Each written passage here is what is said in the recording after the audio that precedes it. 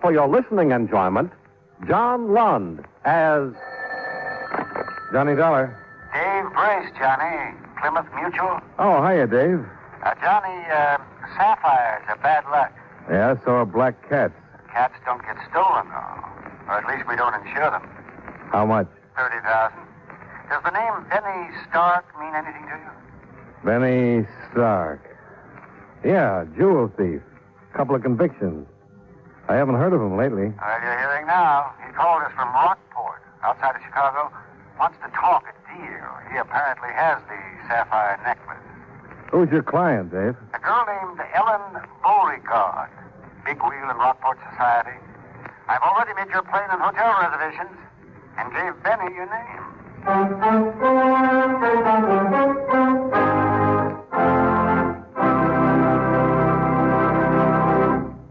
Right here, I have a few words to say, and I'll say them as quickly as possible. You know, someone once said that everyone and everything in America depends on speed, and that as our country grows older, we all move faster. But it wasn't much more than 100 years ago that the fastest anyone could travel was at the speed of a running horse, which wasn't very fast when you compare it to the speed of our latest jet plane, and talk about going to the moon at 25,000 miles an hour. And during that same 100 years or so, we've grown from the first crude telegraph to the perfection of color television. Yes, this increased speed in transportation, communication, and everything else has changed almost everything in our country, including the Cabinet of the United States. For example, up to World War II, there wasn't any reason why the War and Navy departments shouldn't be directly responsible to the President. But then, there was a growing need for the speeding up of military action and decision, calling for unified commands and a more closely knit integration of military activities. Thus, our Department of Defense was born, creating a new cabinet post to coordinate and execute the overall general policies relating to the armed forces. And the secretary heading this new Department of Defense became the representative to the President for the newly designated secretaries of the Army, Navy, and more recently, the Air Force. In the future, our fast-moving world may add even more members to the President's cabinet to ensure the safety and well-being of our United States.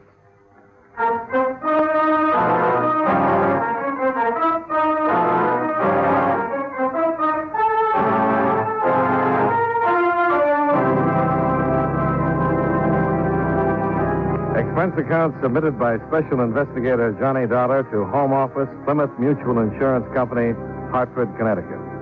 The following is an accounting of expenditures during my investigation of the Boragard Matter. Expense account item 1, $58.40. Airfare and incidentals to Rockport, Illinois. I checked into the Bleecker Hotel and waited for a contact from one Benny Stark, jewel thief. I planned to see the Boragards later, but instead the Boragards came to see me. Or anyway, one of them did. I'm Jared Beauregard, Mr. Dollar. It was my niece, Ellen, from whom the necklace was stolen. May I... Oh, sure. Come in, Mr. Beauregard. Have a seat. Thank you, sir. This is a little unexpected. I just got in town. Well, Mr. Brace of the insurance company wired us you were coming. I wanted to talk to you before you saw Ellen. Oh, I see. My niece is a remarkable girl, Mr. Dollar. A trifle headstrong at times, though, and not always inclined to use the best judgment. Well, I guess that could apply to most of us. Yes, of course. Tell me, Mr. Dollar, do you have any hope that the necklace may be recovered? I think so.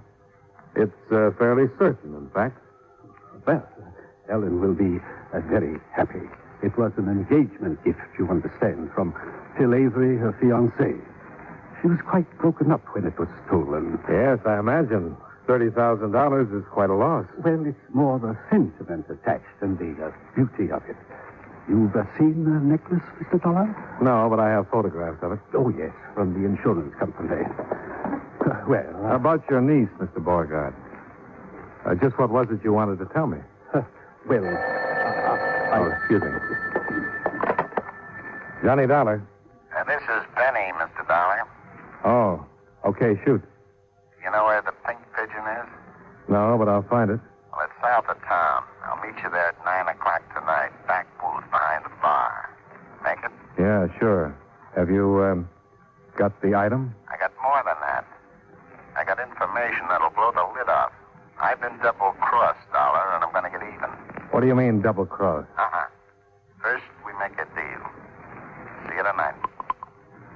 I've got to run along, Mr. Dollar. I didn't really have anything in particular, just that, Ellen is too impulsive sometimes, but she never means any harm by it. I'm sure you understand.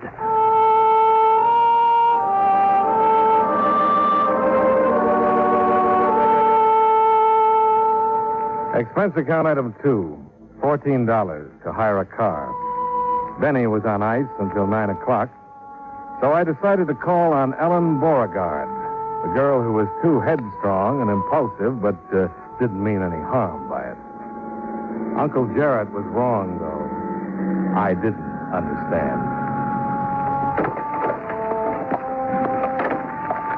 I left the car near the Boragard coach house and walked down the terrace toward the entrance.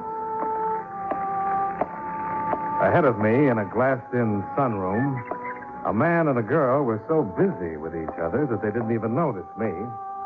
A highly romantic scene. The mistress of the house, probably. The only trouble, though, she was wearing a maid's uniform. She was still a little flushed when she answered the door. Good afternoon, sir. I'd like to see Miss Ellen Boragard. My name is Johnny Dollar. Dollar? You're the investigator on the robbery. Dave must have wired everybody in town. I'm sorry, sir. Won't you come in? Thanks. If you'll wait there, please, I'll tell Miss Beauregard you're here. Yeah, right. Bye, Ellen. See you later. Oh, hello. You must be the insurance fellow? You, too. Ellen said you were due in town today. I'm Phil Avery, Mr. Dollar. How do you do? Ellen and I are engaged. I gave her that necklace that was stolen. Yes, I know. I certainly hope you can get it back. The insurance won't cover the sentimental value. Sentimental value? Yes. Oh, I know. I saw you come up on the terrace, but appearances are deceiving sometimes. I wouldn't want you to misunderstand. Oh, I think I understand perfectly, Mr. Avery. Good. Well, I got to run. My offices are in the Central Bank building. Drop in if there's any information you'd like. Thanks, I will. Bye. I'm awfully sorry to keep you waiting, Mr. Dollar. Quite all right, Miss Beauregard. Gave me a chance to meet your fiancé. Oh, isn't Phil a darling? Headstrong sometimes, impulsive, but he... That never means any harm by it? That is? Exactly. Uh-huh. Well, I suppose you want to know all about the robbery. No, I think I know most of it already. I would like to see the safe, though. Oh, yes, of course. It's over here behind the painting. You've just got to find that necklace, Mr. Dollar. I feel so guilty about it. Guilty? Why? Well, because it was a gift from Phil, and not that I was careless, but... well, I'm sure you understand. Here it is, back of the portrait. An old-fashioned one, huh? Everything in the house is. Our family's been around quite a while. Yes. Wouldn't be much of a job for a professional safecracker. How'd they get into the house, Miss Beauregard? Force a lock somewhere? No, they must have had a key. You see, I'd gone out for the afternoon, and Uncle Jarrett was off somewhere, and the house was empty. Your maid wasn't here? Lois? No, after I left, she decided to go into town to do some shopping or something. Oh, they couldn't have picked a better time. No, they couldn't have. Oh, say, incidentally, you'll probably be talking to Uncle Jarrett, and I wanted to warn you about him. Of course, he means well, but... Is he headstrong and impulsive, too? No, it's just that he's, well, a little vague. I'm sure you understand, Mr. Dollar.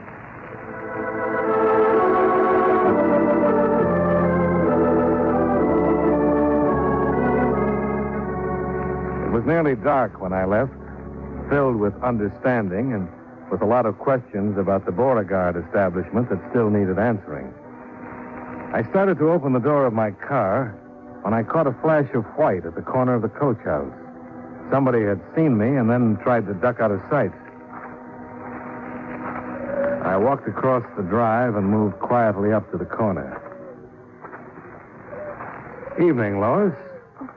Can I help you with that? No, I was just going to burn some trash. Well, fine. Let me put it in the incinerator for you. No, please. Oh, it's no trouble. I'll just... Hey, have you sorted through this? There's something heavy inside these papers. Please, let me have it. You won't understand. Well, you're the first one around here who hasn't thought so. Lois! She sounds impatient. You better run along. I'll take care of this for you. No, please, you... Oh. I knew what it was already. And in a moment, I had it unwrapped. A .32 caliber revolver. And one chamber had been fired recently. Mr. Dollar? I slipped the gun in my pocket and shoved the papers into the incinerator. Mr. Dollar? Right here, Miss Boragard. Oh, I saw your car was still in the driveway, and I... Just checking the layout of the grounds. I'm leaving now. Lois just came in from somewhere in this direction. Oh? Was she talking to you by any chance? Oh, we passed the time of day. Well, don't believe anything she tells you. Any definite reason why not? Oh, I've caught her in all sorts of lies. I didn't want to say anything inside. She might have been listening. How long has she been with you? 4 months. She goes out in the afternoon sometimes, and I know she lies about where she's been. Do you think she had something to do with the robbery? I don't know. I'm only suggesting that you check very carefully on anything she might tell you. Well, if she's like you say, why have you kept her? Well, I've been planning to let her go, but... Well, objections were raised. Who raised the objection? Uncle Jarrett.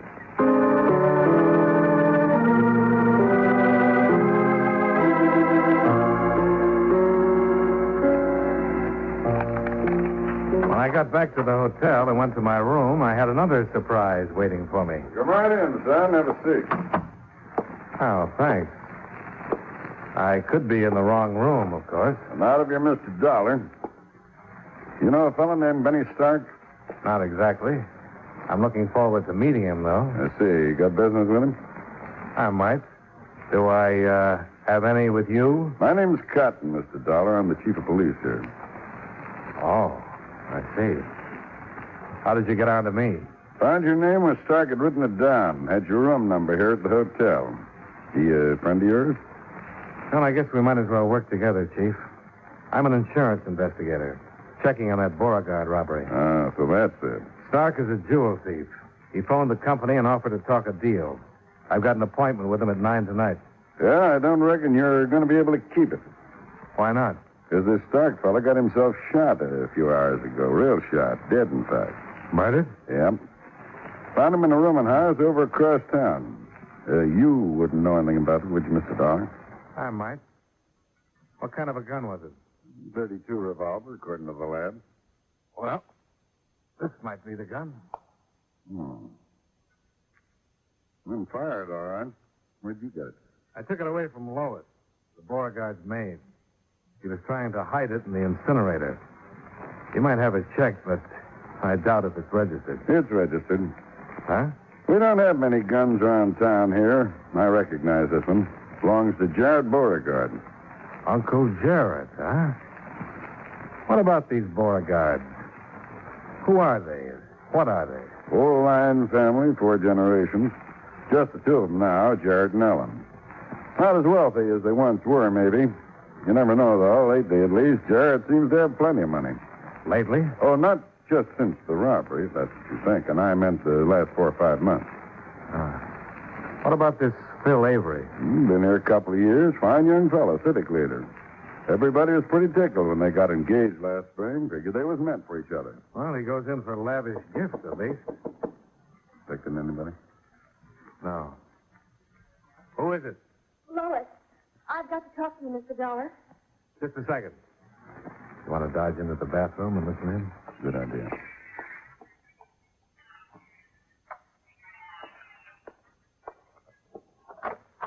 Come in, Lois. Thank you.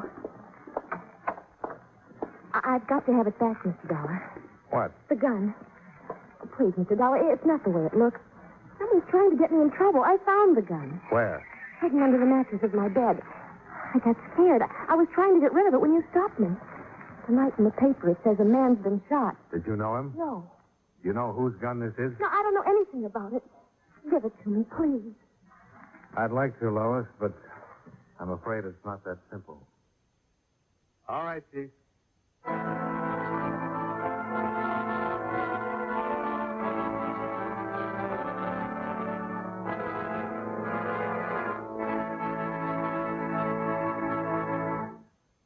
You know, many great men have attained the highest office in our land, the presidency of the United States. Can you guess the name of this man? As a boy, his general health was bad. But as a man, he was a dynamo of energy. He was only 42 when he became president, the youngest man ever to hold that position. His administration was a fairly untroubled one. There was still no income tax. Other taxes were comparatively low. And the United States was in a peaceful era. Conservation of our natural resources was one of his greatest concerns as president. And in 1902, he signed a bill putting the Reclamation Act into action. If you don't have his name by now, here's one more important clue. During his administration, work was begun on the Panama Canal. Who was he? Theodore Roosevelt, 26th President of the United States. His life is part of your American heritage.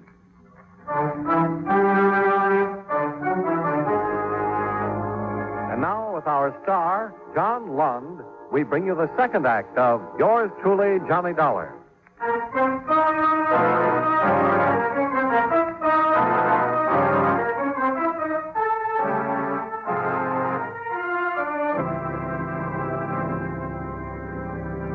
Expense account item 3, $2.90. 2 hamburger steak lunches the next day at noon in the Bleecker Hotel Grill. Apparently a favorite daytime eating place for the president of the Central City Bank. Do you mind passing me that Tabasco sauce, Mr. Dollar? Oh, here you are. Oh, I love it on hamburger. I love hamburger, for that matter. Just a proletarian at heart, I guess. Maybe so, but you've got some pretty aristocratic clients, haven't you? Well, that's a bank for you. Guess you mean the Boragard. Well, here, try some of the sauce. Thanks. My. Oh, they're aristocratic enough as far as the family background is concerned. A social position, that sort of thing, but when it comes to money, that's another story. When you want to know about a man's economic status, just ask his banker. That's exactly what I'm doing. Oh, yeah, so you are. Now, you understand, Mr. Dollar, that I wouldn't ordinarily let this information out. Yes, The fact is, though the town figures they're rolling in it, the Beauregards are broke. Near flat broke. They have been for a couple of years. What about that house? The estate? No, it's mortgaged to the hilt. Like a few other properties, they've still managed to hang on to. But cash, no, they haven't got it. You going to eat that butter, Mr. Miller? Huh? Oh, no. Go ahead. Thank you. Yeah. Except the last 3 or 4 months. You know, it's a funny thing. Old Jarrett seems to be going around with a pocket full of money. Probably borrowing it from his prospective son-in-law. Bill Avery, huh? How is he fixed financially? Oh, how is he fixed? A man who can afford a $30,000 engagement gift? I've never looked through his account, but I'd say that if he doesn't have it, he soon will have. Oh, my, that boy's a go-getter. Pretty well thought of, huh? Elected him to the board of directors of the bank last month. You're not going to eat that roll? Oh, thank you. I don't know how he finds time for it, that boy. He's got a half a dozen jobs already. He had to postpone his wedding, even. They were supposed to get married 3 weeks ago. Oh, I see. Lois, the Beauregard's maid, wouldn't have anything to do with that, would she? Oh, gossip. Oh, it gets around, that gossip. Well, she's a pretty little thing, you know. And a man who's about to tie himself down for life, well, you know how that is. Yeah, sure. Yeah, it'd be just too bad if Ellen found out about it, though. This town would be in for some real excitement if she found... Oh, would you pass that sauce again, Mr. Dollar?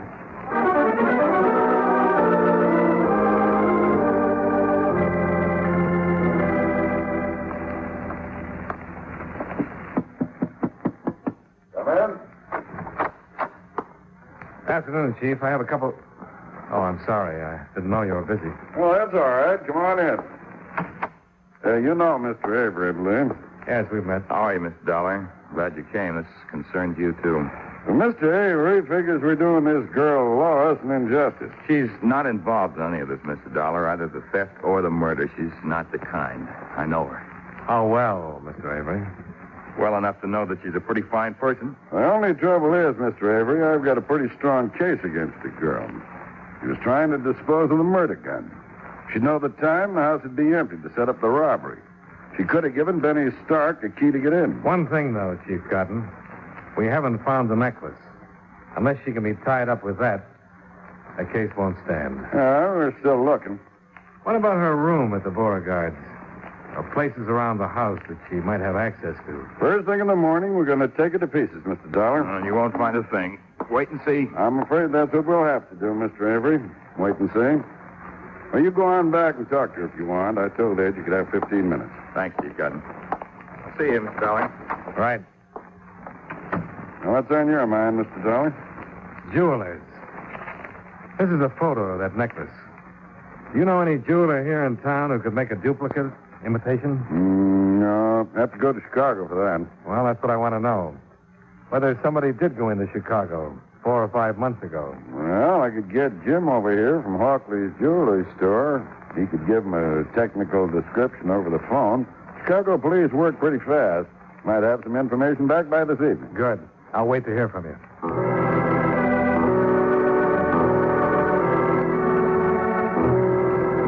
There was nothing more I could do until I heard from the Chicago police.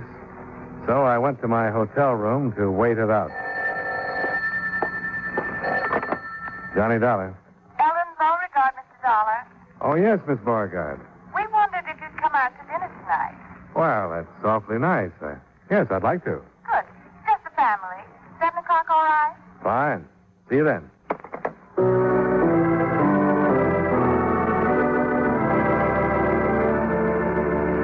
Expense account item 4, $14. Car rental for an additional 24 hours to attend dinner party at home of client.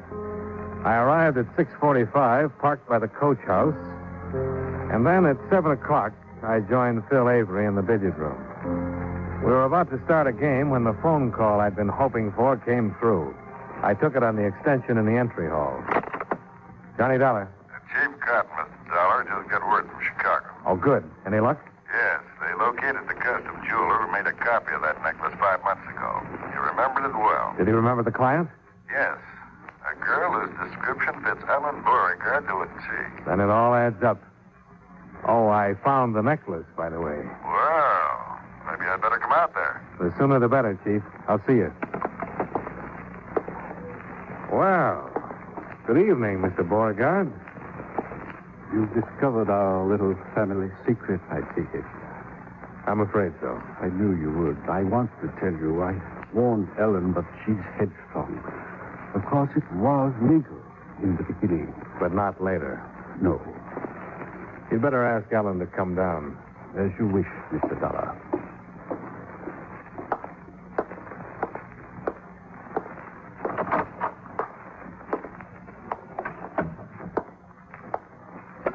Well, shall we start the game, Mr. Avery? Right.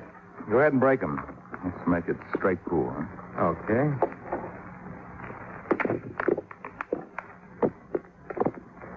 Good start. 2 on the break. Like shooting quail in the brush. 4 ball in the corner pocket.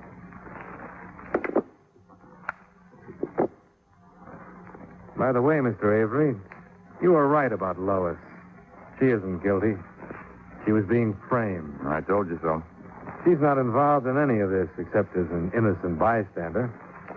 Even though I found the necklace a little while ago hidden in her room. You found it? Oh, good.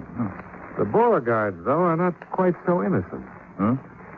The 7 ball in the side pocket. What do you mean? The Beauregards needed money. They were still keeping up a front, but they were broke. And when you started getting interested in Ellen, they figured you were their answer. You make her sound pretty cold-blooded. Oh, I don't think there was much love lost on either side. You were playing the same game. Now, wait a minute. It was a natural the way you saw it. Ellen, the last of an old line family, prominent, wealthy. Why, she was the key to open any door in town. So you gambled your stake on a $30,000 gift to show her that you weren't a fortune hunter. Mr. Dollar, I don't like this. 12 ball in the far corner.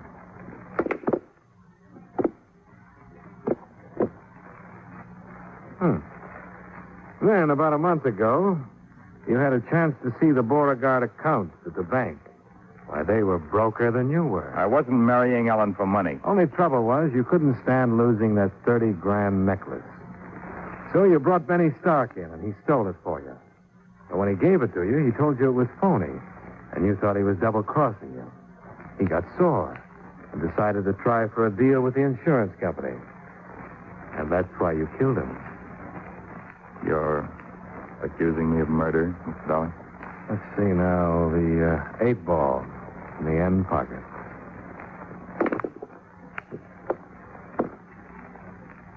Well, who else, Mr. Avery? Lois wasn't involved, except that you tried to frame her. The Boragard knew the sapphire necklace was an imitation. You were the one who didn't. It wasn't an imitation. I paid $30,000 for it. Not this one.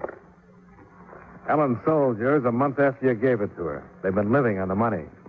She had this one made in Chicago. That dirty look. Another clincher. You were the only one who heard me tell Chief Cotton that we'd have to find the necklace before we could convict Lois. So you brought it here tonight and planted it. Well, apparently I don't have to go on. No, you don't. Did you steal that gun from Uncle Jarrett, too? Oh, no. This is my own. Better lay down that cue now and get your hands up. Slow and easy. And if I don't, you... Thanks, Miss Boragard! Mr. Dollar. How? A billiard cue makes quite a weapon. What's this all about? Well, it seems your fiancé is the lad who had your safe rifled and then later killed his partner. Killed him? Yeah, I guess murder is worse than fraud. What do you mean? You filed an insurance claim on a necklace you'd already sold. I rather imagine the company is going to prosecute. Chief Cotton's on the way, Miss Beauregard.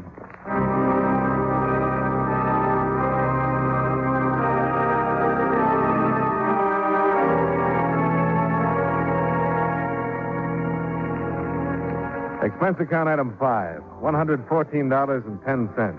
Hotel, incidentals, and transportation back to Hartford.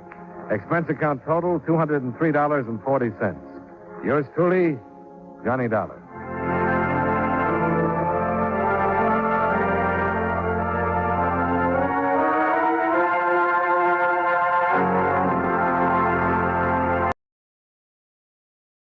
Wrigley's Spearmint Chewing Gum, the refreshing, delicious treat that gives you chewing enjoyment, presents for your listening enjoyment John Lund as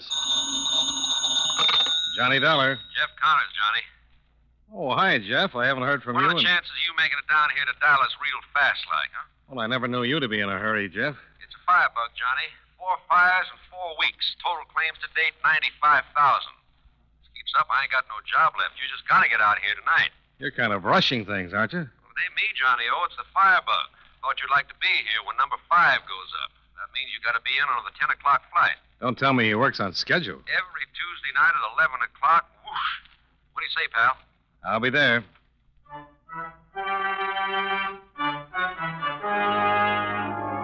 the makers of Wrigley's Spearmint Chewing Gum bring you John Lund in another adventure of the man with the action-packed expense account, America's fabulous freelance insurance investigator. Yours truly, Johnny Dollar.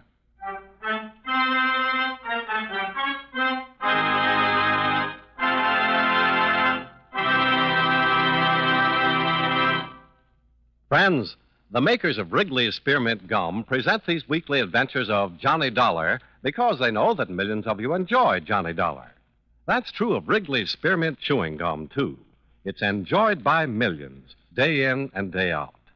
People find that chewing on a smooth, delicious piece of Wrigley's spearmint gum somehow makes time pass more pleasantly.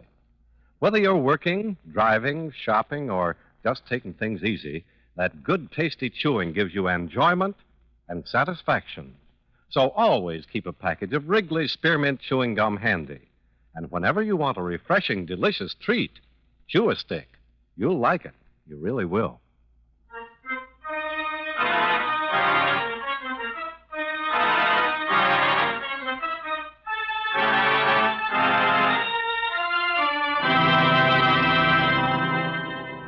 Expense account submitted by Special Investigator Johnny Dollar to Home Office, Eastern Indemnity and Fire Company, Hartford, Connecticut.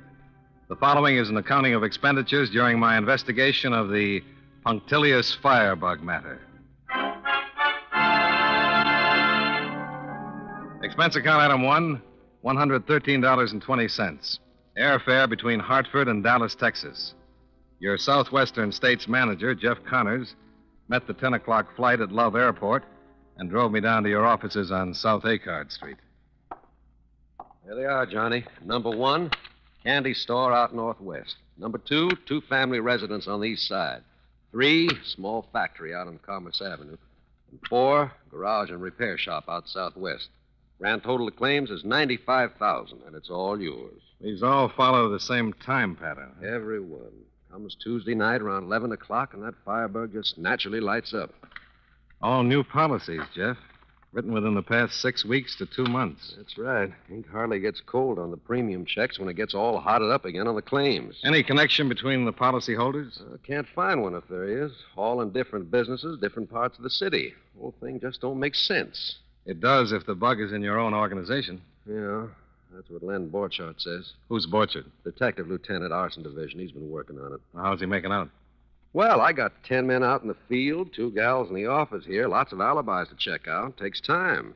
So far, there's no reason to suspect anybody. Those fires are reason enough. But, man, why'd anybody want to do anything like that? Well, when it comes to firebugs, who knows? Could have a grudge against you or the company. Or maybe just like to see them flames shoot up, huh? That's as good a reason as any. Well, whatever it is, we sure got to get this boy, Johnny. If this kind of thing keeps up, I'll be losing my job, my home, my wife, and everything else Mm-hmm. What's the time, Johnny? It's 4 minutes after 11. Wouldn't want to lay a little bet why this phone's ringing at this time of night, would you? Eastern Indemnity, Connors. Mm-hmm. Yeah, that figured. Wait till I get that address. That's, wait a minute. That's 725 East Westchester. Yeah, I got it. Yeah, thanks, Lieutenant. Be seeing you. Number 5? Yep. Big apartment building out in Westchester. You're sure it's one of yours? Wrote the policy on it myself 4 days ago. Well, let's get out there and have a look, huh?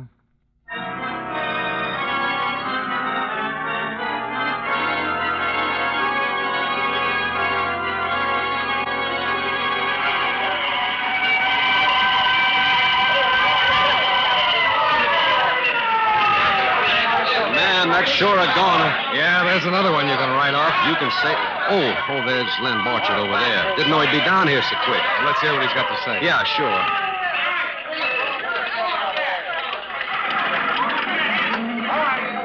Hi, Lieutenant. You got down here right fast. Seemed reasonable to, Mr. Connors. Not that there's much I can do before she cools down. That won't be before morning. I'd like you to meet Johnny Dollar, Lieutenant, one of our investigators from the east. Johnny, this Lieutenant Len Borchard. Glad to know you, Lieutenant. Looks like our firebug didn't waste any time showing himself off to you, Mr. Dollar. No question about it being torched.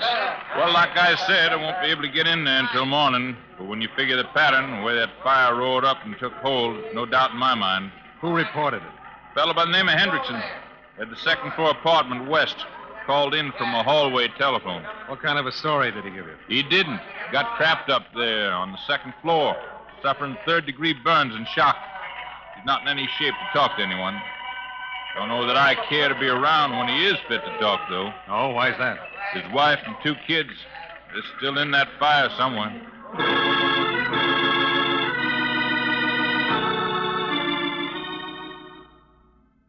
Jeff Connors went back to the office to wire his preliminary report to Hartford, while I stayed around to see if anything would turn up. By 1:30 a.m., the only thing we learned was that our only possible witness, Hendrickson, had died en route to the hospital. A preliminary check of the wreckage seemed to indicate that the fire had started in the basement, but it was still too hot to check into thoroughly, so Lieutenant Borchard drove me back downtown. I'll dig into it in the morning, Dollar. I can tell you right now what I'll find. Oh, what's that, Lieutenant? There'll be 4 or 5 hot spots indicating the use of kerosene, gasoline, something like that. Amount of paraffin drippings. Sounds like a candle's used for a slow fuse. That's what we figured. Found the same drippings in all the other fires. Any idea how slow a fuse it is? Looks like an hour and a half to 2 hours. Gives a bug plenty of time to get away, fix himself up, and alibis somewhere. Mm-hmm. Connor says you think it's someone in his organization. Whole pattern points that way. Haven't been able to run him down, though. Takes a lot of legwork. Uh-huh. Connors has been a big help. Cooperating right down the line. You known him long, Dollar? Oh, 4 or 5 years, off and on. He's a good man. Yeah. He doesn't seem to be letting his personal troubles interfere with his work any. What personal troubles are those? Oh, he's been pretty broke for the past 6 months or so. Wife's been sick. Run up a lot of doctor and hospital bills. Had to buy a new home recently. Oh, why's that? Last one burned down. Lost his 8-month-old son in that fire. Been pretty rough going for him. Yeah. Well, when we get this firebug pinned down, might help him some. Take some of the pressure off, relieve his mind, maybe. Here you are, Dollar. Oh, thanks, Lieutenant. Check with me in the morning, Dollar. And think over what I've been saying. Maybe something will come to mind. Yeah. Yeah, I'll think about it.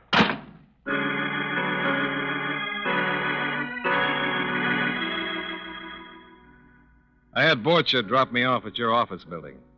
I figured I'd pick up my bag and talk things over with Jeff before checking into a hotel. I let myself in with a key Jeff had given me and headed for his inner office. Wow. Good morning. Oh. Who are you? Johnny Dollar. Mean anything to you? Johnny Dollar? Oh, and you're that insurance investigator Mr. Connors said was coming out from the east. That's right. Well, I'm plenty happy to hear that. You gave me a pretty bad start, Mr. Dollar. I'm sorry. I'm Sally Martin, Mr. Connors' secretary. And the rest of it? Well, you mean what I'm doing up here? Well, I'm as curious as the next guy. Well, I promised to have some material ready for Mr. Connors in the morning. I left the office tonight in such a hurry I forgot it, and, well, I just dropped by to get it ready for him. Well, you're a pretty conscientious employee, Miss Martin. Getting out of bed at 2 in the morning to come down to the office for something like that. Oh, no. It wasn't that way at all. Well, what way was it? Well, I had a date this evening. Dinner, theater, and the Club Romulo just down the street. Stopped up here on my way home. Mm-hmm. Is this the material Mr. Connors wanted ready in the morning? Yes, it is. Comprehensive fire policy on the property at 725 East Westchester. That's right. That's pretty coincidental, isn't it? What? Or maybe you didn't know that there was a fire out there tonight. A fire Oh, no. Any idea why Mr. Connors wanted this particular policy out? I think if you have any more questions to ask, Mr. Dollar, Mr. Connors should be here to answer them personally. That sounds reasonable. And maybe we should ring in Lieutenant Borchard, too. Lieutenant Hey, Sally, what's keeping you so long? Oh, hi. Didn't know anyone else was up here with you. Well, this is Johnny Dollar, one of our investigators, Bill. Mr. Dollar, this is Bill Trendler.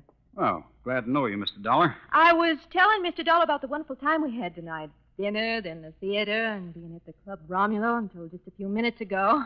Huh? Oh, yeah, that's right. We did have a swell time. But, honey, it's getting late, so if you're ready, let's run along. Okay, Bill. Good night, Mr. Dollar. Glad to meet you, Dollar. Hope to see you again sometime.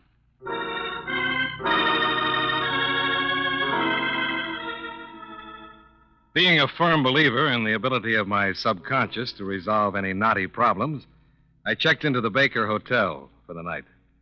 The bed was very comfortable, but my subconscious didn't come up with a thing.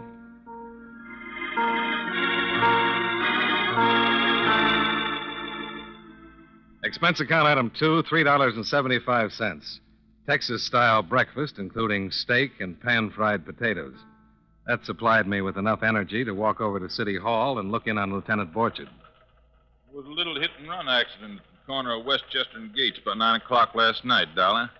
It's just half a block away from where the fire was. Seems a 53 Ford stand parked down the street there suddenly took off without lights. Spun around the corner and tore the fender off another car coming up the street. You think there's some tie-in between that and the fire? Well, one of the boys in traffic thought so after a witness gave him the license number of the Ford. He checked it through motor vehicle. Who's it registered to? Jeff Connors.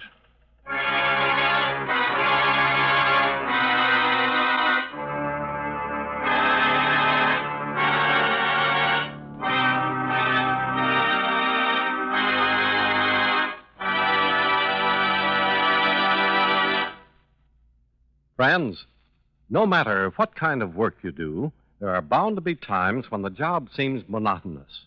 You feel tense and restless, and you need something to give you a boost.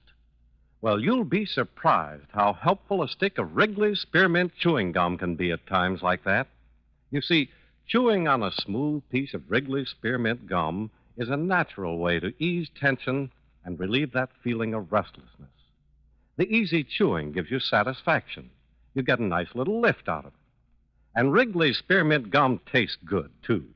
Its flavor is lively, refreshing spearmint, a flavor millions enjoy. Try it and see for yourself. Get a few packages of Wrigley's Spearmint Chewing Gum and chew a stick from time to time while you work.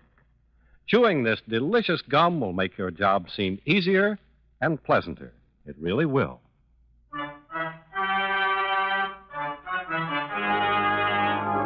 And now, with our star, John Lund, we bring you the second act of Yours Truly, Johnny Dollar.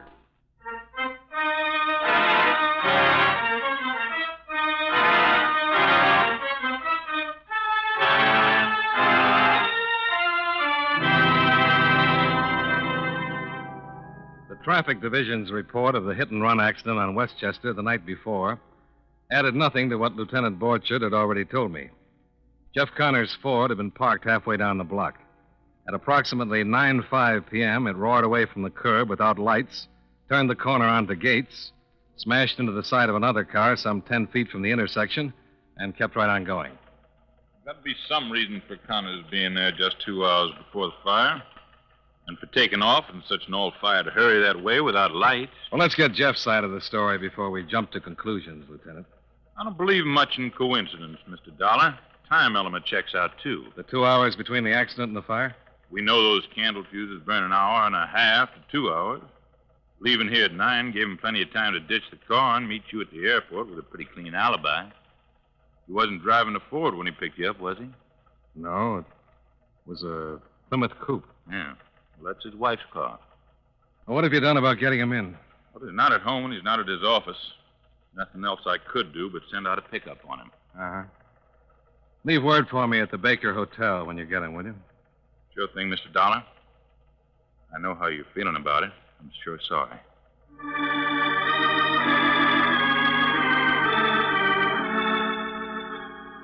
Expense account item 3, $2.25. Cab fare out to the modern subdivision where Jeff Connors had his new home. Mrs. Connors turned out to be a sweet, nice-looking young woman whose recent illness was still apparent. I'm sorry you had the long ride out here for nothing, Mr. Dollar. Jeff's not home. He left early to get his car fixed or something. It's too bad you didn't call first. Oh, that's all right, Mrs. Connors. It's you I wanted to see. Oh, yes. Well, I guess I knew that. It's about Jeff, isn't it? And those fires. That's right. And you've noticed it, too. Terrible things worry and sorrow can do to a man. Well, until 6 months ago, Jeff was the happiest man I'd ever known. And then, well, our world just fell apart. That's when your home burned, Mrs. Connors? When we lost our son. Something happened to Jeff then. Oh, it happened to me, too. I broke down. Had to be hospitalized. But with Jeff, well, it was different. How do you mean? He bottled everything up inside of him, refused to let it come out, never even talked about it. A person can't do that, Mr. Dollar. You mentioned the recent fires, Mrs. Connors. Any particular reason why? Yes. That's what has me worried so. Ever since they started, he's become terribly depressed. I'm afraid he's going to break down under the strain. That's the only reason you mentioned him? Yes. I've tried to do everything in my power to help him. I thought perhaps if we moved away from Dallas, it might help. But he wouldn't do that. Then I tried to get him interested in sports. That brought the first encouraging sign I've had in 6 months. Oh, what was it, Mrs. Connors? Well, usually on Monday and Tuesday nights, Jeff brings work home with him. All the mail that's accumulated over the weekend, the new premiums and renewals and so on. Uh-huh. Well, for the past 5 weeks, Mr. Dollar, believe it or not, Jeff has gone bowling every Tuesday night. He's become so enthused about it, why, he hasn't come home before midnight on any Tuesday evening since. Now, don't you think that's encouraging, Mr. Dollar?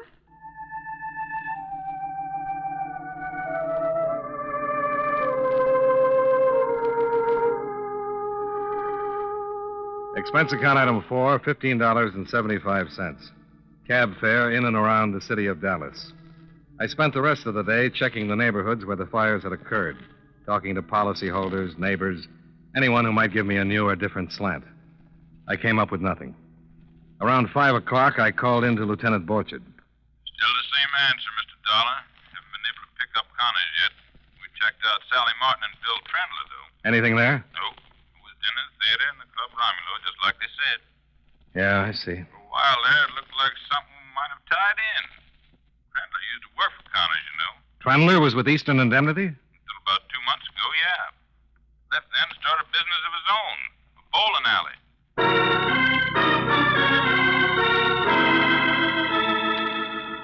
Expense account item 5, $1.60. Cab fare to Trendler's Bowling Emporium on East Gatto Street. 5 alleys and a drink and sandwich bar. Trendler was keeping score for a couple of high school bobby soxers over on alley number 3.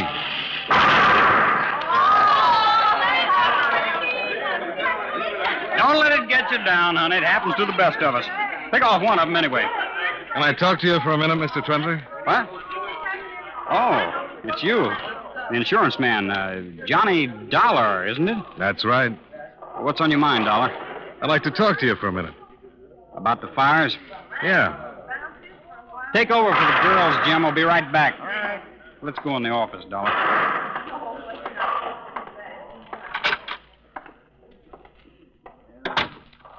Let's have it, Dollar. You used to work for Jeff Connors at Eastern. Yeah, sure. Up until 2 months ago. Why did you quit? I just wasn't cut out to be a good insurance salesman. So you opened this bowling alley. Anything wrong with that? Well, they tell me it takes money to open these things. I had a few bucks saved. From not being a good insurance salesman? Why the interest in my finances, Dollar? Well, I'm just curious. So be curious about something else, huh? Okay. Did Jeff Connors ever come bowling here? Yeah, a couple of times. Jeff's wife says he's been bowling every Tuesday night. I wouldn't know. The last time I saw him was 4 weeks ago last night. Any idea where he might have been those other Tuesday nights? Why not ask Sally Martin? What's she got to do with it? She's his secretary. She was with him the times he came here. Maybe they figured out something better to do with their Tuesday nights. She was out with you last night. Yep. Every minute from 6 o'clock till 2:15. Dinner, theater, Club Romulo. Well, you can always walk out of the theater before the final curtain. And a $10 bill can make a nightclub waiter pretty confused about time. It'd be kind of hard to prove anything like that, wouldn't it, Dollar? Well, there's no law against trying.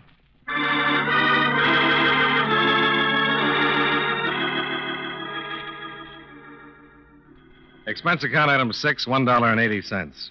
Cab fare back to your offices. They were closed for the night. At the Baker Hotel, I put a call into Sally Martin's apartment and got no answer. While I was trying to figure out the next move, Lieutenant Borchard called and made up my mind for me. Be out front in 2 minutes, Dollar. I'll pick you up. Where are we going, Lieutenant? Out near the viaduct over the Trinity River. What's out there? Another fire? Nope. Jeff Connors Ford in 12 feet of water.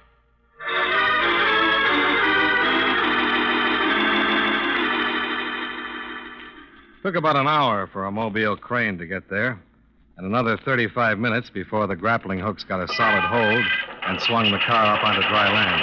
Ease it out! Bring it over!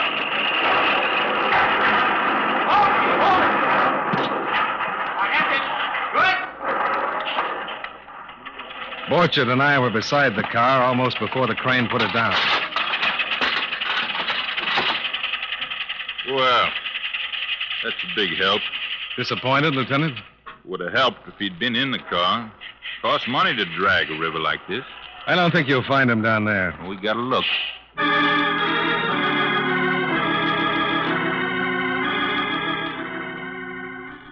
On his way back to City Hall, Borchard dropped me off at the hotel. On a hunch, I went across the street and had a little talk with the night elevator man in your office building. Well, now, let's see. Seems to me somebody went up to Eastern Indemnity since closing time. Yep, here it is. Checked in at 8:17, out again at 8:23. Sally Martin it was. Anyone with her? Come to think of it, there was. A fellow waiting outside in the car. Say, now, I'm just wondering. Could it be it was Mr. Connors himself?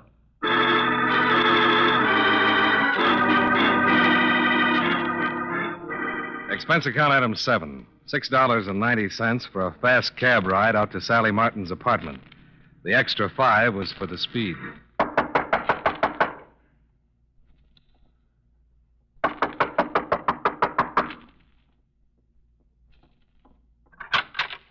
Yes, what?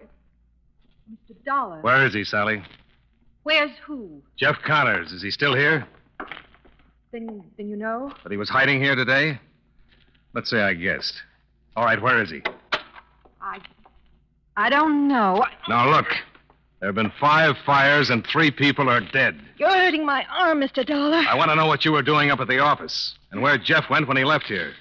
We went up there to get a list of the new policies that came in today. Why? What did Jeff want with them? I don't know. Well, there was some reason. What was it? I tell you, I don't know. I got back here tonight and told him Mrs. Connors had called about the new policies. He made me drive right down. His wife called the office? Well, Mrs. Connors always did that. Double-checked the policies with me because of the files he kept at home. What was different about her call this time? Well, nothing. Except the day, maybe. She always called on Tuesdays. There wasn't any real reason for her to call today. Only one new policy had come in. A fire policy? Yes, on an apartment building out on the west side. Where is it? Look, Mr. Dollar, I know what you're thinking. But Jeff didn't have anything to do with those fires. Believe me. Where's the policy, Sally? Over there, on the table.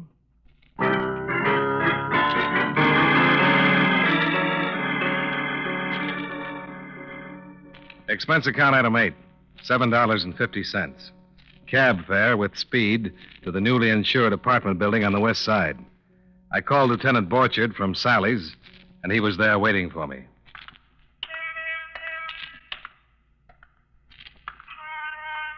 You spotted him yet, Lieutenant? Yeah.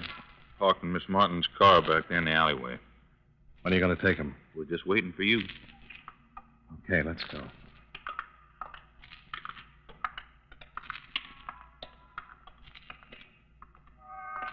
There it is, Dollar. Yeah. Keep your hands on the wheel, Connors. Don't worry, Lieutenant. I won't try anything. You expecting us, Jeff? No. Matter of fact, I was hoping you wouldn't show, Johnny. I wanted to handle this myself. You've been handling it that way too long, Connors. Yeah, I guess I have. I wasn't really sure till I saw the car last night. Read about the hit run in the morning papers.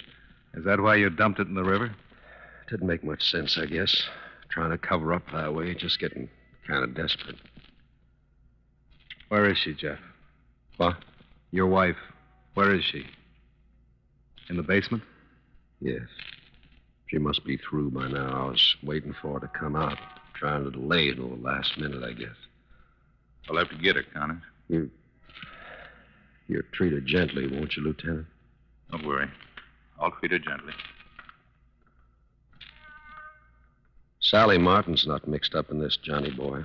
She was just trying to help her boss out of a jam. Didn't even know what it was. Don't worry about it, Jeff. Doesn't make much sense, does it, Johnny? My own wife. Firebug. I suppose maybe it was our home burning. Boy, I don't know. This doesn't make much sense. She was a lovely girl, Johnny. I wish you'd known her then. She was such a lovely girl.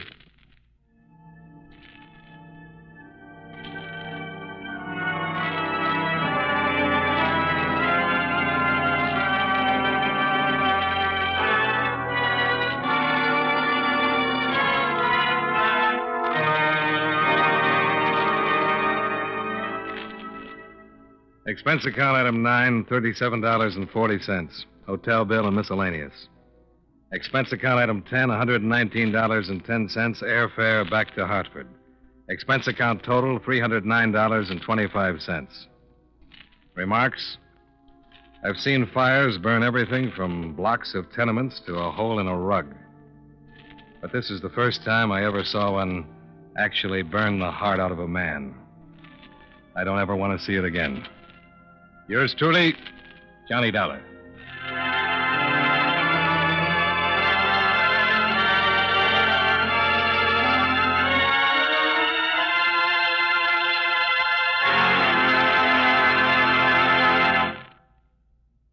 Friends, next time you chew a stick of Wrigley's Spearmint Gum, notice how cool and fresh it makes your mouth feel. That's because Wrigley's Spearmint Gum has lots of lively, refreshing, real spearmint flavor in every stick. The minute you sink your teeth in, that cooling flavor begins to freshen your taste and relieve that hot, dry feeling in your throat. It sweetens the breath, too. Millions of people carry Wrigley's Spearmint Gum with them wherever they go for quick, long-lasting refreshment and for real chewing enjoyment. Next time you're at the store, get some Wrigley's Spearmint Chewing Gum. Enjoy its refreshing flavor and good, pleasant chewing often, every day. Remember, that's Wrigley's Spearmint Chewing Gum. Healthful, refreshing, delicious.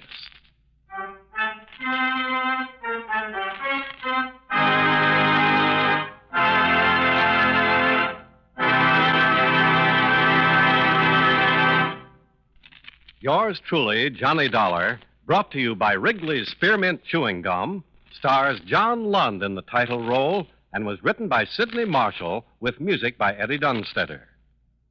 Featured in tonight's cast were Hal March, Barney Phillips, Gene Bates, Sam Edwards, Virginia Gregg, and Jim Nusser.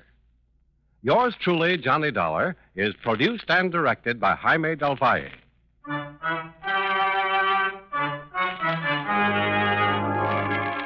The makers of Wrigley's Spearmint Chewing Gum hope you enjoyed tonight's story of Johnny Dollar and that you're enjoying delicious Wrigley's Spearmint Gum every day. This is Charles Lyon, inviting you to join us again next week at this same time when, from Hollywood, John Lund returns as... Yours truly, Johnny Dollar.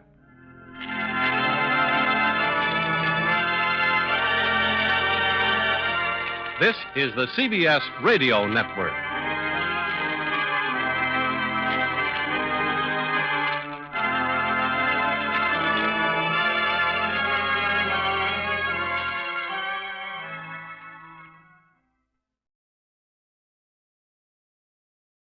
For your listening enjoyment, John Lund as Johnny Dollar. King, Johnny. Consolidated Indemnity. Oh, hello, Mr. King. You got to do this for us, Johnny. I can't take no for an answer. Oh, wait a minute, Mr. King. Do what? It's a new model car Allied Motors have been testing. Completely under wraps. The top engineers have been working on it. Your company going into the automobile business? We're in it, Johnny, up to our eyes. The car's cracked up 3 times, 1 fatal injury. The auto company's as confused as we are. You got to run out there and find out what the story is, Johnny. Okay, Mr. King. I'll keep you posted.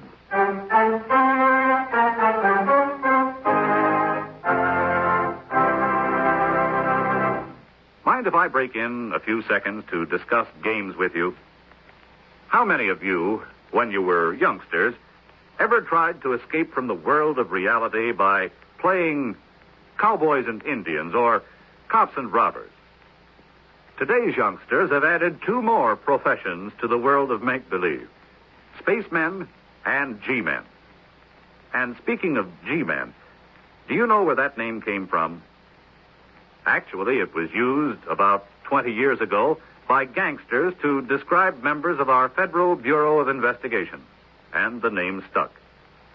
It's easy to see why youngsters have added G-men as heroes to their play world, since they are a most important part of our country's protective forces.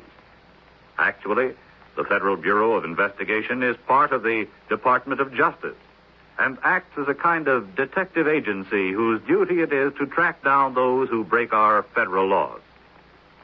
The FBI also does counterintelligence work in ferreting out spies and saboteurs.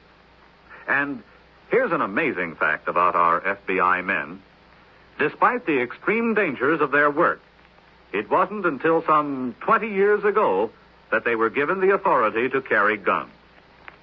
With no other weapons than courage, resourcefulness, and determination, they had to track down and apprehend dangerous racketeers and spies. Today, however, you will find that the typical FBI agent may be a lawyer, accountant, or specialist in some other profession, but thoroughly trained in scientific police methods and handy with any type of weapon.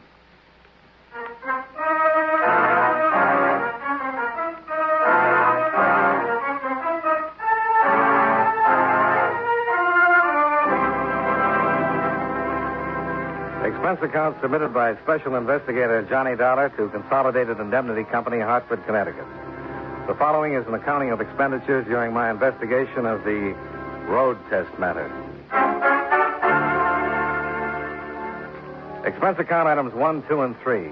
Taxi to airport, $3.50. Plane ticket to Detroit, $84.75. Taxi to Allied Motors testing grounds, $4.15.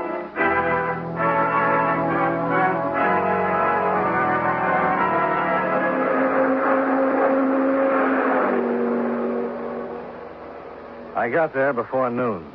There were a lot of signs around the place reading absolutely no visitors and keep out, no trespassing. So it took me about 10 minutes to persuade the guard at the gate to let me through.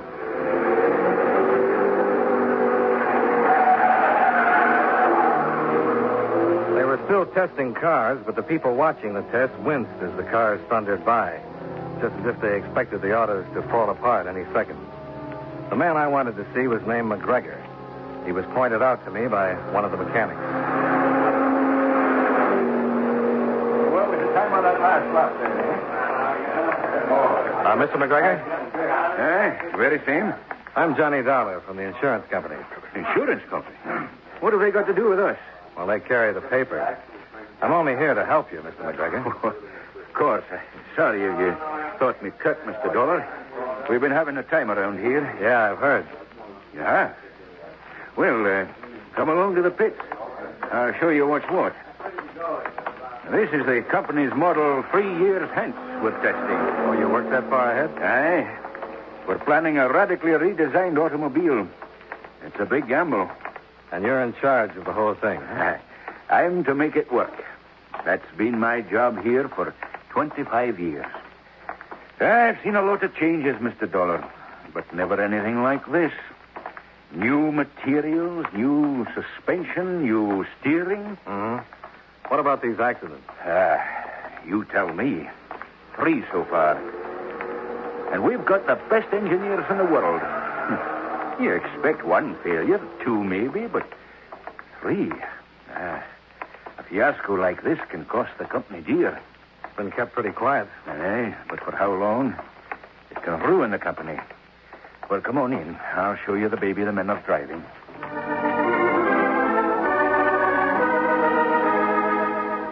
Well, there she was. Allied's experimental model. If they'd been taking orders, I'd have signed then and there. Until I remembered that 3 of these dream boats, each hand-tooled and serviced by the best men the company could find, and driven by crack drivers, had fallen apart on the track.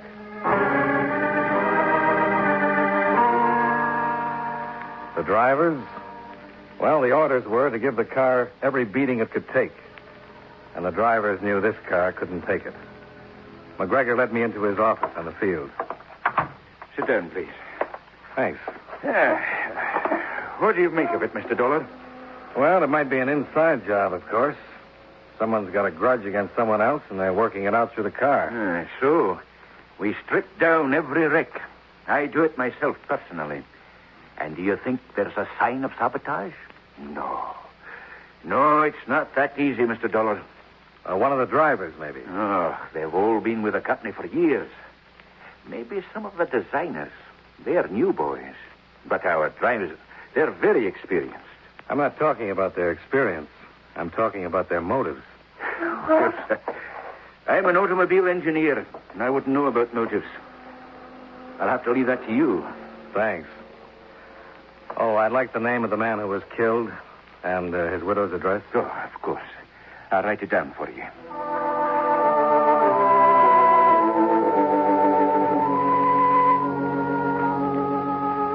Expense account item 4, 85 cents.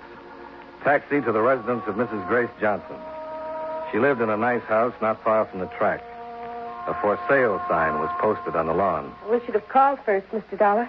Oh, I'm sorry. I just got in The town. place is a mess. You're going somewhere? Well, you know how it is. After a horrible thing like this, you want to get away. Throw that stuff off the chair and sit down. Don't bother being polite to me, Mrs. Johnson. I'm just doing my job. You have to make it sound so clinical. Well, maybe that's the best way, Mrs. Johnson. I'll try to help you. Thanks. Who do you think might have wanted your husband killed? You think someone did? You knew your husband. Is there anybody who might have wanted him out of the way? Yes, but I can't be sure. I'm not asking you to be sure. I'm just looking for leads. Steve and I, that's my husband, hadn't been getting along. Seems we couldn't live with each other or without each other. I didn't know where to turn. These things happen, Mrs. Johnson. I turned to a friend of Steve's. One thing led to another, and pretty soon, well, we were thinking that if only Steve was out of the way. But I didn't think he would do it. I didn't. Do you know that he did? Of course not. He hasn't been to see me once since. I'm getting out of this place. It's like a bad dream. What's your friend's name? It's Simmons. Joe Simmons. What does he do? Do? He used to be a test driver with Allied, same as Steve was. Oh. May I use your phone? Yes, of course. I'll show you where it is.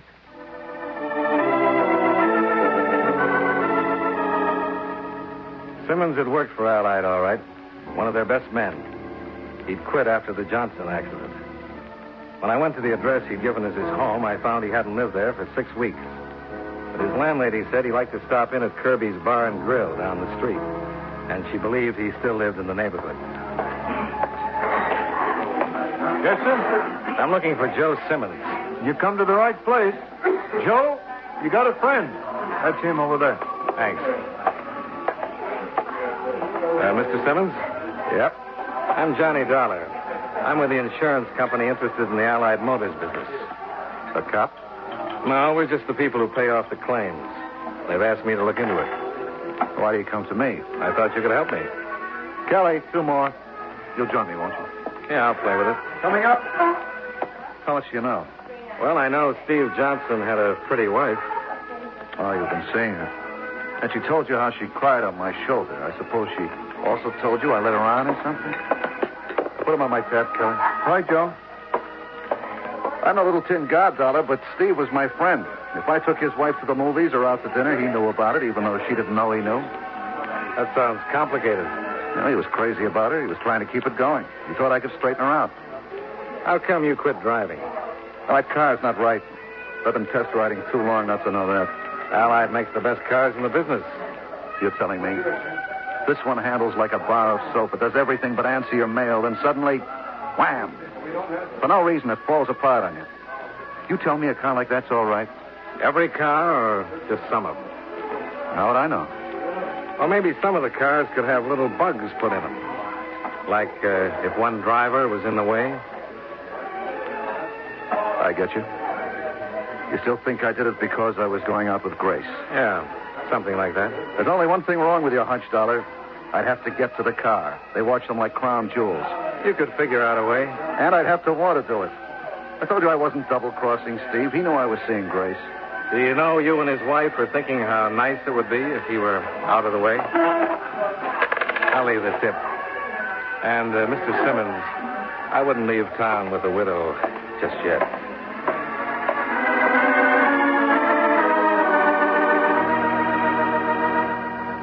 Expense account item 5, $2.60. Cab fare to my hotel, where I put in a call to Mr. McGregor. He wasn't available, but they promised me he'd call me back. I left word with the desk to be sure and page me, and I went down to the dining room where I told the head waiter I was expecting a call. I hadn't got around to my coffee when I was paged and told that someone was waiting for me in the lobby. Dollar? Yeah. Sergeant Ferris, Police Department. I hear you're digging into the Allied crack-ups. Our company's paying for them. Got any ideas? No, nothing startling. Open and shut. Let's get off our feet. I was hoping an outsider would turn up a fresh approach. Oh, I like the old one, Sergeant. It's neater. Show me how. Well, you'll have to bear with me if it sounds familiar. Husband and wife fight. Husband's best friend has a broad shoulder and a narrow conscience. Problem? How to get rid of husband and maybe pick up a piece of insurance on the way. All that remains, Sergeant, is to figure what was done to wreck husband's car and how friend tried to get away with it. Well, it's neat. I'll say that for your theory. But it won't work. Why not? It's worked before. I'll give you one small reason. Joe Simmons doesn't work for Allied any longer, right? Right. And they just had another crack up out there. Ouch. What happens now? Oh, I've made my little spiel. You tell me. Here's a rich company with all the know-how and talent in the world. And they can't make a car safer than that. Something's got to be wrong. Well, that's not a conclusion, Sergeant. That's a beginning. I'm coming to that. The police department hasn't got enough to go on, so I kind of figure it's your baby. Meaning what? Hang on. The insurance company's got to find some evidence of at least criminal negligence before we get interested. Officially, that is. We want you to go to work out there. Work? Driving. Driving? Well, they're cracking up out And there. if you're lucky, one will crack up with you in it. Then we'll know something. If I live through it, that is. We want you to do that for us, Dollar. It's important. Will you? Ah, the things I get involved in. All right. Good luck, Johnny. Yeah.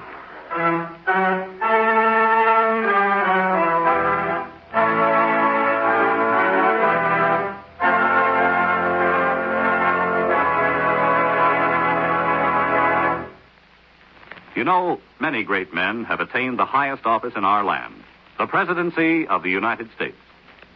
Can you guess the name of this man? He never wanted to be president, since he personally felt he was unqualified for the office.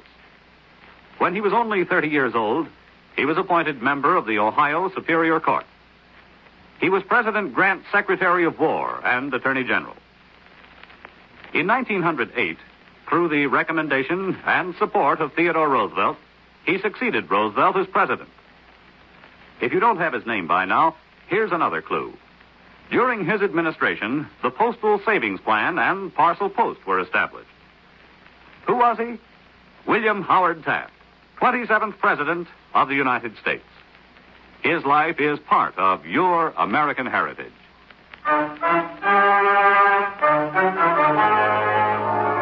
And now, with our star, John Lund, we bring you the second act of Yours Truly, Johnny Dollar.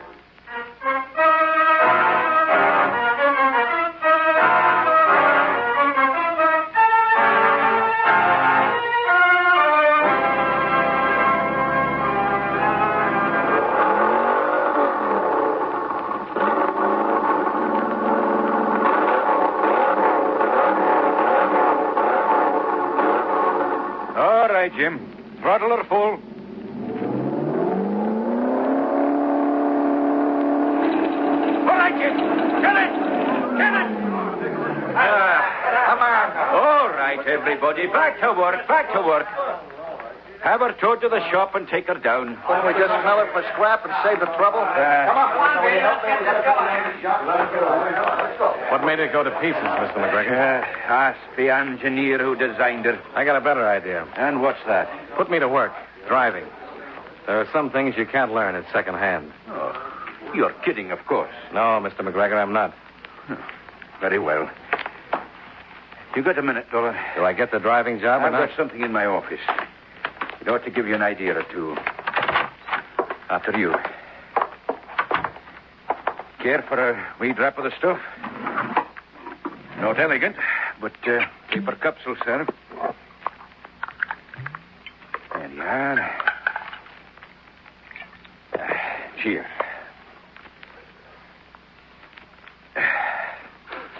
Never used to drink on the job, but believe me, since they put this new model on me, it's a necessity. What about my job, Mr. McGregor? I don't think you'll be needed. Why not? Come here. Here's something I dictated. for the top brass. You'll see why. It's on the dictating machine now. Yeah, here it is. Memo to Mr. William T. Thorne, Chairman of the Board, Allied Motors. From Ken McGregor, Head Department Development and Research. Subject, new model. It begins with a lot of personal stuff. You know, how I've been with the company for so many years, that kind of thing. And here's where it really starts, I think. And it is my considered opinion that the projected design ought to be dropped entirely. Further test driving ended in the interest of the company's reputation and my men's safety. Furthermore, if I may suggest, we ought to return to the traditional ways of developing our cars, which have stood us so well. Well, that's it, Mr. Dollar. And what if they don't approve? They've got to. And if they don't, do I get the job? Surely. But they've got to, Dollar. They're not crazy.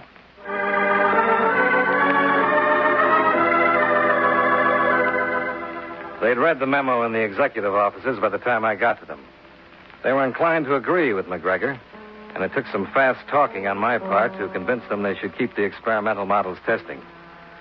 The insurance company had a lot of money invested in those accidents, if they were accidents, and I didn't see folding up my tent and stealing into the night without some explanation.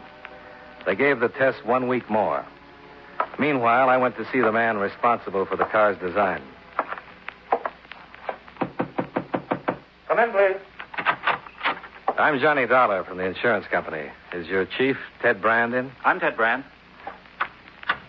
Then I'm supposed to talk to you? Sure. What do you say we do it over something to drink? Yeah. When he said something to drink, he meant coffee. He was no more than 22 or 3. And that's what threw me when he told me he was the man responsible for the radically redesigned car of the future. So there you are, new car from top to bottom. Science can't stand still, neither can automotive design. They had lots of trouble with the first jets, remember? Well, then you think it's, birth pains? Did I say that? Right. No, Mr. Dollar. That motor, that car is as perfect as anything can be. On paper, it should handle like a dream, and it can. I know it can. Oh, you'll find a lot of old guys who are against anything just because it isn't the way it always was. These are the same guys who are opposed to pneumatic tires, then four-wheel brakes. They just hate progress. You follow me? Yeah, I think I do. This car has got to work, that's all. Just like 2 and 2's got to make 4. How about another cup of coffee? No, thanks. You have a cup on me. I've got somewhere to go.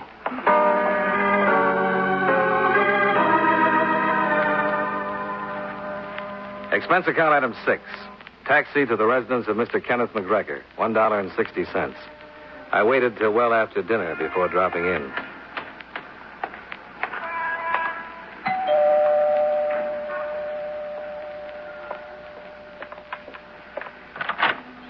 Yes? My name is Dollar. Is Mr. McGregor in? No. Well, do you expect him soon? Well, if he's not here by this time, I can figure he won't be home at all. Can I help you? I'm Mrs. McGregor. Well, I don't... They're working him awfully hard at the plant these days. He's been staying there nights a lot recently. Oh? Maybe I can talk to you. Won't you come in? I'm so glad for the company, Mr. Dollar. With Mr. McGregor away so much, I tell you, I just pine for someone to talk to. Can I fix you a cup of coffee? No, thanks. Nice place you have here. Thank you. We like it. The company has been very good to Ken. He's been with them a long time, you know. I guess he must like his work. Oh, he loves it. They wanted him to retire several times, but not Ken. Offered him a pension, too. But I guess they realize he knows more about cars than anyone in the whole world, I do believe. He seems to work hard, staying away so late, missing dinner. Oh, he wasn't always like that. He works hard, but he's also a family man, do you know what I mean? But lately, he's had so much on his mind. The way I see it, he wants to make one more showing before he does quit. Yes, I see what you mean. Now, if you'll excuse me, I have to go. Oh, do you have to? I was enjoying our talk so much. So was I. Oh, Mrs. McGregor, I wonder if I could ask something of you. Of course. Don't tell Mr. McGregor about this visit. I mean, it's nothing to worry about, but... I understand, young man. In years past, before they pushed him aside, lots of you boys used to come out and see us. I won't say a word. Thanks a lot. Good night. Good night.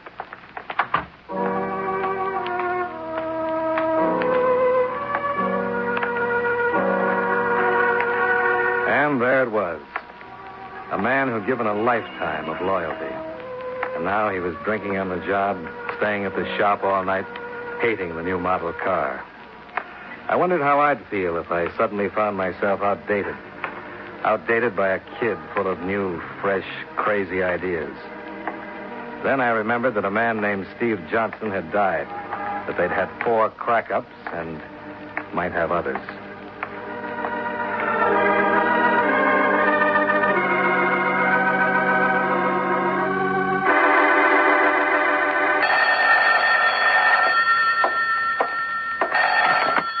Johnny Dollar. Sergeant Ferris, Johnny.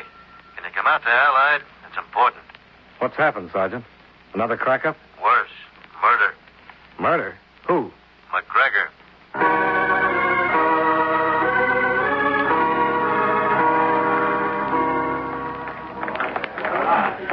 Excuse us, please. Excuse us, please. Let us through.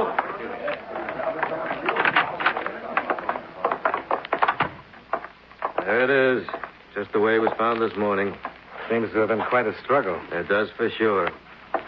He spent the night here. How do you know? I went out to his house last night. He's been staying away a good deal.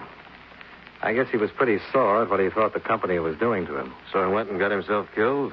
He got me there, Sergeant. Did he go out for dinner or anything last night? The guard at the gate said he left around midnight. Was back in an hour. Did he make any calls? Switchboard's closed at that hour.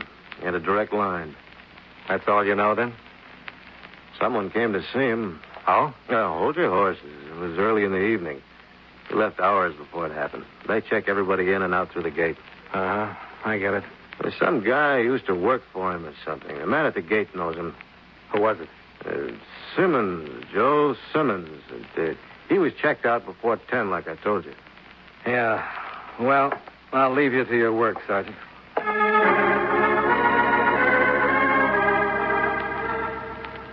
I went to Kirby's Bar and Grill, but Joe Simmons wasn't around.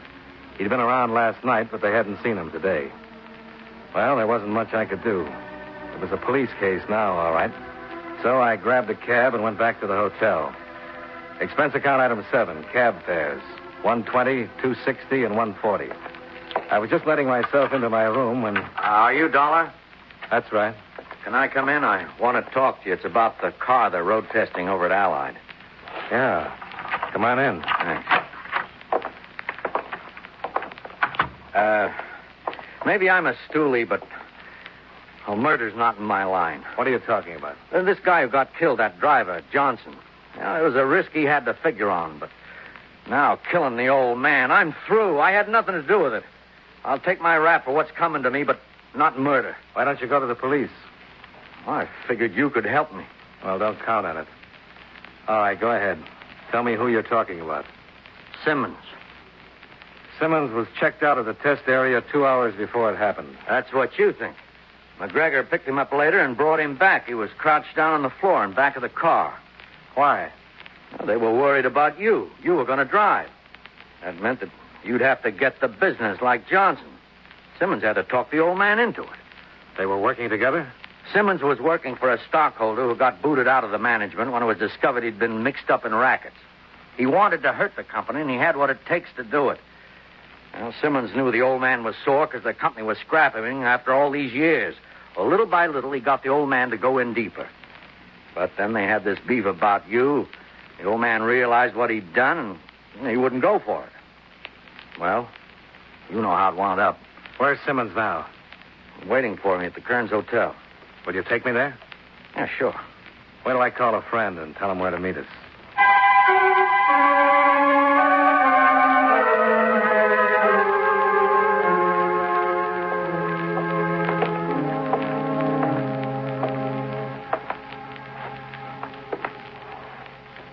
They got a gun? Yeah. A service revolver. All right. Go on in. Okay.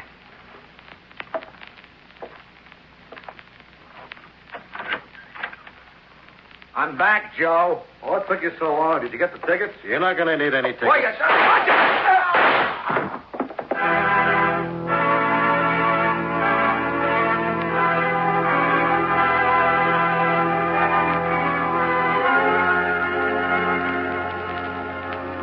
Expense account total, including return fare, $217.40. Remarks: the name of the stockholder has been submitted above, and he is currently held by the police. It is my belief he'll be able to reimburse your company for all the claims you've paid out. From jail, of course. Yours truly, Johnny Dollar.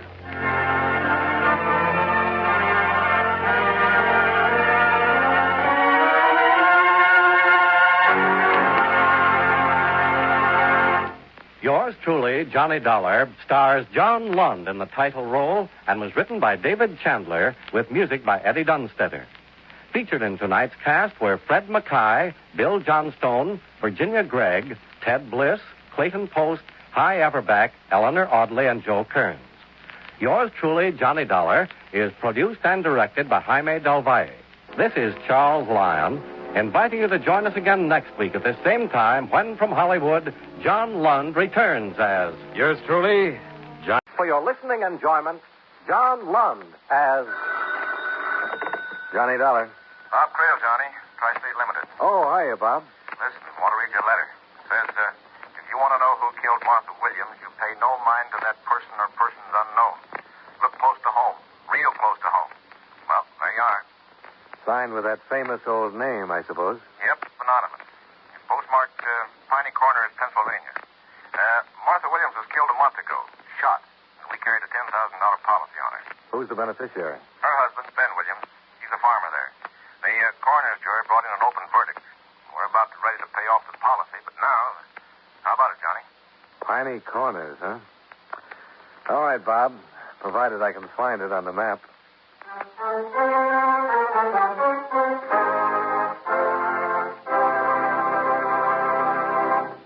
If I cut in for a few moments, fellas, I hope it won't start an argument. But if you'd like to get into an argument that will pay off 9 times out of 10, you just bet someone that the Treasury Department has its own Navy. Well, that happens to be true.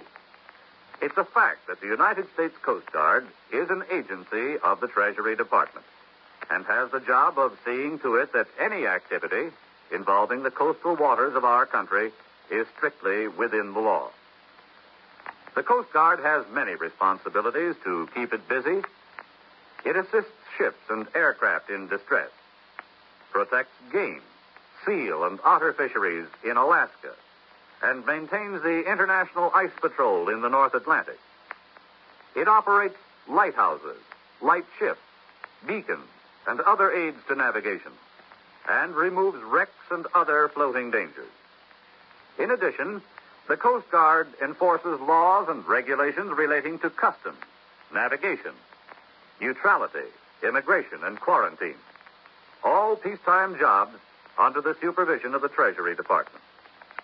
During wartime, however, the Coast Guard is attached to the United States Navy and acts directly under that branch of our military service. But whether it operates under the Treasury Department or the United States Navy, the Coast Guard is a mighty bulwark in the protection and defense of our country.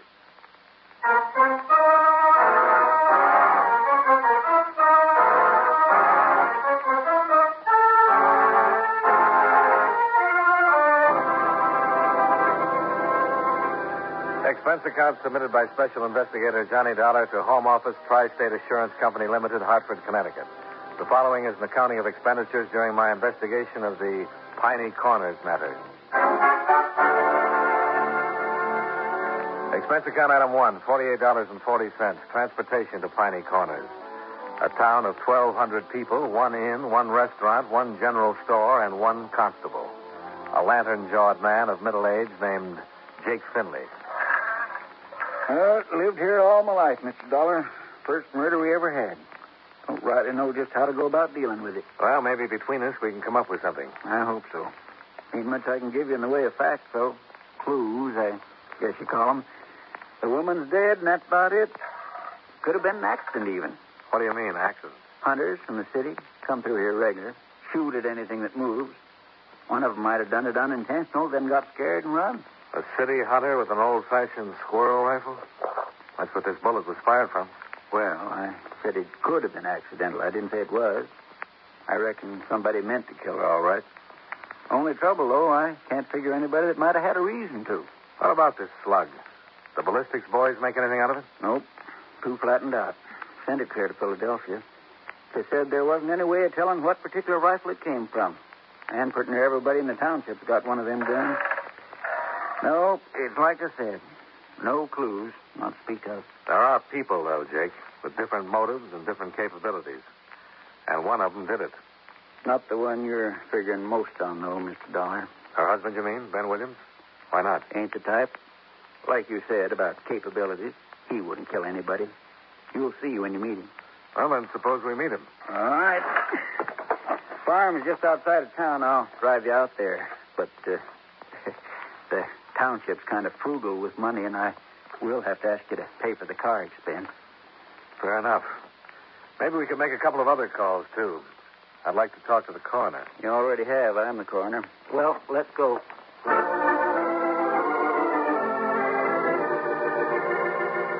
Expense account item 2, $4.50. Car expense from Piney Corners to the Williams farm. Or at least part way to the Williams farm. After stopping several times to point out local landmarks, Constable Finley pulled up beside two people who were building a rock wall along the road and introduced me to Williams' neighbors, the Keelers. How do you do, Mr. Dollar? I'm pleased to meet you. Mr. Dollar's an insurance investigator, Ira. He's checking into Martha's death. Oh, I see. Tri-State Company. Why, yes, that's right, Mrs. Keeler. Oh, it was a terrible tragedy. Sad thing for all of us. The Williams have been neighbors for years. Good neighbors. And then this, after all the other trouble they'd had. What sort of trouble, Mr. Keeler? Oh, Martha's illness. After that operation last year, she was almost an invalid, you might say. Ben had to care for her, along with doing for the house and running the farm, too. A lot of time he spent caring for her. Now, Agnes. Not half as much time as he spent hanging around that girl. What girl is that, Mrs. Keeler? Oh, that little flibberty gibbet. Agnes. I'm afraid my wife is just repeating gossip she's heard, Mr. Dollar. Ben Williams is a fine young man.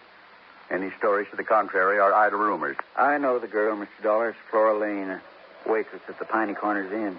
You can talk to her when we get back to town. Good. I reckon we better get on over to Ben. Oh, by the way, Mrs. Keeler, the company appreciated your letter. How'd you know it was me? Oh, I just guessed. Nice to have met both of you. Goodbye.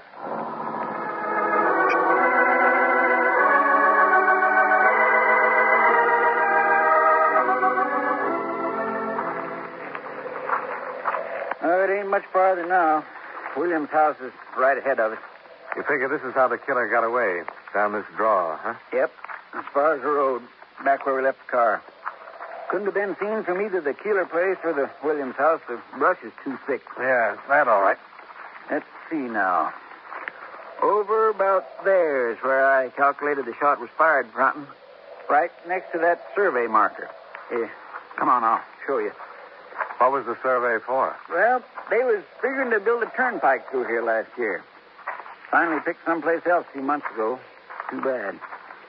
It'd have made this land worth something. Now, let's see. Martha Williams was sitting in that big front window there. Ben's put the glass back in since. It was long about dusk. Miss Keeler was in the room with her. She'd brought over a cake or something. And somebody standing above where we are now fired at her through the window with a rifle and killed her. And got away. Back down the draw there, I figure. Tell me something, Jake. This waitress at the inn, Flora Lane, she pretty? Well, tastes differ. She's pretty enough. Was it just a rumor? Or was Ben seeing her before his wife was killed? Oh, he stopped by the restaurant once in a while. Cup of coffee, piece of pie. He was doing all the cooking at home. He got mighty tired of it, I reckon. And what about now? Is he still seeing her? He eats most of his evening meals there. That's what you mean? How about his wife? Did she have any chance of getting well eventually? Not according to the doctors. They said she'd be an invalid as long as she... You're barking up the wrong tree, Mr. Dollar. It adds up, Jake. A pretty girl in the offing, young and alive, an invalid wife and a rundown farm. Now, he wouldn't be the first man who's gone wrong trying to get out from under a burden like that. Yeah. Not Ben, no. It ain't his nature. Come on, let's go up and talk to him. You'll see when you meet him. Why would Mrs. Keeler go out of her way to get him into trouble? Send him that letter? Well, she's always been a good friend of Martha's, but she never has like Ben. I don't know why. That's just the way she is. I wouldn't put no stock in what she said.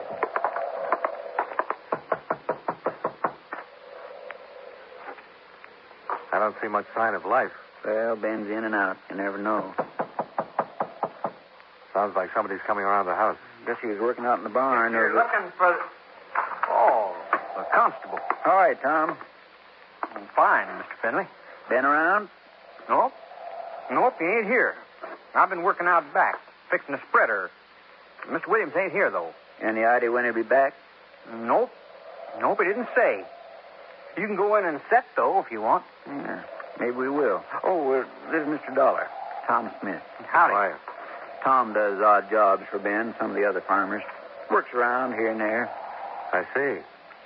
Were you working here the day Mrs. Williams was killed, Tom? No, I wasn't even near here. Anybody that says so is lying. I was clear over on the other side of town. Shall we go inside, Mr. Dollar? Okay. I'll see you, Tom. He gets kind of excited when he thinks he's accused of anything. He's not much on brains, you know. Has he ever been in trouble with the law? Well, petty stuff. Shooting game out of season, mostly. Oh? Is he a good shot? Dead shot. Never misses.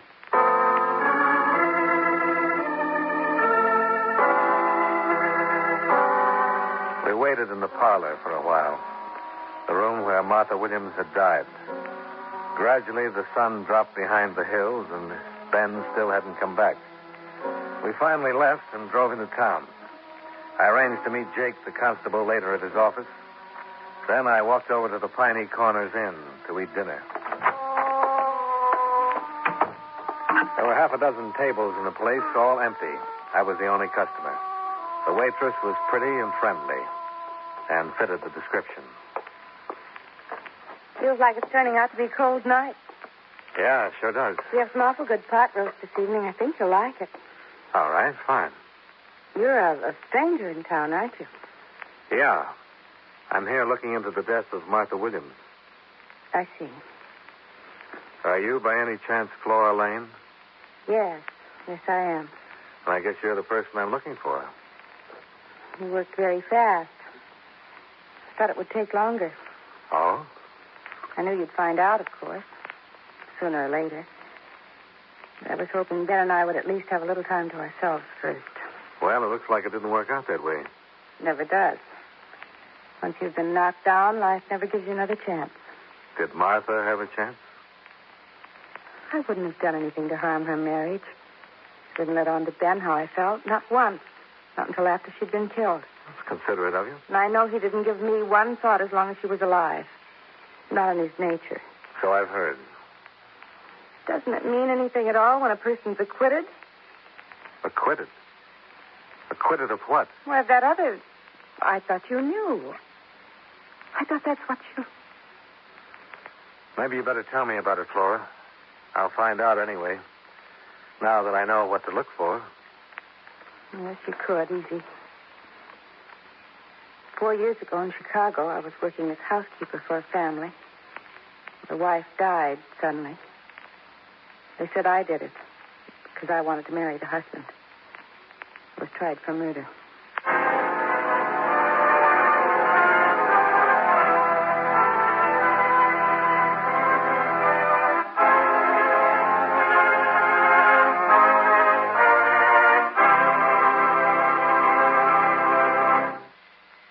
You know, many great men have attained the highest office in our land, the presidency of the United States. Can you guess the name of this man? He was third vice president to become president through the death of the man holding that office.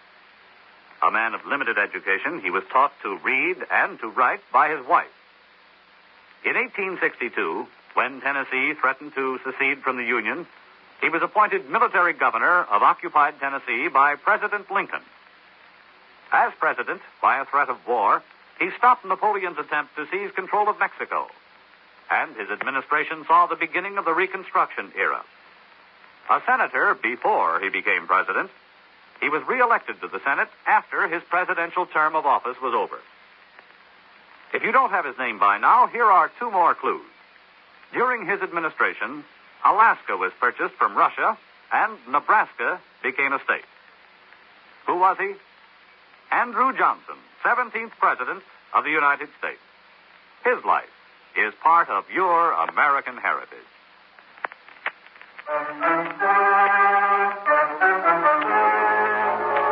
And now, with our star, John Lund, we bring you the second act of Yours Truly, Johnny Dollar.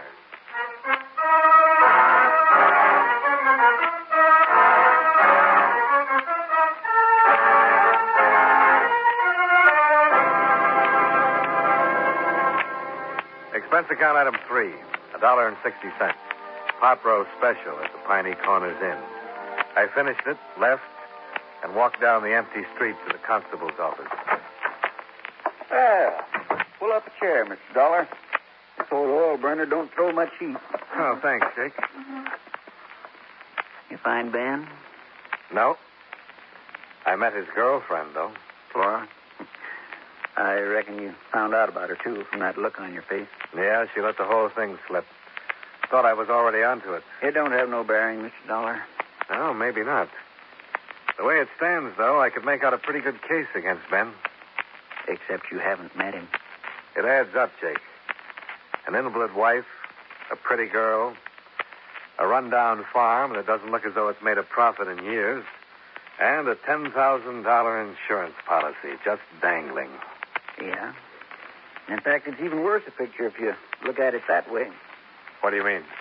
That farm's not only run down, it's mortgaged to the hilt. Ben needed money for that first operation last year, and the others later. The bank wouldn't touch it. Well, what happened? Our Keeler came through and helped him out. $7,500. That farm wouldn't bring $4,500 if it was sold tomorrow. Naturally, Ben feels pretty obligated. And $10,000 would take the pressure off all the way around.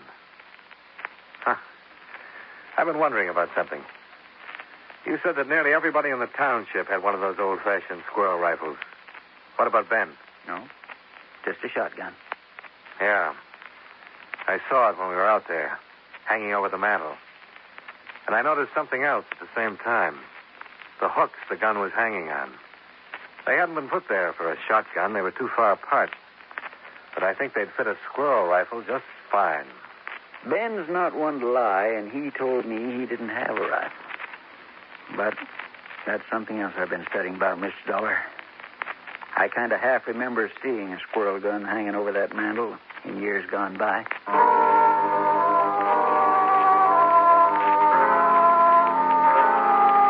Expense account item 4, $4.50.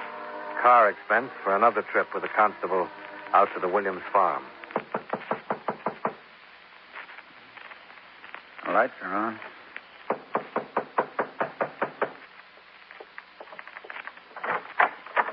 Oh, evening, Jake.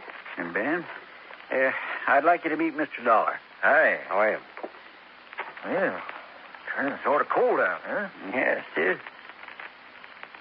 Mind if we come inside, Ben? Oh, sure. Sorry, Jake. Come on back to the kitchen. That's the only room I keep a fire in. Pull a couple of chairs out from the table there. Thanks. I'll see if I can shake this grate down a little. Get the draft started.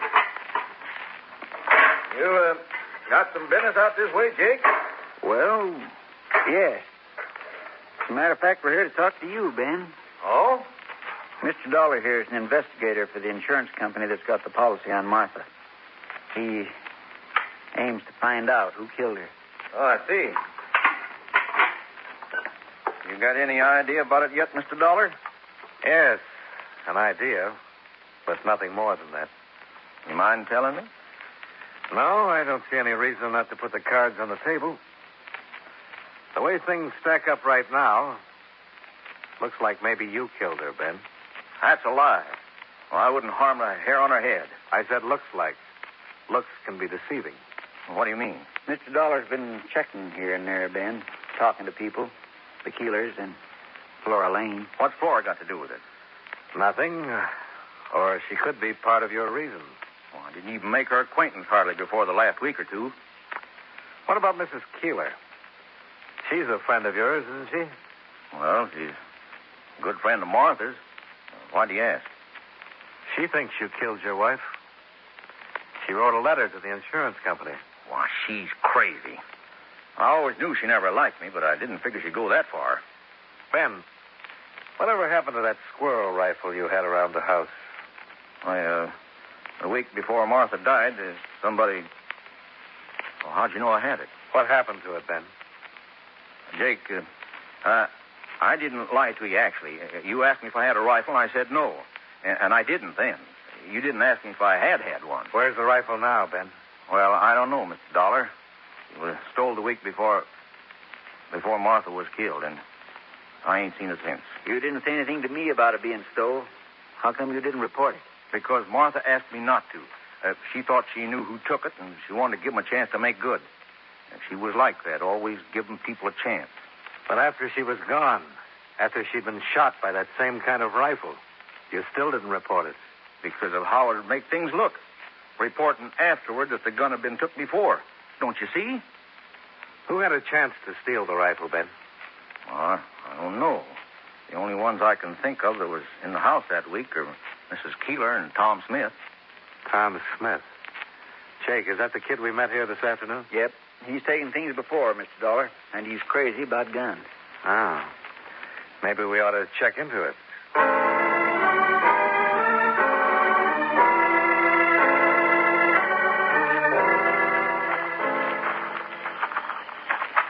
It's around here back to the feed store, Mr. Dollar. Kind of a shack on the corner of the lot. They let him use it in return for keeping an eye on the store at night. I think the door's here at the corner, if I recollect. It's been a long... All right, now. You stop right where you are. It's Constable Finley, Tom. Mr. Dollar's with me. All right. I figured it was somebody trying to break in. Well, now that you know it isn't, I wonder if I can have a look at that gun you're holding. Well, I reckon so, Mr. Dollar. Sure, here. Thanks. You got the flashlight, Jake? Yeah. Just a second now. There we are. Well, no luck. It's a 22. What you fellas up to, anyhow? Tom, what did you do with Ben Williams' squirrel rifle? How'd you find out? Never mind. What did you do with it? I ain't got it now. Where is it? I sold it. I did. I sold it to Mr. Keeler. He gave me $3 for it about 3 weeks ago. 3 weeks. That'd make it a week after Martha Williams was shot. And you took the gun the week before she was shot. Well, Tom? Well, what? I don't know what... Are you saying I shot Mrs. Williams? I'm asking. She was the best friend I ever had. The only one in this town. Ever treated me like somebody. I wouldn't do nothing to hurt her. Now, Tom... Besides, that gun ain't even been fired for 3 or 4 years, maybe. Miss Williams never did use it. Well, it's even got rust inside the barrel. Tom, for your sake, I hope it has.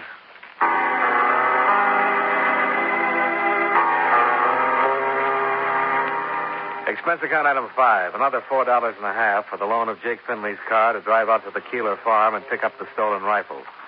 As I walked up to the porch, the door opened. Oh. Evening, Mrs. Keeler. Oh, it's you, Mr. Dollar.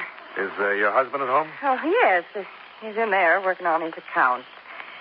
Mr. Dollar, about that letter, it was a terrible thing to do. Well, it's... I don't really think Mr. Williams had anything to do with Martha's death.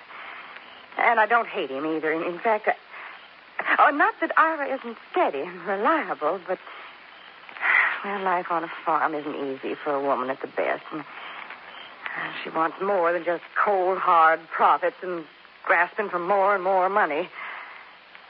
She gets silly notions. Mrs. Keeler, I don't... She wants warmth, that's all. Nothing more. And Ben wouldn't even pay any attention to me, Mr. Dollar. You understand. Yes. I think I do. You go right on in. I have to take these preserves over to Miss Daly. I don't know why I told you all that. Good night, Mrs. Keeler. Mr. Keeler? In here. Come on in. Sorry to bother you this time of night. Oh, Mr. Dollar. Just finishing up my last year's account book. What can I do for you? Well, unless I've been misinformed, you bought a squirrel rifle from Tom Smith a while back. Yeah, that's right. Hanging there over the fireplace. $3. Quite a bargain. Of course, I wouldn't be surprised if he stole it somewhere. He did. From your next-door neighbor, Ben Williams. I'm out $3. And I'll take it over to Ben in the morning. I wonder if I could look at the gun, Mr. Keeler. We're trying to check on Tom's story. Of course. Go right ahead. I'll just finish this total while you're doing it, and we'll have time for a chat. Fine. He went back to the ledgers on the table in front of him, and I reached up and took the rifle down from the hooks over the mantel. Tom Smith had told the truth. There was rust in the barrel and on the breech. The gun hadn't been cleaned nor fired. But I saw something else, too. The hooks over the fireplace. They were old and rusted and set firmly into the mortar. They'd been there for years. Find out what you were after, Mr. Dollar? More than I was after. I know who killed Martha Williams. Tom Smith? Murders are ordinarily committed because of hate or for gain. Now, hate didn't seem to fit in this case, but gain did. Who benefits? At first glance, Ben Williams, the beneficiary of the insurance policy. Oh, I don't believe it. No, neither did I, not completely. Didn't quite add up. Maybe it was too obvious. No, it wasn't Ben, Mr. Keeler.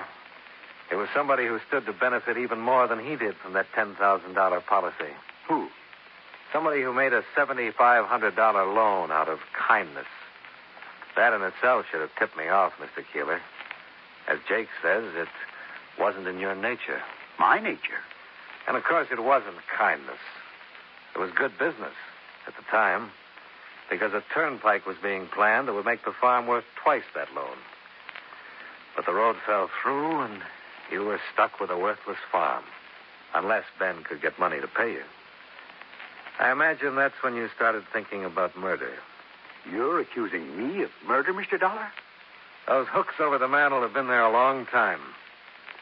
Where's the rifle that hung there before you bought this one from Tom Smith? There might not have been one. The neighbors will remember. Yes, let me just put down this final total. Yeah, there. I had a good year last year. Very good year. I doubt it's going to be that good this year. Well, no regrets, Mr. Dollar. It's like farming. You take risks on drought, frost, insects. Sometimes you lose. Make a mistake. I knew I'd made a mistake the second I pulled that trigger. It was just a matter of time. The gun's buried out behind the barn.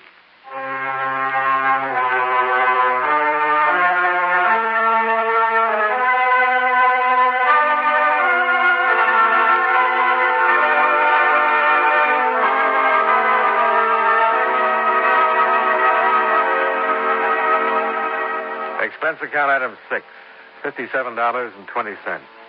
Incidentals and transportation back to Hartford. Expense account total, $120.70. Yours truly, Johnny Dollar.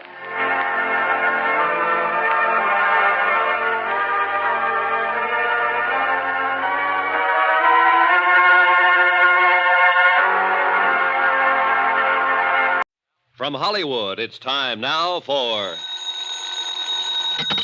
Johnny Dollar. George Atkins at Northwest Indemnity. Oh, hiya, Georgie. How'd you like to go to New York, Johnny, and get into the gay, mad world of the theater? Thanks a lot, Georgie, but no thanks. I'm not the grease paint type.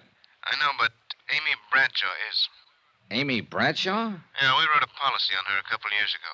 Look, if it's her autograph you want, why send me? It's not that simple. Anyhow, she's got all the fans she wants. I know. I'm one of them. I think she's great. Johnny, looks like somebody's trying to kill her. Georgie, I'll be right over.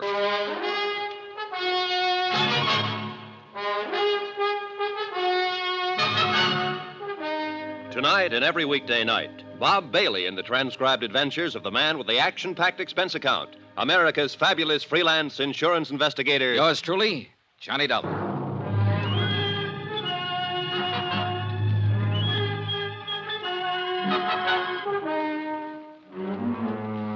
Expense account submitted by Special Investigator Johnny Dollar to the Northwestern Indemnity Alliance, Hartford, Connecticut. The following is an accounting of expenditures during my investigation of the Amy Bradshaw matter. Expense account item 1, $16.50. Transportation and incidentals to New York City. I checked in at a hotel and then went over to the Criterion Theater on West 44th, where Amy was starring in a play called The Unguarded Hour. David Coleman, the director, was standing in the wings watching the third act on stage. David Coleman? Yes? I'm Johnny Dollar, insurance investigator, sent over by Northwestern Indemnity. Oh, yes, Mr. Dollar. I called them. Let's go over here where we can talk. Okay. How's the play going? Well, 22 weeks now. Been going along just fine until this business came up. How did it start? Last evening, just before curtain time, I dropped by Amy's dressing room. She looked, well, strange. How so? Pale, trembling. She was staring at a note in her hand. It sounded like some sort of crank note, Juno. You are an evil woman. You will be punished by sudden death, unquote. Have you reported this to the police? Oh, no. I was afraid that if I did, it might get into the papers, and we don't want that kind of publicity. I see. How about if I talk to Amy after the show? I told her you'd be down, and she'll talk to you. All good. Well... Mr. Dollar, the strain of this whole thing's beginning to show up in her performance. She's making mistakes, and it rattles the cast, especially the young ingenue, Sheila Mitchell. Mm-hmm. Well, I'll see what I can do. There's always the possibility that it is just a crank note and that Amy will never hear any more of it. Well, that's what I'm hoping. But we might as well face another possibility. That somebody close to Amy is using the crank note as a cover. Has that thought ever occurred to you? Why, no. No, it hasn't, Mr. Dollar.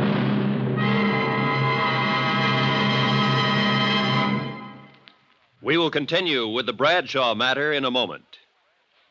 Friends, how'd you like to thrill your favorite youngster with some of the most exciting toys of the year? Picture the breathless excitement of any child surrounded by 6 gaily colored balloon-like giant animals up to 3 feet long, and all for the low, low price of just $1. Now, first you get Bounzo the clown with round pot belly and funny nose. Next comes Hoppy the Australian kangaroo. Third, there's Roscoe the roller skating bear. He's 2 feet tall and looks almost like real. Fourth, there's Whitey the fat indoor snowman. And fifth, Mortimer the giant mouse, 18 inches long and sure to scare the whiskers off any cat. That's 5 different giant animals. But now, hold your breath for the most sensational toy of all, the star of the whole Christmas season, the jolly giant talking Santa Claus, guaranteed to make everybody's Christmas a merrier one. He's a big roly-poly happy Santa. He stands erect on 2 legs, is actually over 3 feet tall and 32 inches around. Best of all, he actually talks. Just pull the tape and he says, "Merry Christmas" for all to hear. He's the biggest, merriest talkingest Santa ever, sure to please your youngsters and spread good cheer. Yes, Giant Santa proves there really is a Santa Claus. That's a total of 6 giant animals made of brightly colored, preformed, sturdy latex, which the kids can easily inflate. And the cost, just $1, not for each, just $1 for all 6 of these lovable giants who'll turn your home into a circus parade. And here's a surprise. Mail your order today and you'll also receive absolutely free Peter the Rabbit, actually over 2 feet tall with big red ears almost 9 inches long. But you must send now. Rush $1 plus 10 cents for packing and mailing for each set you want to Giant Animals Box 1580, Grand Central Station, New York City. If not delighted with every one of your 7 giant animals, return them to the Super Animals Company for a full refund, but keep the giant talking Santa as our gift. Order now. Supplies are limited. Rush $1.10 for packing and mailing for each set in cash, check, or money order to Giant Animals, Box 1580, Grand Central Station, New York City. That's $1 plus 10 cents with your name and address. Mail to Giant Animals, Box 1580, Grand Central Station, New York City. That's Giant Animals, Box 1580, Grand Central Station, New York City.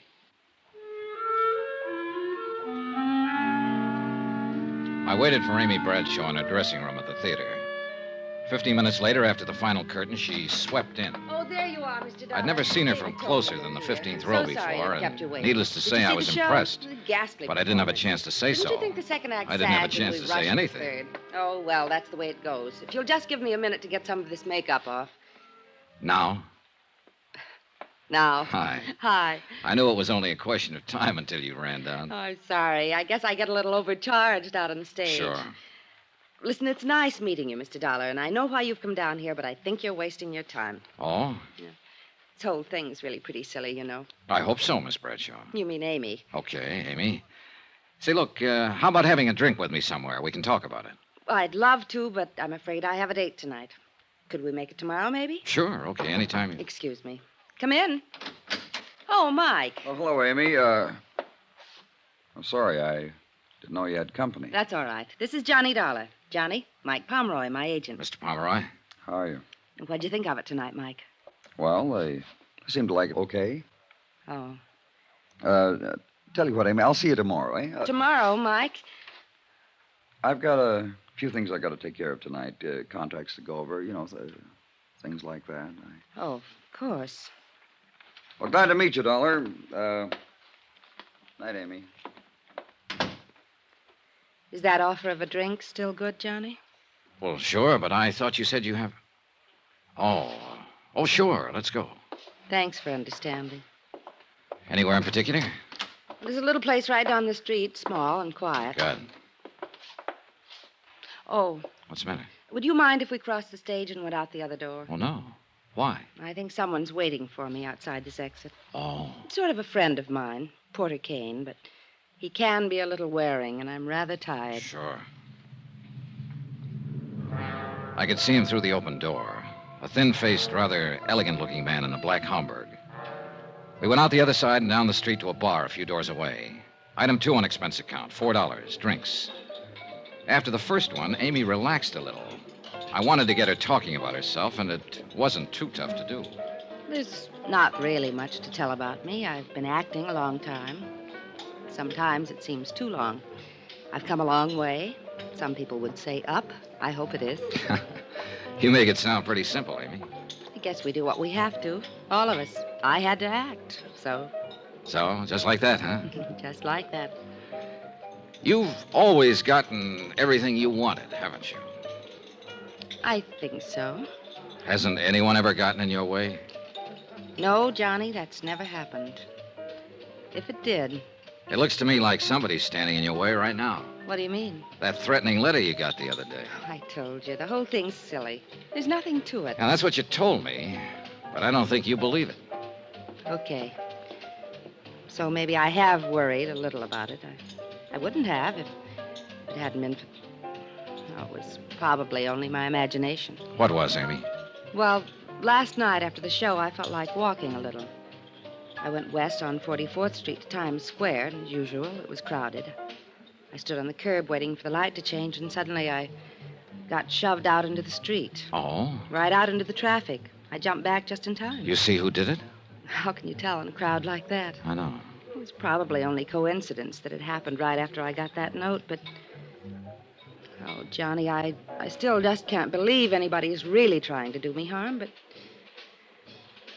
I guess what's been making me nervous during the performance is staring out at that blackness past the footlights, wondering if there's somebody out there who hates me. Uh-huh.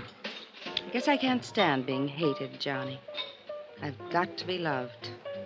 Look, Amy, did it ever occur to you this might not be a crank out in the audience, that it might be someone closer to you? What? Johnny, that's impossible. Isn't? I don't have many friends. They've mostly to do with the play, but those I have are good ones. Who else besides your agent, Pomeroy? How about the director? David Coleman. He's a very old friend and one of the best. How about the producer? Emery's the last person in the world who'd wish me harm. On a dollars and cents basis, if nothing else. He and Dora both. Dora? His wife. I like her very much. Does she like you? Why shouldn't she? What about this man you wanted to duck tonight, the one who was waiting outside the theater? Porter Kane? Oh, he's a sort of a fan, I guess. A little eccentric, maybe, but he's been very good to me. Johnny, really, it couldn't be any of them. Maybe, maybe not. Look, Amy, I was sent down here because Northwestern Indemnity holds a policy on you. I know. Now, who's the beneficiary? William York. Who's he? My husband. Oh. I didn't know you were married. We separated 6 months ago. What I wanted, he didn't. What he wanted, I didn't. It's as simple as that. Well, where is he now? Here in New York somewhere, I guess. I don't know. He's a writer, sort of. Johnny, I'm tired. Oh, yeah, sure you must be. I'm sorry I kept you so long. Oh, no, I didn't mean that. It's been nice. Very nice. It's funny. I seem to relax a little when I'm with you. We let that one lay and went outside. Item 3 on expense account, $2. Taxi to Amy's apartment. There was a car parked 2 doors down with a man just sitting in it. I saw Amy give it a quick look. Then as she said goodnight to me at the door, I noticed that she slipped the catch on it. I sauntered across the street and stepped into the shadows. A moment later, the door of the parked car opened and her agent, Mike Pomeroy, got out and went into the apartment house. Then I realized I wasn't the only one watching this. Half a block down the street, I could see a figure in a shadowy doorway. I ran toward him, but he took off around the corner. When I reached the corner, he was nowhere in sight. Amy might have been taking this thing only half seriously, but I was real serious about it now. She said she had some very nice friends. But I had a strong hunch that one of these very nice friends was out to kill her.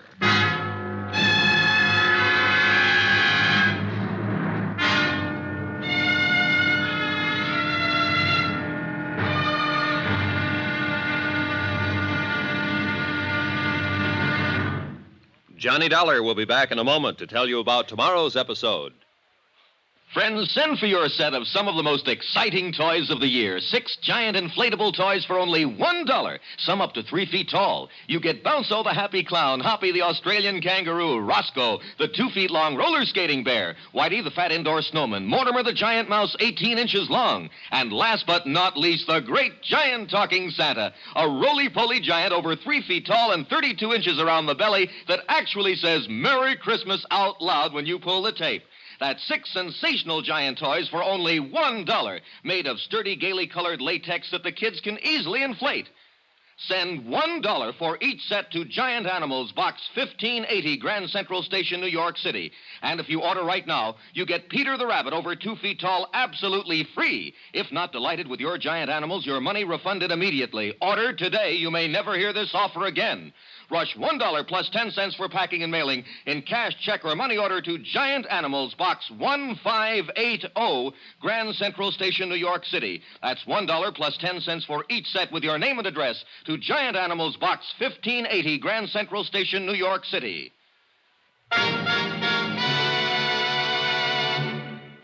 Now, here's our star to tell you about tomorrow's episode of the Amy Bradshaw Matter. Tomorrow, the Criterion Theater again, and a third-act curtain that wasn't in the script.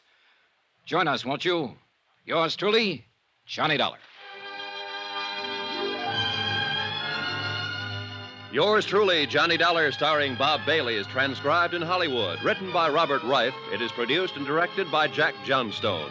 Be sure to join us tomorrow night, same time and station, for the next exciting episode of Yours truly, Johnny Dollar. Roy Rowan speaking.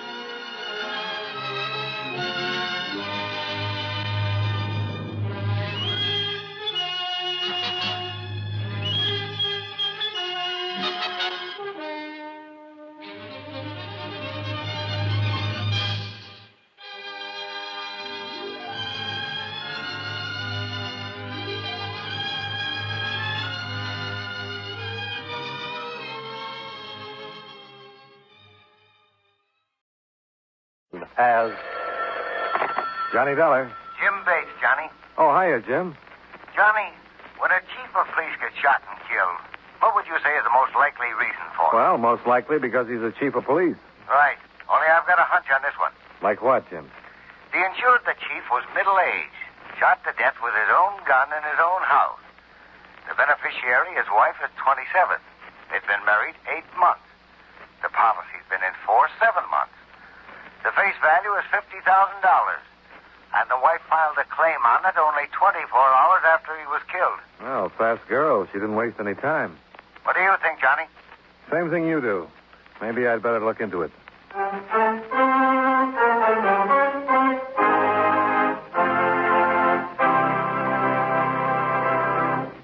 How about taking a minute or so to talk about seals and fish that have some connection with the government of the United States?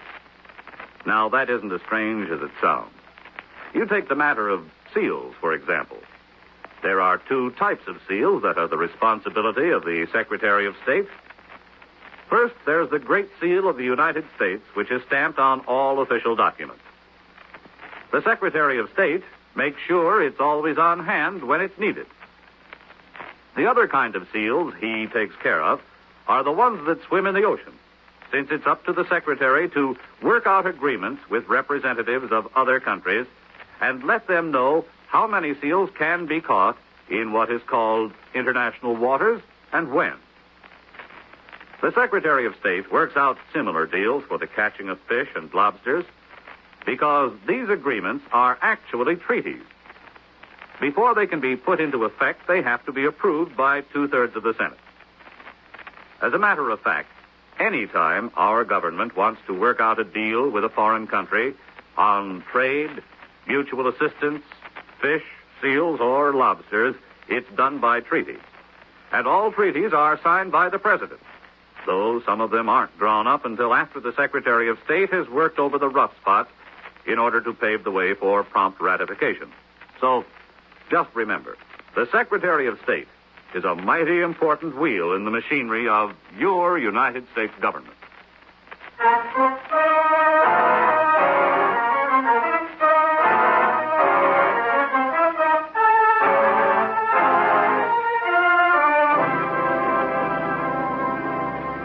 Expense account submitted by Special Investigator Johnny Dollar to Home Office, Commonwealth Mutual Assurance Company, Hartford, Connecticut. The following is an accounting of expenditures during my investigation of the Dan Frank matter. Expense account item 1, $76.40. Transportation to the Great Lakes town of Middleborough and taxi to the home of Dan Frank, former chief of police, now deceased.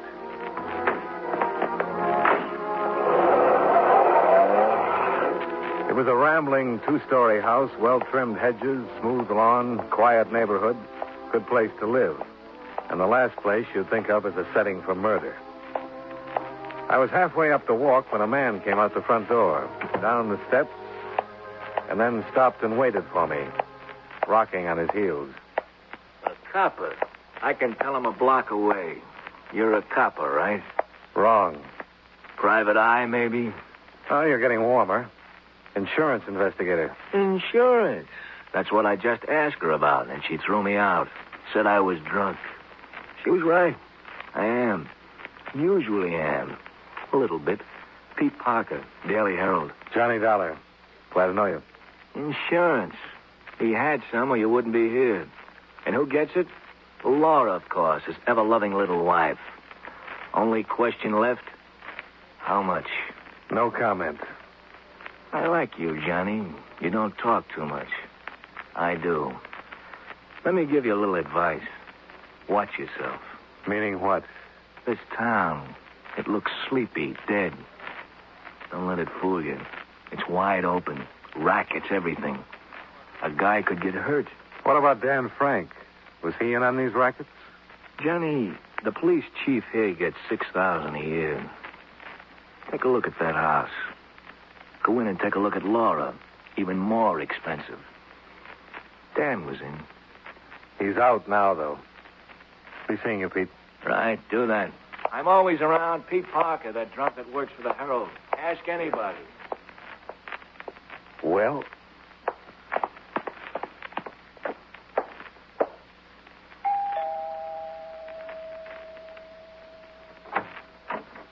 Mrs. Franks? Yes? Johnny Dollar is my name. I'm representing the insurance company. Oh, come in, Mr. Dollar. I hardly expected them to pay so promptly. I'm not here to pay you, Mrs. Frank. I'm an investigator. The company wants a little more information about your husband's death. Why? I told them everything in the claim I sent. I know, but there are always a few They're details. trying to get out of it. I know how those companies operate. Oh, you've had experience with them before? No, of course I haven't, but... What information? What is it you want to know, Mr. Dollar? Well, how it happened, for one thing. Right here. This is where he fell. His gun was laying beside him. Someone had taken it from the table there by the door and waited for him to come down the stairs. Middle of the night, wasn't it? Why did he come downstairs? I'd heard a noise. I woke him up, and he came down to see about it. Mm-hmm. Were the lights on? Not down here. I turned on the hall light upstairs, and then the shots. 4 or 5 of them. Someone ran out the front door. And got away without being seen? Yes. Who do you think that someone was, Mrs. Frank? I don't know. Dan had a lot of enemies, of course, because of his job, but I Now, don't... what about his friends? You suppose they could have done it? I don't know what you mean. Well, who were his friends? Who heads up the rackets here in Middleborough? What racket? Okay. Without your cooperation, though, it's going to take a lot longer to get this settled. Tell me something. Does the insurance company think I'm the one who killed him? Well, I think 24 hours is pretty fast for a grief-stricken widow to shoot a claim into the office. I'm not grief-stricken, Mr. Dollar. So I've noticed. You go see Max Bealey. Talk to him, Max Bealey? the city attorney. Get his story before you jump to conclusions. See if he thinks I'm guilty. All right, I will. Then we'll talk. Afterward. Maybe I'll even cooperate. Maybe you will be a little nicer to me.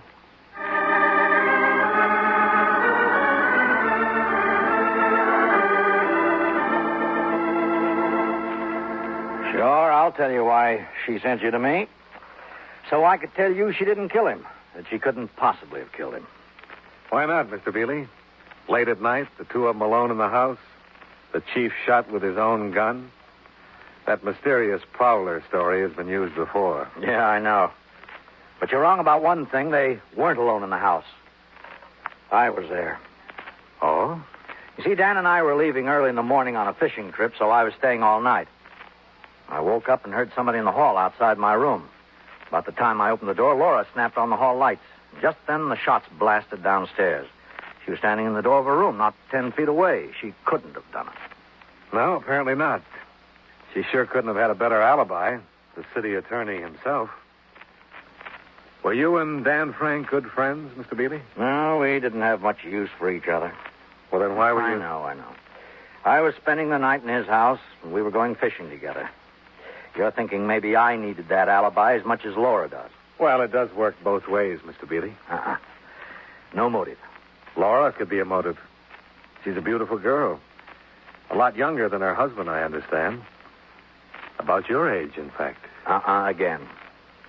I know her too well. Sure, she's a knockout, wild honeysuckle and a handful of stars, but inside there's a little cash register bell, and when you put money in, it rings real pretty. And when you don't, nothing. Dan found out. Is that why he got mixed up with the rackets here? Sure, he needed dough to... You do get around, don't you? Who told you there were any rackets here? Max, I wonder if you'd go over that... Oh, I'm sorry. I didn't know you... Oh, come on in, Commissioner. This is Johnny Dollar, insurance investigator. He's checking into Dan's killing. A terrible loss. Commissioner Corbett, Mr. Dollar. How do you do? How are you? If there's any way at all we can help, Mr. Dollar, just speak out. The entire facilities of City Hall are completely at your disposal, sir. Well, thanks, Commissioner. Just what is the theory on the shooting? Find Eddie Sales and you've got the killer. Eddie Sales? And Chief Frank sent him up a couple of years ago. Eddie swore he'd get him if it was the last thing he did. Eddie was paroled last week. Seen here in town the morning before the killing. Hasn't been seen since. We've combed the town for a week. No luck. Well, it seems to add up. Would Mrs. Frank know anything about the rackets her husband was tied up with? Rackets? Why, that's... No, Commissioner. He's been talking to people. Found out our fair city's not as lily white as it looks. Oh. Well, then there's no point in trying to cover it up. It's true, Mr. Dollar. Unpleasant as it is to admit it. Any idea who's back of them? Not enough to talk about. If I did, I'd be talking about it in court. Find Eddie Sales, Mr. Dollar. That's the key to both the killing and the rackets. Find Eddie, and you can wind this up in 10 minutes.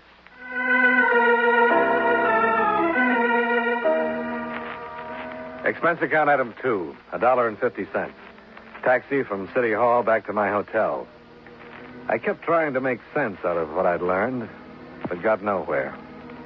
Everybody blamed Eddie Sales, the ex-con with a grudge. Only Eddie wasn't around.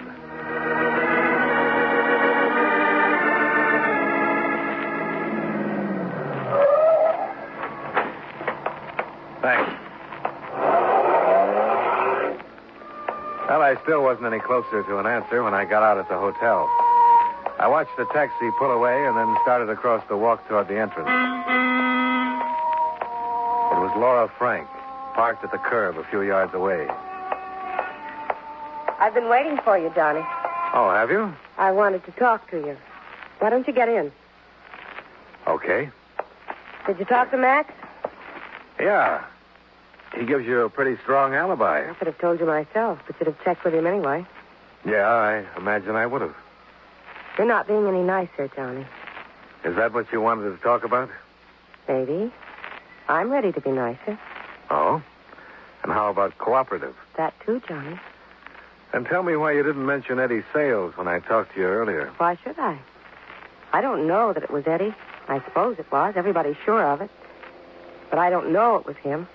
I see. Forget him, Johnny. If the police can't find him when they know the town inside out, it's a sin sure. Get down, quick.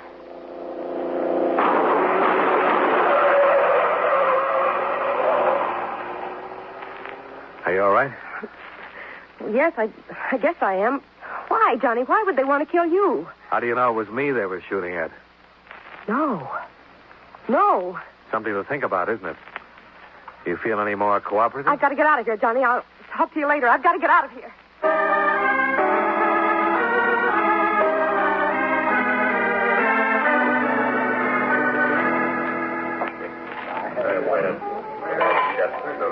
Waiter?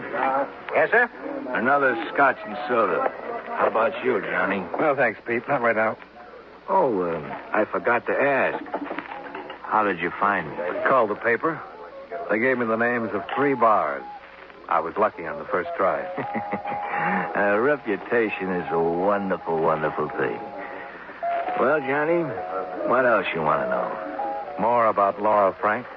Why? She's got an alibi. I know. And somebody tried to knock her off a couple of hours ago. Not necessarily. She could have been setting me up for that one. Possible. Huh? There you are, sir. Oh, thanks. Laura Frank hates champagne, but always orders it. It costs more. A pink and gold doll and spangled tights. A 4-star tramp. Ex-dancer at the Cosmo Club. Ex-girlfriend of Eddie Sales until Dan... Girlfriend of Eddie Sales? Oh, sure. Sure, hadn't you heard about it? That's why Eddie swore he'd get Dan. Claimed he was being framed. Maybe he was. Maybe Laura suggested it to Dan. Eddie had done all he could for her by then. Why do you hate her, Pete?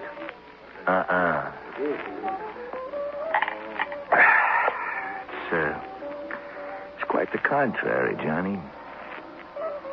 I'm in love with her. Always will be. She was my girl before she met Eddie Sales. Oh.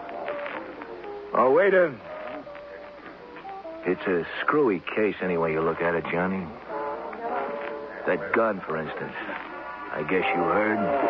No. What about it?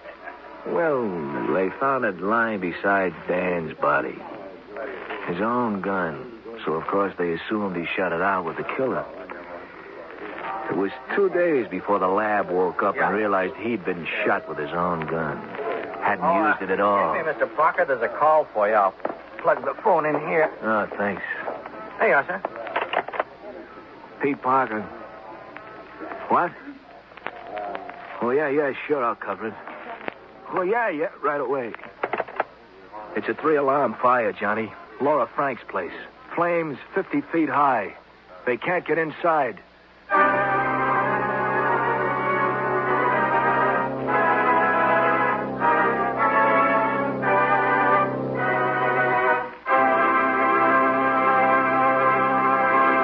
You know, many great men have attained the highest office in our land, the presidency of the United States. Can you guess the name of this man? The son of a president, he served his country as diplomat, lawmaker, and Secretary of State before becoming president himself. His excellence as a speaker won for him the nicknames of Old Man Eloquent and the Walking Vocabulary. In his first message to Congress as president in 1824, he recommended a program of national improvements, including the building of highways, canals, a national university, and federal weather observatories. He was also responsible for the Smithsonian Institute. If you don't have his name by now, here are two more clues. During his presidency, the Erie Canal was completed and the first passenger railroad was built. Who was he? John Quincy Adams, 6th President of the United States. His life is part of your American heritage. And now, with our star, John Lund, we bring you the second act of Yours Truly, Johnny Dollar.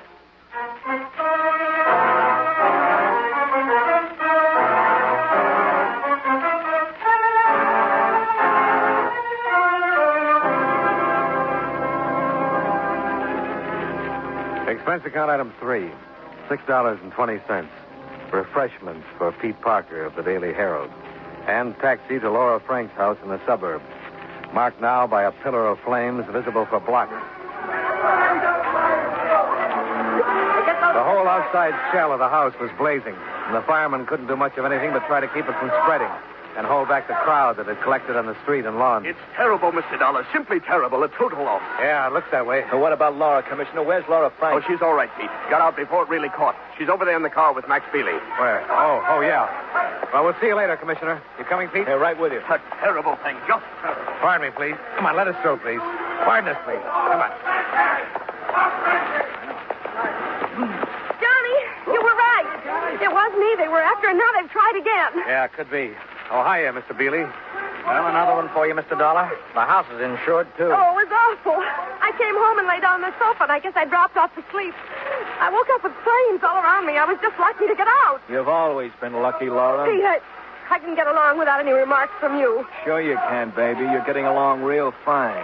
Too bad the car wasn't in the garage. Then all your assets would be converted to cash.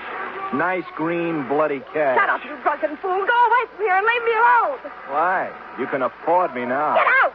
Get out of here before I do take it easy, both of you. I'm sorry. Lost my head.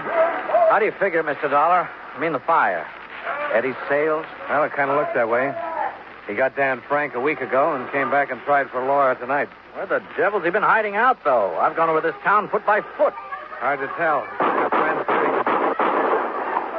That came from the house. Ammunition, maybe. The chief probably has some... There's somebody coming out by the cellar door. He's carrying a gun. Look, he's fallen on the ground. Come on. How can anybody come out of that alive?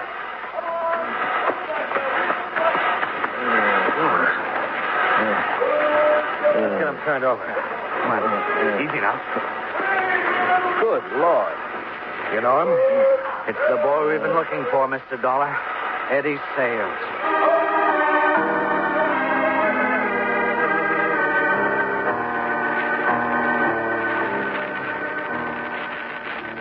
Well, I don't know. I can't promise anything, gentlemen. That shot may bring him to for a few minutes, or it may not. He's badly burned. What are his chances of coming through it alive, Dr. Redmond? Not 1 in 1,000, Commissioner.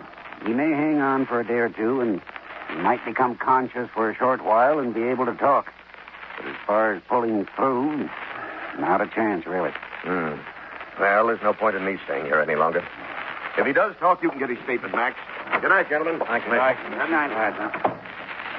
Yeah, the whole answer, Mr. Dollar. Right there on that bed. And we may never find out what it was. I can't figure those shots. He fired them before he came out of the blaze.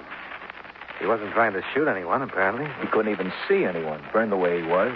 I'm going up to the dispensary and get some more plasma. I'll be back in a few minutes. But how do you figure it, Johnny? That Eddie started the fire? Well, there's no other way to figure it, Pete. But if he did, it's funny he got caught in his own trap. Yeah, he started it all right. And he shot Dan. Now he's paying for it. It looks like we're not going to find out who's behind the racket. Hey, wait a second. He's trying to say something. Who double-crossed you, Eddie? Eddie, can you hear me? No. Well, he still can't make it. That may be as close as he'll ever come. I'll get it. Hello? Oh, yeah, just a second. For you, Mr. Dollar. Oh, thanks. Johnny Dollar. Me, Johnny. Oh? I've got to talk to you. Right away. All right, talk. Not on the phone, Johnny. I'm across the street from the hospital. It's an all-night lunchroom. Can you come over here? I guess so. Right away? Yeah, right away. So long. Pete, Yeah, Johnny. What is it? that was Laura. She wants me to meet her across the street. Stay here and keep an eye on things, will you, Pete? Sure, go ahead.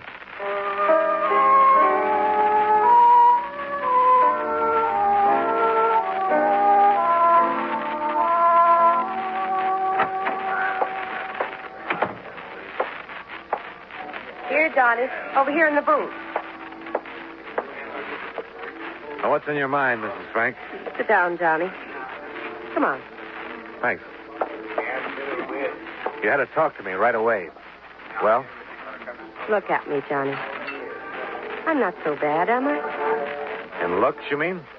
Oh, no. You're a pink and gold doll. A handful of stars. That's what a couple of guys said today.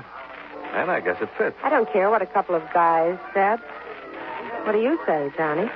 You look great, Mrs. Frank. Terrific. Now, if you'll excuse me... No, wait. Johnny, I'm in the clear on this. You know that.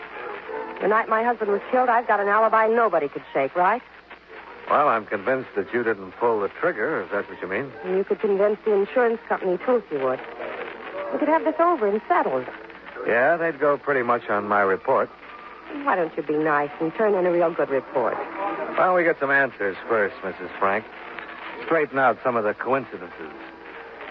Like the fact that you heard the noise and woke up, that you sent Chief Frank downstairs, and you turned on the upstairs light behind him and made a perfect target out of him. Let's hear what Eddie Sales has to say before I file a report. Suppose Eddie dies without talking. Well, in that case, you probably will be in the clear. And now, if you'll excuse Johnny, me...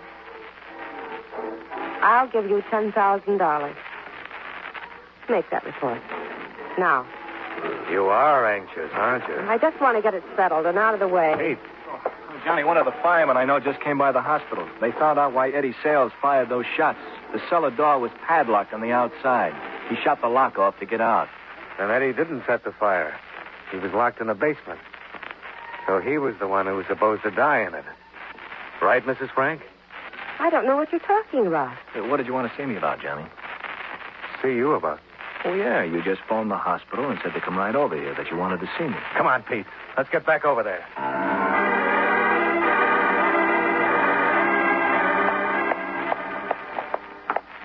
That's why she wanted to talk to me, to get me away from that room. Oh, the elevator's coming down now. Eddie's the big threat. If he comes to and knows he's finished, he'll probably talk his head off. Here it is. We get there before... Well, leaving, Mr. Bealey? Yeah, somebody phoned. The commissioner wants me to meet him across the street. Is there anybody up there with Eddie? Well, no, not right now. The doctor will be back in a few minutes, though. Come on. Look, I've got to meet the Shut commissioner. the doors, Pete. Oh, what's going on here? Look, I haven't got time to go back upstairs. I think you'd better take time, Mr. Bealey.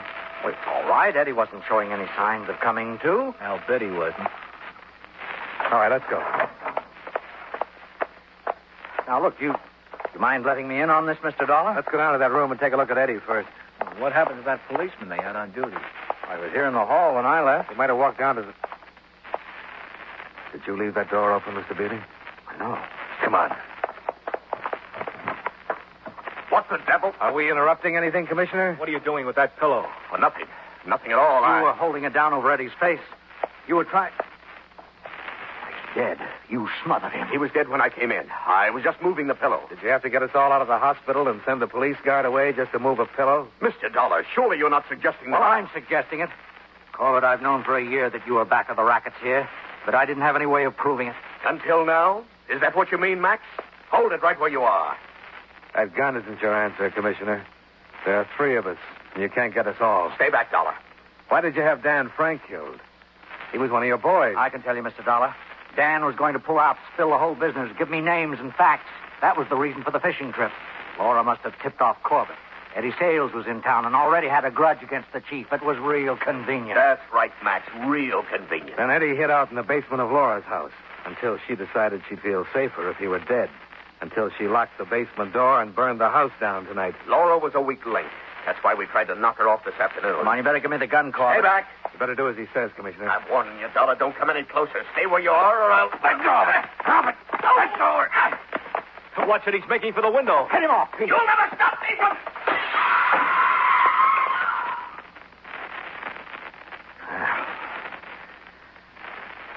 He got out of being prosecuted. We don't have any defendants left, Max. Laura. Eddie Sales is dead, Commissioner Corbett, and Dan, too. No witnesses and nobody to prosecute. He still has you, Mrs. Frank. Accomplice to murder. Johnny, no witnesses. She's right, Mr. Dollar. I couldn't build a case against her. With this, you can. With what? Well, she intended it to be an insurance claim, but it's actually a confession. All signed and witnessed. What are you talking about? It's all filled out with a complete story of what happened. It says, we found my husband's body at the foot of the stairs. He'd been shot and killed with his own gun. Dollar, I don't quite see what... This claim was in the main office of the insurance company less than 24 hours after Dan Frank was killed. But the police didn't find out he'd been shot with his own gun until 2 days later. How did you know it, Mrs. Frank?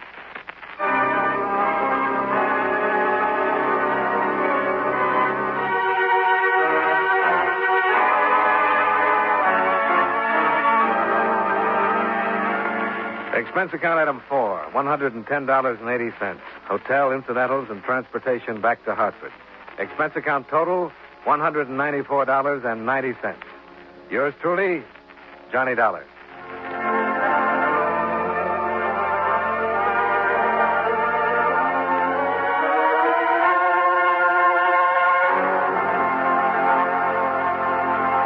From Hollywood, it's time now for... Johnny Dollar. Johnny, this is Maria. Maria? Well, isn't it kind of late at night to call? You've got to help me, Johnny. I'm being followed. Aren't you at home? No, it's a little cafe on the waterfront. I came in here to phone. Why the devil did you have to go out? Everything was set up. If you'd stayed home, you'd have been safe. What are you trying to do, get yourself killed? Johnny, this is no time. Where are you? What's the name of the place? The Marrakesh, number 41 Rue de la Mer. I'm afraid to go outside. No, whatever you do, don't go outside. Stay right where you are until I get there. But, Johnny... Take your choice, Maria. It's either that or wind up on a marble slab. What do you mean? You know what I mean. You know better than anybody. Now stay there.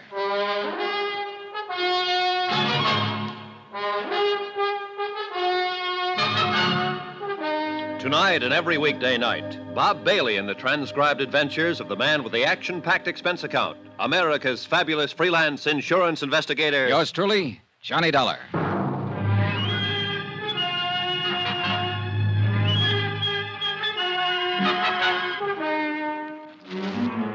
From Special Investigator Johnny Dollar, location Algiers, North Africa, to the Home Office Transworld Fidelity Company, Hartford, Connecticut. Assignment, the Lorco Diamonds Matter. $100,000 in jewels stolen and a murder. Expense account continued. Item 12, $2.20. Taxi fare to the waterfront of the Marrakesh Cafe. There was no time to lose and no time to get help from Inspector Marcus. A half hour earlier, he'd set a trap, and he and his men were staked out around Maria's apartment house waiting. But apparently, she'd gone to the cafe before he got there. So now the whole thing had blown wide open.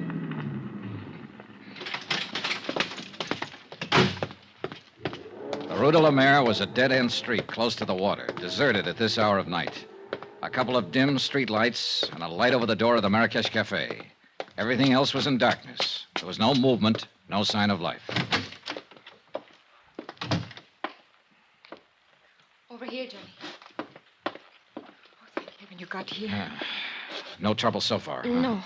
Except with that sailor over there. He finally passed out. Well, you're probably used to that kind of trouble. Cigarette? Yes, thank you. Now, what were you doing down here at this time of night? I was visiting a friend. Is that the friend's car parked out at the curb? Yes. Charlie Barrett, huh? The meat packer from Chicago who was going to give you the Lorco diamonds. Well, I figured he'd got over his mad spell.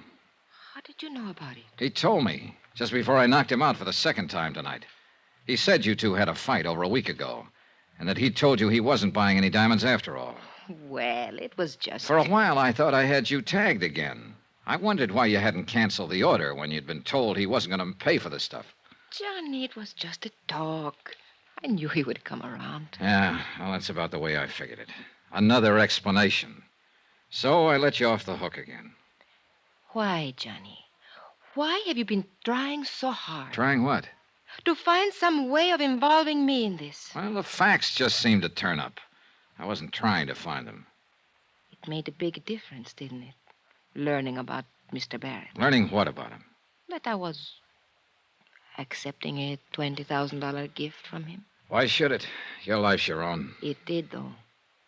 Before that, you were... Well, you seemed to be interested. Sure. You're a very beautiful woman. And that's all it was?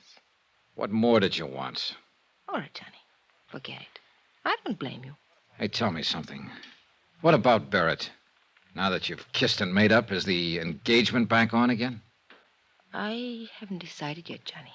Ah. Well, come on. Let's get out of here. I'll take you home. Do you think it's safe? There was no sign of anybody around when I came in. Whoever it was probably got scared off. Oh, I was scared to death. When I saw the lights of the cafe, I jammed on the brakes and ran for the door. The other car was right behind me. Get a look at the driver? No. How'd you get hold of Barrett's car? Borrow it? He gave it to me. Not a bad night's work. It's a good car.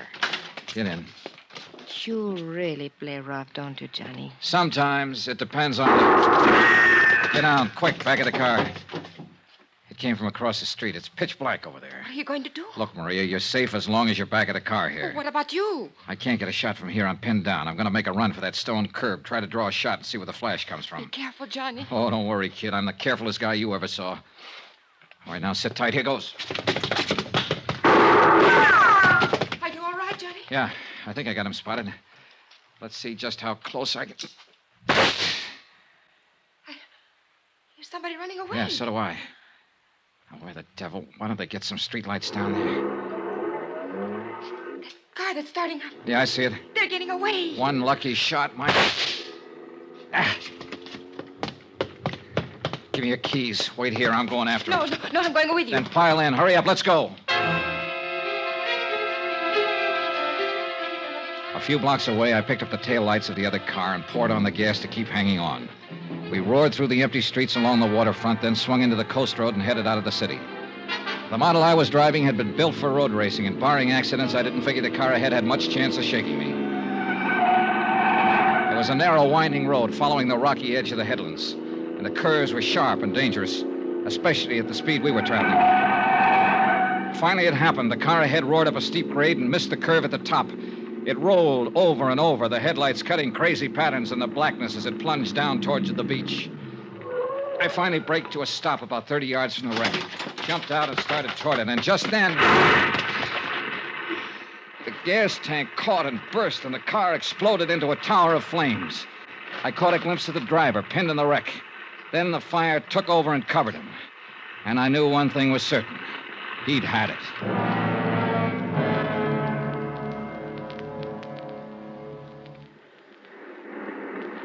It's dying down.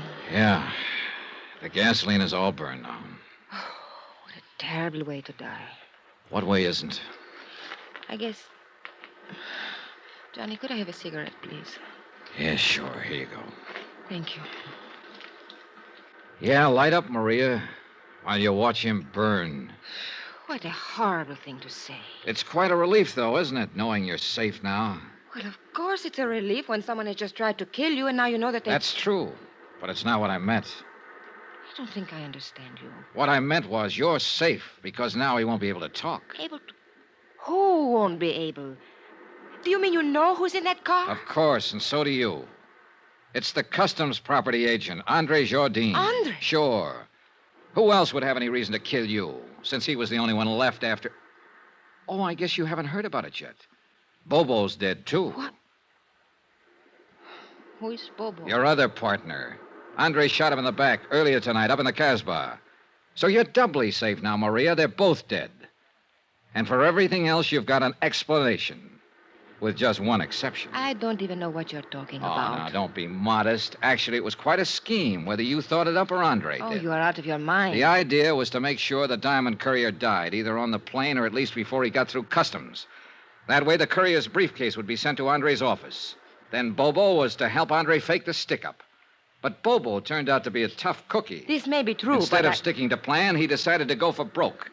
When he slugged Andre, he tried to make it stick, but Andre managed to reach his gun, so he ended up in the hospital instead of the morgue. What has all this got to do with me? Then Andre got the idea of a double cross. He left the hospital, went into the Cosmo to look for Bobo. He found him, and he killed him. I still don't see His next step was a natural, to knock you off and keep the whole take for himself.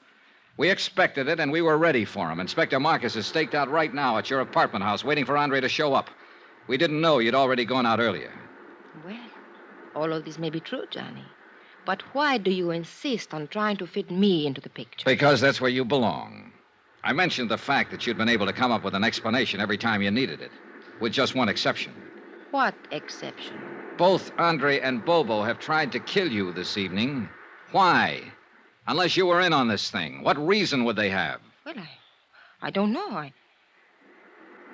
Of course. Why should I know? I don't know why they tried to kill me, Johnny. Oh, a good answer, Maria. And it'll probably work. Yeah, you figured that one out fast. I don't know what you No, mean. of course you don't. Well, Who has the diamonds? I will before morning. Johnny, why couldn't you... Knock it off, kid. You got the wrong guy. It won't work with me. It could. Sure, I know. You're beautiful, charming, lovely. And you're rotten. Rotten right to the core. What are you doing, Johnny? Going back to town. Well, wait for me. Goodbye, Maria. Johnny, wait! Johnny!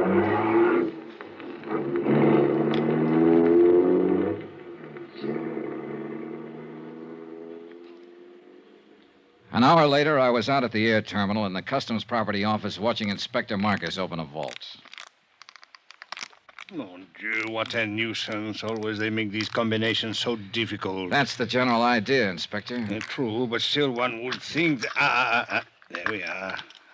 And now, if you are correct, Monsieur Dollar, we shall soon have our hands... There, that briefcase in the corner. Mais oui. It is the one. Good.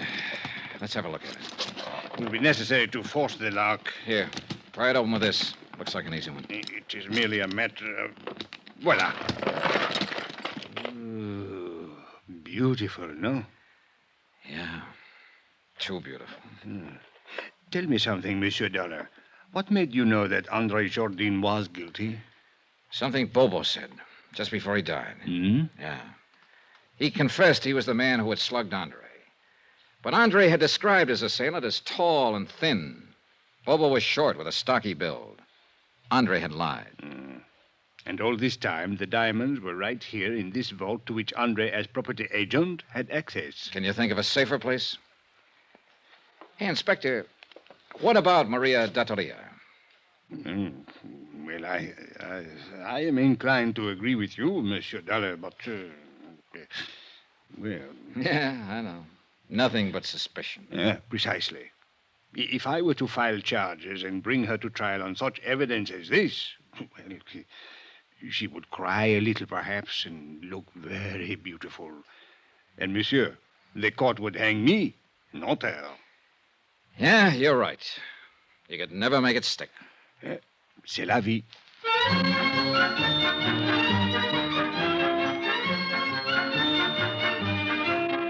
Expense account item 13, $624.80. Hotel, meals, and incidentals in Algiers and transportation back to the States. Expense account total, $1,214.60. End of expense account. End of report. Remarks? Social item. To be circulated widely. The Countess Maria D'Attolia was married yesterday to C.K. Barrett, a big tycoon in the meat business. The happy couple will make their home in Chicago. All companies in that area who may be asked to underwrite insurance on the life of C.K. Barrett don't. Yours truly, Johnny Dollar.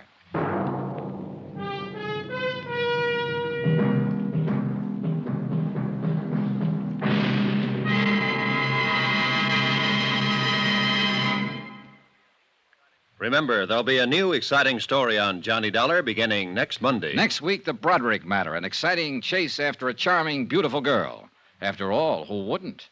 Join us, won't you? Yours truly, Johnny Dollar.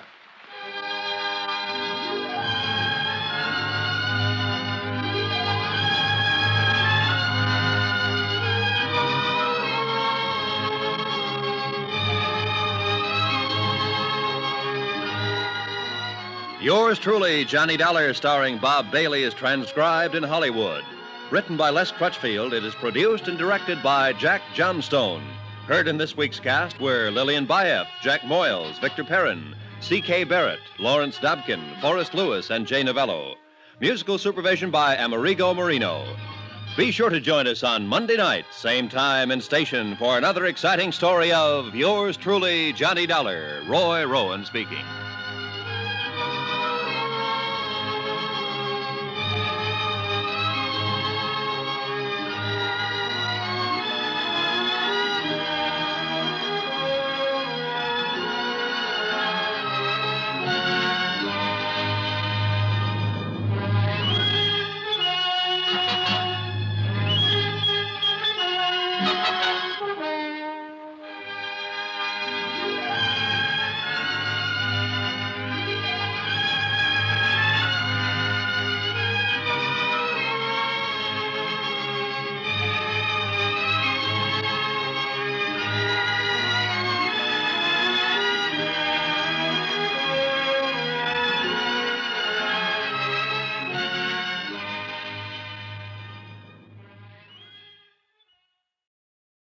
For your listening enjoyment, John Lund as Johnny Dollar. Harrison, Johnny.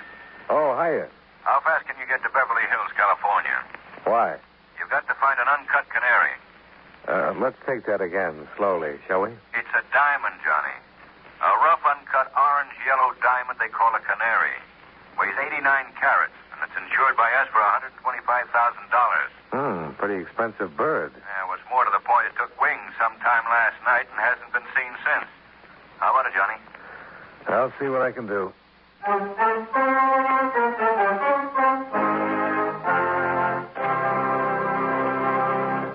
Right here, I'd like to take a few seconds to talk about dreams. You know, psychologists tell us that dreams are one of the most common forms of escape from the everyday world. But what would you think if you woke up one morning and read in the paper that the president had appointed an elephant to the cabinet? Yes, I agree. That is a ridiculous question. And it doesn't really have anything to do with animals in politics. Actually, it's a question of memory. I was thinking of the Secretary of State when I asked it, and you'll have to agree that with all of the varied and difficult jobs he has to do, the Secretary of State would have to have the memory of an elephant. The Secretary's biggest job, of course, is managing our country's foreign affairs for the President. Since the President can't be in all the foreign countries at the same time, he sends ambassadors and ministers to the various capitals and sets up consular officers in the big commercial centers of the world to assist the Secretary of State.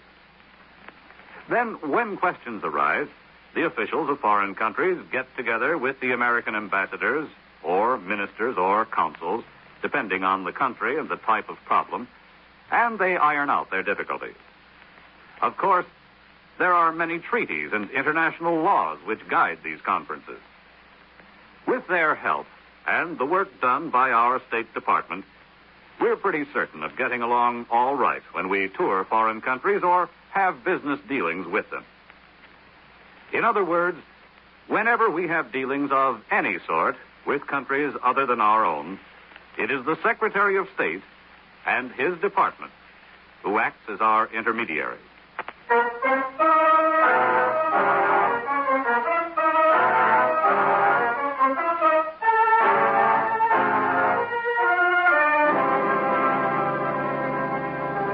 Expense account submitted by Special Investigator Johnny Dollar to Home Office, Eastern Indemnity and Insurance Company, Hartford, Connecticut. The following is an accounting of expenditures during my investigation of the Uncut Canary Matter. Expense account item 1, $181.60.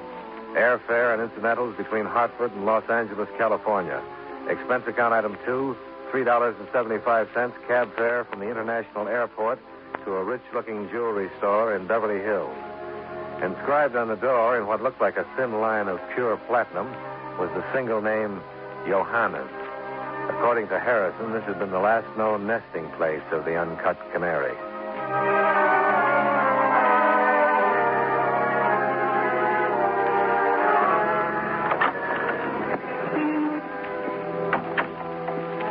Whoever Johanna may have been, I doubted that it was the tall, artistic type with the heavyweight padded shoulders who was looking down his long, aristocratic nose at me.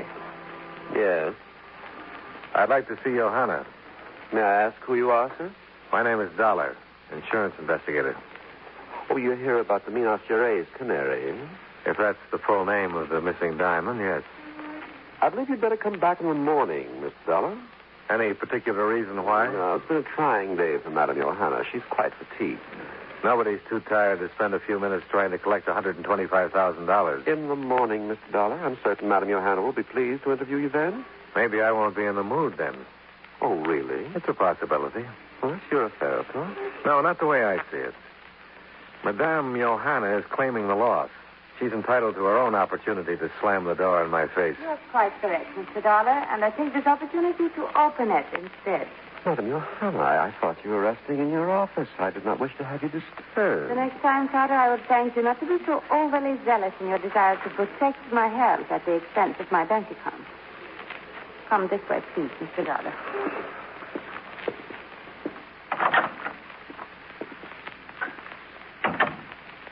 Want to sit down, Mr. Dollar?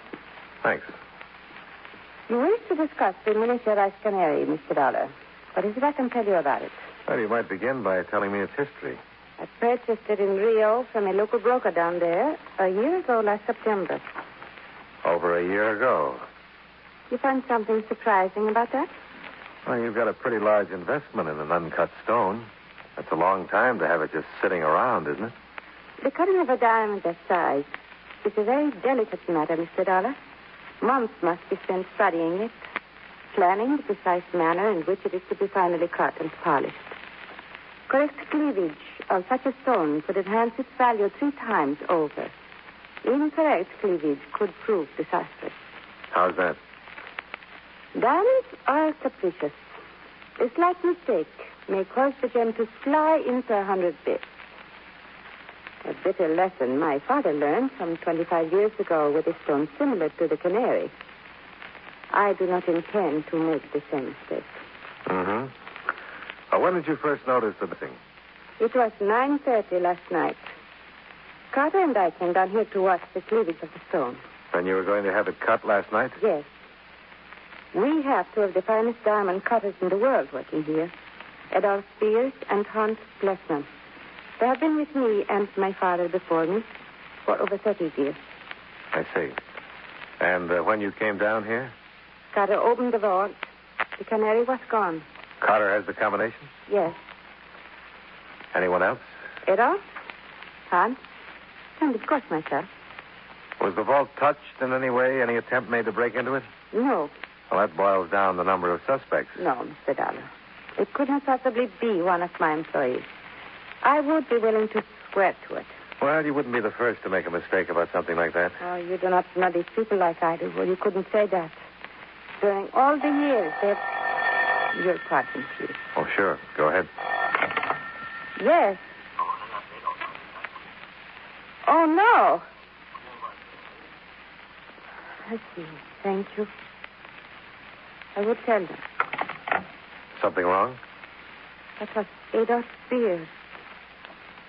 He said if I would send the police over to his house immediately, he would give them the uncut canary.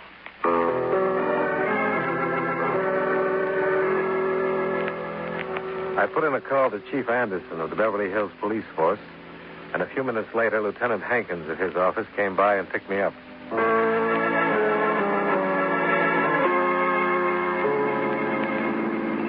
How come you're on this, Hankins?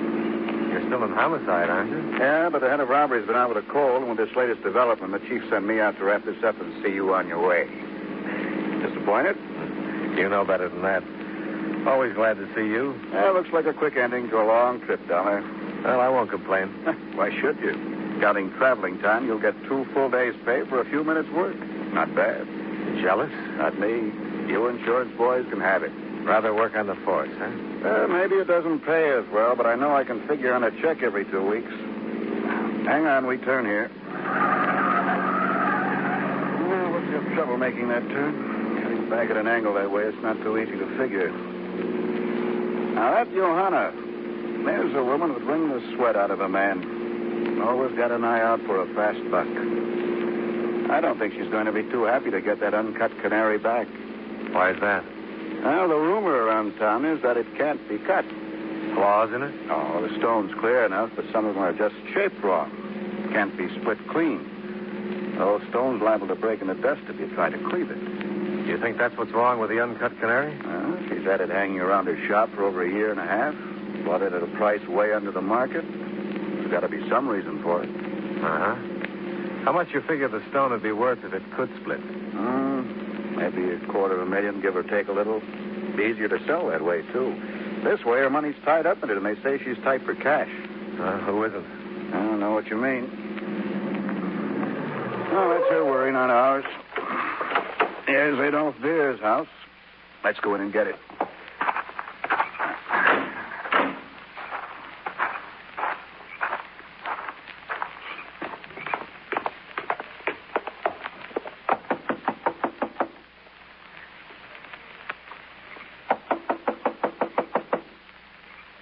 What do you think, darling?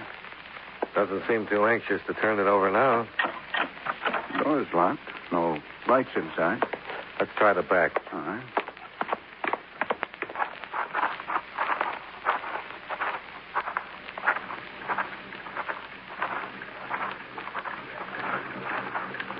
Hear that?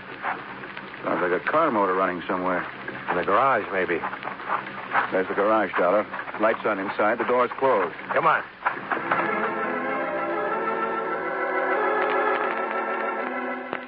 It's no easy job to wrestle some 200 pounds of dead weight out from behind the wheel of a car in a monoxide-filled garage. But Hankins and I finally managed it. Over here. In the grass. Yeah, that'll do it.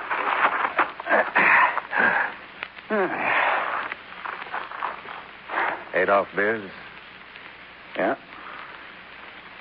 It's a cinch he won't tell us where that uncut canary is now. Yeah, it's a cinch he couldn't have told Johanna only 15 minutes ago, either.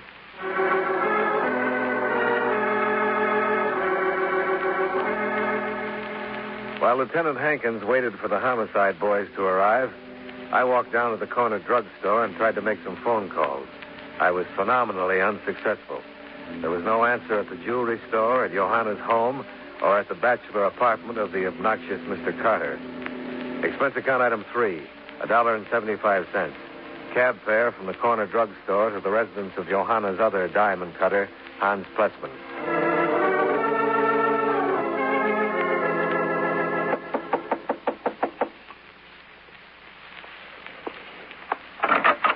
Well, what is it?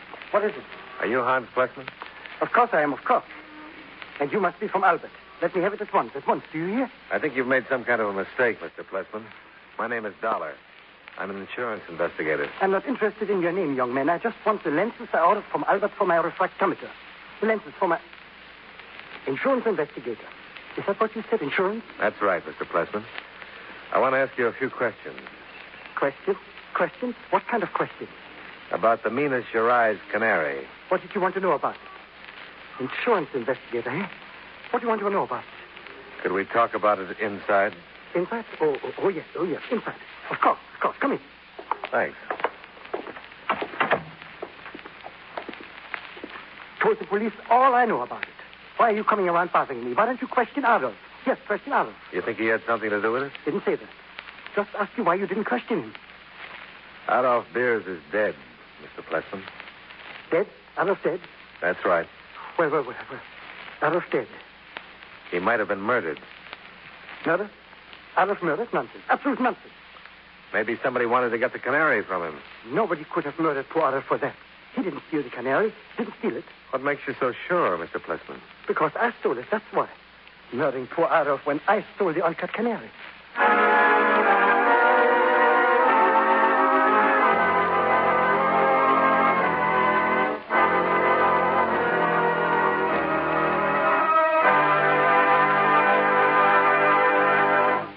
You know, many great men have attained the highest office in our land, the presidency of the United States. Can you guess the name of this man? During the Black Hawk War in 1832, he volunteered for service and was made captain of his company. As a member of Congress in 1847, he was opposed to the Mexican War. He also opposed the Kansas-Nebraska bill, which favored the extension of slavery. During this time, he was offered the governorship of the Oregon Territory, but refused it. Over 6 feet tall and not particularly good-looking, he was known for his droll sense of humor. If you don't have his name by now, here's an important clue. His unexpected acceptance of an invitation to attend the dedication of a soldier cemetery was responsible for one of the greatest speeches in our history. Who was he? Abraham Lincoln, 16th President of the United States. His life is part of your American heritage. That's absolutely lovely dress. Oh, well, thank you. Thank you. Brilliant. Good old Harry. What a host. When Harry throws a party, nobody goes thirsty. Here, let me freshen up that drink. Good old Harry is such a great host. How come Bill and Jean had such a terrible fight? I want to go home right now. Why not? Well, it's a great fight. I don't care. Such a drink. No, I want to go home right now. Now How come Bob had a little trouble driving home? And how come everybody who felt so good last night feels so bad this morning? Maybe good old Harry is not such a great host after all. Maybe good old Harry is a pusher, a neighborhood pusher. Harry pushes alcohol. So if you serve alcohol, please, don't be a pusher. And if you're a guest, don't let good old Harry or anyone else push you into drinking more than you want. A public service message from this station and the National Institute on Alcohol Abuse and Alcoholism.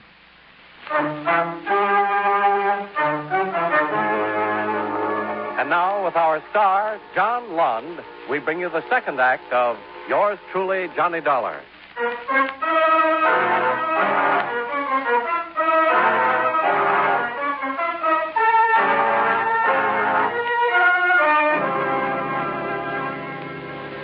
After his astounding statement about stealing the uncut canary, the heretofore voluble Hans Plessman closed up completely. He refused to say anything about anything.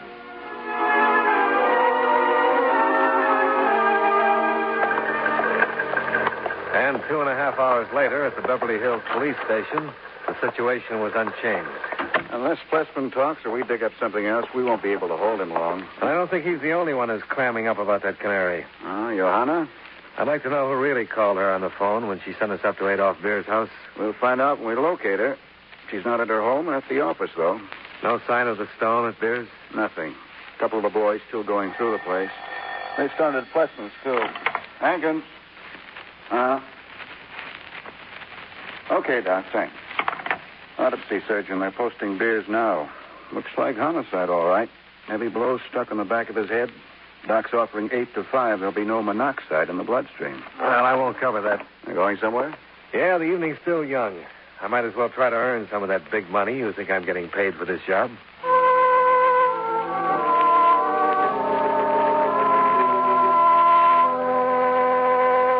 Expense account item 4, $2.25. Cab fare from Beverly Hills to the apartment of Johanna's assistant, Mr. Charles Carter. Come in. Door's open. Stripped down to a pair of shorts, Carter was standing on his head at one end of the room, heels resting lightly against the wall. Oh, it's you, Dollars. What's the idea of that? What? The headstand. Tones up the system, reverses the blood flow, good tonic for rejuvenating muscular tissue, strengthening the internal organs. You don't say. You should try it sometime. Most beneficial. Amazing. What do you want here, Dollar? What? Oh, well, I was just wondering where you were earlier this evening after you left the shop. Down at the beach. Exercise there for an hour every evening. Why? Adolf Beers is dead. Oh, not surprised. Oh? Overweight, disgusting, poorly cared for body. Can't abuse the machinery of life, Dollar. It'll refuse to function. In this case, the refusal wasn't voluntary. Oh, so that's why you wanted to know where I was. Huh? Well, now you know. Mm-hmm. Johanna wasn't with you, was she? No, I haven't any idea where she... Oh, now you're going too far, Dollar. Oh, why? Johanna's the epitome of all womanhood, a gentle, delicate soul. I'll not have her maligned by you or anyone else. Is that clear? Oh, sure. But I'd still like to know where she was. Now, tell me, Carter, how often do you do that headstand stunt? Twice a day. And how long do you keep it up each time? 30 full minutes. Remarkable. I hit a drugstore and tried to call Johanna's residence, but there was no answer. A call to Lieutenant Hankins brought the information that Plessman was still refusing to talk, and that they'd finished searching both his house and that of Adolf Beers. The uncut canary was still among the missing.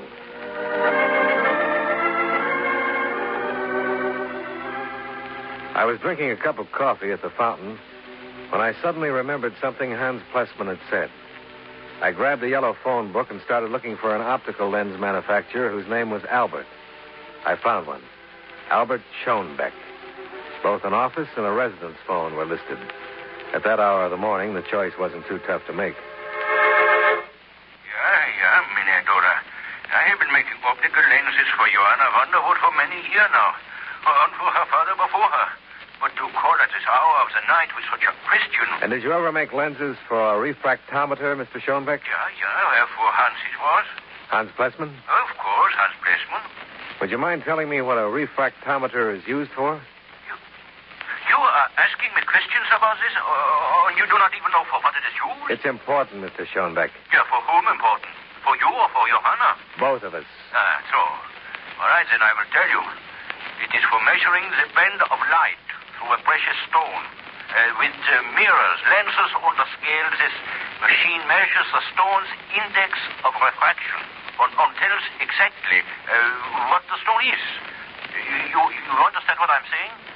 Well, I think I get the general idea, yeah. Could you use one to determine the proper cleavage of a diamond? For cleavage, yours? Yeah. Would it help any? I have never thought that. Yeah, it is possible, I presume. If there were some interior flaw, some imperfect strata of crystalline structure, that could possibly show up, yeah. But while you ask, what does all this have to do with Johanna? I'm not quite sure. Thanks, Mr. Schoenbeck.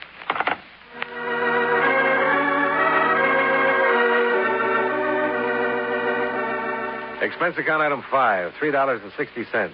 Cab fare to 621 West Canyon Road Drive. That's somewhere near the top of the Santa Monica Mountains, about 2.5 miles from Sunset Boulevard. I'd just come in and was preparing for bed when you rang, Mr. Dollar. Yeah, so I noticed. Then if you would please tell me quickly why you have come visiting at this late hour. It's about the rumors. Rumors? Yeah. I understand that Jeweler's Row believes that Johannes is heading for the financial rocks. You came up here tonight to discuss with me the financial status of my business, Mr. Dollar? Not exactly. Well, then. But suppose the rumors were true. And you're hard up for cash with $125,000 tied up in an uncut diamond that can't be sold until it's cut. And can't be cut because it'll fly into bits. That is utter nonsense. Well, I'm glad to hear it. Why? It removes any motive you may have had for stealing the uncut canary yourself. I think I'd better leave now, Mr. Dollar. You haven't denied it. You've gone too far for that. Adolf Beers must have gone pretty far, too. The reference is beyond me. Beyond Adolf now, too. Or maybe you haven't asked yourself why somebody wanted to murder him. Adolf? Murdered? You didn't know? How could I have? Just wondering. Adolf murdered. But why? Well, I'd say either Adolf took the stone and somebody got it away from him, or he knew who did steal it and was going to talk. Either way, the result's the same. Unbelievable. Not quite as unbelievable as your statement that you talked to him on the phone when actually he'd been dead for 2 hours. Now it is time for you to leave, Mr. Dollar. No further explanation? None. Okay. Oh, by the way, did you know Hans Plessman had confessed to stealing the canary? I did. I suppose you think that's unbelievable, too. My attorney is arranging his release on a writ of habeas corpus at this very moment. Oh, that's very interesting. You sure you don't want to change your story about that supposed phone call from Adolf Beers? I do not. I didn't think so.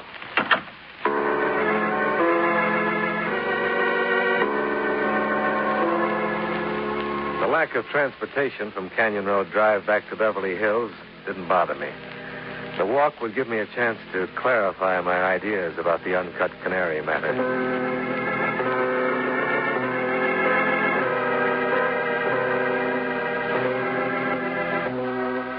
It took me a little less than an hour to get back to Sunset Boulevard and an all-night gas station where I called Lieutenant Hankins. Yeah, that's right, Dollar. Hans Plessman was sprung about 45 minutes ago. You put a tail on him? Yeah, he went straight home. Expense account item 6, $1.65 cab fare again. It took about 15 minutes to get to Hans Plessman's house.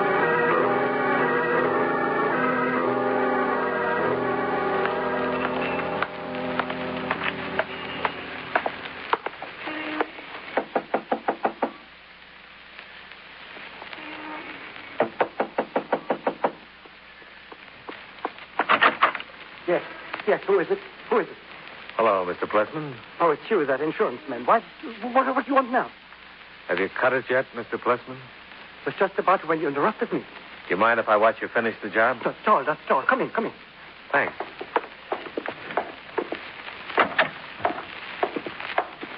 In here, right in here. Well, looks like you've got a pretty capable assistant, Hans. Yes, I think our partnership in diamond cutting will prove quite successful. Of course it will, of course. The refractometer will make the difference. Told out of that, but he wouldn't listen. Was going ahead in his own stubborn way. He would have smashed the stone, just as he did 20 years ago. So Adolf Beers was the cutter who smashed your father's stone, huh, Johanna? Yes, that is quite right, Mr. Dollar. Ruined him and killed him. Couldn't let that happen to my little Johanna, like my own daughter, you know. Couldn't let Adolf do that to her, too. Couldn't. So you took the diamond to keep Adolf from cutting it. It was my fault, Mr. Dollar. I wouldn't have listened to Hans's warnings. I was going to let Adolf go ahead with it. Wouldn't listen to me, who was like her own father. So I had to take the stone. I was going to cut it myself, Johanna, and give it back to you as a gift. I know you were, Hans. Only Adolf saw me getting ready. He was going to stop me, so he could cut the diamond himself. He shouldn't have done that. Adolf shouldn't have done that. I had to stop him. Well, we have work to do. Put the stone on the cut, Johanna. That's it. Now, hold the steel blade right on the incline. That's it. Now, hold it firmly, but without pressure. Not too much pressure. So. Thank you, Hans. You've done it. Of course. But it had to be done my way. Only the refractometer showed the proper place. A stubborn fool Adolf would have ground it into bits. Well, I guess everything is all right now for you. Hey, Johanna. I will save your business, all right? And you, young man, no trouble about the stone now, is there? No trouble? No, Hans. There's no trouble about the stone. You understand how I couldn't let anything happen to my Johanna. Not to my little baby. Oh, his stone. Beautiful. Once I have him cut and polished, the stone... Hans, what is it? Don't you feel well? Oh. It's all right, Johanna. I'm a little weak and shaky, that's all. I can't understand it. Weak, shaky like this. Ridiculous. I think I'll lie down for a bit. Mr. Dollar? Sure. Go ahead. I can't understand it. Weak, shaky.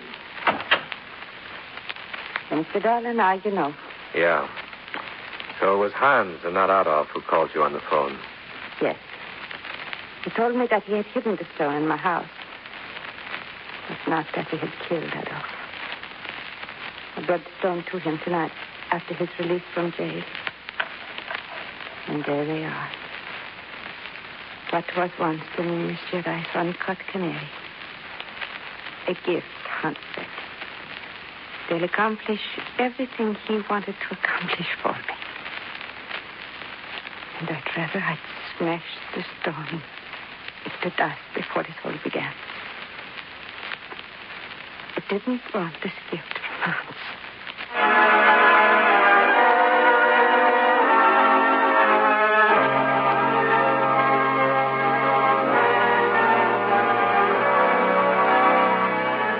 Expense account item 7, $179.25, airfare and incidentals from Beverly Hills, California, back to Hartford. Expense account total $373.85. Yours truly, Johnny Dollar.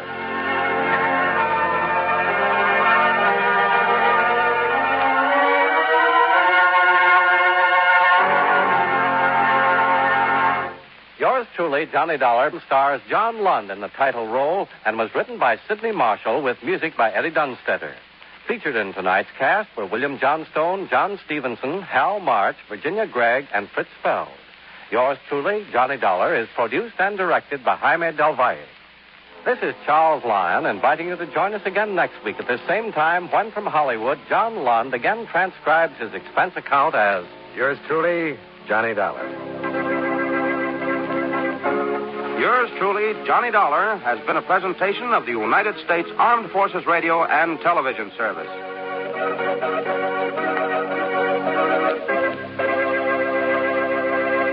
From Hollywood, it's time now for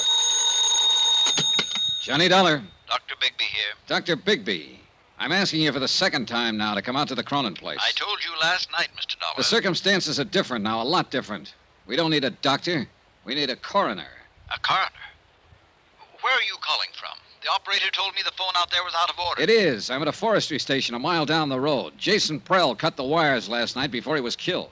Jason killed? Shot to death during the storm. So that's how he ended up. It took a long time, but everything finally comes home. Yes, Mrs. Cronin said the same thing an hour or so before she died. Dolly, too. Her heart, Mr. Dollar? In a way, maybe. The dancing darling. Finally at rest. She... What do you mean, in a way? Dr. Bigby, Mrs. Cronin was murdered.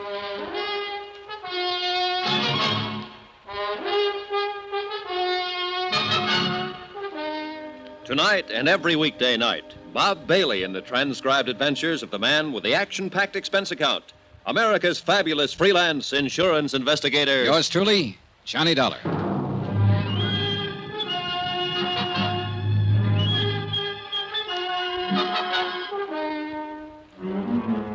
From Special Investigator Johnny Dollar at the Cronin Estate, Wells Falls, New York, to the Home Office, Surety Mutual and Trust Company, Hartford, Connecticut.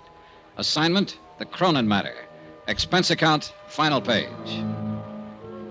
Item 13, 10 cents. A half pack of cigarettes I left with a farmer who gave me a lift back from the forestry station. The price of my own feelings at the moment would have been lower. About 8 cents lower, in fact. I brewed another pot of coffee and sat down to wait for Bigby. But this time I laced the coffee with brandy. The sun was up by then, clear of the horizon, bringing a bright new morning and a brand new day. The storm was long over, and the world sparkled and danced. But too much of the night was still with me, and the past still too much alive. And yet, maybe Dolly Cronin was better off. She was a part of that past now, where friends were always true. Every minute of life was even more wonderful than the last one. And where she was still and forever, the dancing darling. Good morning, Johnny.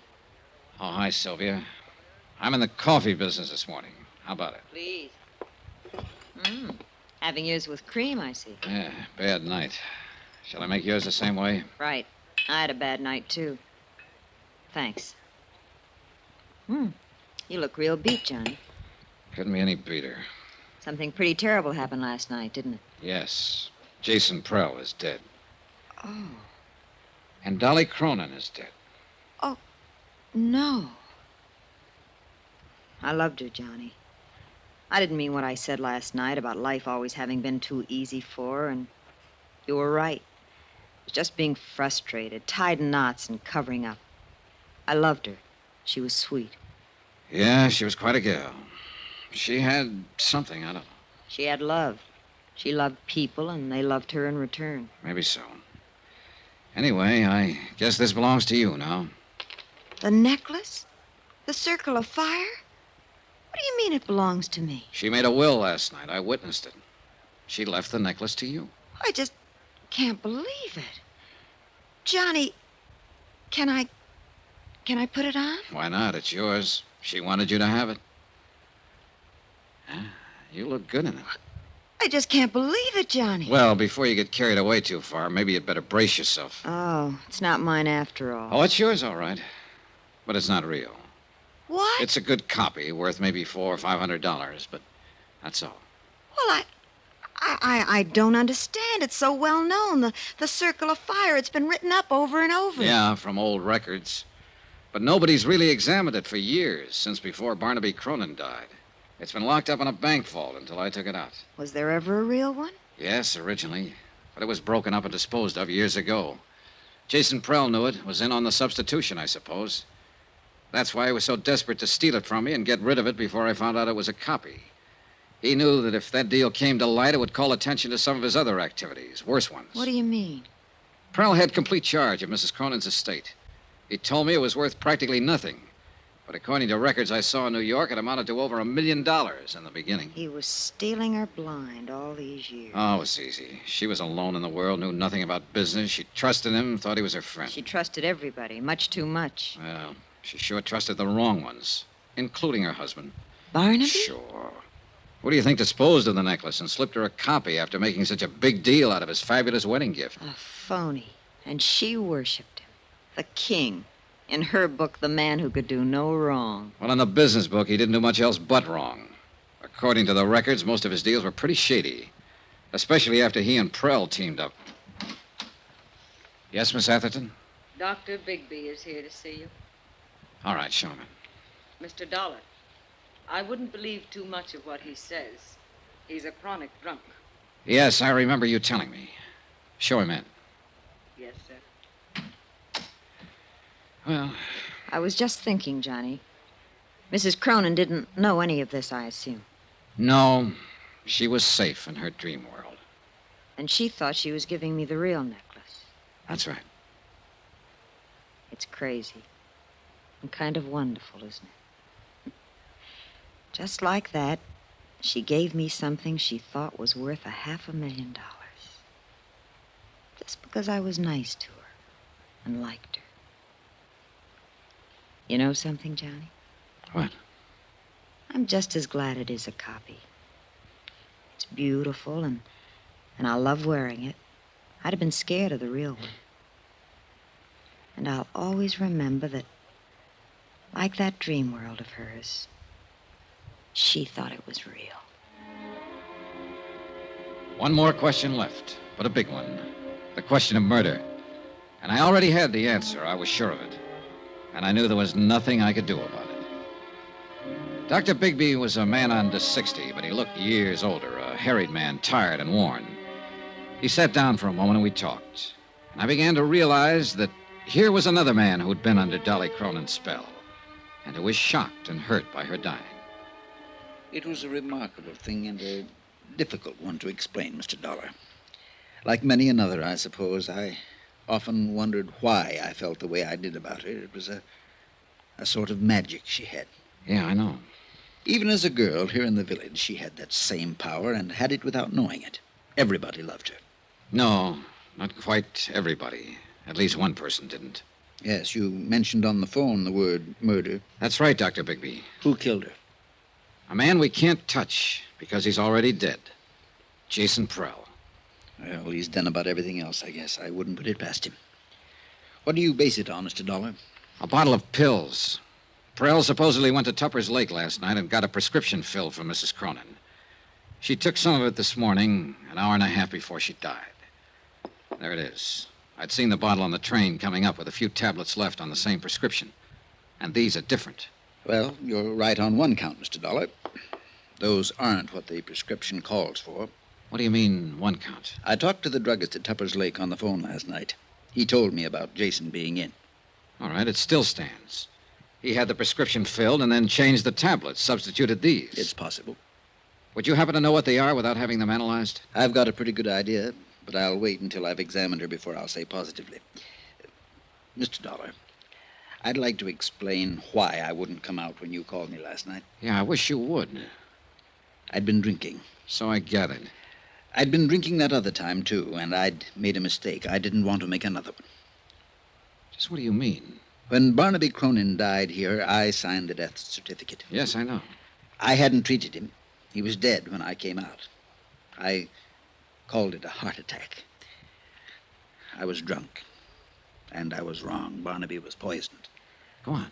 I didn't suspect it until later, and then I was afraid to do anything about it. I'd signed that certificate, and I knew it would break me. So I kept still, and I consoled myself with drink. And finally, it broke me. So the same end result was achieved. Look, Dr. Bigby, if Barnaby Cronin was here alone, then how was he poisoned? Alone? He wasn't alone when he died. She was here with him. Mrs. Cronin? Of course not. Why do you think he was always making trips up here, always by himself? I didn't know he was. For years, every week or two, the whole village knew about it. She was here with him that night. She's the one who called me, asked me to protect her good name. She's the one who poisoned him. And now she's had another try with the same poison. But why? Ask her why. Ring for her and ask her. That won't be necessary. Well, I'll go on up and make my examination. Well, Miss Atherton, I'm asking, why? He was planning to break off our relation. He told me that night. She'd finally won. That silly little fool had finally won. But I didn't let her win. I killed him. You're confessing to murder, you know. It doesn't matter now. I've accomplished everything I meant to accomplish. So it was you who changed the tablets in her prescription bottle and substituted the poison. Of course. It was so easy. For once in my life, things were just as easy for me as they'd always been for her.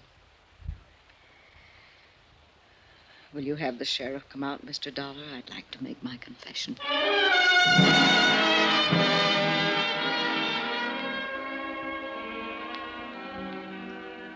It's odd how things work out sometimes, Mr. Dollar. Yeah. Mrs. Cronin said something like that last night. I was pretty certain when you showed me the tablets, but I wanted to make my examination first. What do you mean? After Barnaby died and I started to suspect Miss Atherton, I managed to steal the poison from her in order to analyze it. I substituted harmless tablets of the same general appearance. And those are what she's kept all these years? What she gave to Mrs. Cronin? That's right. They were perfectly harmless. But in that case... Dolly Cronin died from a heart condition. The tablets had nothing to do with it. In a sense, Dolly died the same way she lived, from natural causes. Expense account item 14, $83.90. Incidentals and transportation from Wells Falls back to Hartford. Expense account total, $263.30. End of account, end of report. Remarks? The insurance angle here seems a little muddy. Premiums were paid for years on an item that didn't exist. And yet, no claim was filed, and none will be. So, well, I leave it to your legal eagles. Me, I'm beat and tired and maybe a little sad. I've come out of this with a kind of nostalgia. And for a time and place I never even knew.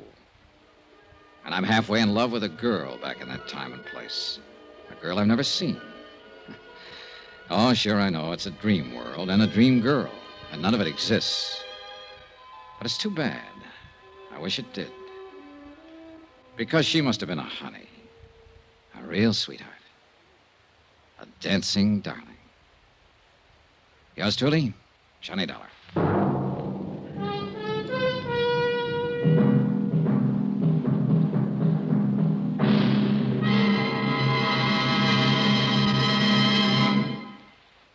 Remember, please, there'll be a new exciting story on Johnny Dollar beginning next Monday. Next week, the story of a man worth $50,000 who didn't have a cent to his name.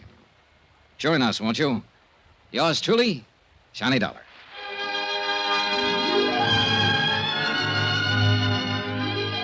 Yours truly, Johnny Dollar, starring Bob Bailey, is transcribed in Hollywood. Written by Les Crutchfield, it is produced and directed by Jack Johnstone. Heard in this week's cast were Virginia Gregg, Shirley Mitchell, Vivi Janis, Barbara Fuller, Benny Rubin, John Daner, and Parley Bear. Musical supervision by Amerigo Marino. Be sure to join us on Monday night, same time and station, for another exciting story of yours truly, Johnny Dollar. Roy Rowan speaking.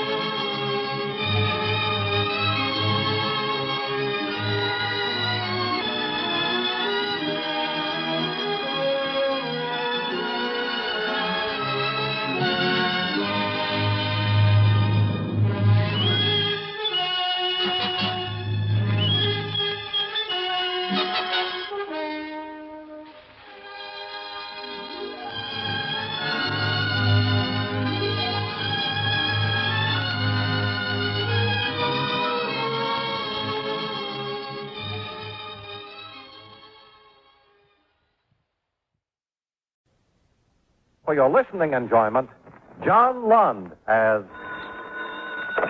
Johnny Dollar. This is Ed Murphy, Johnny. Keystone Mutual. Oh, hi, Ed. That's so good, Johnny. Could you come over to the office right away? Well, sure, Ed, but what's I don't want to go into it on the phone, Johnny. It's going to be quite a shock to you. It's about Ben Bryson. Ben Bryson? Yeah, a good friend of yours, isn't he? Yeah, he was. Too bad he had to die that way. You're wrong, Johnny. It's too bad he didn't die a year sooner.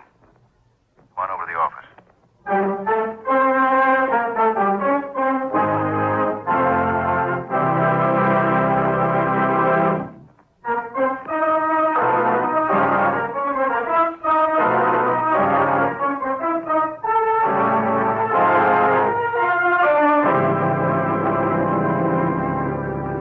Expense account submitted by Special Investigator Johnny Dollar to Home Office, Keystone Mutual Assurance Company, Hartford, Connecticut. The following is an accounting of expenditures during my investigation of the Ben Bryson matter. Expense account item 1, $2.40. Taxi fare from my apartment to the Keystone building and the office of Ed Murphy, Vice President. I thought as much of Ben as I would my own son. I watched him work his way up to the top job in this company, Chief Adjuster for the West Coast, head of our San Francisco claims office. Not bad for a young man. I was proud of Ben. Yeah, I know, Ed. And then that accident last month. Foggy night, he missed a curve. Drove his car off a cliff into the Pacific Ocean. And that was that. The end. Only it wasn't the end, or you wouldn't call me over here. No, it wasn't, Johnny. Within 2 weeks after Ben's death, we started getting complaints from some of our clients out there. Demands for adjustment on claims Ben had reported paid weeks before. Requests for settlement, so on. We couldn't figure it, but we went to work quietly, and we found out. Oh? You found out what? Ben's accounts had been dusted for a long time, Johnny. They were short, way short. In the months before he was killed, he'd embezzled nearly $80,000 from the company. Not Ben Bryson, Ed. Anybody else, yes. But money never meant anything to Ben. Johnny, here's a ticket to San Francisco. Plane leaves in 2 hours. Now, wait a second, Ed. I think I'd like to pass this one. Yeah, so would I, but we can't. You know that? Left a lot of questions, Johnny. They've got to be answered. And $80,000 of the company's money is missing. Has to be accounted for. Yeah, I know, but maybe you ought to get somebody else, Ed. I'd be awful grateful if you'd do it, Johnny. You'd have the best chance. You knew him. He was your friend. Yeah, he was my friend. I know how you feel. Johnny. All right, Ed. Somebody's got to do it. And like you said, Ben was my friend. Let's have the ticket.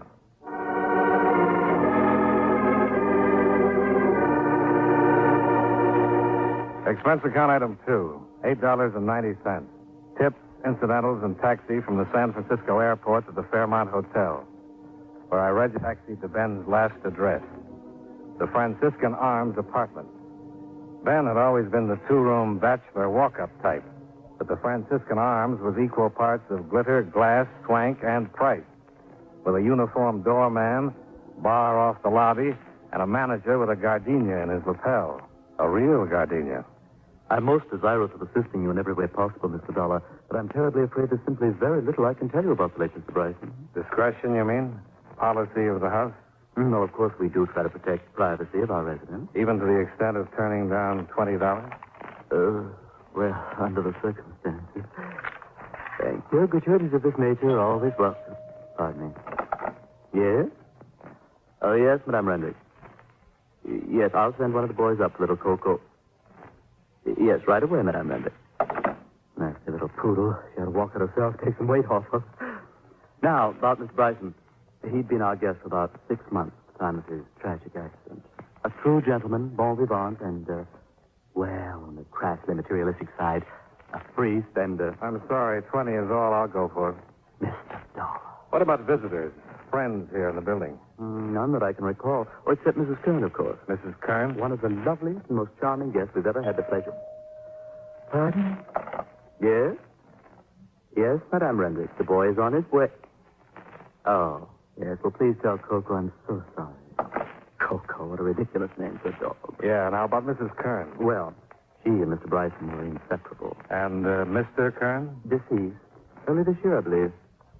Wonder if I could talk to Mrs. Kern. I'm afraid not, Mr. Dollar. She's been gone for 10 days. Gone? Where? I haven't the faintest idea.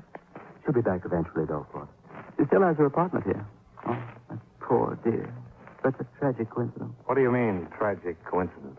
Well, as I understand it, Mrs. Kern's husband also died in some sort of accident.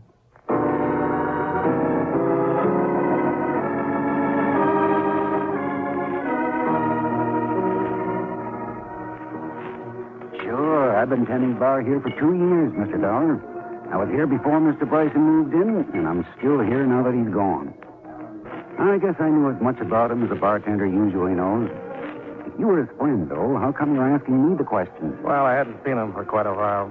He got out of touch. You know how it goes. Yeah, friends drift apart. It's a mixed-up world, getting more mixed up all the time. Oh, yes, sir, the usual. Wants a double martini.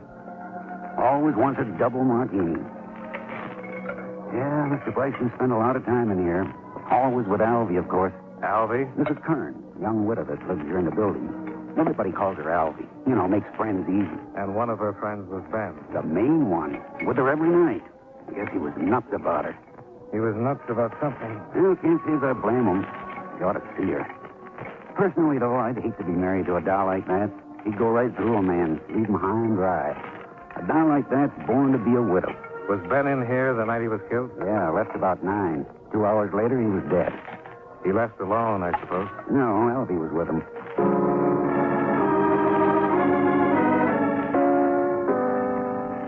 Expense account item 3. $20 tip to the apartment house manager. And $1.25 taxi to my hotel. I couldn't figure the next step. Alvy Kern was the key, and without her, I was stopped cold. None of Ben's old friends had seen him since he started going around with her. His office girl knew how to type, and not much else. It was a cold trail. $80,000 had disappeared, and Ben had driven off a cliff and died. There weren't many answers left behind. Then, 2 days later, I got a phone call. Johnny Dollar. Oh, this is Maurice, Mr. Dollar. At the Franciscan Arms. Oh, yeah. I have some very interesting information. Well? Well, Oh, all right, $20. What's the information? Well, I've just received a letter from Mrs. Kern. She wants me to forward her mail in care of American Express, Panama City, Panama. Panama City. Okay, Maurice, thanks. Thanks a lot.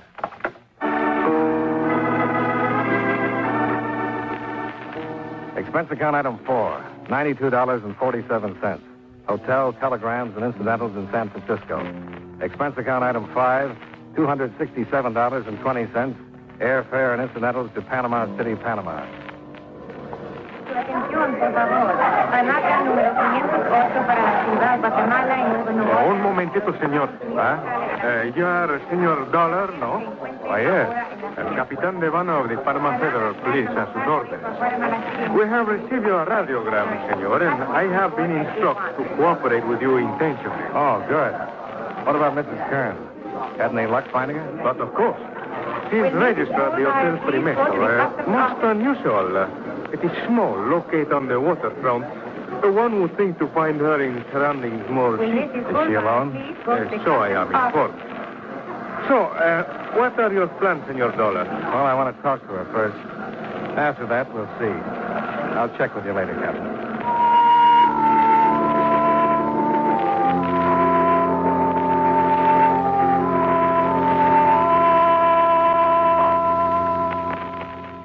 I've heard your name before, Mr. Dollar. Then Mr. Bryson mentioned you. Was it Ben or Mr. Bryson? It has been. Please, I'd rather not talk about it, Mr. Dollar. Ever since that terrible accident, all I wanted to do is forget. That's why I came down here. To get away and try to forget. You thought quite a lot of him, huh? We were going to be married. Well, too bad it didn't work out. You'd have had a good life.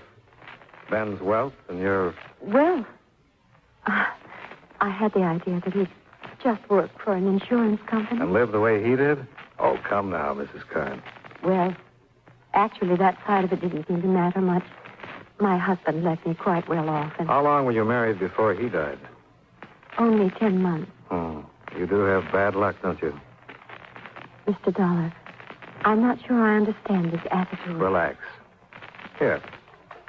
Have a cigarette. No, thanks. My vices don't include smoking. Oh? Mind if I do? Of course not. Thanks. You have a suite here, Mrs. Kern? Or just this room? Just this room? Why? Well, then I imagine this door leads to the bath.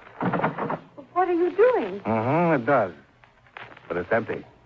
Of course it's empty. Then the only other possibility is that closet. Stay away from there. There was cigarette smoke in the air when I came in, stubs in the ashtray. If you don't smoke, where did they come from? There's no one here. Stay back or I'll... Look, Mrs. Kern, turning out the lights may be romantic, but it's not the best... Oh!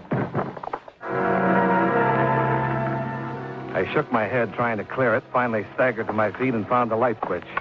Albie Kern was cowering against the wall, staring at me, scared but not saying anything. I stumbled toward the door. The corridor was empty. You're wrong, Johnny. There wasn't anybody here. I'm the one who hit you. To hit like that, you'd have to grow a fist 3 times your size. No. I know what the game is now. I should have caught on sooner, but I didn't. There's no game. I don't know what you mean. Look, only one person I know tears cigarettes apart and shreds the paper that way. No, Johnny, you're wrong. The two of you in it together all along. They didn't find a body because there wasn't anybody. He's still alive, hiding out. I know who hit me. It was Ben Bryson.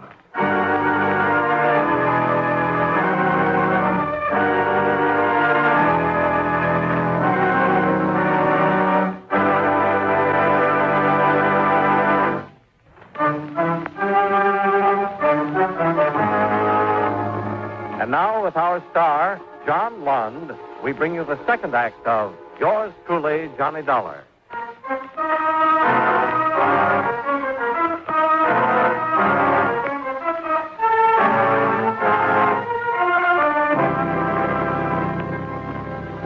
Expense account item 5. 40 cents, U.S. currency, for a handful of aspirin tablets. Ben, or whoever it was who slugged me, had got away from the hotel without being caught. I gave Ben's description to Captain Devano, and I went to bed.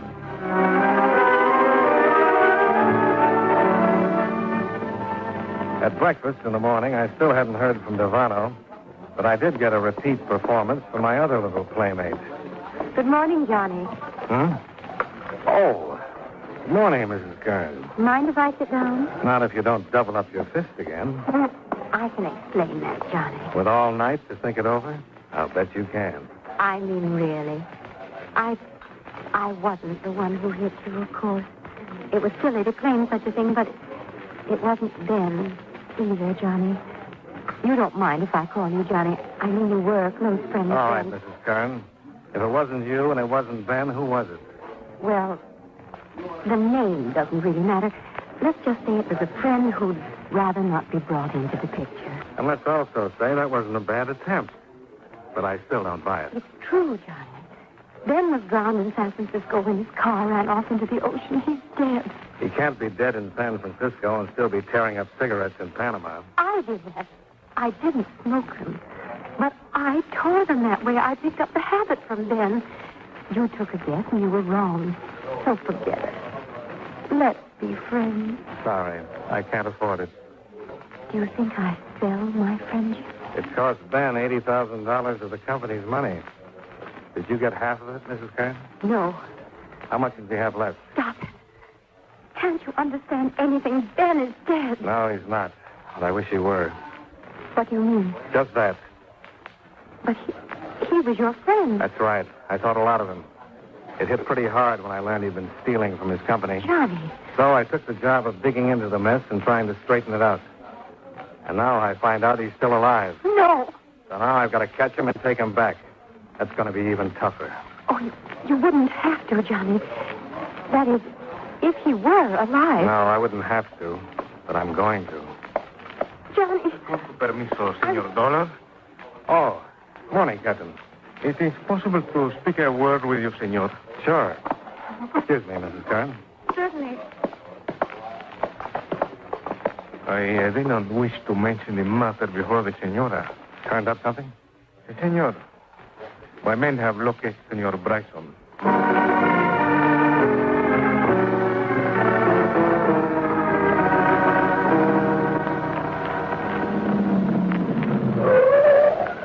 Here? This is the place? Si, senor. This man is leaving one of the little fishing boats which are tied to the embarcadero. The number 31, which is blue painted, you see? Yeah, I see it. Well, it sort of figures. If he wanted to hide out, this would be safer than living in a hotel. You're pretty sure it's him, huh? Yes, sabe, senor, but I think so. Miguel Pascaro, who is on the boat, said this man from 1 month ago and paid plenty money just to live on the boat tied up at the shore. And he's like you described, senor. I think so. All right. I'll go on board and talk to him. I think it'll work better if I go alone. Si, senor, I wait for you here. Good.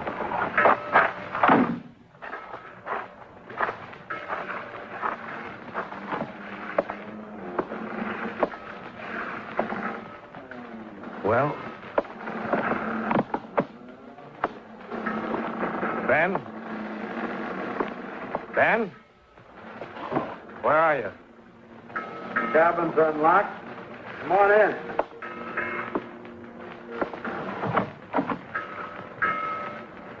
Well, it's been a long time, Ben. Come in, Johnny. Have a seat. Thanks. You'll have to overlook this litter. Temporary quarters. Johnny, why did it have to be you? It had to be somebody, Ben. Sooner or later. You should have known that. I guess. How'd you get onto it? Alvy? Yeah, I traced her. Followed her down here. She fouled up, Johnny. She wasn't supposed to come for 6 months, and the first thing I know, she's here. Said she couldn't wait. Why did you do it, Ben? You've seen Alvy. Do you need any more answers? She worth the price? For me? Sure. This face of mine always stopped the dames. And Alvy was different? She fell as hard as I did. I didn't know women like her even existed. She's for me all the way. But you still had to buy her. Mm-mm. Price tag, $80,000. No, you're wrong. It was only that Alvy'd always lived high, and I had to live that way, too, to be around her. What were your plans, Ben? What were you going to do? Go to Rio, Argentina, maybe, start a new life together. That's why I needed all that money. I didn't spend that much. And Alvy agreed to that idea? Sure, she was all for it. Then why did she keep her apartment in San Francisco? She didn't. Oh, you're wrong, Johnny. Somebody gave you a bum steer. She cut loose from everything. She told me she did. Well, we can check on it when we get back there. Easy, Johnny, easy. I've had this gun on you ever since you came aboard. Now, don't make me use it. Would you use it, Ben? I'm up a dead end, Johnny, and I know it. But I'm still going on as far as I can. Don't try to stop me, Johnny. I don't want to kill you. But if I have to, I will.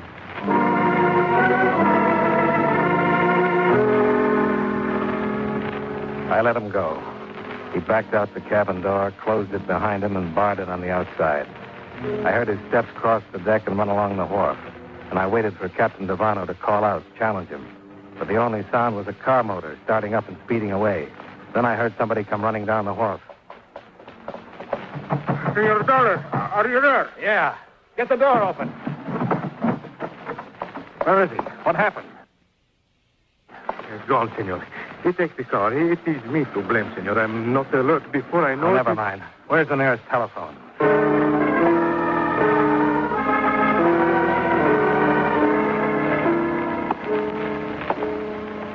It's been over an hour. I should have found him by now. Oh, they will, senor. In Panama, we do not have so many roads, and they're all, how you say, blockaded. Well, he might have slipped through before we got to a phone. Oh, there was no time at the hotel. They say he... aquí está. Capitán Devano. Sí, yo soy cerquito del mar.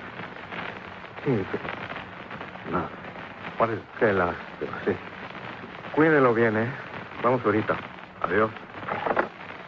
They have been found, Senor Dollar. Yeah? Where? They have tried to go by the old road on the cliff. It is too dangerous. They have missed the curve and go into the ocean. What? The car is under 10 meters of water. There is no signs of life. Expense account item 6, $92 to charter a power launch and hire the services of a diver. The sea was calm, but the water wasn't clear enough to see more than just the outline of the car lying on the bottom. We waited for the diver to come up, and I looked up at the cliff towering over us. There'd been another cliff like that in San Francisco. Yes, senor. He's coming up. Oh, good. ¿Qué pasó, Piamo? Espérate. El cuerpo de la señora sí está abajo. Pero es el único. No hay otro. ¿Seguro? Sí, señor. No hay otro abajo. What's the matter, Captain? We have found only the body of Mrs. Kern. Senor Bryson's body is not in the car. The same pattern. A car plunging off a cliff into the ocean and a body missing from it. Only this time I knew it wasn't fake. Ben couldn't have done a thing like that to Albie. Not to Albie. I looked up at the cliff. Steep, but not vertical. A car would have rolled, bounced, coming down. I had Captain Devano run the launch in close, and I jumped onto the rocks and started to climb.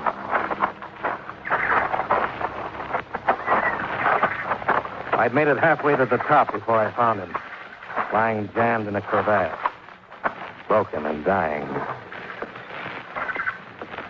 Think you can... Yeah. We didn't make it, Johnny. You didn't have a chance, Ben. I know. It's kind of funny. This, I mean, just like we did it in San Francisco. I mean, this time it's real. Yeah. This time it's real. Yeah. Better not try to talk, Ben. We'll get some ropes down from the top. Get you out of here. No use, Johnny. Is Albie... She's dead, Ben. You were right about her, Johnny. Forget it. I made her come with me in the car. Held a gun on her. She got mad. Spilled the whole story. Ben, no. She didn't love me. Not any of the time. She admitted it. And I thought she did. And that was fine. Nobody else ever let me even think it. Ben, it's no good talking this way. It won't matter, Johnny. Like you said, I don't have a chance. And you know something? I think I'd do the same thing again. Maybe there's no answer for a guy like me. I don't know, Ben. I'm not a judge. Kind of figures, you know, I'll be dying too. I bought her and paid for her, Johnny. I ought to be able to take her with me. After all, Easy, Ben. Johnny, the money, what's left of it, is inside my coat. Give it to Ed. Tell him I'm sorry. Make him understand. He will. You too, Johnny. I'm sorry. You don't know what else to say? Forget it. I don't think I'd do it again. Crazy. Other times we all get crazy, Ben. Yeah. Thanks, Johnny. Thanks for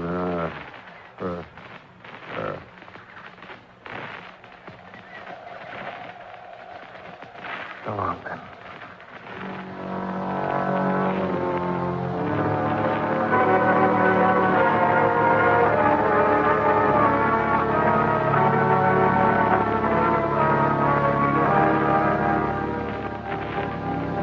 Expense account item 7, $26.30. Hotel, taxi, and miscellaneous while in Panama. Expense account item 8, $312.90. Airfare and incidentals back to Hartford. Expense account total, $823.82. I'm enclosing a cashier's check for $72,652 recovered from Ben Bryson, embezzler. Yours truly. From Hollywood, it's time now for Johnny Dollar. This is Charlie DeBaca down at headquarters. You left a call for me? That's right, Inspector. Thought you went back to Hartford. What now? The company I represent happens to hold an insurance policy on Dan Valentine. They asked me to stay here in New Orleans and look into this attempt on his life. How'd they hear about it so fast? Well, it was in all the papers and on the wire services. Valentine's always been news ever since Prohibition. Yeah, a guy like him would be. Well, you know as much as I do, darling. No leads yet. He's still quiet about the whole thing? Just like a mouse who won't open up, except to say he'll take care of it himself. Maybe it'll help matters when he finds out the insurance company's interested. You know something? What? I don't think me, you, the whole force, the insurance company, or anybody else can keep that bird alive unless he helps us.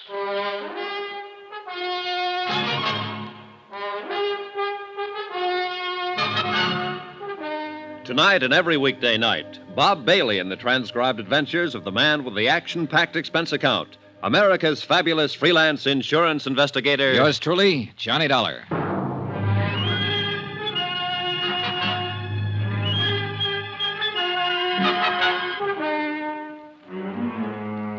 Expense account, submitted by Special Investigator Johnny Dollar to the New Britain Mutual Insurance Company, Hartford, Connecticut. The following is an accounting of expenditures during my investigation of the Valentine matter. Expense account continued. Item 3, $3. One telegram to Roy Vickers in Hartford requesting a copy of the policy contracts between New Britain Mutual and Dan Valentine, plus the name and location of the beneficiary and any other data on the case. After that, I walked over to the police station and looked up Inspector DeBaca. Sit down. Thanks. I don't quite get this, Dollar. What's your part? Well, the insurance company would like a full report on everything that's happened, that's all. You could give them that on the back of your thumbnail, couldn't you? Not quite, Inspector. Oh, you mean a separate report from what we have? Something like that, yes. Well, it's their dough. They can spend it any way they want to, I guess. If there's any reason for them canceling the policy on Valentine, they'll do it. The fact that somebody shot at him a couple of times and came near killing him is one thing. The fact that he won't open his mouth about it is another. They're looking for a way out? I didn't say that. They just want to make sure about everything, that's all. An insurance policy's a contract, mutually beneficial to both parties. Both parties have to keep the line of that contract. They don't figure Danny Valentine's running around shooting himself for insurance money. Inspector, they don't figure anything. Well, now that you've been official, be unofficial. What's your idea? Well, Valentine's got a legitimate policy with the company. They don't want to see him killed. They tell me to investigate the shooting. Actually, they're telling me to see to it that he stays alive and well. Well, that makes sense. Good luck. If you'll sort of let me tag along on the case, I'd appreciate it. Well, we'll see. Oh, what's the matter now? It just occurred to me. Valentine bought a house out in Jefferson Parish 3 months ago, a couple of days after he was released from a federal pen. Now, he's lived there quiet, minding his own business, keeping his nose out of trouble. Yeah.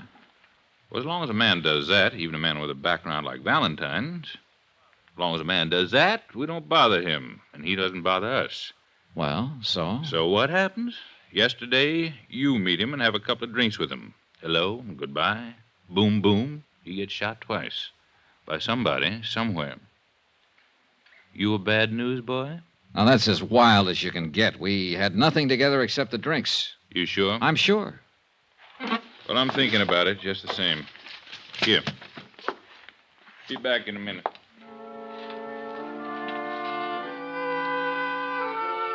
The bulky, thick folder Inspector DeBaca shoved across the desk at me was marked Valentine Daniel. It started in 1915 and was fat with yellowed clippings all the way through 1942. It was a pretty good history of Dan Valentine and the age he lived in. He was born in Ireland and had fought in the Irish Rebellion. He was regarded as both hero and scoundrel. For his own good, he came to America. Somehow, he started out in the wholesale drug business. And understandably, it was an easy step to making prohibition alcohol, and an even easier step to make prison on an income tax evasion charge. The folder mentioned a wife and a daughter who seemed to have successfully avoided most of the newspaper headlines that had involved Dan Valentine. There was one picture of Mrs. Valentine taken in 1928. That's about as far as I got when DeBaca came back into the room, not alone. Interesting stuff? Very, Inspector, very. Well, here's something more interesting. My men have been covering the neighborhood where the shooting happened yesterday afternoon. This man's a witness. This is Mr. Dollar. He's an insurance investigator. It's Willie Blakely. Oh, how do you do, sir? Hope you can help us, Willie.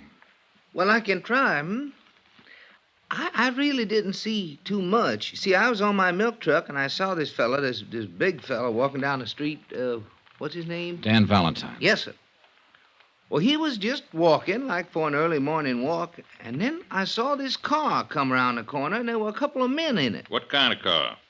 I think it was a Buick sedan. I'm not sure. It was a black car. You happen to get the license number?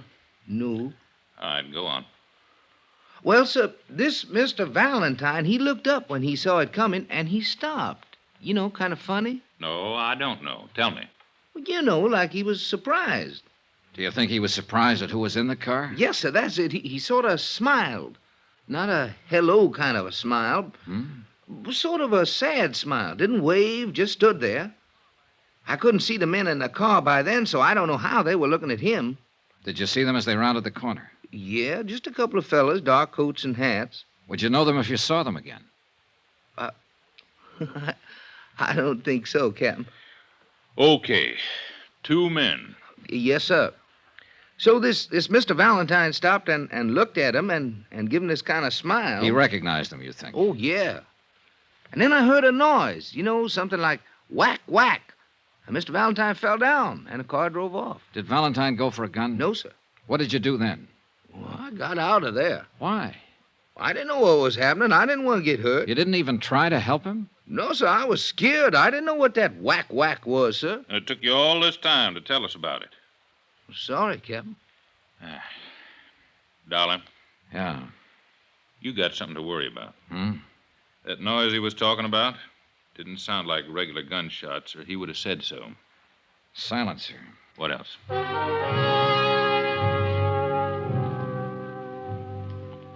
Inspector DeBaca continued to question the witness, trying to ascertain more details about the shooting, the car, and the men inside the car. 4 hours later, when I left, he was still at it. Some more expenses. Item 4, $2.50. Cab fare from police station to hospital. I thought I'd drop in and take a chance on Dan Valentine coming across with some information. Sorry, no visitors. It's pretty important. I'm a friend of his. I'm sorry. When can I see him? That's hard to say. Mr. Valentine's condition is not too good. What? Well, nothing to be alarmed about. He lost so much blood that he's in a weakened condition. The doctor's ordered a transfusion. Oh. You can phone in later if you like. Excuse me. Yes, ma'am? I should like to see Mr. Valentine, please. I'm sorry. I was just telling this gentleman. That's impossible. How is he? He needs rest. The doctor feels he'd be better off without visitors at the moment. Thank you. I had a feeling about the gray-haired, well-dressed woman, and I hurried after her down the long corridor outside the hospital. I was just in time to see her take a cab that had been waiting at the curb. I managed to hail one myself, and we tagged along Canal Street behind her until she paid off the driver in front of the Roosevelt Hotel. I was right behind her when she stopped in the lobby and got a key to room 1016. I gave her 5 minutes, then I knocked on her door.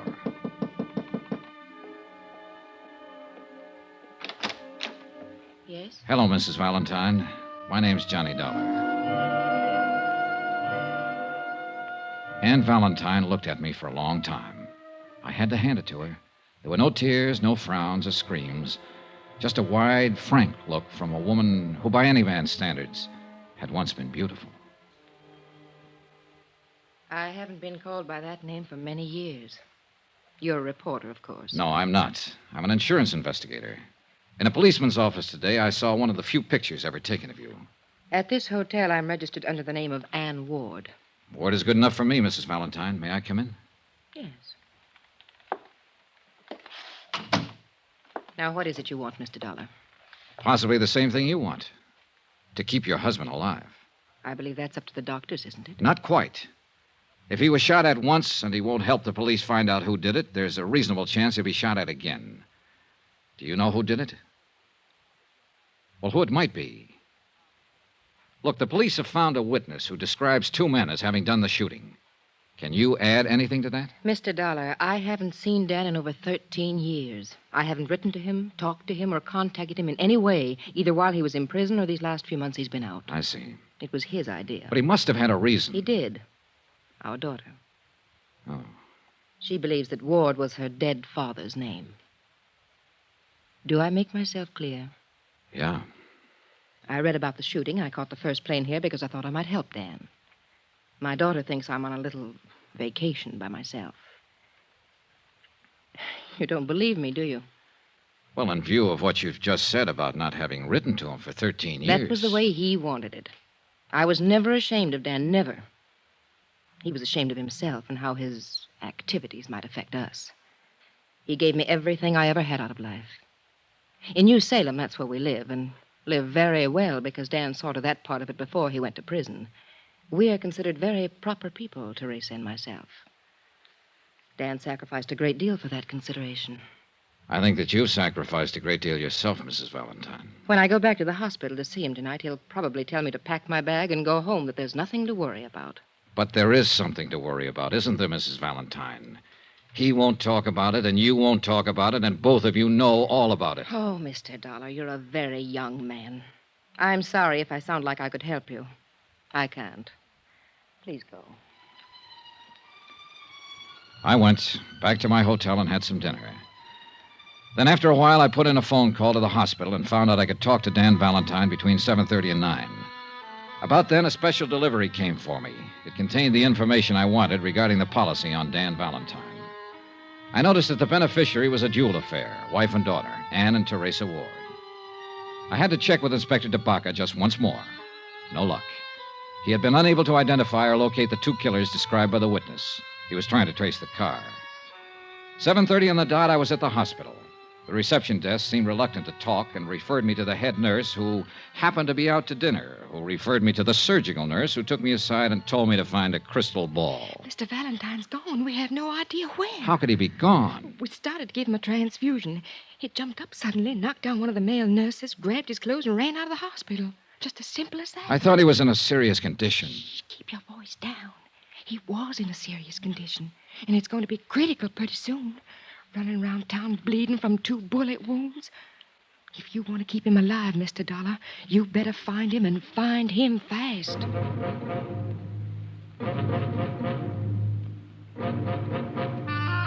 I thought over what Dan Valentine had told me in the hospital earlier about taking care of the matter himself. And the more I thought about it, the more I realized he was going to do just that, even if it killed him.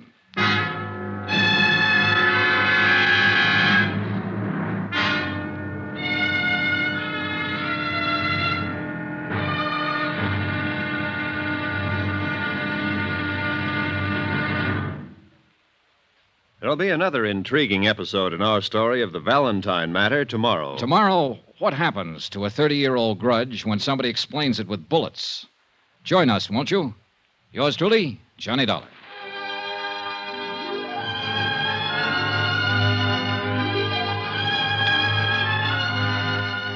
Yours truly, Johnny Dollar, starring Bob Bailey, is transcribed in Hollywood. Written by John Dawson, it is produced and directed by Jack Johnstone. Be sure to join us tomorrow night, same time and station, for another exciting episode of Yours truly, Johnny Dollar. Roy Rowan speaking.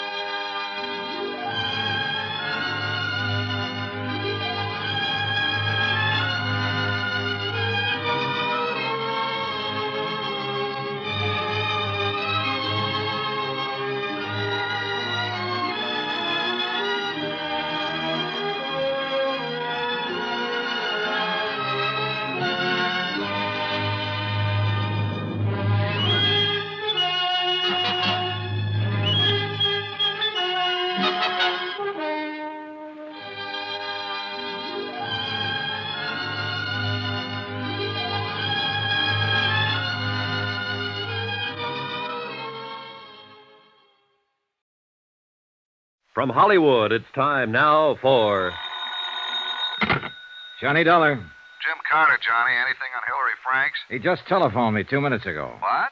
I'm on my way to meet him now and try and make a deal.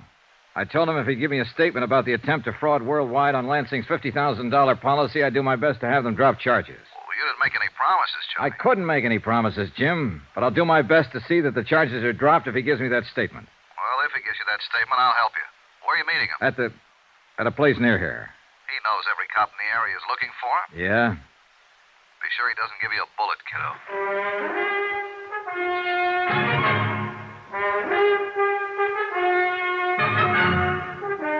Tonight and every weekday night, Bob Bailey in the transcribed adventures of the man with the action-packed expense account, America's fabulous freelance insurance investigator. Yours truly, Johnny Dollar.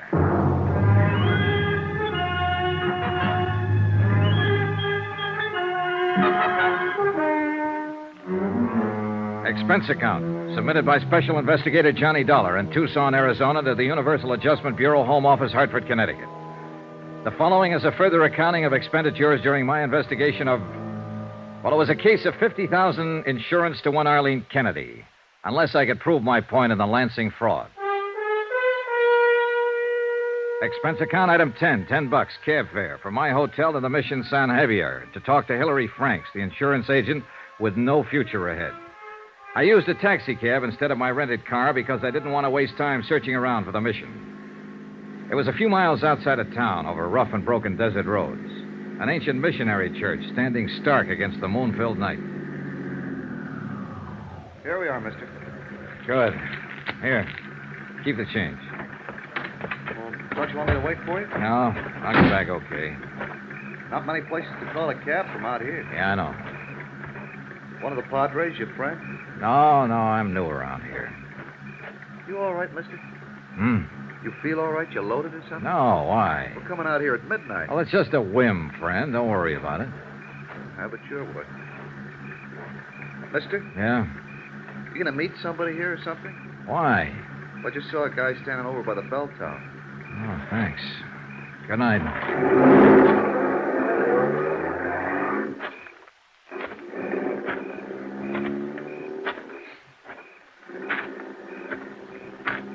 Over here, Mr. Dollar. Careful, Dollar. Hillary Franks had a .38 pointed right at my chest. In the bright moonlight, I could see that he was still wearing the same clothes he'd had on 2 days before in his office. He needed to shave, and judging from the circles under his eyes, he hadn't slept much. He was pale and shaken. The gun wobbled in his hand. Anybody with you? I came along. Did you tell anybody you were meeting me? Jim Carter. He's been working the case with me. Did you tell him where? No. Hey, look, you don't need that gun, Franks. Put it away. I just came here to talk with you. All right. Thanks. Want to smoke? Thank you.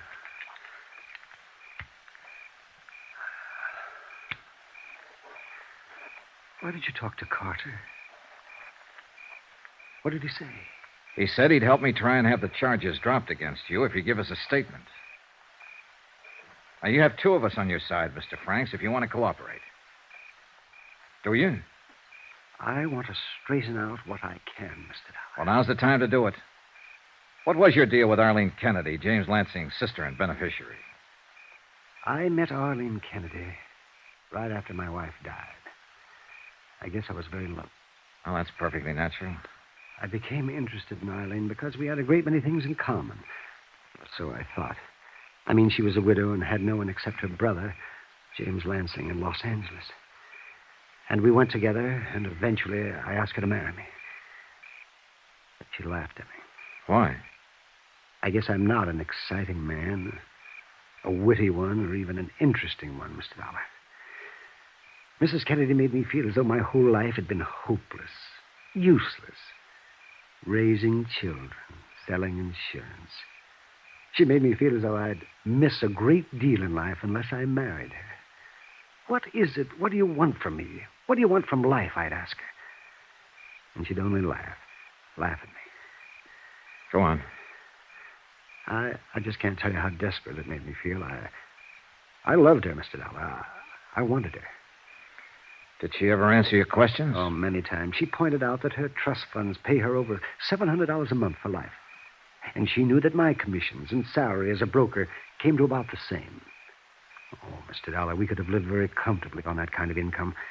But Arlene talked of traveling, of Europe, of clothes, and, oh, I don't know, things her family had been able to afford for her once, many years ago. And she said she wouldn't marry unless we could look forward to that kind of life. She wanted $50,000 in cash instead of money just trickling in every month. That's about it. When did she get around to the proposition, her brother's insurance? Her brother came here from Los Angeles one day. The doctors there gave him a year or two to live. Oh, yes, he was pretty shot. Been drinking for years. He'd used up all his money, a long time before. He asked Arlene to help him. She paid his apartment rent and gave him enough money for liquor. And then one day she came right out with it. She said she was investing in him. And he was a good risk because she knew he'd die. That's how she put it to me. Mm-hmm. Arlene said all I had to do was see to it that her brother had a nice fat policy. He was going to die. Why not cash in on it? I must have been crazy to even think about it. How did you work it? I mean, how did Dr. Mayhood pass him? I paid a man $100 to go to Dr. Mayhood's office and take the physical for Lansing. What was the man's name? Oh, no, I wouldn't tell you that, Mr. Dollar. He's not involved in anything. All right, we'll let that go. Once you arranged for Lansing to become insured, you and Mrs. Kennedy just planned on waiting for him to die. That was the general idea, in view of what the Los Angeles doctors had said. Once I'd done it, gotten him insured, it was too late to turn back. Did you want to turn back? Yes. What did Mrs. Kennedy say about backing out? She thought I was weak and afraid. Oh, then things weren't so good between you. Oh, they never were, Mr. Dollar. The idea was to wait for Lansing to die, collect the $50,000 and get married, huh? I suppose so, yes, but once he was insured, she talked less and less about our getting married. You're leaving something out, Mr. Franks. Huh? Didn't she tell you exactly what kind of a position you were in? Didn't she fix it so that you couldn't make a move? Legally, she'd done nothing wrong. It was you who had arranged for the physical, you who had made the application for insurance in the name of her brother. Oh, yes. Oh, yes, she was clear about all that. And she told me so every time she felt like it. When you write down what you just told me and sign it, we can hold it over Mrs. Kennedy's head to prove attempted defraud and collusion. Now, will you do that, Mr. Franks? Yes. Then I guess we'd better get back into town. All right. Come on, Mr. Franks. We walked 3 miles over to the highway, flagged down a car, and got back to the hotel about 2:30 in the morning, got Jim Carter out of bed.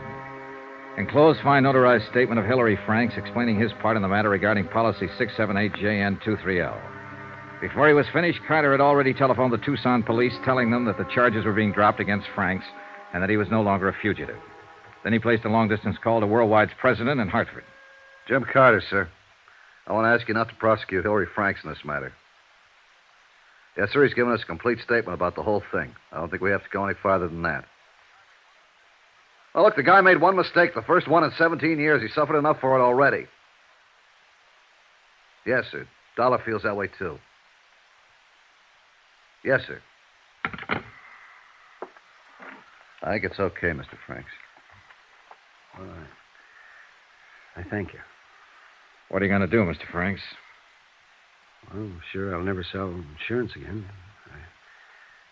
I think I'll close up and just move away. Far away. Thank you.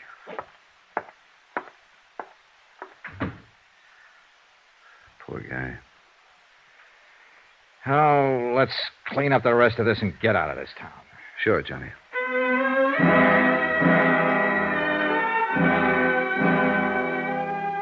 Hillary Franks pulled out of Tucson that afternoon. When Mrs. Kennedy was shown a carbon of the enclosed statement of Hillary Franks, she instructed her attorneys to withdraw the suit against Worldwide. Expense account, item 11, $75. Hotel and board while in Tucson. Item 12, $402.15. Plane tickets, Tucson to Hartford for Carter and myself. We were scheduled to leave at 1:30 in the morning. 2 hours before plane time, I dropped by Mrs. Kennedy's house to have her sign a release of all claims on the insurance company. And for other reasons.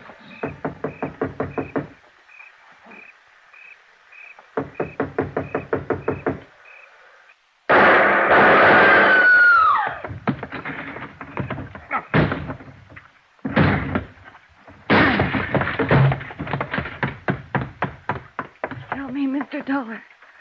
Please help me. I carried Arlene Kennedy to the couch, and I did what I could for her. I phoned the police and told them to bring an ambulance. After that, I began looking around. I found a dark stain on the window still leading outside of the back of the house. On the floor, a blood-stained letter opener. There was no gun in sight anywhere. I decided if I had been stabbed with a letter opener, it would be easier to try to make it out the back way than risk the street that was bound to be full of policemen any minute. I was right. Hillary Franks was on a ledge of rock that rose above the back of the house. I ducked behind some cactus plants. Get away from me! You know I won't. You know I wouldn't when I let you walk out this afternoon. Johnny Dollar! That's right. Now put that gun away and come on off that ledge. Get away! Go away! You missed by a mile. You don't know anything about shooting a gun. Come on down. Stay where you are! Don't do anything foolish! I'm coming after you. I'll shoot!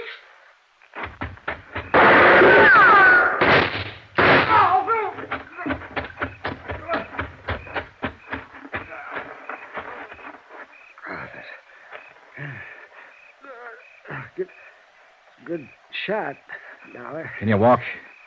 No. Why did you do it, Mr. Franks? I came back to see her tonight. She laughed at me, said if we had gotten the insurance money, she was planning to run away with someone else. Oh. She just used me all along. Mrs. Kennedy was dead when the police got there. Hillary Franks died en route to the receiving hospital. Item 13, $15. Hotel. One more night in Tucson. Expense account total, $1,121.13. Yours truly, Johnny Dollar.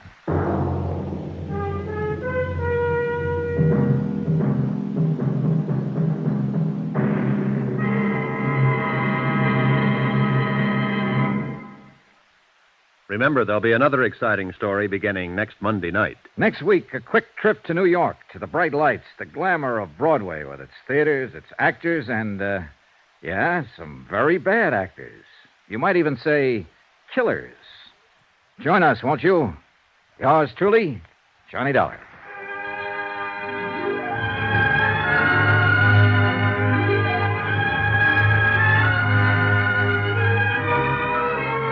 Yours truly, Johnny Dollar, starring Bob Bailey, is transcribed in Hollywood. Written by John Dawson, it is produced and directed by Jack Johnstone. Heard in this week's cast were Mary Jane Croft, Vivi Janis, Gene Tatum, Hy Averback, Barney Phillips, Russell Thorson, and Howard McNear. Musical supervision by Amerigo Marino. Be sure to join us on Monday night, same time and station, for another exciting story of yours truly, Johnny Dollar. This is Roy Rowan speaking.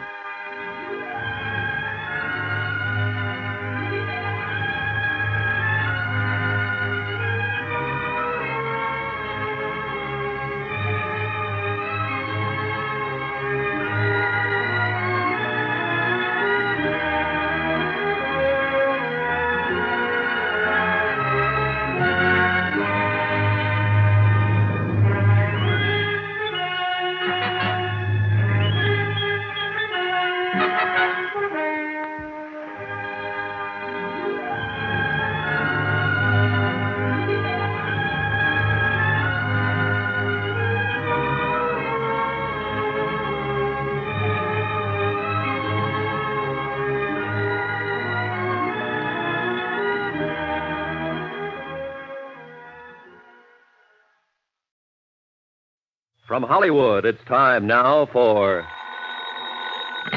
Johnny Dollar. Jim Carter, Johnny. Hi. How'd you make out with Hillary Franks?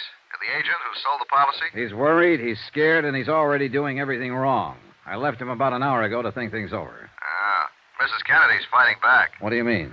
Her lawyer served notice on us an hour ago to pay up on the policy or else. Just a bluff. Yeah, but this wasn't. She got a court order and made the coroner release her brother's body. She took it right to the crematorium.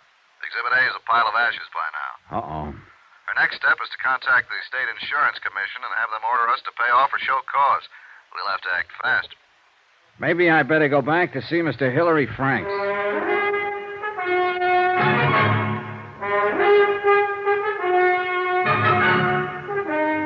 Tonight and every weekday night, Bob Bailey in the transcribed adventures of the man with the action-packed expense account, America's fabulous freelance insurance investigator. Yours truly, Johnny Dollar.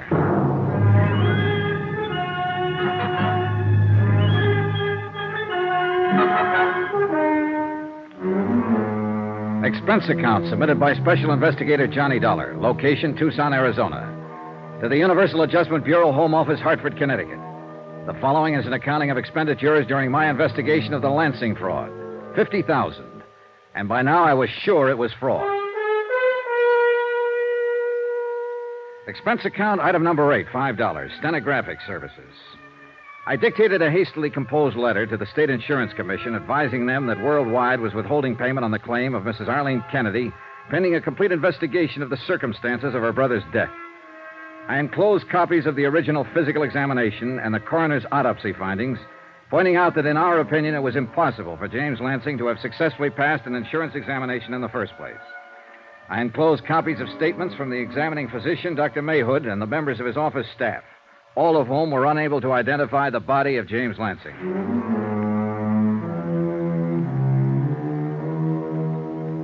Expense account item 9, 52 cents postage. I sent the letter to the state capitol special delivery in the hope it would arrive there before Mrs. Kennedy's lawyers took the anticipated action. After that, I drove back over to the office of Hillary Franks. He was the same as I left him an hour before. A little shaken, but still unable to realize quite what was happening. Yes, Mr. Dollar? Mr. Franks, I wonder if you've got anything to say to me. Nothing, Mr. Dollar. I was hoping you might want to make a statement. Oh?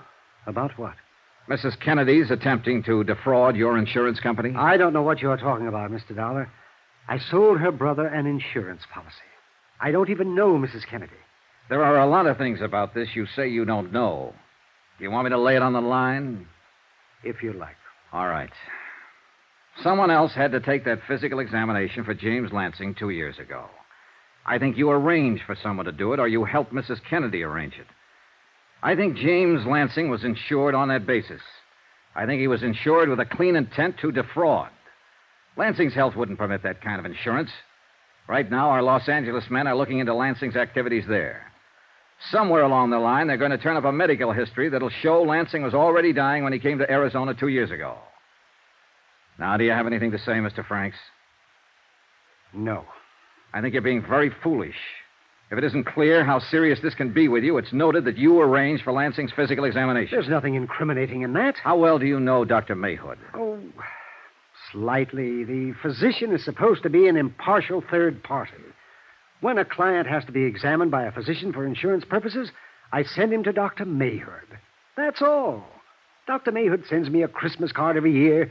I sent James Lansing to him. Just like any other. Just like any other. Oh, you worry me, Mr. Franks.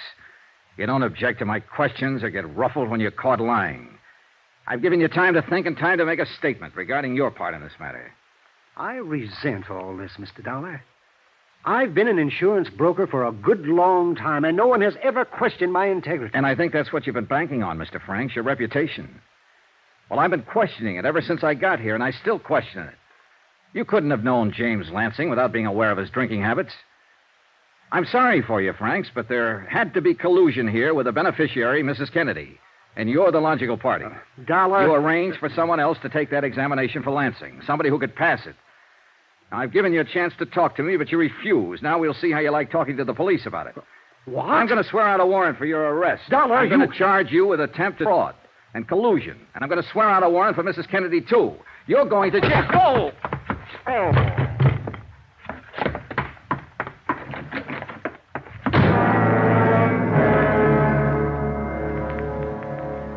In the 3 minutes it took me to recover from the blow from the paperweight and get my breath inside of me and my feet under me, Hillary Franks was well out of the way and out of sight. About that time, Jim Carter walked in. Hey, what happened to you? Hillary Franks. He got scared, swung a paperweight at me, and beat it. Well, if he's playing rough, I don't want to take any chances. Oh, put that phone down. He hasn't admitted anything yet. Smacking him on the side of the head is admittance enough for me. No, I want a statement. I think I can get one. You have to find him first, and he's running. He won't run far, Jim. What makes you so sure? Hillary Franks doesn't know how to run.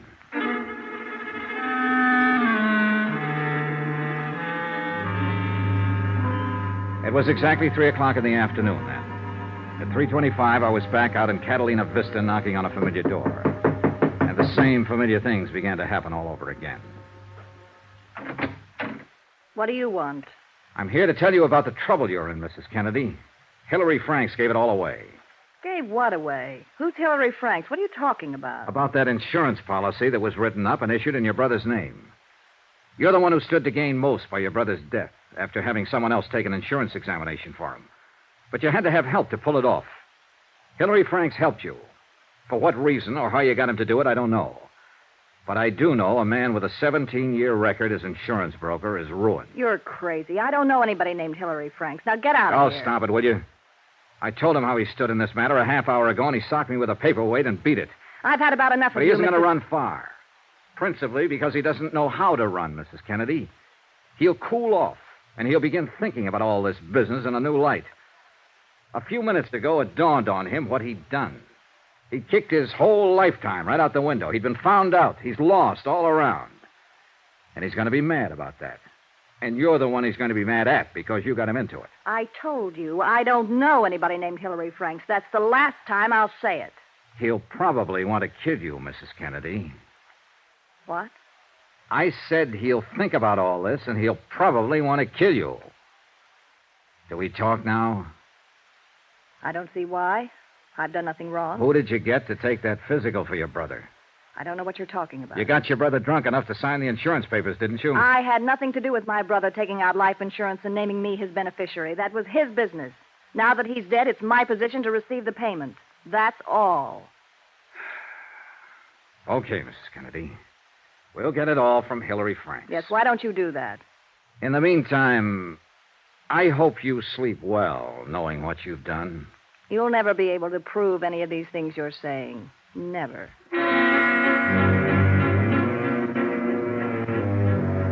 And for 24 hours, it looked as if Mrs. Kennedy might have been right. There was no way to involve her unless we had a statement from Hillary Franks. And he was still missing. I set up a watch on Mrs. Kennedy's house, and Jim Carter kept an eye on Hillary Franks' place. About 10 o'clock that night, Jim Carter drove up.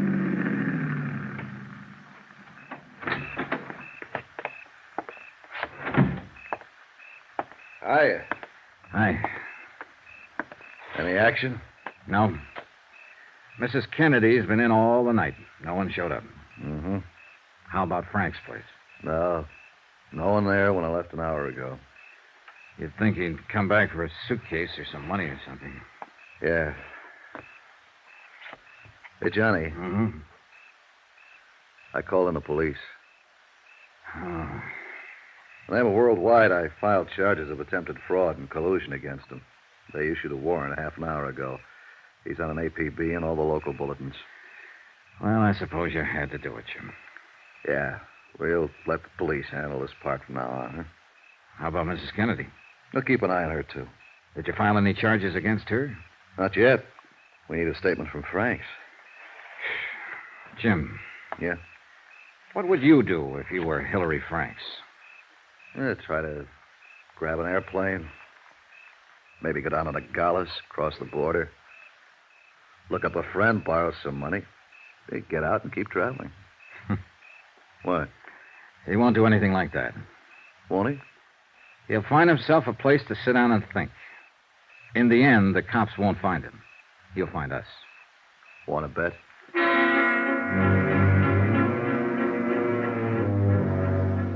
By the next morning, the police had still been unable to locate Hillary Franks. I left Jim Carter in the room on a long-distance call to the Insurance Commission, advising them of the events up to date. Drove out to Hillary Franks' office. I noticed 2 police officers loitering across the street as I walked in the front door.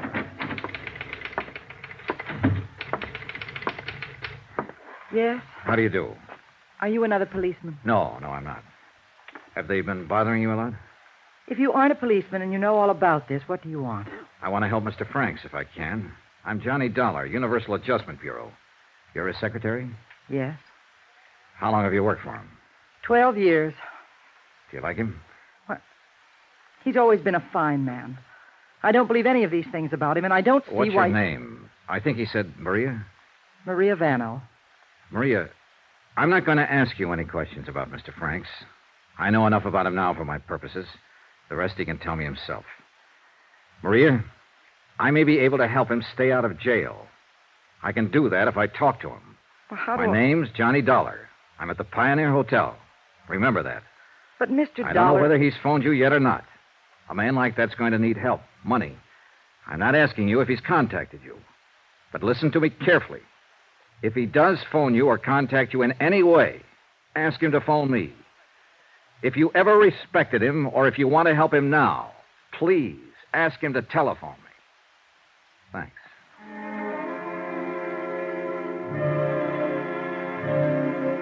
I drove back to the hotel and waited for results. Another 12 hours went by. Hillary Franks was still missing, and Mrs. Kennedy was still refusing to admit anything. Finally, about 11 o'clock that night, my phone rang. Johnny Dollar. Hello. This is Hillary Franks. Where are you? Never mind. Dollar, they know all about me back at the home office, I suppose? Yes. I'd like to explain some things to you so you can pass them on. I'd like the people back there to know why I did it. Well, before I leave town... You won't get far. The police are looking for you. Oh, I can get away all right. Mr. Franks, Worldwide doesn't want to prosecute. The notoriety would be bad for them. If you'd make a statement, sign it, I think I could talk them into dropping the whole matter. Maybe we'd better get together. Come on over. Oh, no, I'm not that crazy. Do you know how to get to the San Javier mission? I can find it. In 15 minutes? Right. And Dollar, Yeah? it's right out in the open. If you bring the police, I'll use a gun. I bought one this morning. All right, Mr. Franks.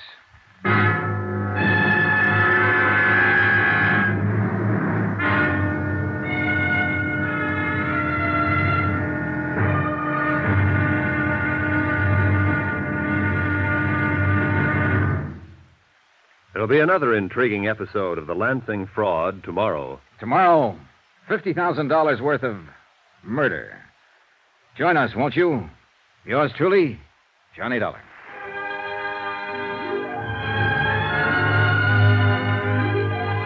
Yours truly, Johnny Dollar, starring Bob Bailey, is transcribed in Hollywood. Written by John Dawson, it is produced and directed by Jack Johnstone. Be sure and join us tomorrow night, same time and station, for the next exciting episode of Yours truly, Johnny Dollar. Roy Rowan speaking.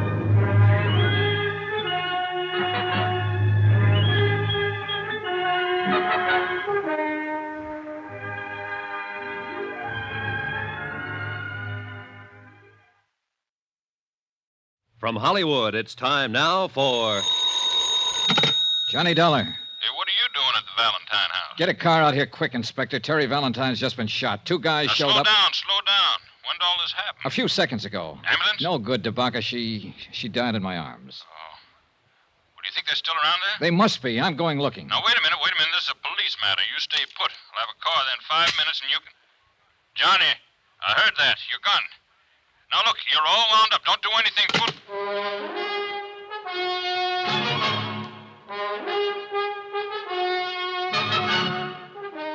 Tonight and every weekday night, Bob Bailey in the transcribed adventures of the man with the action-packed expense account, America's fabulous freelance insurance investigator. Yours truly, Johnny Dollar.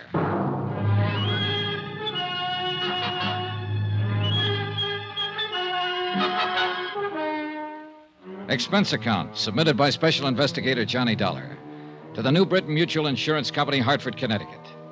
The following is an accounting of further expenditures during my investigation of the Valentine matter.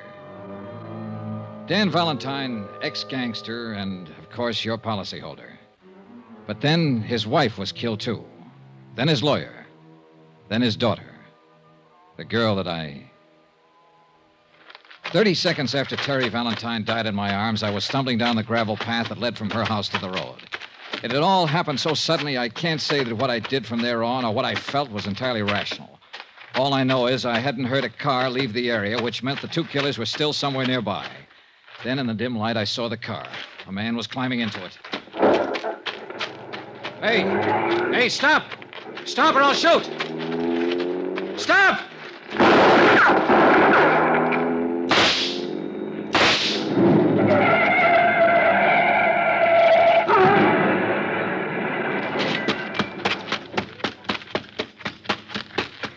Get out of there. Get out of there and get your hands up. I'm a hit. I'm afraid to move. Come on, get out. Come on. I'm coming. You two, come on. It's no use on him, mister. He used up. You got him real good. Ooh. I need a doctor. Help me get to a Stop right there. Doctor. Stand still. You pretty tough fella. What's your name? Sisto. Sisto what? It's good enough for you. I need a doctor bad. Listen. Tell it to me. Tell it to me right now. If you don't tell it to me now, you'll never tell it to anybody. Tell it! No. Tell it! I need doctor. Tell it! I die first. Johnny! What is this? Who's he? He's going to kill me. He's going to kill me. Now, you better give me that gun, Johnny. Estate will take care of him. Thanks. I should have done it. I wanted to do it. I know, son. Come on, let's get out of here. But I didn't get out of there. I waited around while they dug the body of the other man out of the smashed-up car, and while they carried the still, limp form of Teresa Valentine away. She was the third member of the family who had died violently within 3 days.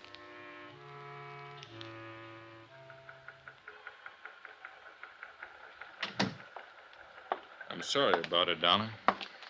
Inspector, I was hoping I might have been wrong. That she wasn't dead. Oh, you weren't wrong. Which one shot her? Huh? The dead one or the one we still got in the hospital? Oh, I don't know. Both of them, I guess. You don't feel like talking to it. I'm just trying to pin it down. Well, what about him? Can't get much out of him so far. He's in pretty bad shape. Let me ask him some questions, Inspector. I'm no police officer. I don't have to obey any rules. Now, take it easy, kid. You were about to do that once, and we'd be holding you for murder if you'd have gone ahead. I know how you feel about Teresa Valentine. Has he said anything at all? Nothing. We found papers on him and the other one that makes them brothers, Sisto and Darby Chianti, from New York. So far, there doesn't seem to be any connection with the Valentines. But people like Valentine make a lot of enemies.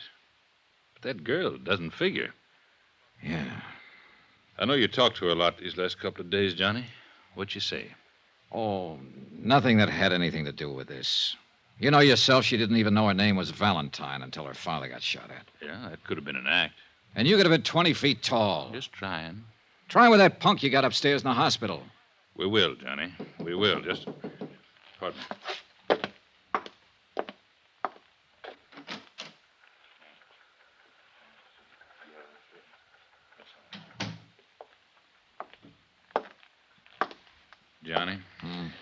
bad news. Maybe I spoke too soon. Why? Sisto Chianti died 5 minutes ago.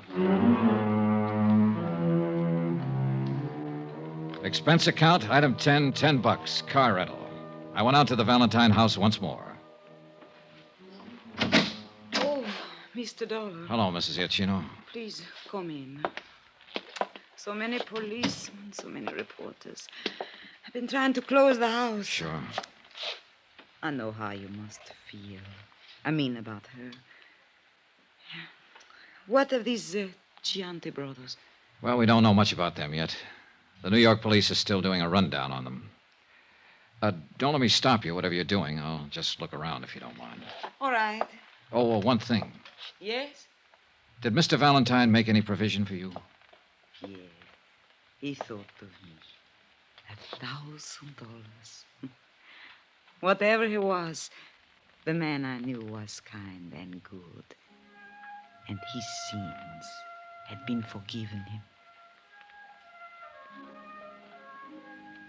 I spent 2 hours or better going from room to room, looking at the oils that Dan Valentine had painted.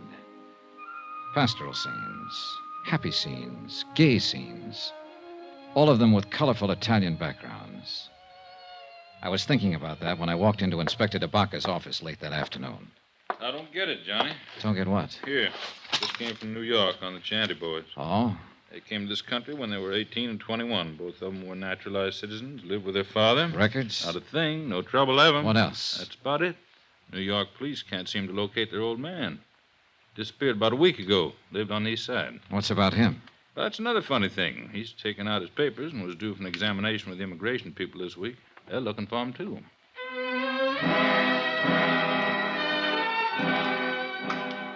We went out and had dinner together and talked about the case. It had been a strange one. The deaths were useless, the motives unknown. I parted company with Inspector DeBacca and went back to my hotel to trouble it out with sleep. About 11 o'clock, I had a phone call. Johnny Dollar. This is DeBacca. Old man Chianti just showed up at our city morgue and wants to take his 2 sons back to New York for burial. 20 minutes later, I was standing in the coroner's office while Inspector DeBacca led a small, wizened old man into the room and sat him down on one of the chairs. Mr. Chianti, it's Mr. Dollar. How do you do? Mr. Chianti? I read about you. You killed my boys. Is it so? Yes. They'd killed 4 other people. I know. Bad. Why did they kill the Valentine family, Mr. Chianti? Why did they kill Conrad Webster, the lawyer? Do you know why? See, I know. Then tell me. They're all dead now.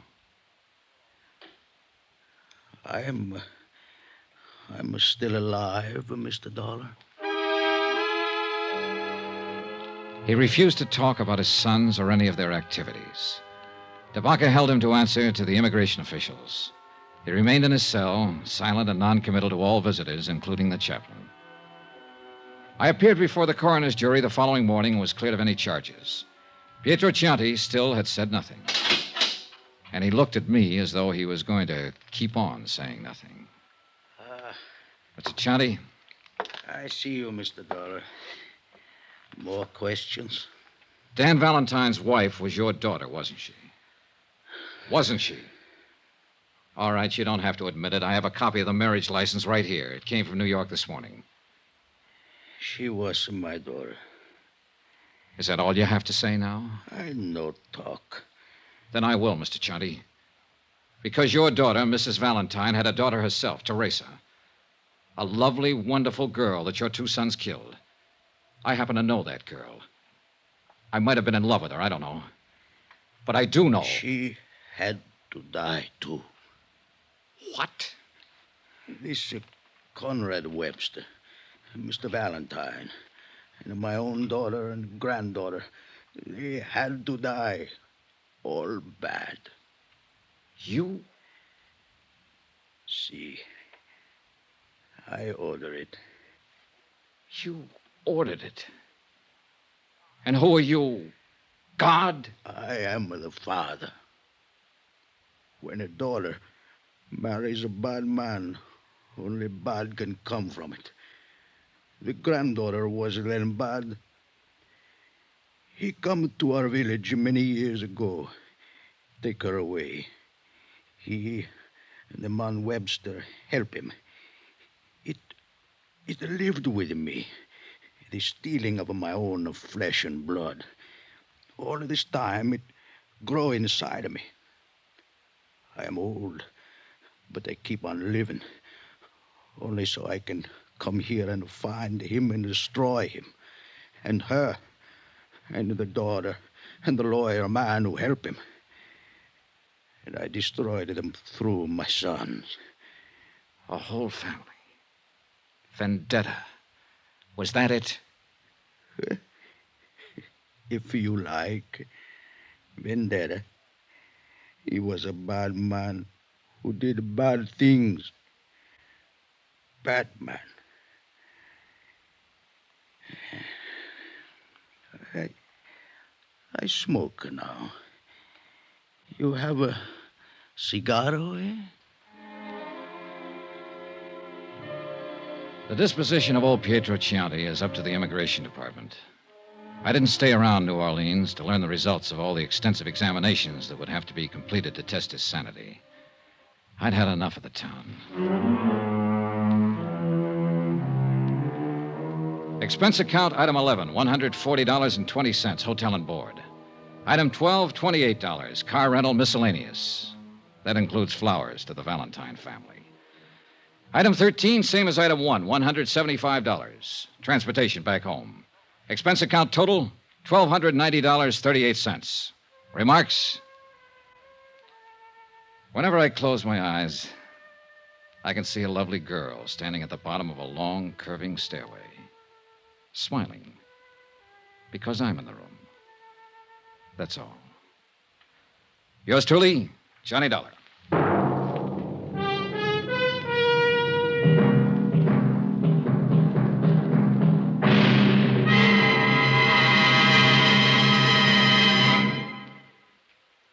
Remember, please, there'll be another exciting story for you beginning next Monday night. Monday, the Lorco Diamond Matter, in which a trip to Algiers makes Come With Me to the Casbah sound like an invitation to a Sunday school picnic.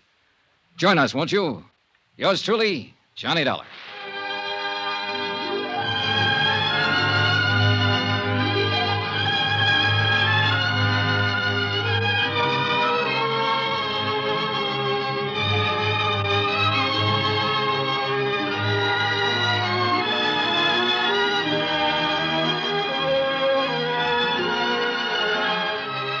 Yours truly, Johnny Dollar, starring Bob Bailey, is transcribed in Hollywood.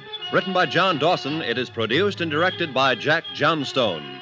Heard in this week's cast were Lillian Baeff, Betty Lou Gerson, Barney Phillips, Will Wright, Forrest Lewis, Marvin Miller, Jay Novello, and Jack Boyles.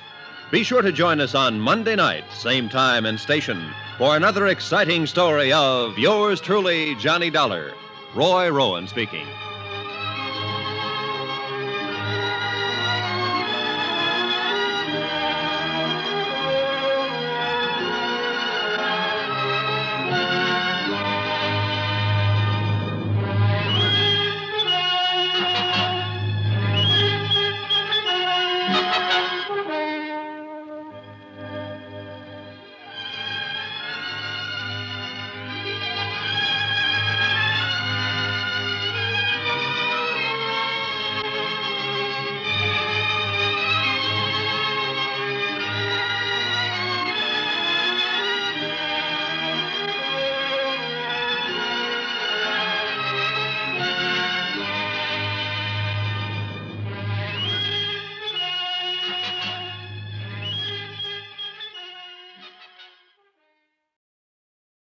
From Hollywood, it's time now for Bob Bailey as Johnny Dollar. I told you, that's my name. What do you want, an affidavit? I've got to be sure. Look, you've got me out here in the middle of the jungle with a gun in my back. Don't turn around. And I can't even see you. You think I'd be kidding you at a time like this? Any move at all, and it'll be your last.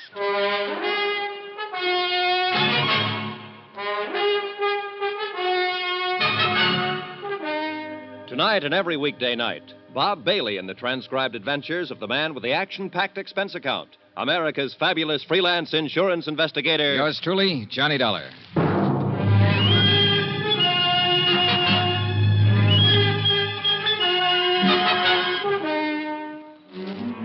Santo Tomas, Mexico. Expense account submitted by Special Investigator Johnny Dollar. To the Home Office, Northeastern Fidelity and Bonding, Hartford, Connecticut. The following is an account of additional expenses during my investigation of the Alvin Summers embezzlement of $75,000. Item 12, 2 cents. Just what I figured my life was worth at the moment. Gloria Harris had taken me down the beach and into the jungle to show me the hut where Alvin Summers had been hiding out. There was no sign of him. But I heard a noise outside in the underbrush and went out to investigate. I didn't see a thing, but I felt something.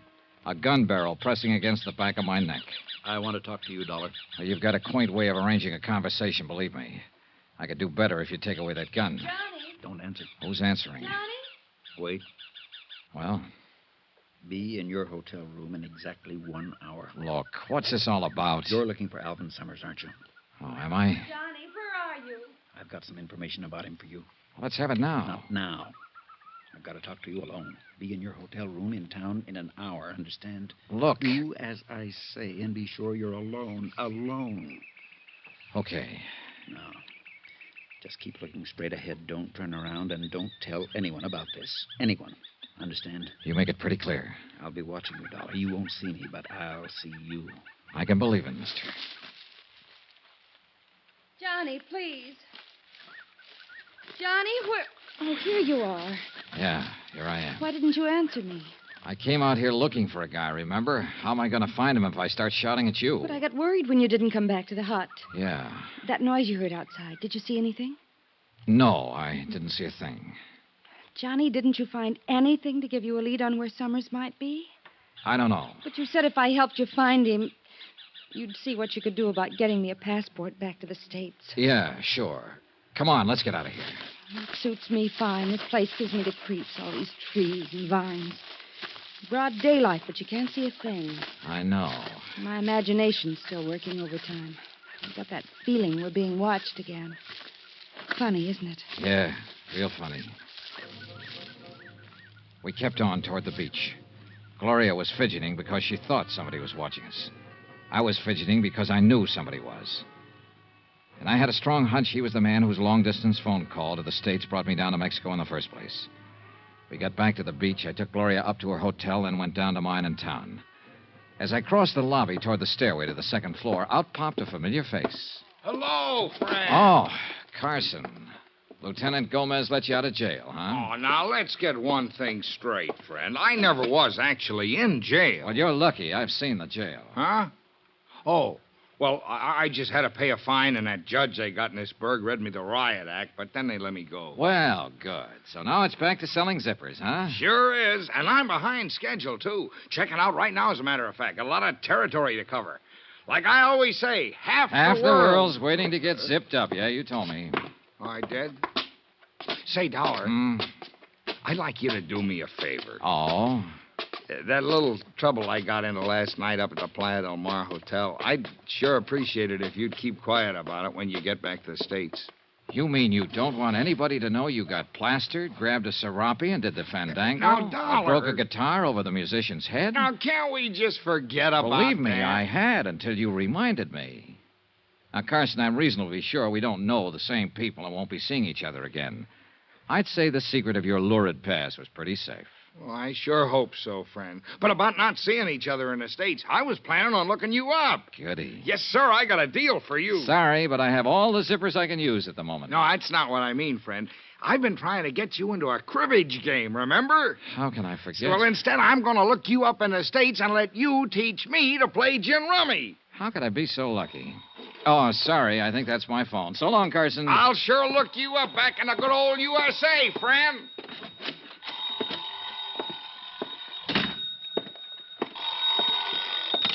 Hello? Hello? Hello? Keep your hands on the table. What? Oh, my shadow again. Anybody follow you? Not that I know of. You're early. I know. And I searched your room. That's become an old Santa Tomas custom. To make sure you really were Johnny Dollar. So now you know. What about it? You can turn around. Oh, no. Maybe you'll tell me what... Wait a minute. A decent shave, and you'd match that photo I have in my suitcase. Alvin Summers. Yeah. I'm Alvin Summers. I don't get it. I had you figured for the man who made that long-distance call to the States that tipped me off to come down here. You're right about that, too. You put the finger on yourself? If you want to call it that. Well, what happened? Your deal go sour on you, maybe? Yeah. Yeah, okay, sit down. Take it easy. Tell me about it. I'll turn on the overhead fan. Pretty stuffy in here.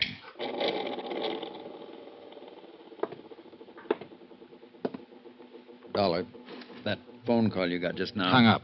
Clerk downstairs must have rung the wrong room. Or somebody was checking to see if you were here. Could be. Okay, suppose you start from the top. What was that? Relax. What are you... Just one of the charming features of this room. You turn on that big overhead fan, it slams the balcony door. Oh, well, turn it off, will you? I'm kind of edgy. Yeah, sure. You asked me if my deal had gone sour. It went very sour. Oh, I had it all figured out. I was planning it for a year. I was going to embezzle the $75,000 and really live big. Yeah. Instead of that, I spent all my time hiding. Mexico City, Cuernavaca, Tampico, you name it, I was there. Always undercover, always hiding. Did you ever spend much time hiding, Dollar? No, not much. Oh, it's a great life. Great. Every time somebody looks at you on the street, you're sure he's after you, tailing you. You wake up in the middle of the night, you see a shadow outside. Turns out to be just a bush, but you spend the rest of the night sweating. Finally, I just couldn't take it anymore. The rest of my life that way. You know, Summers, a lot of guys figure that out before it's too late. Too bad you didn't. Yeah. So, finally, I phoned the bonding company. Long distance, I knew they'd send an investigator. They sent you. I thought if I could talk to someone like you, see what could be done. There's only one thing can be done at this point, Summers. Come back with me to the States. Bring back what's left of the money. $60,000. That'll help. But you know there can't be any deal. Yeah, I guess I always knew that. Here, take the gun. Thanks. Now, what about the money? It's in a safe deposit box in Mexico City. Here. Here's the key. One thing I don't get, though, Summers. Yeah? You wanted me to contact, but you were sure playing hard to find. Well, I had to be careful. I got a look at you the first day you arrived. I wasn't sure you were the one, so I decided to come to your room that night, but then I saw somebody else coming here, so I gave up. Who was it? The bellboy. Benito? Hey, that'll be just before he got knifed. Oh, no. I wasn't the one who killed him, Dollar. I'm no killer. Just the fool who runs away with somebody else's money, remember? Anyway, I didn't have another chance to get to you till today. I had to keep undercover so they wouldn't find me. Wait a minute. Who's they? The man who arranged for me to come down here and the girl who was going to make it all worthwhile. The girl... Summers, don't... Me, Johnny. Gloria. Hello, baby. Here, let me... Leave the gun right where it is, Johnny. Put that safe deposit key on the table. I guess you're calling them. Thanks. And it all adds up. You found out Summers here was planning to turn himself in. You didn't want that money to slip through your fingers. But Summers disappeared from his hideout. You couldn't find him, so you figured you'd let me find him for you. That's right. And it worked. And you're so right about that money. You think I'd give it up now? Gloria. Keep out of it, Alvin. If you want to go back and be a Boy Scout, that's your business. The money stays with me. Johnny. Yeah? This doesn't have to be the end of it for us. Oh. So now we get the pitch about making beautiful music, huh? I'm not kidding, Johnny. 60,000's a lot of money. You know, you put on quite an act. Maybe I believed a little bit of it.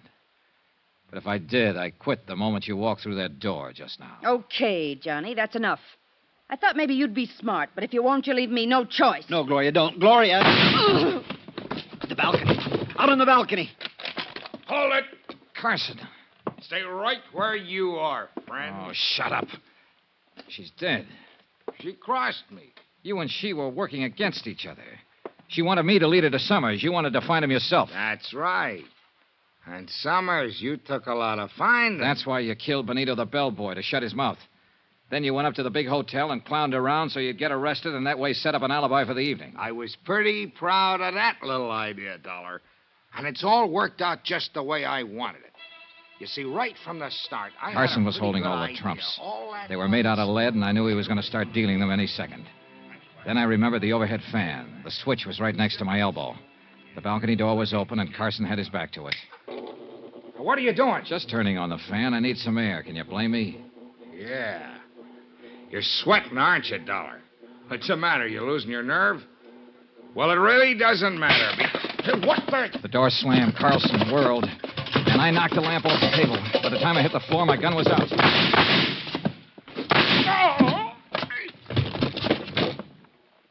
I picked up the lamp and lit it again. Summers was crouched in a corner. Across the room, sitting on the floor, was Carson, staring stupidly down at the red bullet hole in his side. I picked his gun up off the floor. Dollar! Summers, call the police station. Lieutenant Gomez. Yeah, all right. Help me, Dollar. It hurts. Yeah, it hurts. But not as much as it hurt Benito and Gloria. You finally got me into a game, didn't you, friend? And you lost. Expense account item 13. Double the amount of item 1. $440. Transportation back to the States for Alvin Summers and me. And you know, I turned him over to the authorities as soon as we got back. That's the way he wanted it. Gloria? Well, once in a while I get to wondering if she really meant some of the things she told me. Not that it matters. Conclusion of report. Expense account total $923. Yours truly, Johnny Dollar.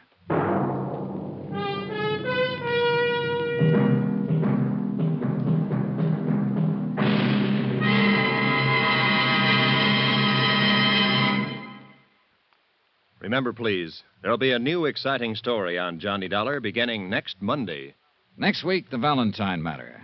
And believe me, it's not the kind of Valentine you'd wish on even your worst enemy. Join us, won't you? Yours truly, Johnny Dollar.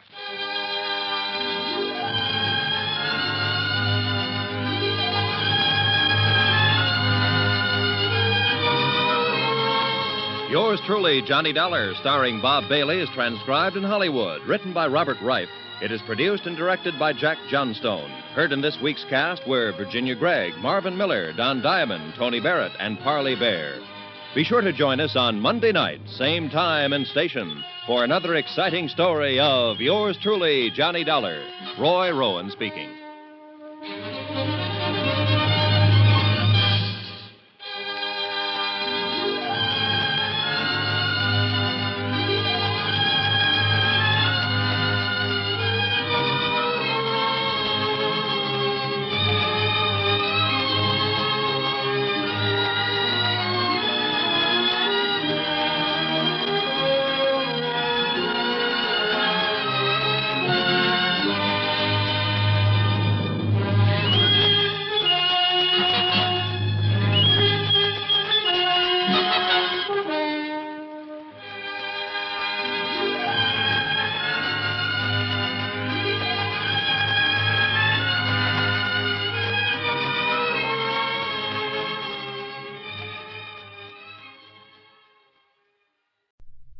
Wrigley's Spearmint Chewing Gum, the refreshing, delicious treat that gives you chewing enjoyment, presents for your listening enjoyment John Lund as... Johnny Dollar. Hanley Conrad, Johnny. Oh, how are you, Mr. Conrad? Fine. Are you employed? Not at the moment. How about catching the next plane for Los Angeles? All right. What is it? We insure a Mr. William McEdwards. His home burned down last night and he was killed in the fire. Who do I see? C.H. Anderson, Beverly Hills Chief of Police. All right, I'll call the airport and make a reservation.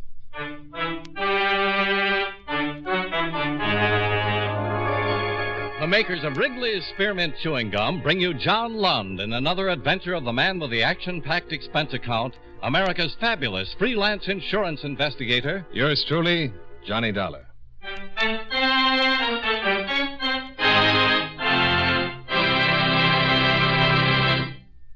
Friends, the makers of Wrigley's Spearmint Chewing Gum present these weekly adventures of Johnny Dollar because they know that millions of you enjoy Johnny Dollar. That's true of Wrigley's Spearmint Chewing Gum, too. It's enjoyed by millions, day in and day out. People find that chewing on a smooth, delicious piece of Wrigley's Spearmint Gum somehow makes time pass more pleasantly. Whether you're working, driving, shopping, or just taking things easy, that good, tasty chewing gives you enjoyment and satisfaction. So always keep a package of Wrigley's Spearmint Chewing Gum handy. And whenever you want a refreshing, delicious treat, chew a stick. You'll like it. You really will.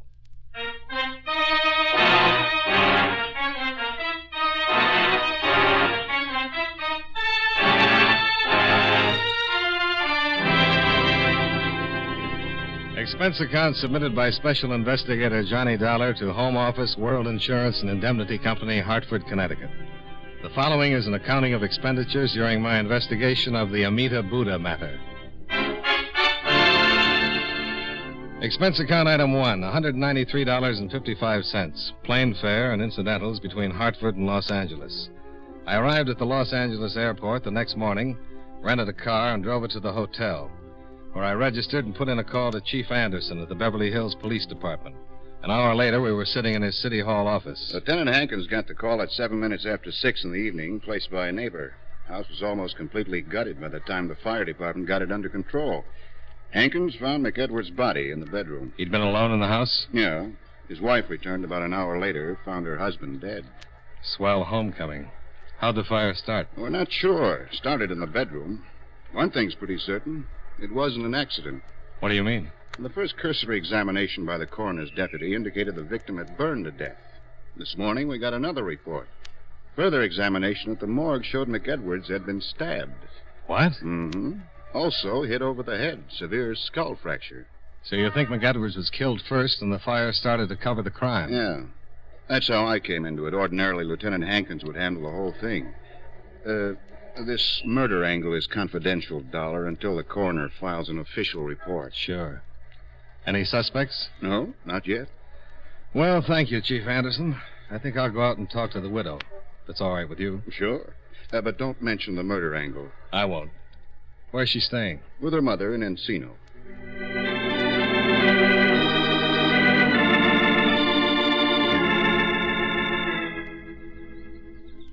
Yes? My name is Dollar, Johnny Dollar. I'd like to speak to your daughter, if I may. What's it about? The death of her husband. I'm a special investigator for the insurance company. Well, Mr. Dollar, my daughter's not feeling very well. I know it's difficult, Mrs. Rizzanelli, but if it's at all possible, I'd like to see her. Get it over with. Get it out of the way. Oh, who is it, Mom? Oh, she's up. She was resting. Well, who is it? This is Mr. Dollar, honey. He's, Is it about Bill? Yes, it is. He's a special investigator, an insurance investigator. Well, come in. Thanks. I was lying down, Mr. Dollar. Oh, I'll be in the kitchen. Nice meeting you, Mr. Dollar. Nice meeting you, Mrs. Rizzanelli. Well, won't you sit down? Thank you. You're with the insurance company? Yes, World Insurance and Indemnity. How can I help? Just answer some questions. I'm sure you've had your fill of answering questions by now. It's all right. You returned about an hour after the fire. Is that correct? That's right. Where had you been? I'd driven to Pasadena. Bill, he had to work, so he couldn't go with me. A few days ago, Mr. McEdwards, that's Bill's father, returned from a location trip to Korea and gave us an antique, an old Chinese Buddha. We wanted to find out about it, so I took it to a friend of ours in Pasadena who collects Oriental art. A Buddha? Yes. Bill's dad found it in Korea and gave it to us as a sort of belated wedding gift. We'd only been married for 6 months. When did you leave for Pasadena? Oh, around 4 in the afternoon. I would have left sooner, but I had to clean house and fix Bill's lunch. I'm sorry, Mr. Dollar, but it's still a little hard to talk about it. Just a few more questions. I'm all right. Did anything unusual happen? Unusual? Well, anything your husband might have said before you left. Anything out of the ordinary that happened? I don't understand. Why do you think something unusual might have happened? Is there something I don't know about this, Mr. Dollar? No, it's nothing like that. I'm just checking everything. There was a fire. My husband lost his life. Are you considering that it might not have been an accident? I'm not considering anything. I'm just checking. This Buddha, where is it now? Charlie Wilkins, our friend in Pasadena, has it. He wasn't sure, but he thought that it might be very rare, and he asked me to leave it for a few days. Charles Wilkins. Yes. And your husband's father brought the Buddha back from Korea? Yes. Is Mr. McEdwards Sr. in the service? No, he's a production man for International Pictures. He was making a documentary film in Korea. I'd like to talk to him. I think he's at the studio now. He lives on Beverly Glen. Well, I'll try to reach him at the studio. Thank you very much for your time and patience. Certainly. Goodbye, Mr. Dollar.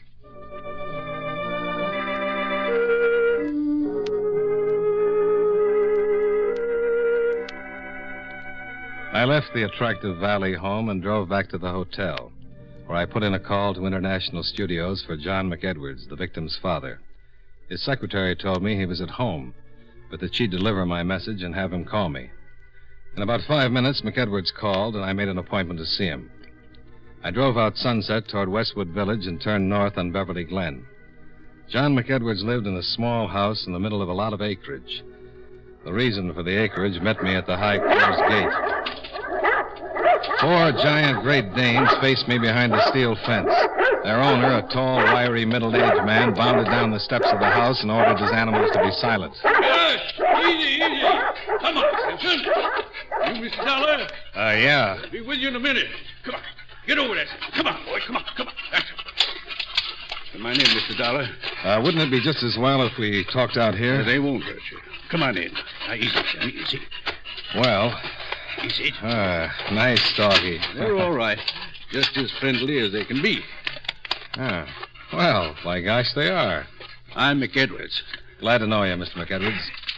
Oh, easy, boy. Sammy, I'm quiet. just shaking his hand. Come on into the house. Fine. Sure hate to run into that pack if you weren't around. They wouldn't do anything unless maybe you tried to break in the house or something. There's an article in the paper not too long ago about some guy trying to break in a house. The owner's Great Dane spotted him going in the window and broke his neck. Broke his neck? Yeah. No, Samson, you stay out. That's all. Samson? Yeah. Samson, Delilah, Cleopatra. I call her Patty. And the Duchess. Sit down. Thanks. The Duchess is the mother. She threw 12 her first litter. I kept 3. Well, you didn't come here to talk about dogs. Can I get you a beer? No, thanks. You want to talk about Bill? Yes. Wonderful boy. Terrible thing. I'm just trying to keep busy and not think about it. It's pretty tough when you raise a boy and see him through all these years. Yes, sir. What you want to talk about? How long were you in Korea, Mr. McEdwards? About 3 months. I understand you brought back an old Buddha. Yeah. Why? I saw your daughter-in-law, she told me. How's she taking it? Pretty well, I'd say. Yeah, what a wonderful girl. Never thought Bill would get married, but he sure picked the right one when he did. Tough, isn't it? Only been married 6 months. Tough on Pat. Tell me something about this Buddha. Well, it was funny how I found it. I was helping build a dam. We had to block up a small stream and get the water to rise for a shot we needed. I was digging up some rocks a few yards away from the road, and I uncovered the old Buddha. It was in a box. Nice, neat hole. Your daughter-in-law said she took it to Charles Wilkins, that he thought it was very rare. Yeah. Why are you so interested in the Buddha, Mr. Dollar? Oh, just a casual interest. My company sent me out to investigate the fire, and when your daughter-in-law mentioned the Buddha, I got interested. Your company insured my son's life. That's right. You didn't know Bill, did you? No. Nice boy. Easygoing. Never thought about insurance or things like that until he met Pat. Then he settled down. Best thing that ever happened to him. Sure you won't have a beer, Mr. Dollar? Oh, no, really. Thanks, it's the same. Those darn dogs. There must be someone at the gate. Oh, it's Pat. Hi. Hi. Oh, now get back. Go on, go on. Shove him back. Hello, honey. Hi, Dad. Oh. Hello, Mr. Dollar. Hello? Mr. Dollar, I just had a visit from Police Chief Anderson. He came just after you left. That's why you asked me all those questions. He told you. Yes, he did. What is it? Dad, the fire wasn't an accident. What? Well, Pat, what is it? What do you mean it wasn't an accident? Would you tell him, Mr. Dollar? If you'd like me to. What is it, Mr. Dollar? The fire wasn't an accident, Mr. McEdwards. Somebody deliberately? Bill was murdered. Oh, honey. Mr. Dollar. Yeah. But why? Mr. Dollar, do you think it had something to do with that Buddha? I don't know, Mrs. McEdwards. I'm trying to find out.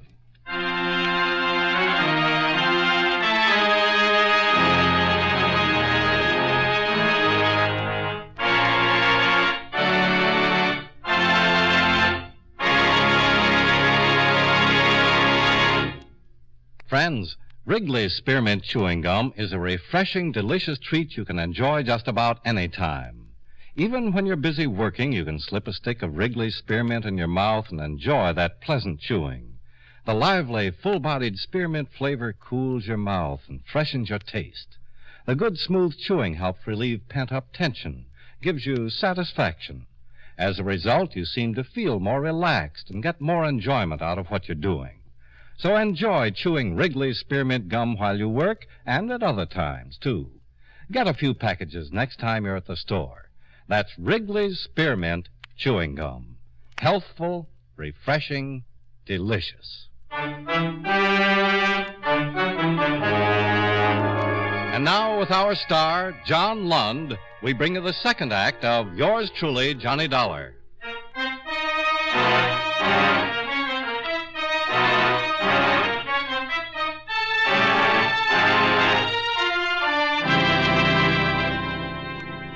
John McEdwards walked me down to the gate and through the Great Danes.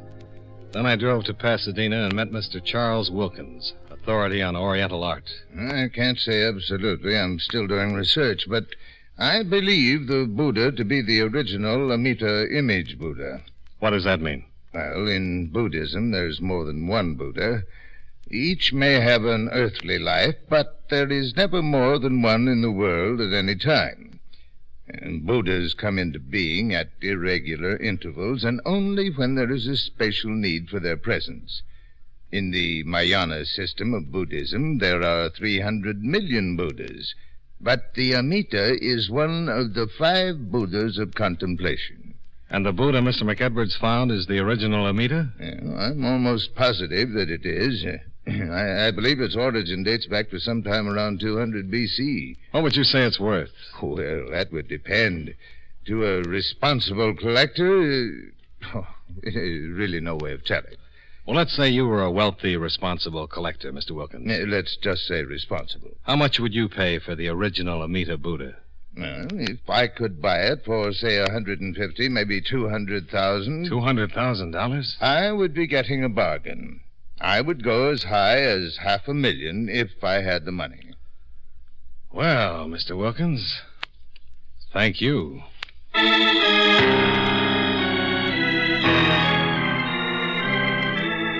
This thing is worth $500,000? That's what the man said. Well, now, that's what I call a motive. Yeah.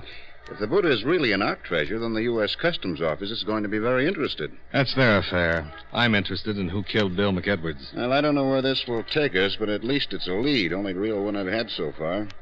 We questioned all of the victim's associates, and what we could find out, he didn't have an enemy in the world. No love rivals, no discarded girlfriends, no money troubles, nothing. But he had the Buddha. Yeah. Question is, who knew he had it, besides his wife and father? Well, how about the location troupe old man McEdwards was with in Korea? Mm-hmm. I'll check with the studio right away. Yeah. But it's not just somebody who knew he had it. It's somebody who knew the value of it. Somebody who's hep to Oriental art, huh? Maybe the guy who buried it. Why would anybody stash a prize like that in a hole in the ground? Well, for safekeeping, maybe. There's been a war in Korea. Yeah, well, thanks for telling me. But say it was the person who buried the thing. Why would he have to steal it? He could just step up and claim his property. If he was the rightful owner. But suppose he stole it in the first place. Yeah. Well, I like guessing games as well as the next one, but it's time I got to work. Where are you going to start? First, the motion picture company, then we'll check all incoming passengers from the Orient last week. Ships, planes, military personnel. That shouldn't take more than a month. You got any better ideas? At the moment, no. Then I want another talk with McEdwards Sr. I thought I'd run out and see him this afternoon. Yeah, do that. If you turn up anything, let me know. Sure. If I do.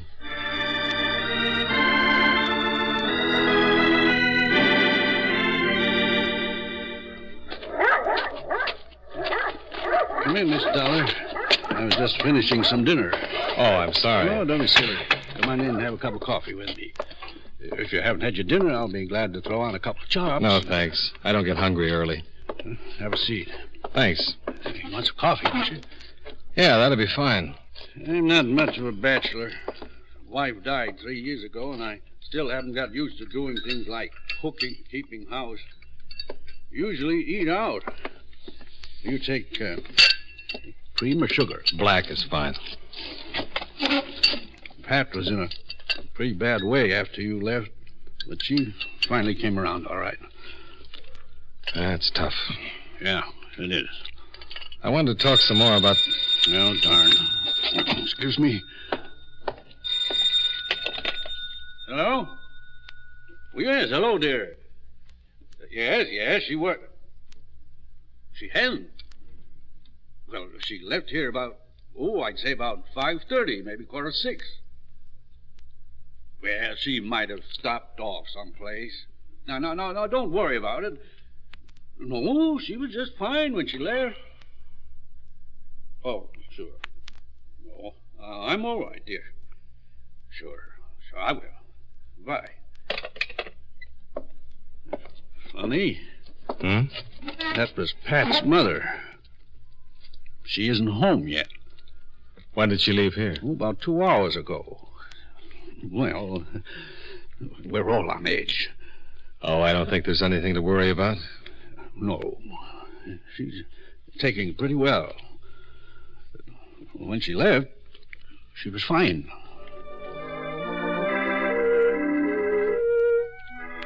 I talked with Mr. McEdwards for about another hour. He told me everything he could about the Buddha and his trip to Korea. He looked dead tired. His eyes were beginning to show the strain. I decided to say good night and forget the rest of the interrogation until the next morning, when the phone rang again. Hello? What? I'm sorry, I didn't... Yes, that's right. Yes. But wait. Hello.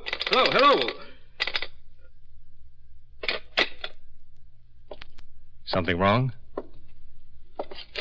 I'm not supposed to say anything. What was it? I think you're a nice guy, Johnny. Can I trust you? Certainly.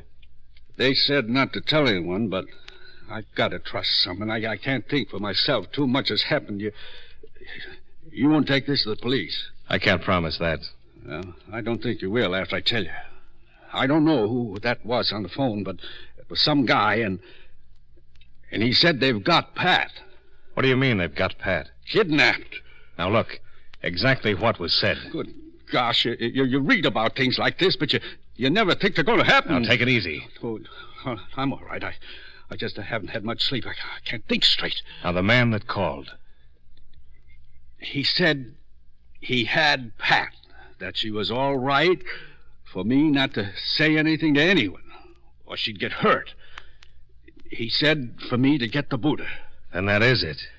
They said to get it, and they'd see that Pat was returned home safely. What did they say to do with it? Just to get it. They'd contact me. What are you going to do? Get the Buddha. Wait a minute. Let me go. Oh, they might be watching. They know I told you about the phone call. They won't do anything to Pat until they get the Buddha. I'll call Wilkins. He's probably in the book. Well, don't you think it'd be better if I went? Yeah, maybe it would. But I'm going to follow you. If anything happens, I want to be around. All right, let's go.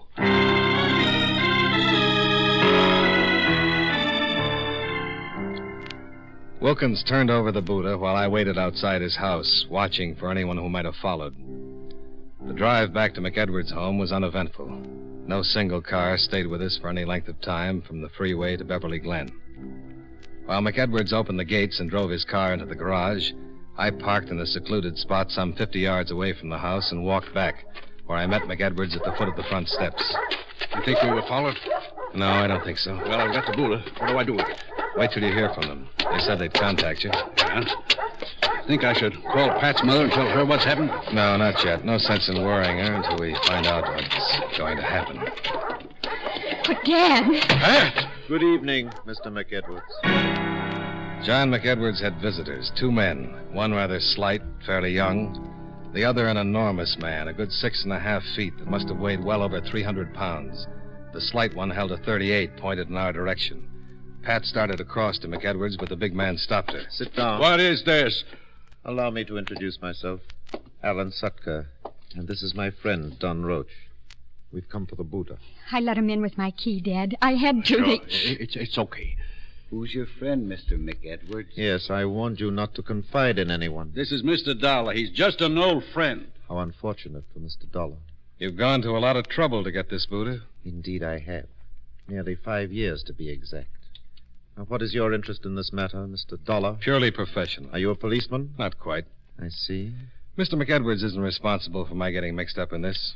I was here when you called and forced him into telling me. As I said before, most unfortunate. Now, Mr. McEdwards, I'll take the Buddha. Not yet, you won't. Oh? Perhaps you don't understand. Yeah, that's it exactly. Which one of you bums killed my son? Killed your son? He was killed, Sutker. The fire didn't work. The police know all about it. Indeed. Come on, Mr. Sucker. Let's get this over with and get out of here. Patience, patience. You'll have to forgive my young friend. How did you know Mr. McEdwards had the Buddha?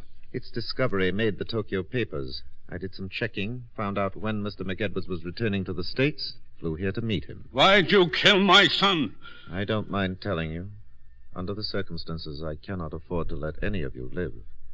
Your son discovered Roach here in the act of burglarizing his home. He protested too much. Roach had to kill him. It wasn't premeditated. We assumed the Buddha was in the house. We knew that Mr. McEdwards here had delivered it to his son the night before. Why, you... Take it easy, take it easy. Mr. Dollar's right. Should you get out of hand, Roach will shoot you on the spot. Now, if you don't mind, I'll have that Buddha. Oh, Dad. Without hysterics, if you don't mind. Just one more question. How did you know about the Buddha? Mr. Dollar, I've known about that particular Amita Buddha for many, many years. Another man knew about it also.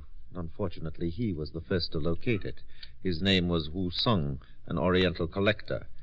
He discovered the Amita Buddha in a Tibetan temple shortly after World War II and stole it, then smuggled it out of Tibet and into Korea. I followed him and made him a handsome offer, but he refused to sell. He died under rather mysterious circumstances, but I didn't have the chance to leave Korea with the Buddha. The war. Very astute, yes. The communists suddenly attacked, and there was absolutely no way I could get the Buddha out of the country without someone discovering it. So you buried it? A few hundred yards from Wu Sung's home. I imagine the house has long since vanished from the face of the earth. I bided my time in Tokyo, waiting for hostilities to cease, but as fate will have it, Mr. McEdwards uncovered my prize. Mr. Sutker, you talk too much. I enjoy it, Roach.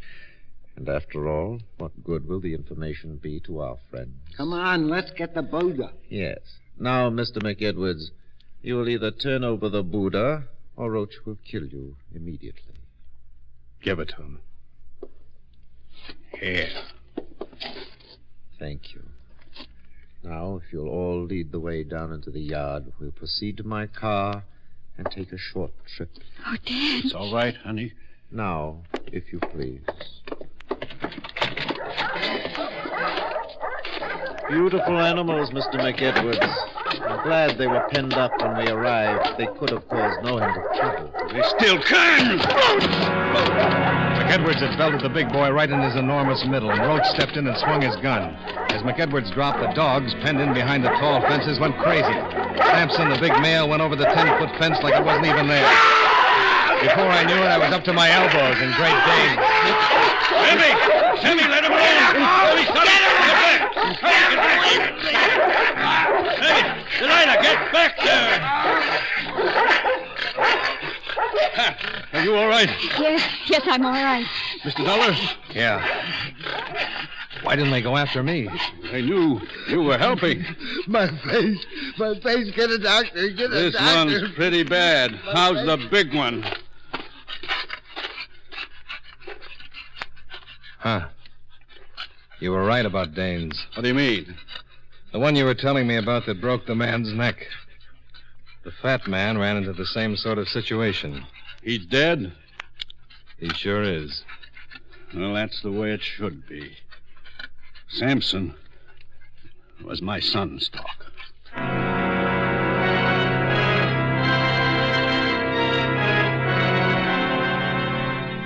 Expense account item 2, $33.85 hotel bill. Item 3 and 4, $299.75. Car rental, plane fare, and incidentals back to Hartford. Expense account total, $527.15. Yours truly, Johnny Dollar.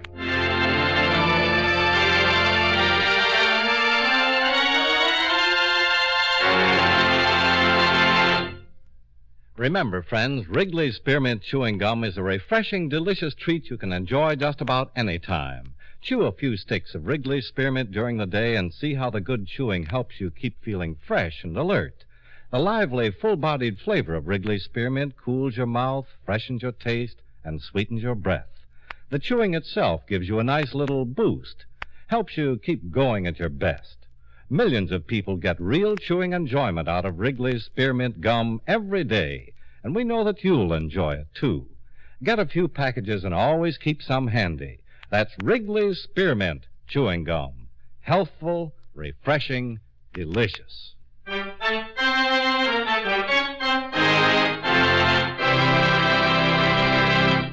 Yours truly, Johnny Dollar, brought to you by Wrigley's Spearmint Chewing Gum, stars John Lund in the title role and was written by Blake Edwards with music by Eddie Dunstetter. Featured in tonight's cast were James Nusser, John Stevenson, Jeanette Nolan, Sammy Hill, Bill James, Herb Butterfield, Robert Griffin, and Edgar Barrier. Yours truly, Johnny Dollar, is produced and directed by Jaime Del Valle. The makers of Wrigley's Spearmint Chewing Gum hope you enjoyed tonight's story of Johnny Dollar and that you're enjoying delicious Wrigley's Spearmint Gum every day. This is Charles Lyon, inviting you to join us again next week at this same time when from Hollywood, John Lund returns as... Yours truly, Johnny Dollar.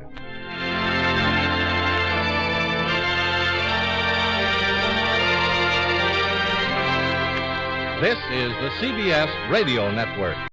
From Hollywood, it's time now for... Johnny Dollar. This is Mrs. Henderson. You asked me to call, Mr. Dollar? Yes, Mrs. Henderson. I'm with Paramount Insurance Adjusters. Oh, yes. You probably know we asked for the inquest into your husband's death. Yes, I know. We're trying to clear up the entire matter as quickly as we can, Mrs. Henderson. I'd like to talk to you.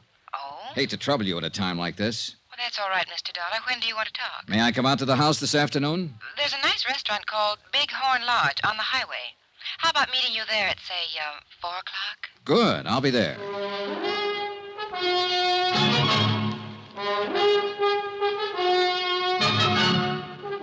Tonight and every weekday night, Bob Bailey in the transcribed adventures of the man with the action-packed expense account, America's fabulous freelance insurance investigator. Yours truly, Johnny Dollar.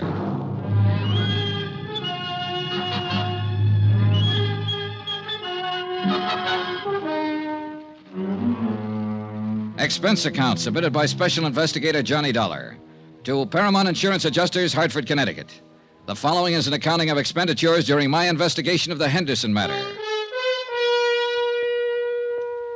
Expense account continued. Item 7, $5. One pair of galoshes, believe it or not. It snowed in Culver, Montana during the night, all night. By morning, 14 inches of fine new snow covered everything in sight. After my phone call to Mrs. Henderson, I spent the morning trying to rent an automobile. There was none to be had, so that afternoon I dropped over to see Eve Holton, my sheriff friend. Son, you're going to catch your death unless you start wearing this car. Yeah, I'll remember that, Eve. But maybe I won't need one. Oh? Yeah, I think I'll be leaving Culver pretty soon. Well, I hope you don't mean that, son. I'm afraid I do. I'll have to tie this case up one way or another pretty quick. Why? My company wants me to get back home. I got a letter this morning. Oh, well, how can I help you? Well, for one thing, you can lend me your car again. I have a date with a lady out at the Bighorn Lodge. Pretty fancy. You can have the old thing anytime you want it. You know that, son. Who's the lady? George Henderson's widow. Yeah. Oh? Now, I know what you're going to say. Why go after her? Why bother her until I have something to go on? Well, I got to do something, Eve. I'm no nearer now to knowing whether Henderson was pushed out that hotel window, fell, or jumped. I think I have enough of an idea of Henderson and his wife to pick up some valuable information from her. Any objections? Nope. Johnny, a couple of days ago, you asked me to look up people who might have been especially friendly to Mrs. Henderson. You still want to know about them? Yeah, sure. Well, I'm working on it. Anyone so far? Nobody I'd put in that category. What time you have to be at the Bighorn? 4. It'll take you a while. Wouldn't hurt to start right now. She's parked out back. Okay, thanks, Eve. Good luck. And don't let her rang-dangle you, son. She could do it if she wanted to. Goodbye, Eve. 10 minutes later, I was on the road to Bighorn Lodge, which also happened to be the same road I'd traveled 2 days before to attend George Henderson's funeral. As I drove past the graveyard, white and stark against the blue winter sky, I noticed a car parked along the side of the road, a little Chevy coupe about 1952.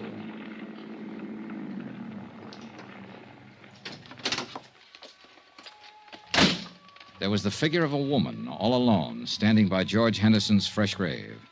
Her head was bowed. She didn't notice me as I walked up. A gray-haired woman, about 45, slight, delicate, gentle. Oh, I'm sorry. I didn't mean to start it. Oh, that's all right. Must be getting late. Dear, it is. Do I know you? Why, I don't know. I'm Mattie Knickerbocker. The name had startled me. The day before, an insurance broker in Great Falls had mentioned her. Told me that George Henderson had named her his beneficiary, then changed his mind a few minutes before he died. Your name's not Campbell, is it? No, Johnny Dollar. Oh, Johnny Dollar. You remind me of a boy I had in one of my classes once, Torrey Campbell. Oh, you're a teacher, Miss Knickerbocker? Yes. Everybody knows me, I think. Or at least I flatter myself that way. Well, I should be going. I knew Mr. Henderson, too. Oh? He was a wonderful man, George. He was very dear to me. I'll find it difficult getting used to the fact that he'll never be around anymore. George had a wonderful laugh, didn't he? Yes, yes, he did, Mrs. Knickerbocker. I never really thought that he ever grew up. Of course, you knew him in a business way, and I'm sure he was very, very grown up in business. But it doesn't hurt to think of him this way now, does it? I don't think so, Miss Knickerbocker. I didn't come to his funeral. I didn't think I could bear it. I thought I'd just drive out this afternoon and say goodbye by myself. Well, I apologize for interrupting you. Not at all, please. Funny little things. The birds in the snow. Oh. Such tiny, wonderful little things. A little bit of God in each of them, Mr. Dollar, wouldn't you say? Yes, ma'am. I don't know why. I think George would like to know they're here, near him.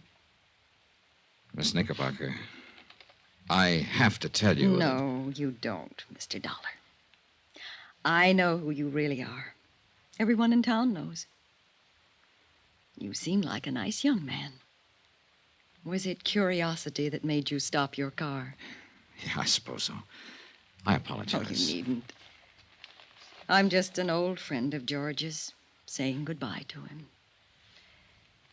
Good afternoon, Mr. Dollar. Goodbye.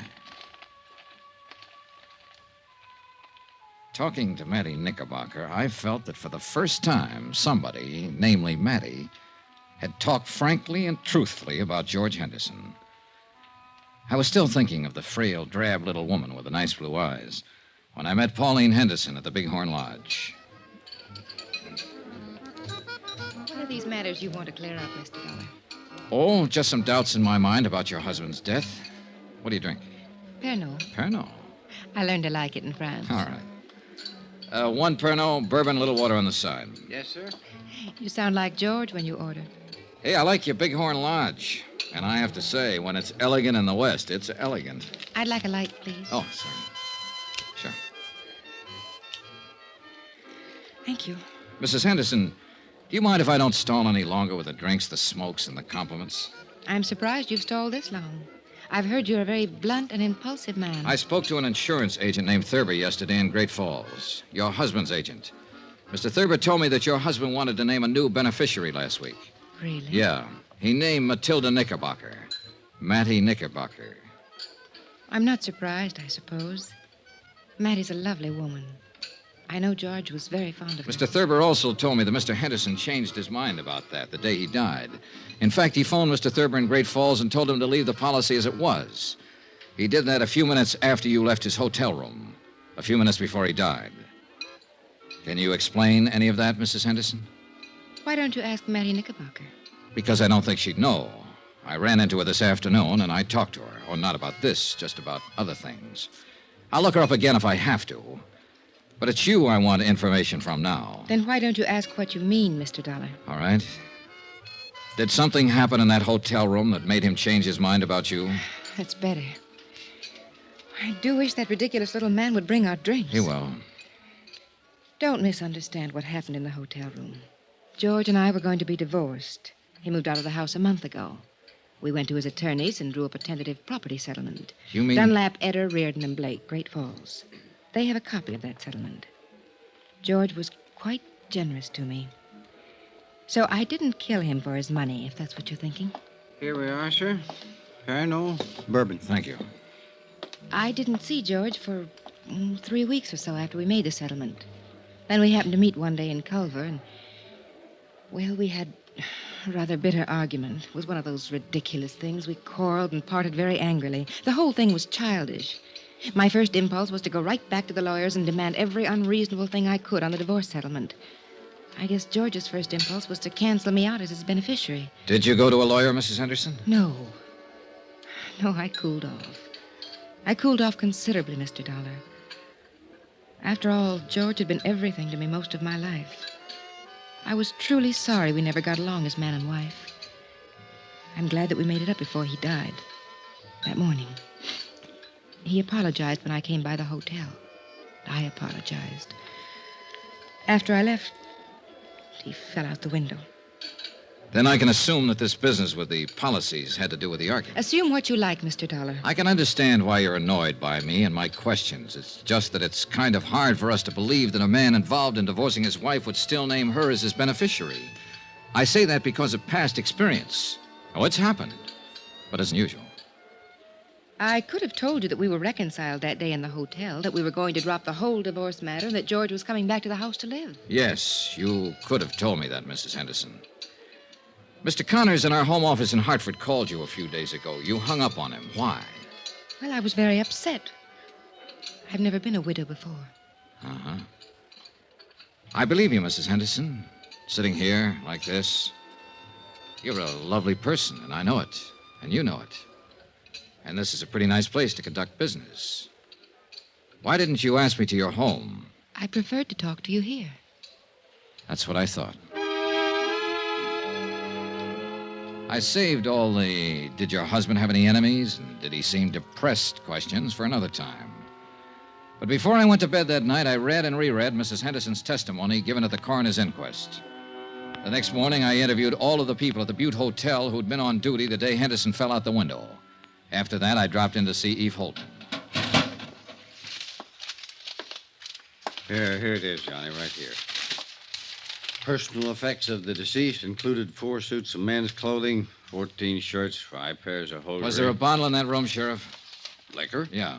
No bottle. Nothing like it, son. All right. He didn't call down and have a bellboy bring him a bottle or send him any drinks. The chambermaid swears there was no liquor in his room all the time he lived at the hotel. You say he was a light drinker. Now, what light drinker takes a nip before he has his breakfast? Who said he had a drink that morning? Mrs. Henderson. What? On the witness stand, under oath at the inquest.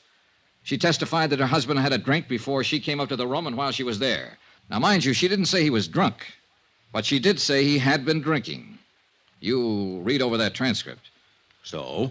So I think she threw that in, made sure it got in, because it's sometimes hard to believe that a cold, sober man will walk out of a hotel window and kill himself accidentally.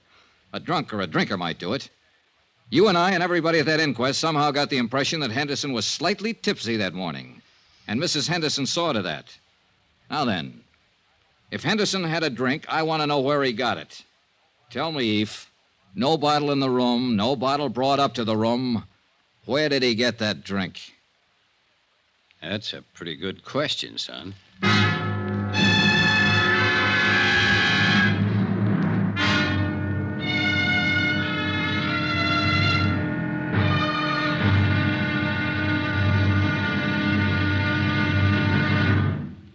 There'll be another intriguing episode in our story of the Henderson Matter tomorrow. Tomorrow, the wind-up. Yeah, the whole case blows sky high. Join us, won't you? Yours truly, Johnny Dollar.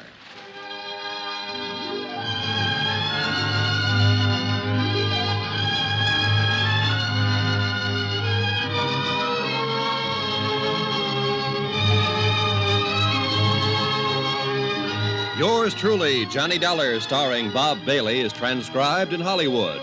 Written by John Dawson, it is produced and directed by Jack Johnstone. Be sure and join us tomorrow night, same time and station, for the next exciting episode of Yours truly, Johnny Dollar. Roy Rowan speaking.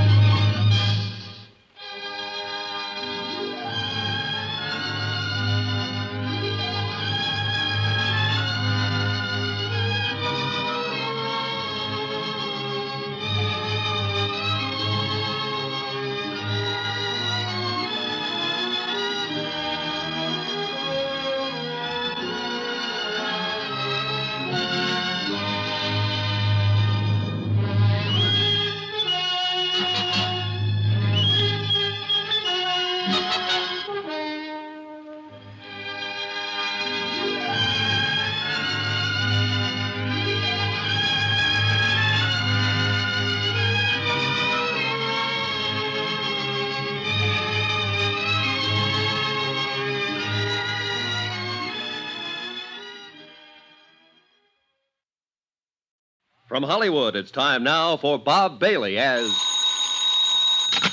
Johnny Dollar. Johnny, I've got it for you. Lou Tang. Good. What did you find out? That prices on the Tokyo grain market did break suddenly, about 3 weeks ago. 3 weeks. Uh-huh. Reason, oversupply. The price has been holding since at about 60% of the peak. A 40% drop, big enough to cause the damage. What damage? The sinking of the Molly K, a double cross, a frame-up, murder. It's as clear as crystal, Lou. Come see me later tonight. Tell me all about it. All right. Or at any rate, come on, tell me about something. About a certain night in Paris, maybe? I think I'd like that very much, Johnny. Wait for me, Lou. I'll be there later. You can count on it.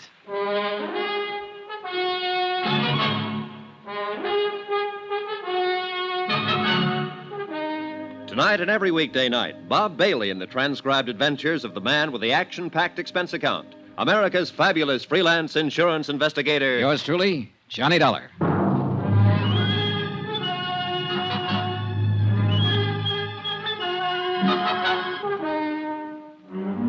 From Special Investigator Johnny Dollar, location San Francisco, to the Home Office, Marine and Maritime Casualty Limited, Hartford, Connecticut. Assignment, the Molly K Matter. Expense account, final page. Item 9, 770, long-distance calls to Hartford and New York. I was pretty sure before I called, but I had to check on it. It checked. Item 10, 80 cents, taxi from my hotel to the waterfront office of Inspector Dan McKay, Harbor Police. It's a funny deal, Johnny. I can't figure. Captain Brawley is clammed up tight. Won't answer any more questions. Doesn't want a lawyer. Won't even talk. It's a funny deal. Not when you consider the fact that he's innocent. What?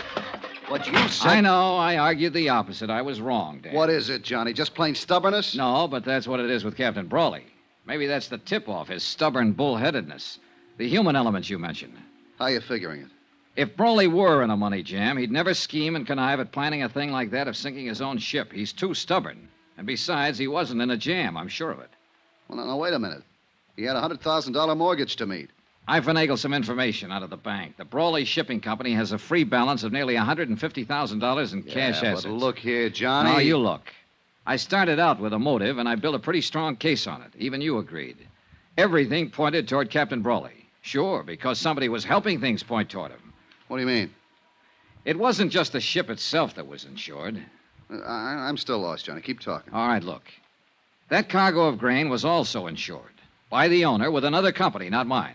And for top market value, full price. Yeah, well, keep talking. All right. The Tokyo grain market broke just 4 days before the Molly K was due to sail the first time. The shipper stood to lose nearly half his investment if the grain reached Yokohama at that time. Well, it didn't reach there. It's lying out there on the bottom of the Pacific. Net result, instead of taking a loss because of price, the shipper gets full price from the insurance company. It adds up, Dan. Yeah, it sure does. The shipper. I think Captain Brawley suspected him, too. That's what kept the old captain on the prod. His ship gone, under suspicion for the sinking, yet not wanting to hurt his daughter. He was caught right in the middle. But keep on holding him to make it look like we still think he's the guilty party. Well, it's that girl of his I feel sorry for, Ellen. She's the one caught in the middle. Yeah, I know. And it's going to be rough on her when she finds out. Engaged to a killer who's been using her to smash her own father. Great setup. Yeah. Well, I'll get a bulletin out. We'll pick up this Dean Sutton and bring him in. Yeah, but you know something? It's going to be awful hard to pin it on him. Need evidence, something definite. Look, why don't you let me have a go at him first? Oh, it's out of the question, Johnny. Of course, if you should happen to find him before we do, well... Yeah, I might just do that, Dan. In fact, I've kind of got a hunch I will. It was a hunch, but it might be a good one. I left Dan's office and walked east along the waterfront, following the long curve of the Embarcadero with its miles of docks and wharves. The night had settled down over the bay and the city, and with it a dark, damp blanket of fog, even heavier than the night before. And because of that and other reasons, I felt cold and lonesome and alone.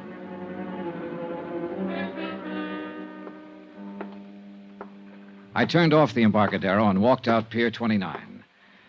I was about 30 yards from the Brawley warehouse when I was suddenly brought up short. On the water below me, tied to a wharf piling, was a light cabin cruiser rocking gently with a swell. It had no business being there. Pier 29 was a commercial berth. My hunch was right. I moved quietly to the edge of the wharf and stood watching the little cruiser for several minutes. There was no sign of life, no sound. Finally, I climbed over the dock rail, down the wharf ladder, and stepped onto the deck. Still no sound, no movement. I moved over to the companionway door leading down below decks and reached out my hand for the latch. Then I stopped short, caught suddenly by a sharp feeling of danger. It wasn't a sense of being watched. It was deeper, more subtle, more vague. I tried to shake it off, reach again for the latch. Then the boat shifted slightly, and the dim glow from the wharf light overhead moved across the hatchway door. Inches in front of my face, I saw the glint of bare copper wires, all set to make contact if the door was open. One more move, and I'd have been blown sky high. That boat was booby-trapped. There was a light burning in the office of the Brawley Shipping Company. I knocked on the door, drew my gun, then I stepped back and waited. I leveled the gun on the door. Johnny. Are you alone, Ellen? Yes, of course. Come on, let's get inside. What is it, Johnny? Have you seen Dean Sutton tonight? I tried to find him, but I couldn't. My father's been arrested, charged with murder. Yeah, I know, honey. I came here to go over the company records to see if I could find something that might help him, anything. Ellen, Johnny, look. Look at this mess. Somebody's been here. Files dumped in the middle of the floor, papers all over the place. Yeah, looks like they're planning to start a bonfire. Say, tell me something, Ellen. Does Dean Sutton own a boat? Yes. Light cabin cruiser named the Piper. Why? It's tied up at the wharf. He's around here somewhere. Well, what of it? What do you mean? Your father didn't sink the Molly K. Dean Sutton did it. But he wasn't even on board. He didn't have to be. He hired an explosive expert named Benny Wong to do the job. He got your father to take Benny on as steward. That's the man they're accusing Father of murdering. Dean is the one who did it, using your father's gun. But why? To collect the insurance on that cargo of grain. Oh, look, I know it's a rough deal, honey, and I know how you feel. But I guess your best bet is to chalk it up to experience. At least your father's in the clear now. I think I sensed it, Johnny. That something was wrong with Dean. Badly wrong. I guess that's why I felt like turning to you instead of him. Why I still feel that way. I think I'm going to cry. Then cry. Cry it out and get it over with. Come here, Ellen. I held her close and tried to comfort her. She pressed her face against my chest and whimpered like a hurt kid. I kept stroking her hair, breathing in the scent of her perfume. Perfume. The same perfume that had hung in the air of the room where Benny Wong was killed. The pieces shifted, fell into place again. The puzzle was finally solved, but too late. Because I could feel the muzzle of the gun she was pressing against my side. Easy now, Johnny. Turn around slow and get your hands up. That's the idea. Now stay that way. I'm a dead shot, Johnny. If you doubt it, ask Benny Wong. Right under my nose. Right from the start. How wrong can a guy be? As wrong as you were, Johnny. It had to be you. There was no chance for Dean to steal your father's gun and then return it. Not unless you were in on it with him. It was my idea. Dean's too weak to plan a thing like that. He has to be propped up and pushed. And you're just the girl to do it. You ought to know. Yeah, I do now. It's too bad. I like the way you kiss. Any chance of working something out, Johnny? Or are you too honest? So that's it. The next step is to get rid of Dean. And you've already got the trap set. Not yet, but I'll think of something. I'm clever, Johnny. Don't you think so? I heard footsteps coming along the wharf. Dean Sutton. I had only seconds to think of something, so I took a chance, edged back against the wall, inched over closer to the door. That's far enough. Don't push your luck. There's Dean coming now. He went after some gasoline. We're going to build a nice warm fire, and you're going to have a ringside seat. Come on in, Dean. We've got a visitor. Dollar. What do you know? So you walked right into it. Just like a The chance paid off. He walked between us, blocked Ellen's line of fire, and I jumped him. I grabbed him around the neck, held him as a shield, dragged him back out through the door, out to the wharf. Dean! Break loose! Let me get a shot at it! I was trying to get clear of the light before Ellen could blast me with that gun, and I made it. But Dean broke loose, came in me swinging. He slipped and staggered up against the dock rail. The railing broke, split in two, and we went over the side. We struggled back up to the surface. Dean's hands were clenched on my throat, and I couldn't break his grip. Ellen started firing from the wharf above us, not knowing who she'd hit and not caring. I took a deep breath and dragged Dean under the surface.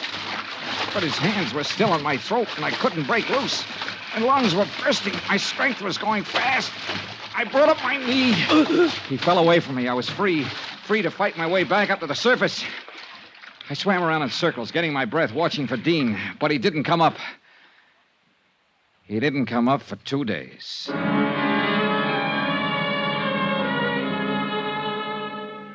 When I climbed up the ladder onto the wharf, Ellen was nowhere in sight. I heard somebody running toward me, saw the flashing red light back at the land end of the pier, and I knew why she'd left. Dan McKay and his boys. Johnny! Johnny! Hey, over here, Dan.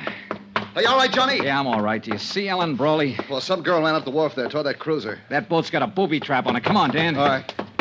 What's she doing here? She was in on it, too. Dean's in the water, drowned, I guess. Look, there she is, climbing down off the wharf. Ellen, stop. She's on the cruiser. No. Ellen! She's gonna try... Look out! Get down! Flat on your face. If she opens that hatch...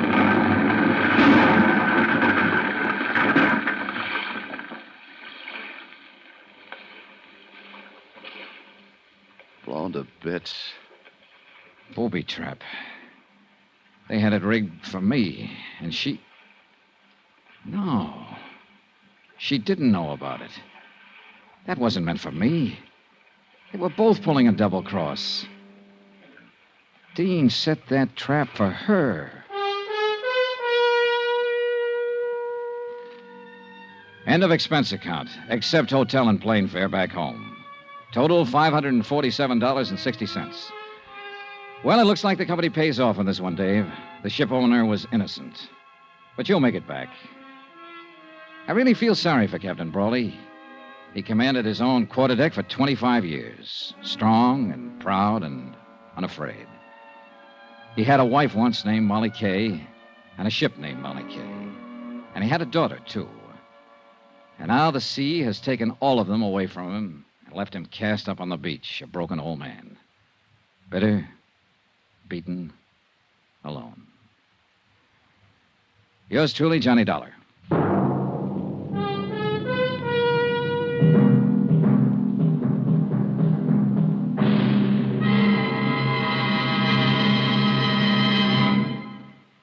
Now, here's our star, Bob Bailey, to tell you about next week's story. Thanks. Next week, the case of a man who didn't exist, except for one thing. He suddenly showed up. Join us, won't you? Yours truly, Johnny Dollar.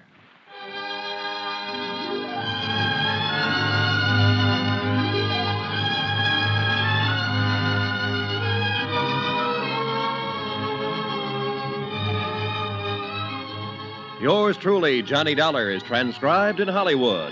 Written by Les Crutchfield, the entire production is under the direction of Jack Johnstone. Heard in this week's cast were Virginia Gregg, Peter Leeds, Barney Phillips, Victor Perrin, James McCallion, and Hy Averback. Be sure to join us on Monday night, same time and station, for another exciting story of Yours truly, Johnny Dollar. Roy Rowan speaking.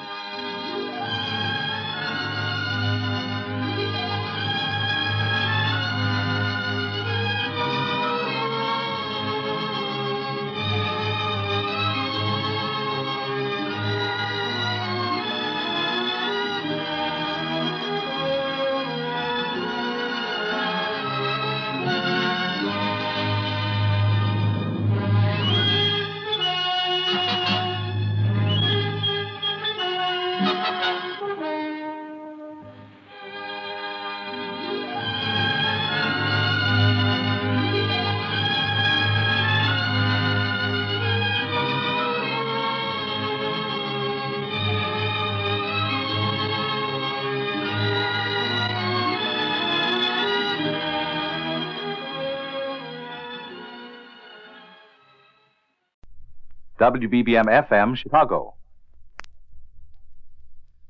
Wrigley's Spearmint Chewing Gum, the refreshing, delicious treat that gives you chewing enjoyment, presents for your listening enjoyment John Lund as Johnny Dollar. Hanley Conrad, Johnny. Oh, hello, Mr. Conrad. You employed? No, I'm not. All right. Ever heard of a man named Howard Arnold? Big attorney? Represents some of the biggest... Oh, yeah, that one. I've been reading about him. Attorney for George Castro. That's right. Represents the whole rotten syndicate. Yeah. We insure him for $500,000. We wouldn't want anything to happen to him. With that outfit behind him, nothing could. Castro's got more guns than the Army and Navy. I've known Arnold for a long time. Went to law school with him. Called me up the other night. I met him in New York. He's worried. He didn't say it, but I think he's had that falling out with Castro. He wanted to know if I could give him some protection. Why doesn't he go to the police? That's what I asked him, but he said the police wouldn't lift a finger unless he helped expose Castro. What do you want me to do? See him, find out what's on his mind, and stick with him till he feels safe. Okay. Thanks, Johnny. He lives at 944 Sutton Place. I can leave in an hour.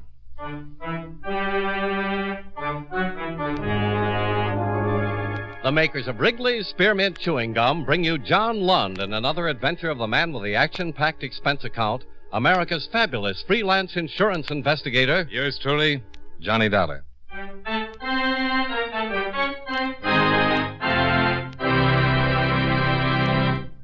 Friends, the makers of Wrigley's Spearmint Gum present these weekly adventures of Johnny Dollar because they know that millions of you enjoy Johnny Dollar. That's true of Wrigley's Spearmint Chewing Gum, too. It's enjoyed by millions, day in and day out. People find that chewing on a smooth, delicious piece of Wrigley's Spearmint Gum somehow makes the time pass more pleasantly. Whether you're working, driving, shopping, or just taking things easy, that good, tasty chewing gives you enjoyment and satisfaction. So always keep a package of Wrigley's Spearmint Chewing Gum handy. And whenever you want a refreshing, delicious treat, chew a stick. You'll like it. You really will.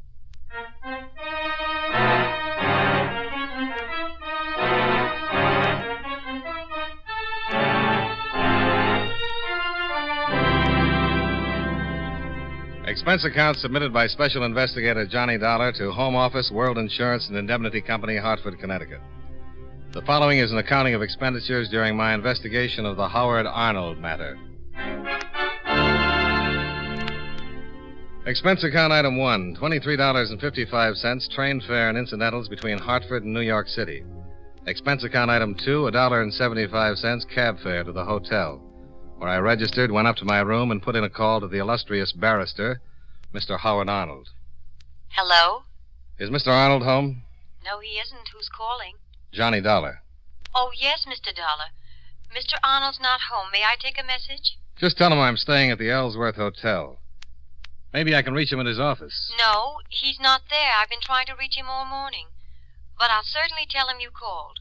Thank you.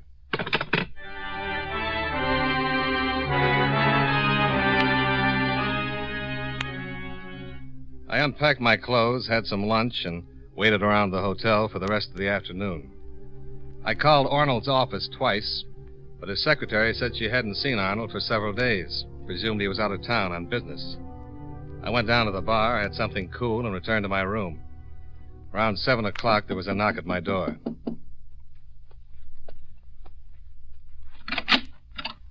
Mr. Dollar? That's right. Howard Arnold. Oh, come in. My wife told me you'd called. Yes, and I checked with your office several times. I haven't been to my office. I haven't been home, even. Sit down. Thanks. You got a light? Thanks. How much do you know about me, Mr. Dollar? Only what I've read in the paper and what Hanley Conrad told me over the phone. Yeah, I went to law school with Henry. That's what he said. You know about George Castro? Just what I've read. He'd like to kill me. Why? Because I know too much and he's afraid I'll tell someone. I thought you were in pretty solid with Castro.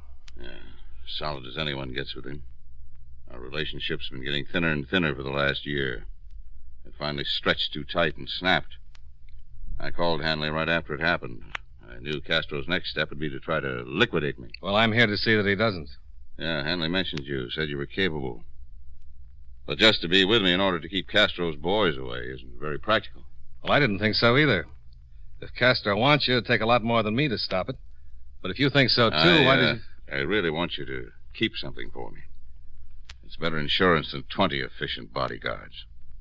I'd have given it to Hanley the other night, but I didn't have it then. That's why I asked him for someone like you, someone who's capable of holding on to something as hot as this is. Just what is it? There's enough in this envelope to send Castro and the rest of the outfit away for 100 years. Couldn't you just leave me a bundle of dynamite? As long as I have this evidence and Castro knows that if anything happened to me, it'd get to the police, I'm safe. Castro knows you've got it? He sure does. I told him by phone a half hour ago. And all you want me to do is hang on to it? That's right. For how long? Until I make some arrangements. I'll let you know. Then what do you want me to do with it? You'll give it back to me. Wherever I am, you'll get it to me. Okay. All right, there you are. Now, if you don't mind, I'll use your phone. My wife's probably worried.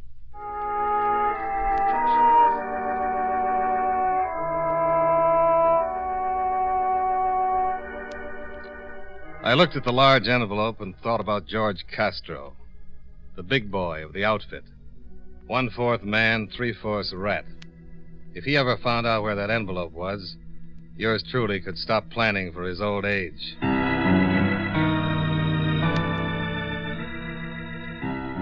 I had dinner, sat in the bar listening to a thin blue piano player for about an hour, then went back up to my room, where I'd hidden the envelope in the dresser, taped to the bottom of the second drawer. Shut the door. What? Shut it. What goes on? Must be a good little boy. I'll get over there and sit down. Okay. Hey, I know you. Good. You're Marty Fleet. One of Castro's happy little trigger men. Hooray for you. Sit down. Now let's have it. Have what? Don't play games, huh? A little while ago, you had a visitor. I did? Yeah, and he left something with you. Let's have it. Have what? You're going to make me go to all the trouble of tearing this joint apart. Not if it's going to make you grouchy. If I spend a lot of time looking for it, what are you going to be doing? You want me to help you? No, I do better by myself. You're going to tell me where it is? If I knew what you were talking about, I'd be... Okay, so I waste my time and tear the joint apart. Shall I, turn my back? No, you just take a nap.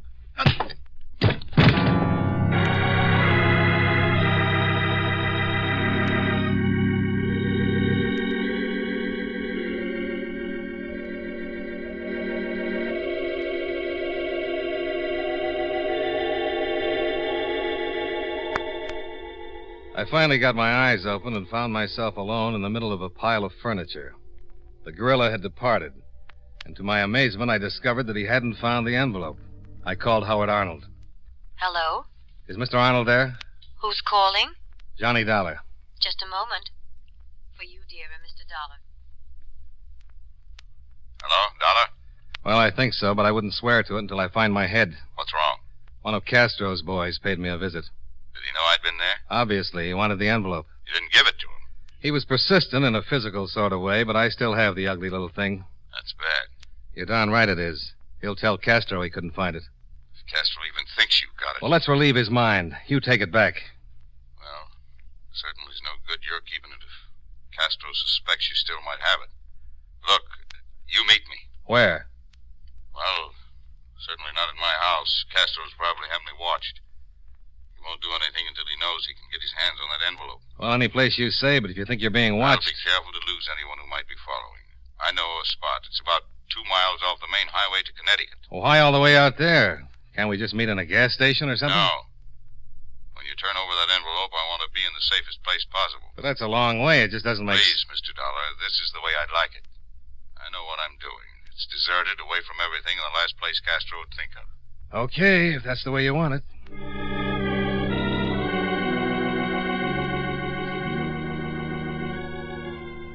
I rented a car and drove for a good 40 minutes till I spotted the turnoff. I swung right, hit a stretch of dirt road, drove 2 miles, and then my light picked up Arnold's car. I pulled up in front of him. Took your time. I've been waiting 20 minutes. I had to come a little farther than you did. Well, let's have the envelope. This place gives me the creeps. Yeah, sure. Here. Both of you hold it right there. What? Oh, no. Don't move a muscle. Dollar, do something. Who's got muscles? Hello, Fleet. Aren't you a long way from home? How's your head? Fleet, wait a minute. Oh, shut up. Hey, Castro's been worried about that envelope. Had it all the time, huh, Dollar? Cross my heart and hope to... No, I take that back. Can't we make a deal? No, not now. Please, Fleet, I'll give you 5,000. No. 10. Sorry. 15. You got 15,000? No, but he has. Yeah, 15. I'll make it 15. Can't see it. Then what do you want?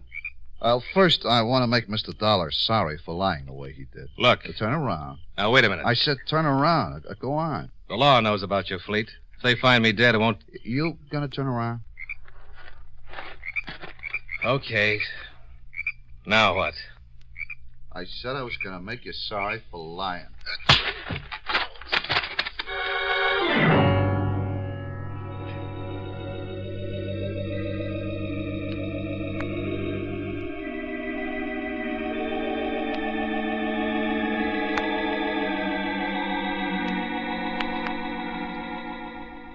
Well, there it was again. That disgustingly familiar deep black hole. The hole works. I don't know how long I was out this time, but when I slowly pulled myself back, I thought at first that part of the dream had stayed with me. I got to my feet and made my way to the edge of the road. The whole sky seemed to burn with a brilliant yellow light. I looked down in the ravine, and there was Arnold's car, resting on its side where it had rolled, the flames roaring up around it, the charred arm of a man hanging out of the window.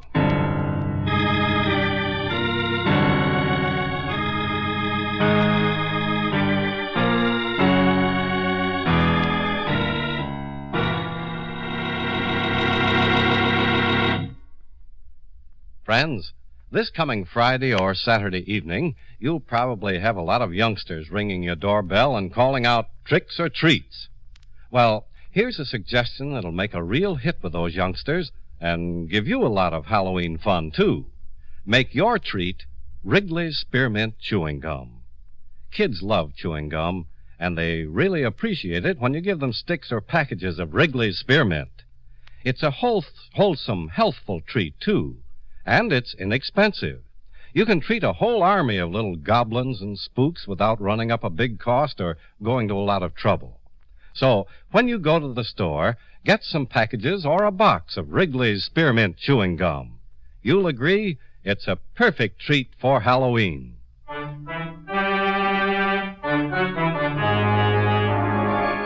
And now, with our star, John Lund, we bring you the second act of Yours Truly, Johnny Dollar.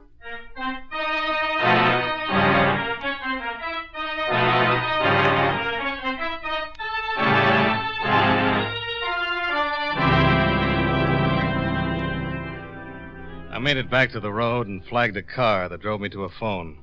I called the police and the fire department. 40 minutes later, the fire department arrived, and the wagon hauled what was left of Arnold down to the morgue. I explained what had happened to a Lieutenant David of homicide, then we drove back to the station where I made a statement. I'm having Castro picked up now. Got a call out on Marty Fleet, too. I still can't figure how Fleet got out on that road, Lieutenant. He followed Arnold. No, he couldn't have.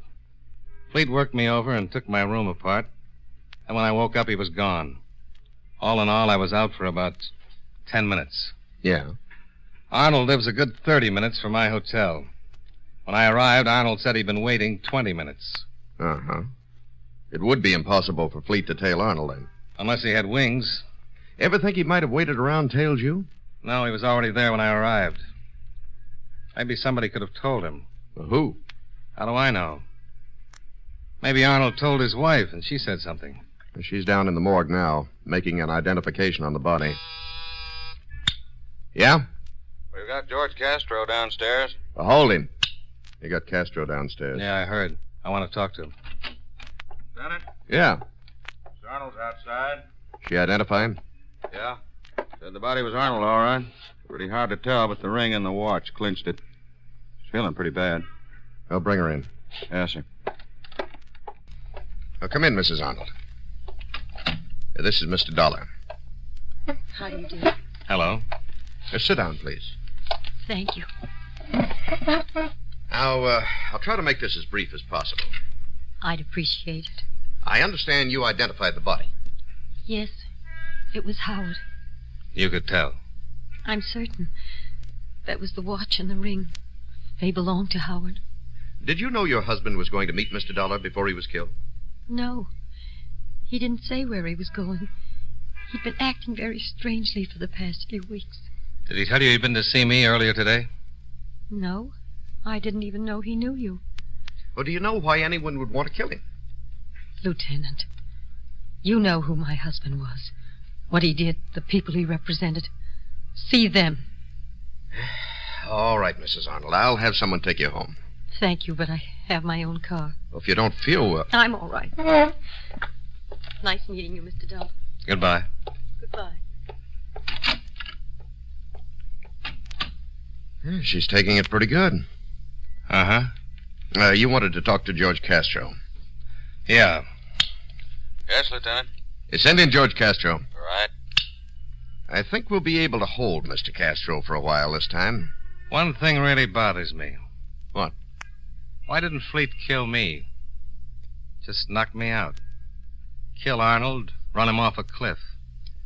Something really out of place in this one. Here's Castro, Lieutenant. Well, how are you, Lieutenant? Sit down, Castro. Are you going to introduce me? If it's important to you, the name is Dollar. Okay. Now, what's this all about? Howard Arnold was killed a couple of hours ago. Huh? You don't say. Shot. Piled in his car and run off a cliff. Caused quite a fire. Oh, such a shame.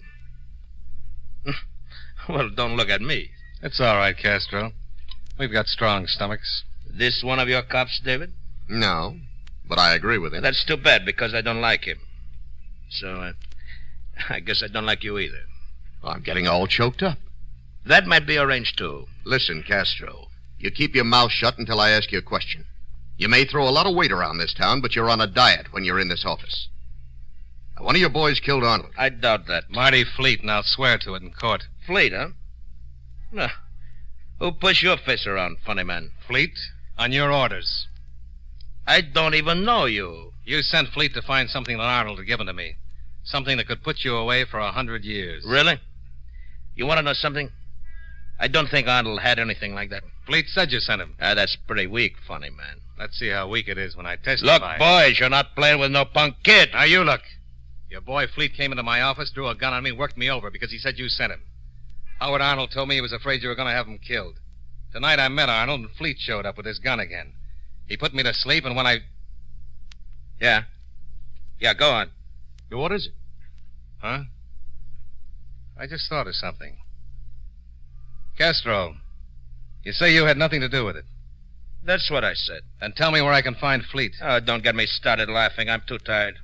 Okay, then hang. This guy's got a sense of humor, Lieutenant. You should have him on the force with the rest of you funny cops. I don't think it's so funny, Castro. He's just telling you the truth. I'm going to hold you this time. There's not going to be any writ. Huh? You making any book on that? I'm even giving odds. I got more than one lawyer. Yeah, and both of them have already seen Judge Phillips. You're not going to get a writ from anyone. The pressure's on. Fleet's your boy, and everybody knows it. The DA's got an election coming up, and the papers have been yelling for your scalp. Oh, stop it. Even if your lawyers show up with a writ, you're not going to be here. I'll move you to every jail in this district, and I'll keep moving you. I'm going to nail you to the wall until you're convicted. Go ahead. I had nothing to do with this. Then tell us where we can find Fleet. Yeah, go on, Castro. If you had nothing to do with it, tell us. Okay. Maybe you can find him over on 64th Street. Huh? The Alton Arms. I'll check it. Can I go now? Not till I check it. While you're doing that, I want to go over and talk to Mrs. Arnold. What do you got? Just a hunch.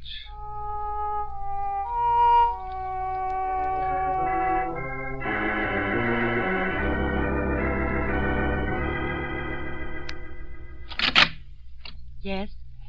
Oh, I'd like to talk to you, if I may, Mrs. Arnold. I really don't feel much like discussing anything, Mr. Dollar. This is pretty important. All right. Come in. Sorry I have to disturb you. So am I. But if it's important... Well, you want to get your husband's killer, don't you? Certainly. We can go in here. You know, this happened so suddenly, it's hard to really believe it. Now, Mr. Dollar, how can I help? Well, I'd like to know a few things about your husband. He provided for you, didn't he?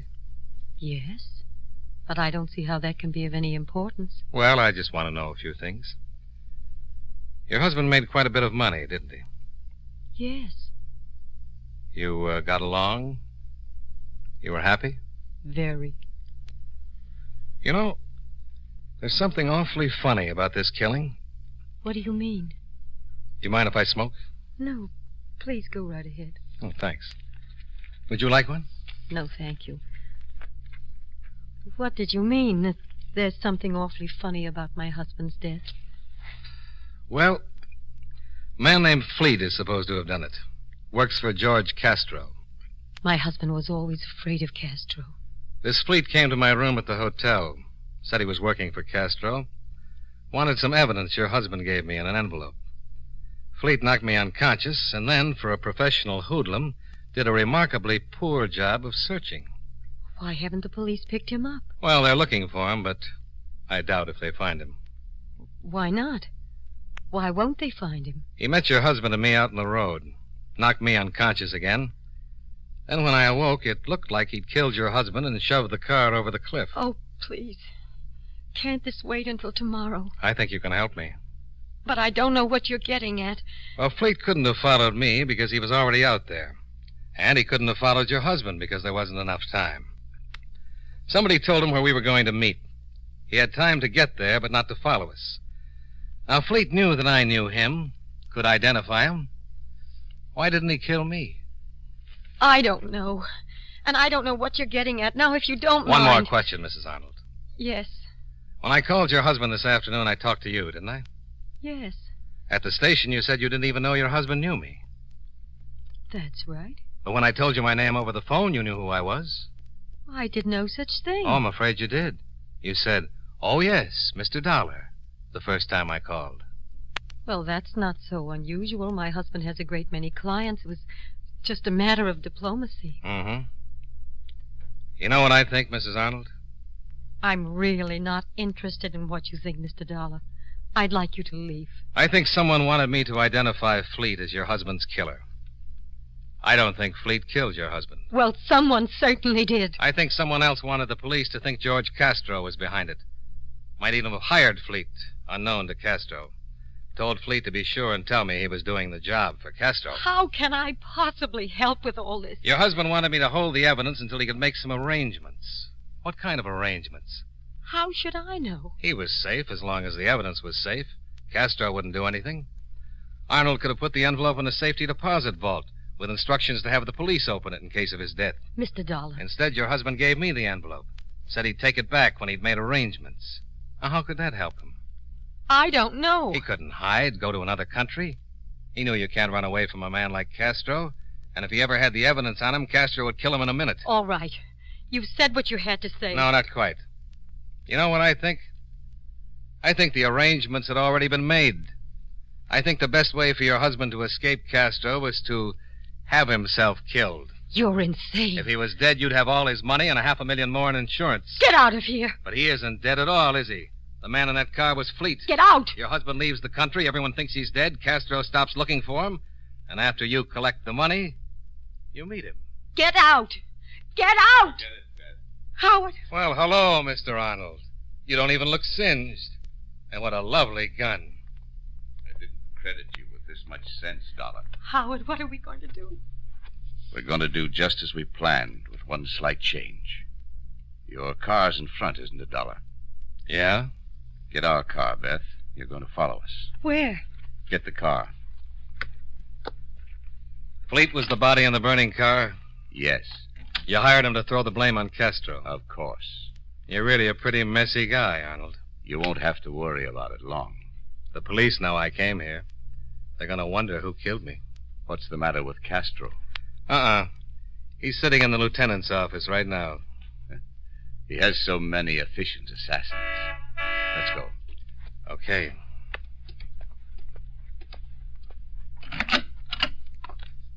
Howard. You just follow us. All right, Dollar. Over to your car. You drive. Howard. What? There's a car coming up the drive. Howard. Look at that nice squad car.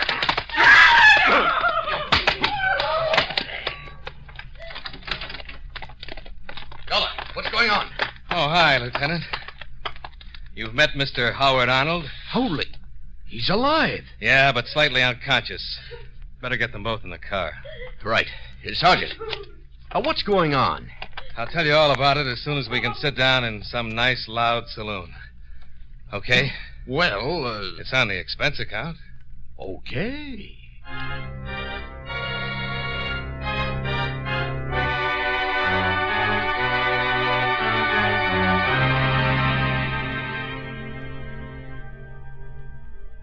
We picked up the not-so-honorable Mr. Howard Arnold and took him back to the station, along with his weeping wife. I filled in some of the details on the way, and later, after I'd changed my shirt, the lieutenant met me in the bar, and I explained the whole thing from start to finish. Between the start and the finish, I ran up expense account items 3 through 25, $27.75, drinks and dinner for two. Expense account item 26, $49.18, car rental and hotel bill.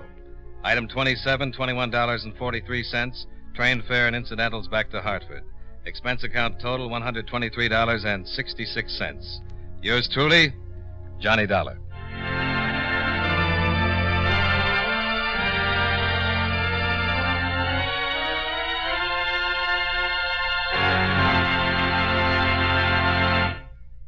Remember, friends, Wrigley's Spearmint Chewing Gum is a refreshing, delicious treat you can enjoy just about any time. Chew a few sticks of Wrigley's Spearmint during the day and see how the good chewing helps keep you feeling fresh and alert. The lively, full-bodied flavor of Wrigley's Spearmint cools your mouth, freshens your taste, and sweetens your breath. The chewing itself gives you a nice little boost, helps you keep going at your best. Millions of people get real chewing enjoyment out of Wrigley's Spearmint Gum every day, and we know that you'll enjoy it, too. Get a few packages and always keep some handy. And remember, Halloween is coming, so be sure to have plenty of Wrigley's Spearmint Gum on hand for the youngsters who come calling for tricks or treats. That's Wrigley's Spearmint Chewing Gum. Healthful, refreshing, delicious.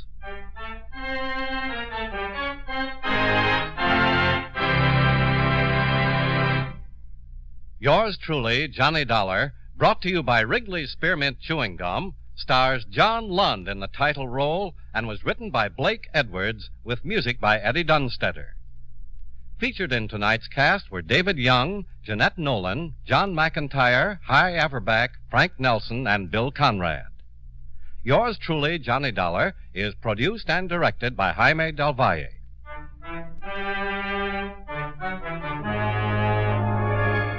The makers of Wrigley's Spearmint Chewing Gum hope you enjoyed tonight's story of Johnny Dollar and that you're enjoying delicious Wrigley's Spearmint Gum every day. This is Charles Lyon, inviting you to join us again next week at this same time when, from Hollywood, John Lund returns as... Yours truly, Johnny Dollar.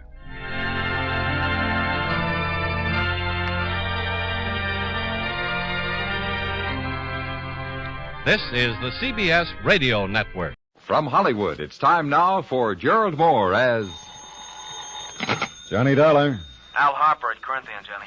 Hi, Al. I've got a case here you won't like, but the commission will be good if we beat it. How big is the policy? $200,000.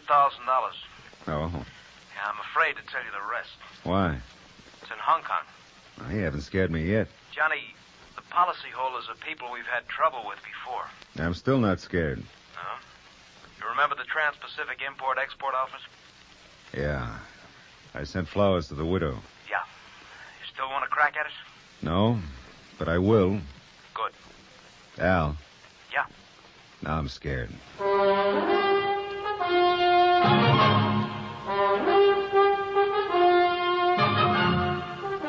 Tonight and every weekday night, Gerald Moore in the transcribed adventures of the man with the action-packed expense account. America's fabulous freelance insurance investigator. Yours truly, Johnny Dollar.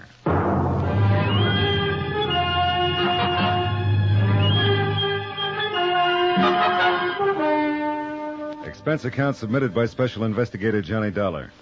To the Home Office, Corinthian Liability and Risk, Hartford, Connecticut. The following is an accounting of expenditures during my investigation of the Transpacific Matter. Item 1, plane fare to Hong Kong.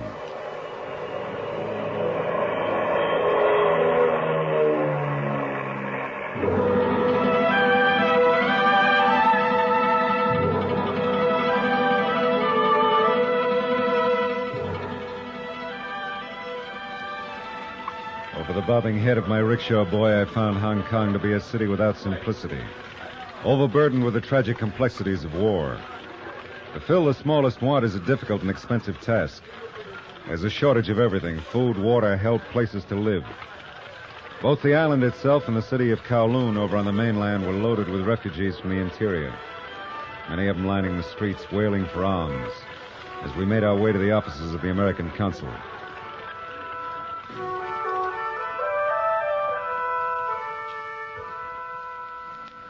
Yes. Yes, it is true. Life is very difficult here. Now, where are they all going, Miss... Where is there for them to go? What do they do? How do they stay alive? Many of them don't. So many of them. It is not like this in your America? No. Has it ever been? Well, there was a civil war once. Books say that at times it was pretty bad. But not like this. Oh, never. Louisa. Yes, Mr. Grover. Would you ask Mr. Dollar to step in, please? Yes, sir. Mr. Grover. I got it, thanks. Well, Hartford, Connecticut, huh? Come in, Mr. Dollar. How are you, Mr. Grover? Sit down, sit down. Thanks. That's right. Insurance investigation, huh? Yeah. Well, now, what's your errand and what can the consulate do for you? Well, I'm here to investigate a claim filed by Transpacific Import-Export Company. Oh, yes, of course. Well, Will Meadows' firm was destroyed by fire last month. 100%. Or rather, $200,000 worth to my company. Do you know this William Meadows, Mr. Grover? Oh, I've met him at the American Club now and then. That's about all. Insurance investigators are hired when the company isn't satisfied with something about the claim. On this one, the fire was blamed on vandalism. Well, vandalism's become quite a popular pastime, across in Kowloon especially. Do you suspect some sort of fraud? Frankly, we do. Transpacific once had a branch in Shanghai. When the war closed in on them, their warehouse was burned to the ground, just like this one here. Oh, I see. It occurred to some of the people in my home office that Transpacific did much better by collecting on the insurance than if they'd gone through the expense of liquidating. I suppose coincidence won't quite do it, will it? Well, now, how can I help you? Well, I'd appreciate some phone calls or letters that would give me support from the fire department and the police. Yes, of course you would. I don't suppose my problem seems very important out here. I was thinking that very thing. You know, it's always the case, Mr. Dollar. On the fringe of war, very few individual problems seem really important. Nor the individuals themselves. I trust you'll keep that in mind. I'll try to. Getting help, even time, from the police or fire brigade is one of those individual problems. But I'll do what I can for you. Anything will help, Mr. Grover. I won't take any more of your time. Oh, be sure to leave your number with my girl. I'll let you know about the official assistance. Well, I came right here from the airport. I don't have a number yet. Oh. No hotel? No. Pretty tough? As a matter of fact, almost impossible. The accidental places are always filled. I tell you, speak with my receptionist, Miss Vedras. Is that her name? Vedras? Yes. Her father's half Portuguese, owns a small hotel. He might have accommodations. Good, I'll ask her. Thanks again. Oh, Mr. Dollar, just a matter of interest. Yeah? The case of Transpacific Import in Shanghai. You say your company was forced to meet the claim there? That's right. Was it investigated? The investigator they sent over was killed before he could build a case. Miss Vedras arranged for accommodations at her father's place on a dingy street called Sing Wang, a hill of steps along the waterfront overshadowed by the plush European mansions on the top of Victoria Peak. I had a room that looked out on an alley. Iron bed, a chair, a pitcher of water on a bamboo table. I was the only non-Oriental in the building, and I seemed to be the only one to notice it. The first night I suffered from a combination of claustrophobia and loneliness. Feelings that made me glad to find out who it was that knocked at my door. Well, hello. Mr. Grover asked me to tell you he has contacted a man named Harrison. He's at the fire control office. Oh? Mr. Grover also asked me to tell you that Mr. Harrison will see you tomorrow morning. Good. Won't you come in? Come on in. Thank you. Are you comfortable? Thanks to you, this is fine. I don't have much to offer you. Cigarette, scotch, Miss Vedras? I'm very curious. About what? Why you are here? Oh. Well, it's business, if that's what you mean. But it's better kept confidential. Is there danger in this business? Why do you ask that? Because you were followed and you are being watched. How do you know? Oh, I know Sing Wong Street. I have seen this man before, but not here. Where is he? Perhaps you can see him from the window. You see that shop on the other side where the boxes are piled near the door? Yeah. Say you've seen him, huh? Where? I cannot remember that. I have just seen him. Mm-hmm. Well, there's no need to worry. There won't be any trouble. You seem very sure of that. I have the advantage. He doesn't know I know he's there. Thanks for telling me about him. Perhaps you know who he is. No. I didn't think anybody knew I was in town. You will just let it go on, this watching? Well, there's not much choice. Let's talk about something else, huh? What's that song? Oh, it's a love song. About two lonely people who meet near a river. Oh. In America, the songs are a little different. Yes, I know. I like them. Do you know many Americans? Oh, yes. At the consulate office, I see them all the time. I want to marry one. I'd say he was a very lucky American. Oh, no, you don't understand. I don't mean there is only one. I want to marry an American who will take me away from China. There is no other way. You hate it that much? There's nothing else to do but hate it. There is no good here, always trouble. Mm. The Chinese are a patient people, but I am not all Chinese. And I cannot make myself be patient any longer. I want to go to America where people thrive on impatience. Mm-hmm. You know, I think from what I have seen that Americans are the most impatient people in all the world. Yeah, that's right. They say we kill ourselves that way, heart and stomach. Oh, no, you live longer and better.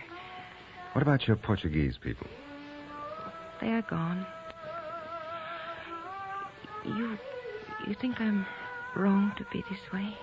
No, I didn't say that. I hope you find your American, Miss Vadris. You want me to go now? I think you better. I'll see you tomorrow. Yes. Good night.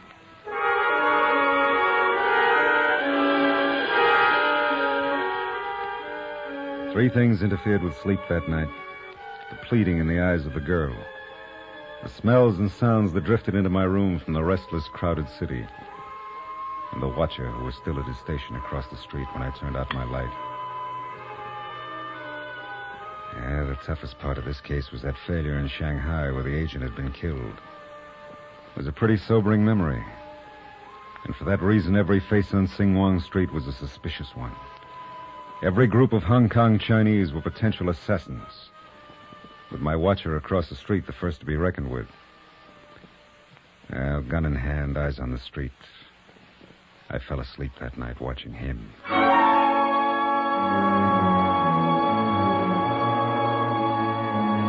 In the morning, there was a different man in his place.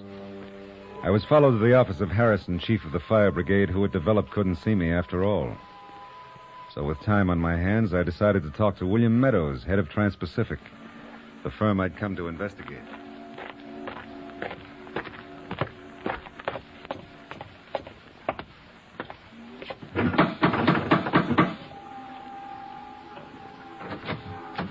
Oh, yes, mister? Mr. Meadows at home? Oh, yes, sir. You give name, please? Who is it, Lim? American gentleman. My name is Dollar, Mr. Meadows. I'm from Corinthian Liability, Hartford office. Let him in. You come in, please. What'd you say your name was? Dollar. What's the matter with that company anyway? Didn't the adjuster send in his report? What are you doing here? Now, wait a minute, Mr. Meadows. This doesn't have to be unpleasant. They sit back there in Hartford with nothing to worry about but Sunday's golf game. They don't know a thing about the conditions we're working under. Well, they do know your fire here pretty much follows the pattern of the one in Shanghai. Of course it does. The conditions are the same. Including the, quote, starving refugees, unquote, who killed and robbed the investigator? Careless people are dying here every day. It can happen pretty easy. Now say what you have to say and get out of here. Well, it's very little, Mr. Meadows. I came here mainly to get my reaction to you. I have. You jumped to the conclusion you were under suspicion before I got through that door. You're on the defensive, so you got to have a reason to be. Show him out, Lim.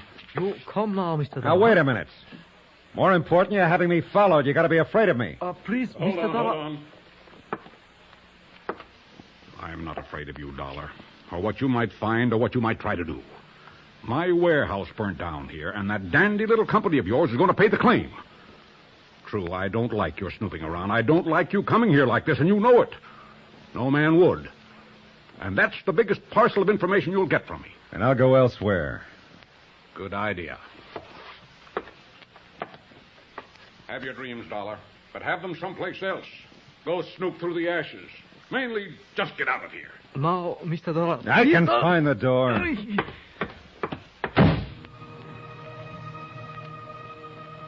Two things came out of that conversation with William Meadows. First, a reasonable platform to build a strong suspicion on. Second, what Meadows was really saying was, this is my town and I run things and anybody who gets in my way can get hurt. A real nice situation. I'd been threatened and I was being followed.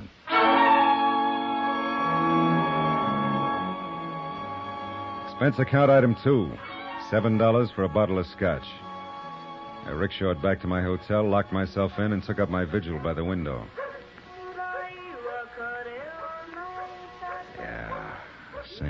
watching from across the street. Same kind of night. In a city where life was supposedly so cheap, mine began to grow expensive.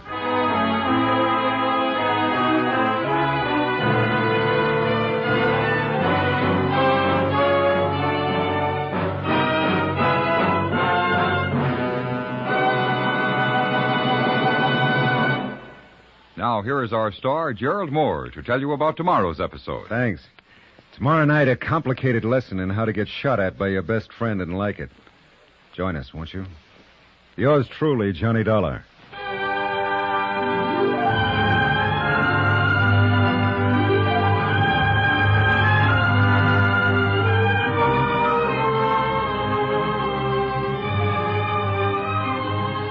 Yours truly, Johnny Dollar, is produced in Hollywood. Written by E. Jack Newman and Gil Dowd, the entire production is under the direction of Jack Johnstone. Be sure to join us tomorrow night, same time and station, for another exciting episode of Yours truly, Johnny Dollar. George Walsh speaking.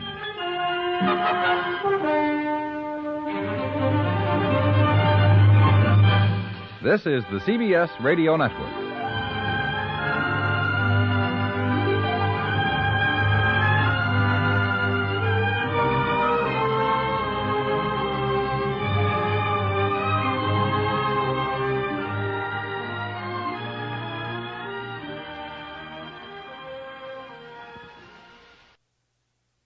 From Hollywood, it's time now for Gerald Moore as... Johnny Dollar. Superintendent Clyde here. You telephoned? Yeah, I got a bird in my room who's ready to sing. Sing? Are you holding someone prisoner? I just scalped a two-bit thug that William Meadows had on me. The next one on my list is Meadows himself. I warn you, Dollar, any illegal action will be answered for here at headquarters. Does that work all the way around? What? Send out a wagon and pick this baby up. He was carrying a knife and a gun when I bopped him. He tried to kill me. All right, Mr. Dollar. I'll come at once.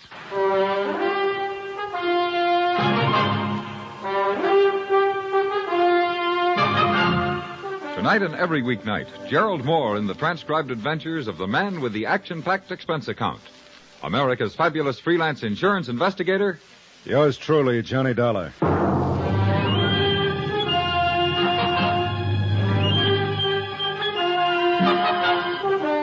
Fifth day in Hong Kong. Expense account submitted by Special Investigator Johnny Dollar to the Home Office, Corinthian Liability and Risk, Hartford, Connecticut. The following is an account of additional expenses during my investigation of the Transpacific arson case. And it is arson, I'm sure of it. Item 14. $7. Wreckage of bamboo curtains in my hotel room during scuffle with thug who had murder in his eye. A tough-looking Oriental in a suit that was too big in the shoulders. Not so tough without his killing equipment. Dollar. Not so fast, buddy. We got business. Okay, who sent you? Meadows? Yes, Meadows. That's better. Now, let's have the rest of it, including burning down a warehouse to collect... Just a moment, Mr. Dollar. Just one moment. What's going on here? I'm trying to find out, Mr. Clyde. Well, that's enough. Wilson, take Mr. Dollar's gun. Not mine, his. I took it from him. Nevertheless. All right, here. Well, now. This is the man you apprehended? Penlu? You know him? I've seen him. Now, you know his name, and I know he works for Meadows, and that he's been following me and tried to kill me. It ought to be enough for you to go to work on. One thing at a time, Mr. Dollar. Are you sure this man is in the employ of William Meadows? He just told me. Under duress? Sure, I'd arrest him. I'd arrest anybody with that kind of equipment, wouldn't you? Now, calm down, old boy. A warehouse is burned to the ground. A girl is killed. There's an attempted murder, and you say calm down. I repeat it, calm down. All right, men, you take him to headquarters. We'll see what he has to say about all this. Why don't we see right here? And then, if he can throw any light on the matter, we'll proceed further. Ooh, I don't get you. The department and I have stood for all of the badgering we will from you, Mr. Dollar. Your case of arson against William Meadows consists of nothing but notarized statements from people who could have said almost anything. Their accusations with regard to the murder of that poor girl do bear consideration. But they are also very inconclusive. And you haven't done anything about it either. We do things our way, Mr. Dollar, in spite of your insurance company. Well, what about him, that Penlu? Well, he'll be questioned, most thoroughly. Then we shall proceed, or drop the whole matter. Really? Well, I'm proceeding right now. Yes, I heard you on the phone. You said you were going to get Meadows. I'm going to get a confession from him. Mr. Dollar, I checked on you as an investigator quite thoroughly. Thank you. You have a reputation in your United States, an enviable one. I can't disregard that. But I cannot disregard either the fact that this case is very complex and must be investigated cautiously. Now, we'll question this man in our way and for our reasons. Then I'll let you know the results. Well, what about my case? That will come out eventually. I didn't have to call you, but I did, because I thought at least you'd be convinced that now's the time to get Meadows and help me. I can see I was wrong. Wait 1 moment. Where are you going? Out. Mr. Dollar, I have no reason to arrest you right now, but I will if you do anything out of line. I will be contacting you, and I suggest that you wait here. I didn't wait. Expense account item 15. $48 American for rental on 1935 Packard. I got tired of rickshaws.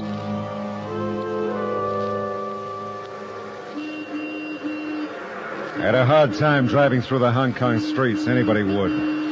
It was still jammed with humanity. Humanity on the verge of panic. Humanity living on the edge of a war. And I'll say this for the old Packard. The horn worked beautifully. And hardly anybody paid any attention to it. It took me a solid hour to get to the south part of town where Meadows lived.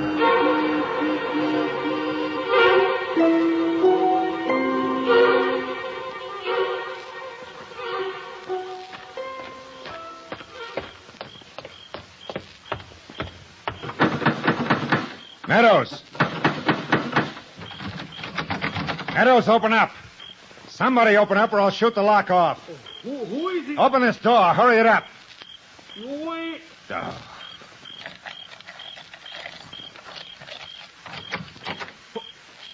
Oh. Hello, Mr. Dollar. Where's Meadows? Mr. Meadows, he not here. You come back next week. Please, you wait. Mr. Meadows not here, I tell you. Close the door. But Mr. Meadows, he not here. Meadows! Eh? Not here. You come back. Where is please. He say come back next week. You come back next week. He'll see you then. Now you go, please. If you know where he is, tell me. You come back next week. Now listen, I don't want to hurt you. Do you understand? No, not hurt. But I will hurt plenty if I don't find out where he is. It's important. Now tell me. Where is he? He say not to tell anybody. Tell me.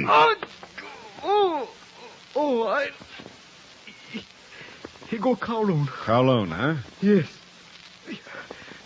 You'll find him there. And you go with me. And if he's not there, then I hurt. Oh. I'll try again. Where is he? I tell you. Repulse Bay. What'd you say? Repulse Bay. Repulse Bay. That's on the other side of the island where the big hotel is? Yes. Yes, he there. Can I call him on the telephone? Yes. Yes, you call. Is he at the hotel? He got a cottage, number 7. Last one. Where's the telephone? Please, you not tell how you learned he there, please. Where's the telephone? Here. Telephone. Call the number, I'll talk. Now go ahead.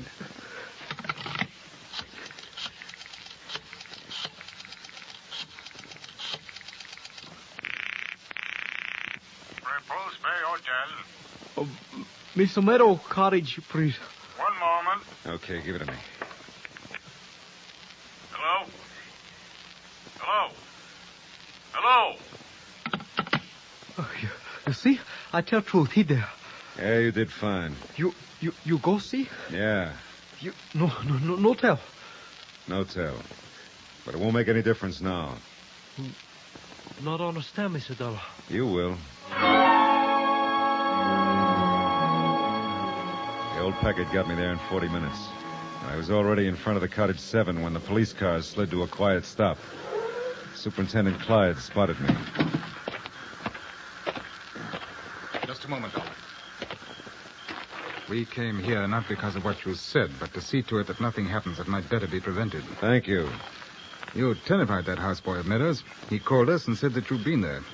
You're a hot-headed, impetuous... No, this time you happen to be right. About Penn Lou. Huh?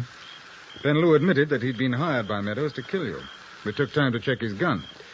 Although he didn't admit that part, it's the same gun that killed Louisa Vedras. Louisa. But it isn't clear. Why would Meadows have her killed? Don't you see? They killed her thinking it was me. What? Well, Louisa and I got to know each other pretty well during the first days I was here. It's been a bad job for the nerves, what with the murder of the man who investigated Meadows in Shanghai, and now she got me a room at her father's hotel. She was there when I came back after a pretty bad day. I knew somebody was following me, and I guess I needed somebody to be with. So she stayed a while. She was there the next night waiting for me in the room. And she was waiting for me to come back the night she was killed. Oh, well, that answers me. Now, this is for my own information and not police work. Are you here to get Meadows for your company or because of Louisa? She was a lovely girl. All right. He's a difficult man. Do what you can. What? Your turn, Dollar. You waited a long time for it. Make your play. Try to clear up what you have to for the insurance company. It'll be difficult after we've arrested him. Good luck. Thanks. Who is it? Dollar! Who? Dollar! You know I'm still alive, Meadows. You know that girl was shot at the hotel room instead of me. Are you crazy? I stopped the man you had following me. His statement will put you in plenty of hot water. Now, are you coming down or shall I come in? Come on in. We'll talk about it. All right, I'm coming in.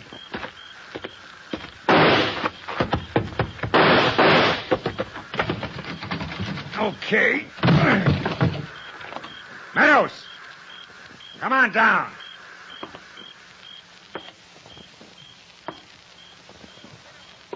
Meadows!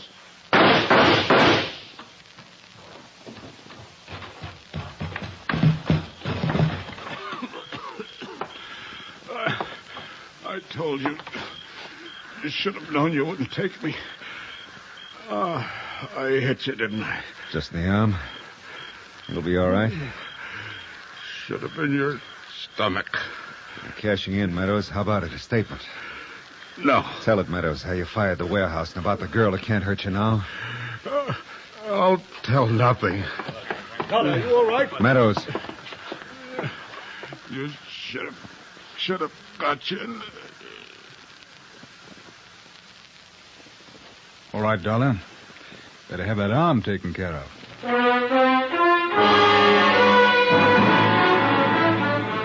Expense account item 16. $43 even. Medical fees and hospital charges. I don't suppose it could be called hewing to the niceties of jurisprudence since Meadows was dead.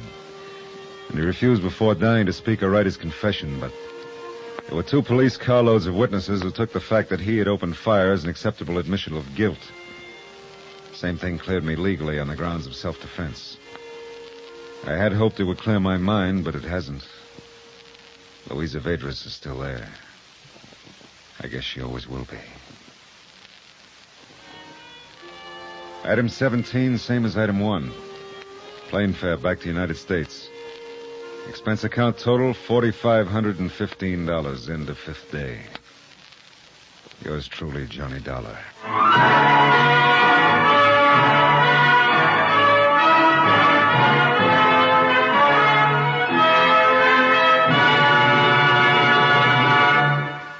Now, here is our star, Gerald Moore, to tell you about next week's story. Thanks. Monday night, the story of a ship, the Marley K. Destination, Davy Jones' locker. Join us, won't you? Yours truly, Johnny Dollar.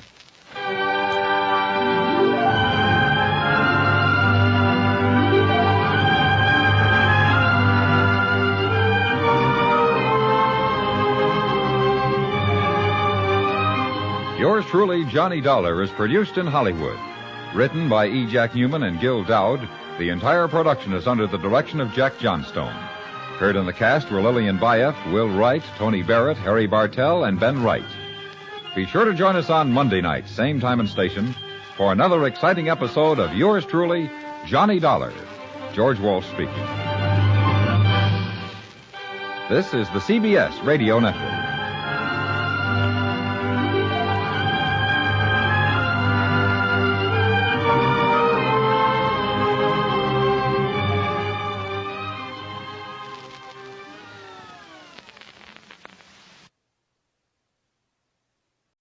From Hollywood, it's time now for... Johnny Dollar. Hello? Who is it? Hello? Hello? Johnny, who is it? I don't know, Countess. Maybe they weren't expecting a man to answer, or at least not me. I would not know about that. What about this guy who was lying unconscious in your closet? Would you know anything about that? No, Johnny. I didn't think you would. I'll give him another shot of those smelling salts. I think he's coming too. Good. Maybe he'll know about some of these things. Yes, he will. Some of them. And of course he will tell you. I was hoping it would not be brought out. I did not want you to know. Murder is usually brought out sooner or later. Not murder, Johnny. It is not that simple.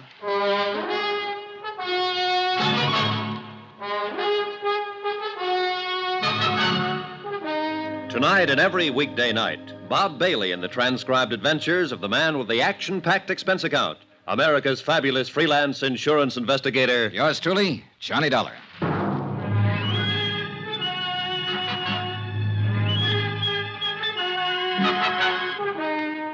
From Special Investigator Johnny Dollar, location Algiers, North Africa, to the Home Office Transworld Fidelity Company, Hartford, Connecticut. Assignment, the Lorco Diamonds Matter. Expense account continued. Item 6, $9.30, smelling salts and a bottle of scotch. The smelling salts were needed for a double-talking fellow named Zeindorf, who'd managed to get himself gassed half to death in a closet. A representative of your client who suffered the $100,000 loss, Lorco Diamonds of Amsterdam. The scotch was for me. Johnny, he does not like it.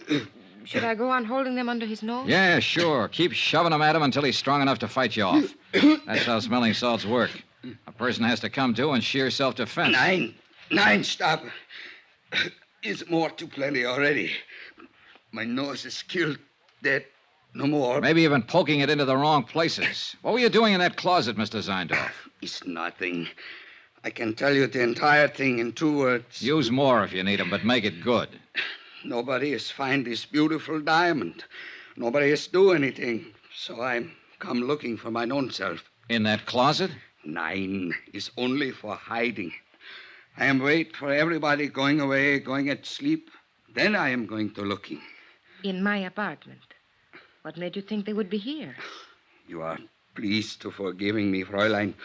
But I am not taking the chance. I'm think to looking every place. Who turned on the gas out there? Do not ask it. I know nothing. I think I have sleeping some, maybe, and when I have waking, I am died almost. Yeah. Well, apparently somebody was out to get one of us at least. Hey, what about that maid of yours, Maria? Or is there one? Of course. She... You know, that is strange. She disappeared about the time you arrived, slipped out without a word. Does she live here? I think she lives up in the Casbah. I hire her through the agency. I see. Do you think she did it? Oh, the more I find out, the less I'm sure of. Maybe Mr. Zeindorf did it, trying to commit suicide over his missing trinkets. 9. Suicide is one thing I am not.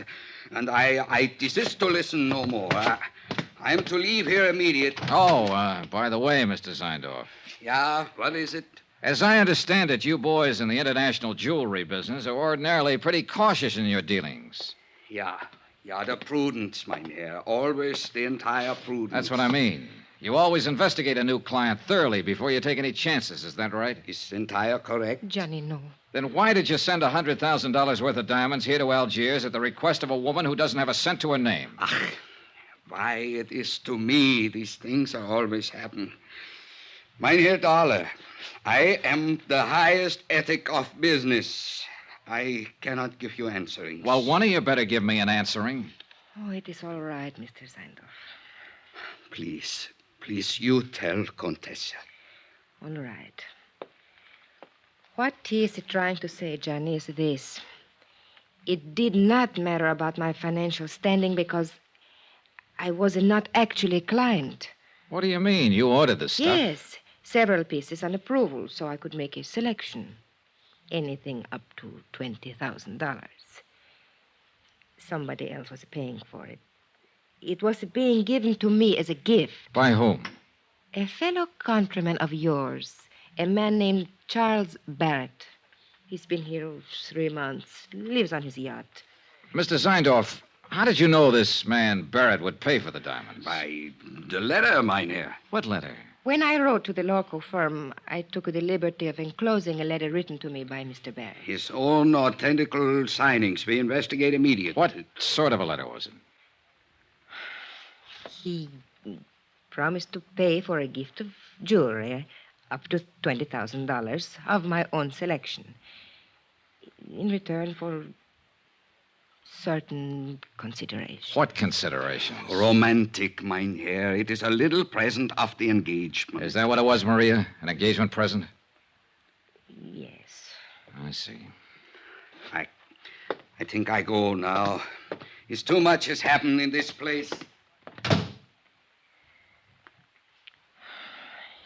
Is it all right to smoke now? Yeah, sure. The gas is cleared out.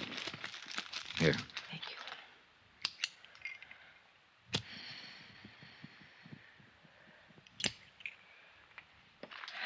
I wish you hadn't kissed me, Johnny. I thought you said you liked it. I did. That is why I wish you hadn't. Are you trying to say that... Oh, relax, Johnny. I am not a child. No, I have not fallen in love with you any more than you have with me. But I could, very easily. What about this man, Barrett? What's he like? Oh, an overbearing, spoiled, middle-aged little boy. The price sounds kind of high. What else is there? Ever think of working? Where? At what? In Italy, yes. But you know what's open there for an impoverished countess. Yeah, I know. And I suppose you can't get a work permit anywhere else, is that it? Oh, forget it, Johnny.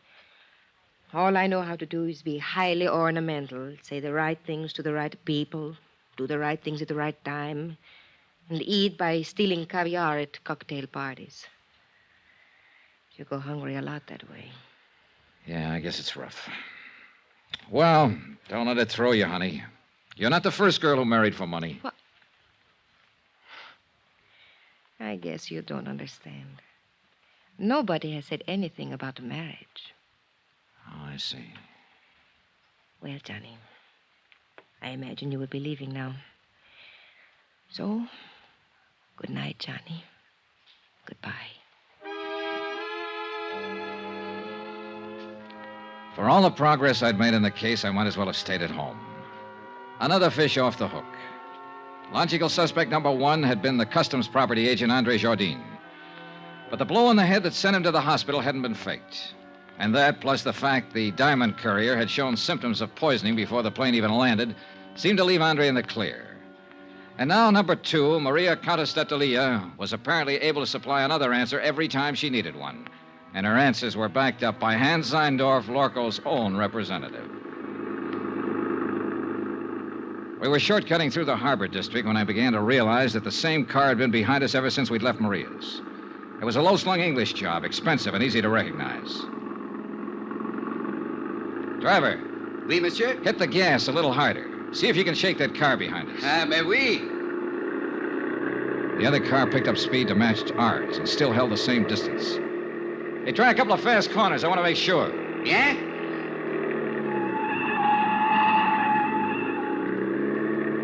The next place where the street narrows down. Stop fast. Swing crosswise. Block off the road. I want to stop that guy and have a talk with him. Hey, you understand what I mean? Mais oui, monsieur. Just like in the movies. Yeah, well, something like that. Hey, there's a place coming up. Let's have a go at it. You do not worry. I will do it good. Yeah, I only hope we've seen the same movies. Now, monsieur. I was out of the cab fast and running back down the street. The other driver had jammed on his brakes and finally skidded to a stop against the curb. I reached for the handle, jerked the door open, and the man inside came out swinging. A big man, little on the beefy side, but plenty tough. I didn't know him, never seen him before. He fought silently and fought hard, but he was a sucker for a left. I knelt down on the pavement and started to go through his pockets. I hadn't even noticed the other car pull up. Nom de chien, Monsieur Dollar. Huh? Do you merely plan to rob him, or do you also intend to cook him and eat him? Oh, you really get around, Inspector. A policeman must socialize, monsieur. It broadens the outlook. Come, we walk. My chauffeur will take care of reviving your victim. Do you happen to know the victim? Mais oui. He's Monsieur Charles K. Barrett of Chicago. Maria's ex-boyfriend. Something of the sort, I believe. How did you happen to get here so conveniently? Oh, I was following you. Farther back, of course. Then why didn't you pitch in when the fight started? And spoil such a remarkable display of fisticuffs? Okay. It is true the footwork was mediocre, but the verve, the enthusiasm, the violence, superb, monsieur. I can't quite figure you, Inspector. Well, sometime we must talk about it. Monsieur, you will be most happy to know that we have identified the person who occupied the plane seat next to the Diamond Courier. Oh? They shared a bottle of wine during the flight. Undoubtedly, that is how the poison was administered. And who is the person?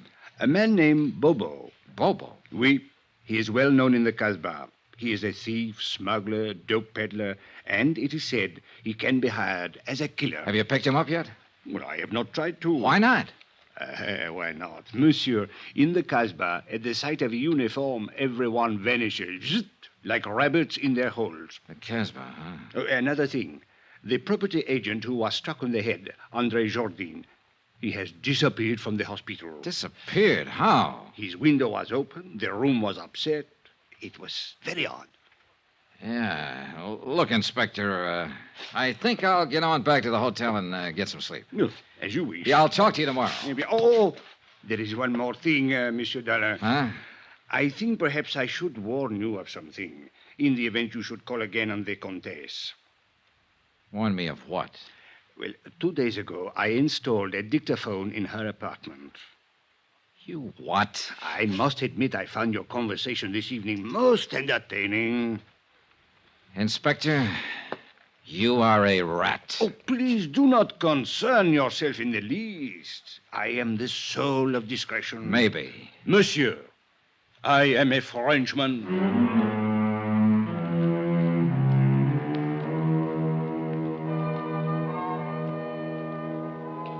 Twice tonight, the Casbah had been mentioned. The strange, mysterious native quarter on the steep hill behind the city. Maria had said her maid lived there. And now Bobo, who'd given poison wine to the diamond courier. I had an angle, and I had some ideas. The picture was finally starting to make sense. But I needed some more answers. And the trail led into the Casbah.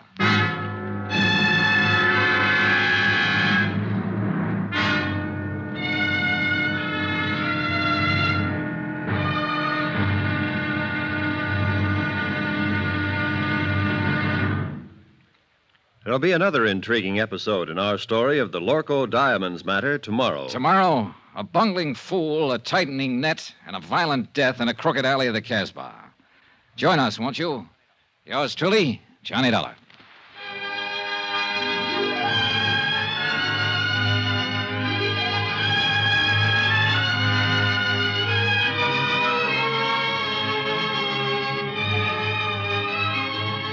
Yours truly, Johnny Dollar, starring Bob Bailey, is transcribed in Hollywood.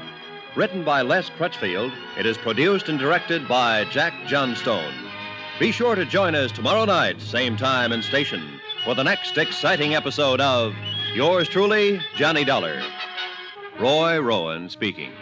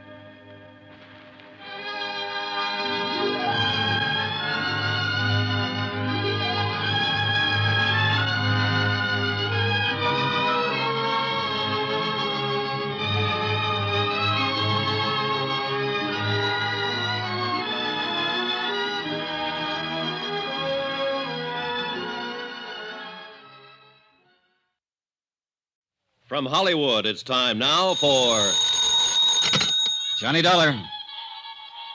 Hello. Dollar? You're the Mr. Dollar that's been trying to phone me? Is this Dr. Bigby? That's exactly who it is, and I'm very busy right Look, now. Dr. Bigby, I want you to come out here just as soon as possible. It's the old Cronin summer place, about 5 miles up the river from where... Oh, I know where it is, I know. What are you doing up there? The house has been closed for years. Mrs. Cronin opened it up for a party this weekend, but she was taken ill on the train coming up, and I want... Is Dolly out there? Yes, she's the one I want you to look at. So she's back. After all these years, she's come back. She had a prescription from her doctor in New York, but she's taken the last of it. It's apparently her heart. I'm sorry, Mr. Dollar. I'm very busy tonight.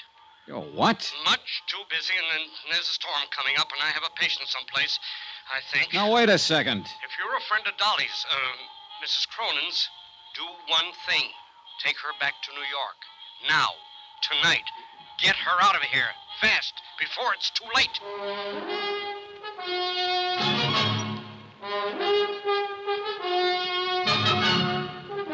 Tonight and every weekday night, Bob Bailey in the transcribed adventures of the man with the action-packed expense account, America's fabulous freelance insurance investigator. Yours truly, Johnny Dollar.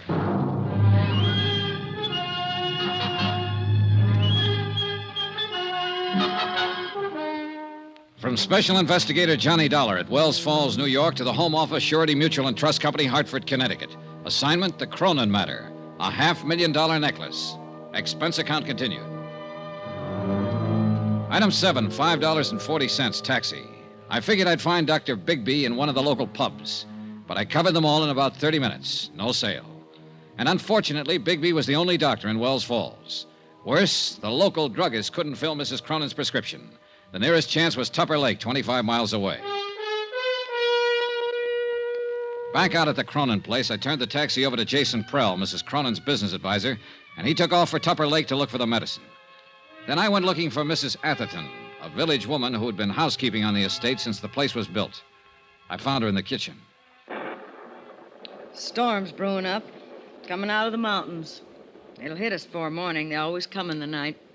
I guess you've seen a lot of storms in these hills, Mrs. Atherton. Lived here all my life, never been out of them. It's Miss Atherton, not Mrs. Oh. She's the missus up in the bed, even if she is a widow.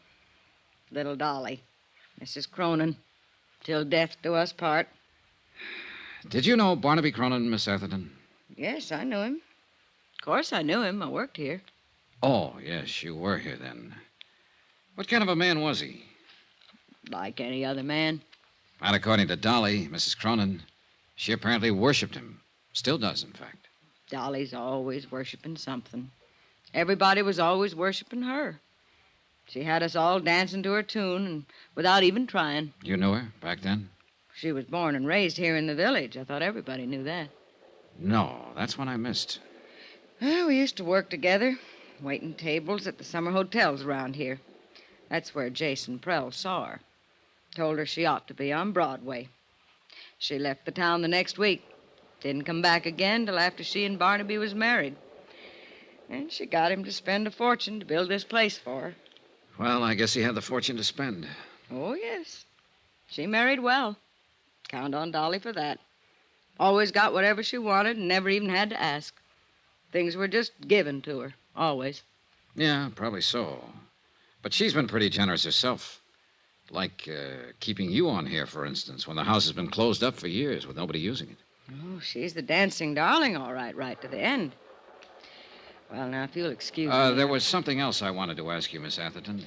I'm not one to talk ordinarily, but you got me started. Well, this is not about Mrs. Cronin, at least not directly. She was taken ill on the train. I don't think it's serious, but I wanted a doctor to look her over. The only one in the village seems to be a man by the name of Bigby. Bigby? He's the coroner here, but he's not a doctor. No? No, not anymore. Still calls himself one, but he lost his license 10 years ago. He's a drunken sot. Yeah, I kind of figured. But he sobered up fast when I told him on the phone that the patient was Mrs. Cronin. He refused to come out, told me to get her away from here fast, and then he hung up on me. Forget him. He couldn't do her any good. But I'd like to know why he acted that way. Do you happen to know any reason? Bigby is a drunk. Who knows what his reasons are? I thought you might. Better ask him. What difference does it make anyway? He can't help her. Nobody can. What do you mean? She's come back, finally. For the first time in all these years. Took sick on the train. That wasn't any surprise to her. She knew it was going to happen. Well, I guess she halfway knew. She knew. It's like with an animal. When it's hurt or sick and it comes home to die, and that's what she's done. She's come home to die. No, I think you're wrong there, Miss Atherton. I don't think she's anywhere near that sick. Barnaby didn't think so either when he came back here to die. Barnaby died here? Yes, in this very house. A heart attack, it was called.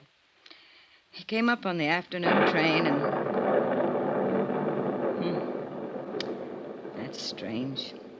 It was the same kind of night. A storm like tonight. Strange how things move in patterns. Were you here with him, Miss Atherton? Barnaby died alone. And the doctor? Bigby? Miss Atherton was the doctor. I'm sorry. I was thinking. The bridges were washed out. Bigby didn't get here till the next morning. Wouldn't have mattered. He couldn't have done anything. Nobody could have. When it's time for a thing to be done, it's done. Nobody can stop it. Nobody. It was a strange evening, ominous and oppressive, with a feel of violence in the air. Even the house itself added to the feeling. Furnished lavishly in a style 30 years forgotten, it seemed garish now, old and tired and lonesome. Like Mrs. Cronin herself, who'd planned a grand party for all her old friends, and instead lay ill and alone in a bedroom upstairs. The Queen gave a party, and nobody came. All dressed up, no place to go. Yeah, gloomy evening. Jason Prell came back from Tupper Lake with a medicine. Miss Atherton served a dinner of sorts, served it in silence, and we were left to our own devices. 5 guests in a mansion built for 100. Prell stayed pretty much to himself. Lovely Laura Dean, with that air of knowing innocence, inveigled Shorty Weber into teaching her some of his old dance routines. And they cranked up an old phonograph in the music room. And me, I just stood at an open window and watched the rain come down and tried to think. That's the perfect touch. It's exactly what the evening needed. That music? Now, Sylvia. Really cornball, isn't it? No, Johnny. I meant the thunderstorm. An isolated old mansion, fabulous necklace of diamonds and emeralds, weird housekeeper, a hostess lying ill, and now rain. Shades of a House of Usher. That'll make a good lead for your magazine story. I should have stayed in New York and just written it, not lived it. Oh, I thought you were the big take-a-chance girl, Miss Blake. Danger, mystery, adventure. Don't those things appeal to you? Maybe. Is there any of that lying around somewhere? There may be, before the night's over. Well, all I can see at the moment is sheer boredom. You have to know where to look. In the bottom of that scotch glass, for instance? Just killing time. Oh. I've been wanting to ask you, Johnny. How'd you get that cut on your head? It's a long story. It happened on the train, I know that. You didn't have it when we left. A sudden stop. I fell over my suitcase. Sure you did. Backwards. Huh? It's on the back of your head. Somebody made a try for it, didn't they? On the train coming up. Well, I don't know what they were trying for. There wasn't time to ask. Maybe they even got it. That's the way you were betting, wasn't it? That it wouldn't be just an attempt. That somebody was going to get it and get away with it. Did they? Is that what happened? Is it gone? All right, just stand there and grin then.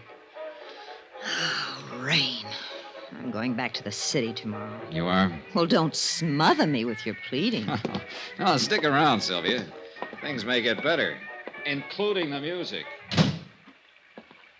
You know, in a way, I hope somebody did get the Circle of Fire. Why? What good is that fabulous necklace doing her now, lying up there? She's had everything she ever wanted. Life's been too easy on her. She doesn't deserve it. She ought to lose it. Her life or the necklace? The necklace, of course. You know, for reasons I can't go into, I think you'll be sorry you said that someday. Sorry? Why? She's a woman who's had everything. You're pretty predator, aren't you? Hurt and afraid. Am I? You feel something big may have passed you by, and you put up that tight, bright front for protection. But inside, you're tied in knots. And what is your recommendation, Doctor? A man, perhaps? That's the usual advice. Now, you said it. I didn't. Well, you're a man, Johnny. Why don't you smooch with me? It'd be a way of passing the evening, killing time. All right. What do you...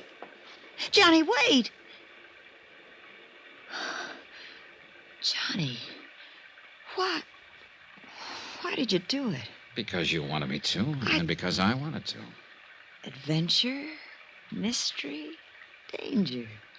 Who's bored? Who's going back to the city? Those doctors are right.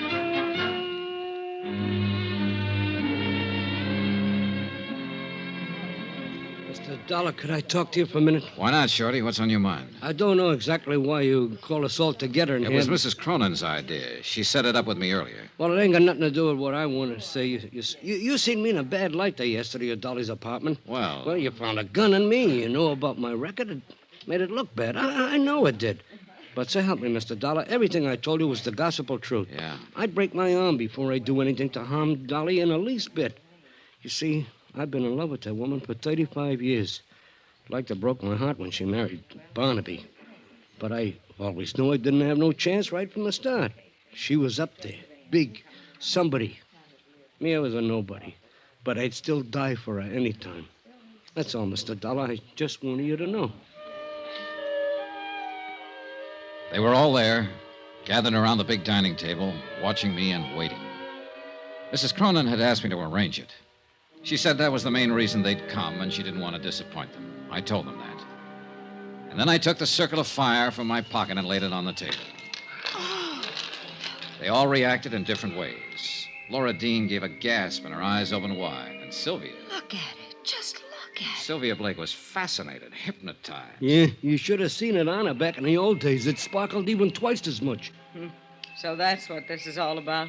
It's only jewelry. I've seen it before. But there was one special reaction I was looking for, and I got it. Jason Prell's face went white. Who could imagine anything so beautiful? Mr. Prell, you seem surprised. I wasn't carrying the necklace in its case, the case you stole from me on the train. I was carrying it loose in my pocket. What did you do, throw the case off the train without even bothering to... It's running away! Prell! I went after him, but he'd already disappeared somewhere down the hall. He knew the layout of the house, and I didn't. I searched the different rooms quickly as I passed, but there was no sign of him. He couldn't have reached the floors above, but he might have gone down toward the game room and lower halls. I eased my gun from its holster and started slowly down the stairs. And at that moment, every light in the house went out.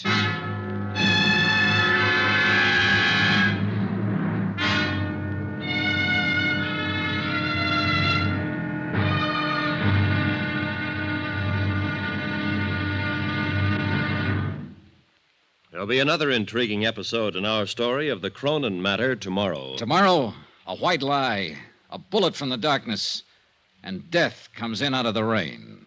Join us, won't you? Yours truly, Johnny Dollar.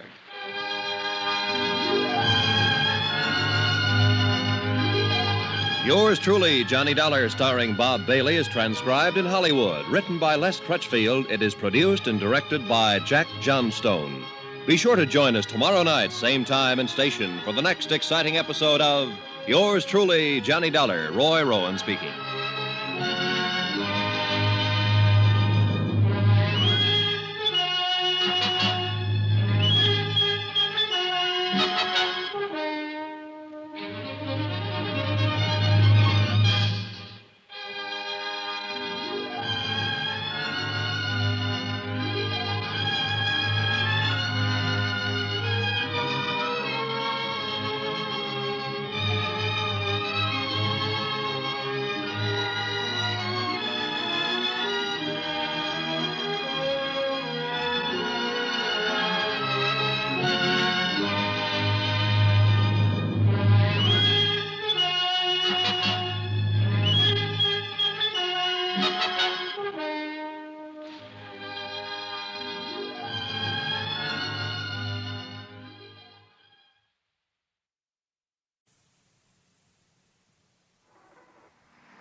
John Lund as Johnny Dollar. We're ready on your call to Boston.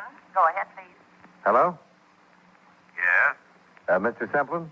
Yes, but I don't believe I remember you, Mr. Dollar. Well, we've never met. Your company hired me here in Hartford to investigate the Jean Maxwell death.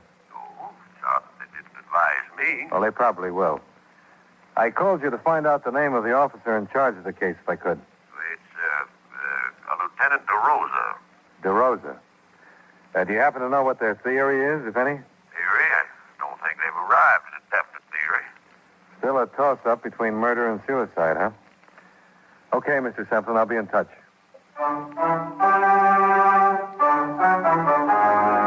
You know, many great men have attained the highest office in our land, the presidency of the United States. Can you guess the name of this man? During his 50 years of public service, he held almost every office the public could give him. He was born in Virginia in 1758. And at the age of 18, when he left college to enter the Army, his formal schooling ended. As president, his cabinet boasted the names of such distinguished Americans as John Quincy Adams and John C. Calhoun. When he was reelected in 1820, he carried every state in the Union and won every electoral vote except one, which was cast for John Quincy Adams. If you don't have his name by now, here are two more clues. During his presidency, the first public high school was started, and the first steamship crossed the Atlantic. Who was he? James Monroe, 5th President of the United States. His life is part of your American heritage.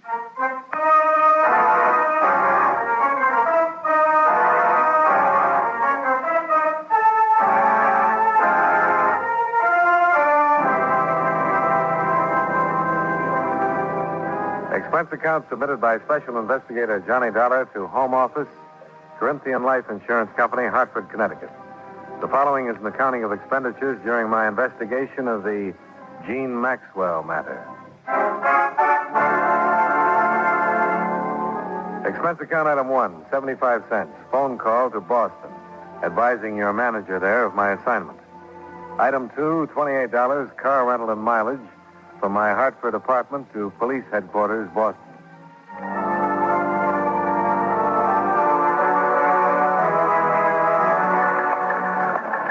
What's the matter, Dollar? Don't you trust me? Oh, sure I do, Lieutenant. But these insurance people get uneasy when there's a choice between suicide and murder, unless the murder motive is the policy. And you don't think there's a chance of that? Well, I wouldn't say definitely not, but the Maxwell girl made her mother her beneficiary, and her mother's an invalid in a rest home. Did you know the mother is taken up with an old flame? No, I didn't. Goes to see her a couple, 3 times a week. Crazier things have happened. I'll get the file.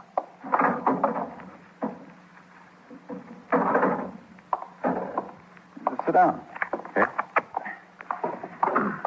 This is all we've got so far, pending coroner's inquest and autopsy report.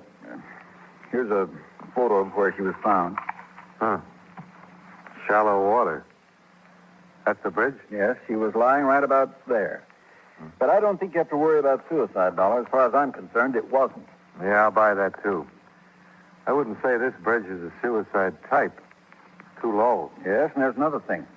I've been on the force for more years than I like to count, and I've run into my share of suicide. I've never known a woman to do it this way without taking off her coat. Oh? Usually shoes, too. I've learned that's part of a generally accepted pattern. The Maxwell girl didn't fit the pattern. Here's the way she looked.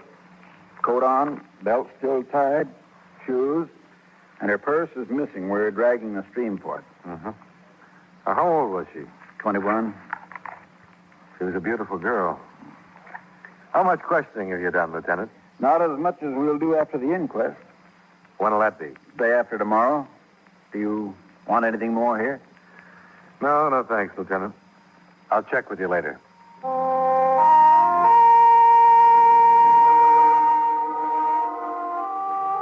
I drove out to the stream where they'd found the girl's body, and there chalked up another point against her death being a suicide. The bridge from which she dropped was a good 4 miles from town. Boston had better bridges to offer within its limits. I followed the river bank and found the approximate spot from which the police photograph had been snapped. On the assumption that she'd been brought there in a car, the placement of her body in relation to the 2 lanes on the bridge made it look as if the car was going toward Boston, not away from it. 5 minutes later, I was heading the same way.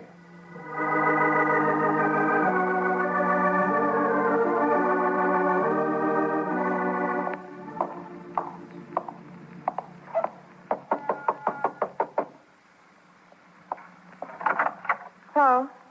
Miss Mary O'Neill? Yeah? The manager suggested I come up.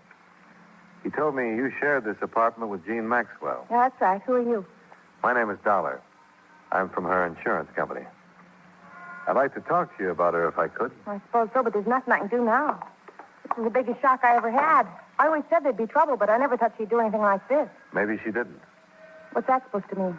Well, there are signs that say that maybe she didn't commit suicide. There are? Do you think she had any reason to? Well, that's what I said. I never thought she would. Sit down any place. Thanks. Did you say you expected trouble? Yeah. I kept telling her. It was the way she went. Like she couldn't live fast enough. Like there wasn't enough time to get everything done. She's been like that ever since she got rid... her mother went into that hospital. Jean was all tied down taking care of her before. Well, what could have caused trouble? Well, I'm not saying she was wrong or anything, but there were too many men. You mind telling me who they are? I don't know. Only about one, Harold Corey. He's gone with her the longest. He's a big blonde truck driver. Harold Corey. Yeah, he drives for the Seaboard Trucking Company. Sometimes he goes way out to the West Coast. And while he was gone, Jeannie didn't stay home and catch up on her reading, if you know what I mean. Yeah, I think I do. Out with a different guy almost every night. I didn't pry, but she'd never tell me who they were. You think somebody killed her, don't you? Would you help me try to find out? What could I do? Well, you didn't want to pry, but I get paid to. I'd like to look at her things. I suppose it's my duty, sort of, isn't it? Well, in a way it is, yeah, but I can't force you to. Oh, I know it's the thing to do. Some of her drawers are locked, but I'll show you what I can.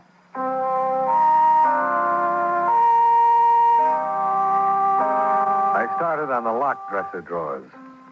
They gave up and opened after a brief struggle, but contained on the whole things that might normally be locked up because of their value. Imported perfumes, expensive lingerie, and some jewelry. The only thing that looked as if it might have been hidden for the sake of secrecy was under the jewel box. There was a gold house key with a heart-shaped bow. I never saw that before. I never saw the perfume before either. That's a few $100s worth of perfume. And the rest of this stuff. Was Jean used to such expensive things? Not that I knew about. Harold Corey sure couldn't shell out that kind of money. And that heart-shaped key, that's cozy.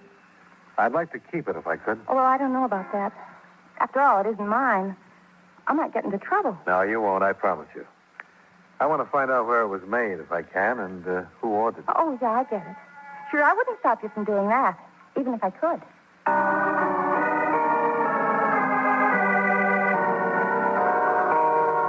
A phone call to the Seaboard Trucking Company gave me the information that Harold Corey was out on a run to Philadelphia, but was expected about 3 in the morning.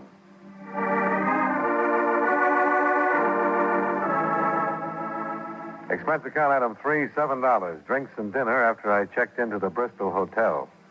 Item 4, 10 cents. Phone call to Jean Maxwell's employer. Edward Hollis was at home and would see me. Come into the living room, Mr. Dollar. We may as well be comfortable. Well, it's nice of you to see me, Mr. Hollis. I thought it would be better to do it this way rather than bother you at work. Of course, and I appreciate it. The atmosphere at the office has been very gloomy. This is Mrs. Hollis, Mr. Dollar. How do you do? Quite well, thank you. I didn't know the poor girl, but it's a dreadful thing. Yes, I'm afraid it is. I simply don't understand. A young girl like that with everything to live for. It may be even worse than that. Worse? How could it be worse? Well, it looks more and more as though her death was not a suicide. Mr. Dollar? I didn't mention it on the phone. The police think it was murder. So do I. I can't believe this. Why do you think that? You see, the police know how people commit suicide. On an average, all suicides do certain things. The Maxwell girl didn't do any of them. Well, this is a shock. I suppose I could be dragged into a courtroom along with everybody else who knew her. Beatrice, you run along upstairs. There's no reason for your going through this. All right, Edward. I think I'd rather. Good night, Mr. Dollar. Good night. I'm sorry, but couldn't be helped. Of course it couldn't. I understand. Please don't be long, Edward. I won't, dear. Could I fix you a drink, Mr. Dollar? No, thanks. I'll make this as fast as possible. I don't know how much you knew about Jean Maxwell's private life. Oh, I know nothing. I I have a number of girls in the office. As long as they do their work well, I ask no questions. As a matter of fact, I have no right to. Sure. From what I've gathered, she was mixed up emotionally. She hadn't had much freedom because of an invalid mother she took care of. Well, I didn't know that. When the mother went into a hospital, Jean began to make up for lost time. She led her friends to believe that she was friendly with a lot of men. But I don't believe that. Oh? I think it was one man. One with enough money to buy her expensive things. Perfumes, jewelry, even a gold key. Well, I have to admit that she was very beautiful. You say that she worked with a number of girls at your office. Yes, there were 11 of us. Well, out of those 11, did she have any close friends that you know of? Well, let's see. The Dyer girl, Grace, that is. They seem to be quite friendly. I couldn't be sure of any of the others. Oh, would you give me all their names then? I'd like to talk to them. Of course. Oh, perhaps it'd be better if you phoned me at the office in the morning. I could give you their addresses as well. All right, we'll do it that way. Well, thanks very much, Mr. Hollis. I'm sorry meeting you couldn't have been more pleasant.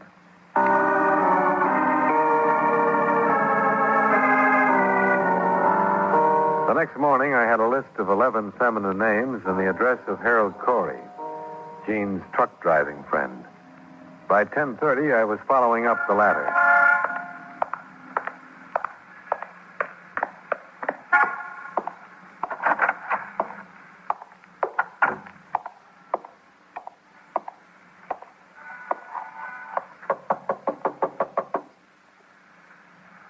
Come back later, will you? I can't see anybody now.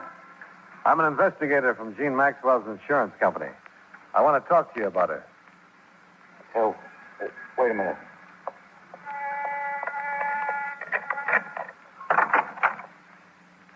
I'm sorry to bother you. My name is Dollar. Come on in. I've been out of town. I didn't know about what happened till I got the paper this morning. It really got me rocking. Sure. I can understand that. How much do you know about it? Why did she do it? She didn't. What do you mean by that? It's not suicide, it's murder. Murder? You knew her pretty well, didn't you? Yeah, pretty well. Did you buy gifts for her? Well, once in a while. Birthday, Christmas, times like that. What kind of gifts? What are you driving at? Can't you remember? Yeah, sure. Candy, handkerchiefs, things like that. I don't think I like your approach, mister. Now, calm down, Mr. Corey. I'm giving you a chance to rehearse before the police get at you. When did you see her last? Night before I left for Philadelphia. And when was that? 2 nights ago, Tuesday. Left at 5 Wednesday morning. She was found Wednesday morning. I know that. You're in a spot. Do you know that? You're telling me people think I killed her? Me? I loved her. I wanted to marry her. I'm sorry, friend. In this situation, that's a motive, not an alibi. Get out of here, will you? Get out and leave me alone. You're not helping yourself with this act. You're making it worse. Get out.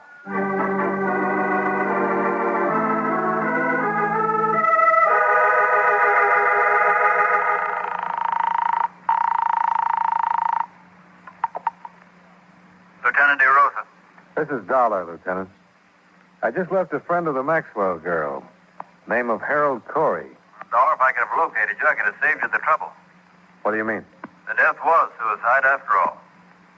What? How come? Autopsy report. There was a concussion from that drop from the bridge, but that wasn't the cause of death. Now, wait a minute. Not so fast. Cause of death was from carbon monoxide. Looks like she pulled the suicide where it would embarrass somebody, and her body was tossed from the bridge to get her out of the way.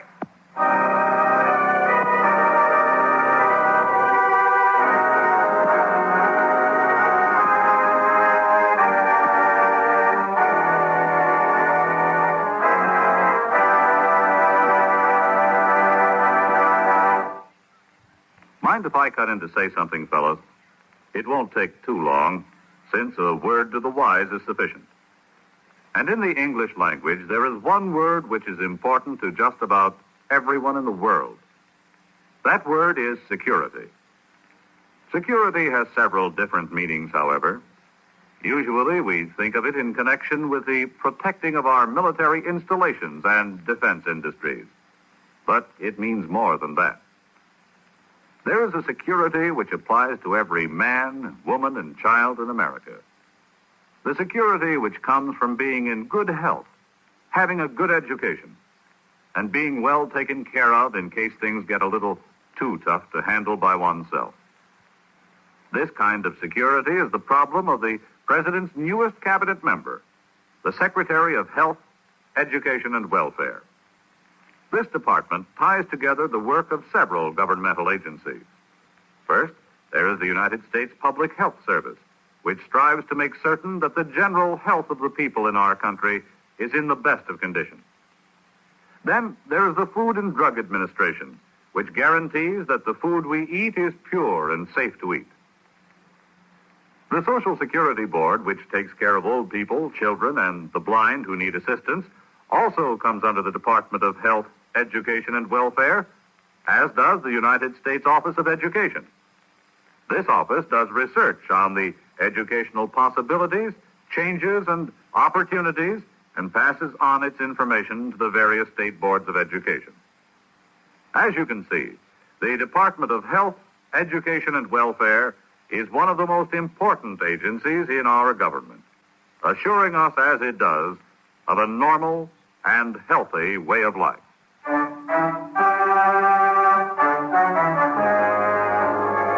And now, with our star, John Lund, we bring you the second act of Yours Truly, Johnny Dollar.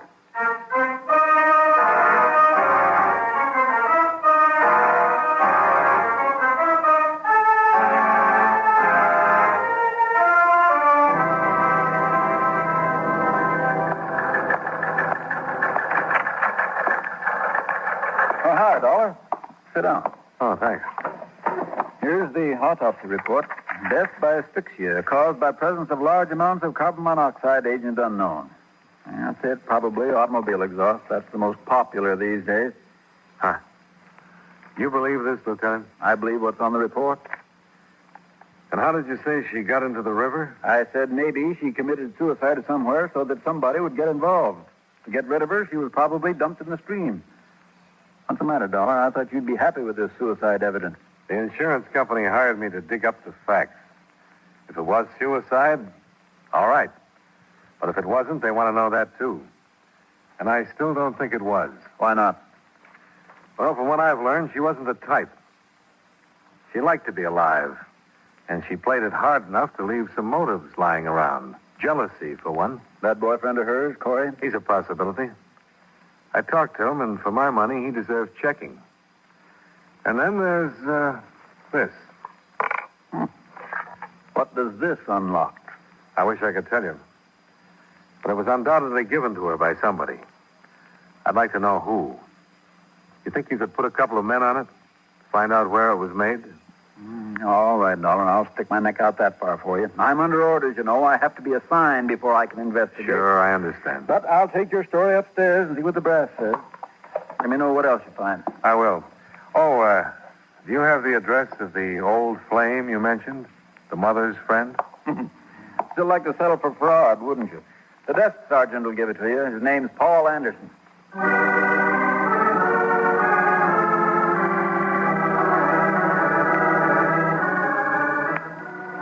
I'm from Gene Maxwell's insurance company, Mr. Anderson. Wonder if you could spare me a few minutes. Yes, I suppose so. Come in. You're the adjuster so soon? No, I'm an investigator. Oh. I didn't know she had a policy. No, she did. $25,000 to go to her mother. I see. But her death has been classed as suicide, which voids the policy. The 2-year self-destruction clause is still in effect. Now, that's a pity. Now, why do you say that? The least she could have done for poor Mildred. That's her mother? Yes, an extremely young mother. It was almost ruined her life for that girl.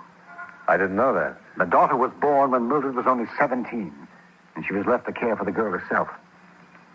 I've helped as much as I could. I don't want you to misunderstand. There's nothing to be hidden. I suppose it is unusual. I did meet Jean first. But when she took me to her home and I met her mother, I realized that Jean was, well, no more than a cheap little opportunist. The complete opposite from her mother. As I say, I suppose it is unusual. Oh, that doesn't make any difference. The point is that you dropped the girl in favor of her mother. Is that it? It wasn't the gross situation you evidently wish it had been. Now, look here, this has gone far enough. You've asked me these questions for only one reason, so that you can draw your own conclusions. You think I sent Mildred to the home to get her out of the way, now, don't you? Well, that is not the case. But you can think what you like, and go ask Mildred if you care to. No, I won't bother her. You know anything about a gold key that Jean had? A gold key? No, I don't know anything about a gold key. I've known very little about Jean at all these past months. So many people seem to know so little about her.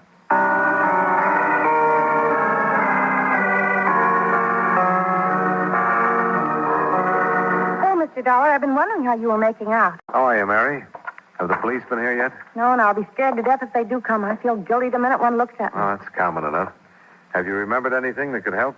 Not a thing, Mr. Dollar. And I hardly slept last night. It's creepy. With her room just like it was the last time she left it. I've got to either move out or get somebody else in there. Yeah. Mary, did Jean ever mention Paul Anderson to you? Anderson? No, I don't think so. Not that I can remember anyway. She was always kind of secret about things. She did talk to you about her mother, though. Oh, a little, yeah. About her being in the hospital. Anything about how she got there? No. Except I got the idea Jean thought it was wrong how much fun she was having without her mother to worry about. She never told you who was paying the bills? No, who was? This Anderson guy? Yeah. You're sure she never mentioned him? I'm sure I'd remember if she did, because I was curious, and she never mentioned any of them. Okay. Thanks, Mary.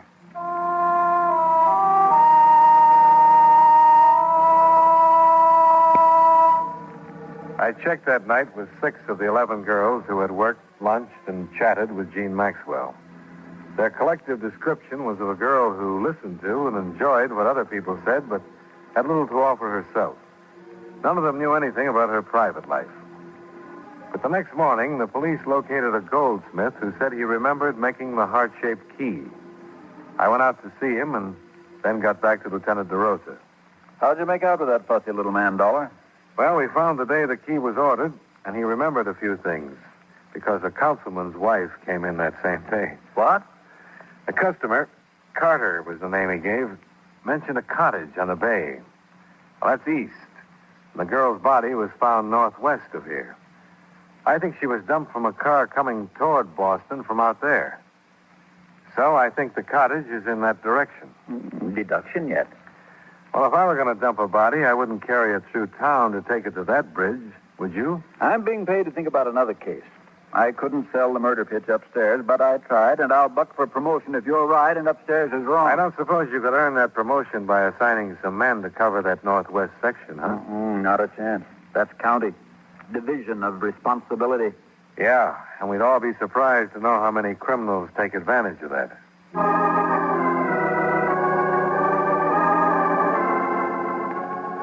Expense account item 5, $35 mileage. Covering a 2.5-day canvass of real estate offices northwest of town. Object, a cottage probably rented prior to the month of June by a man possibly using the name J.E. Carter. It was a vague lead that meant morning to night legwork, but on the third afternoon it paid off. We don't rent much up here is why I remember. Now, she was a dark-haired girl, is that right? That's right. Mm-hmm. The Anson place out on Birch Road. Has anybody been there in the past few days? Not that I know about. They used to be there every 2 or 3 days, too.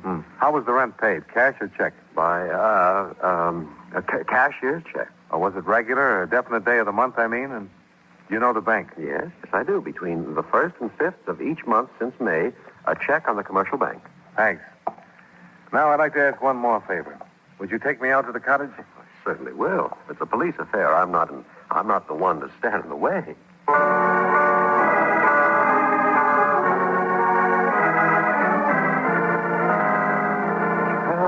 I've always said that I personally vouch for the people I do business with. You never know, do you? That's a profound truth in any business. I'll certainly try to be more careful in the future. You want to go now? I think I've seen enough. Here, let me lock it. I want to see if this key fits. Huh? It did fit. Yeah, it did.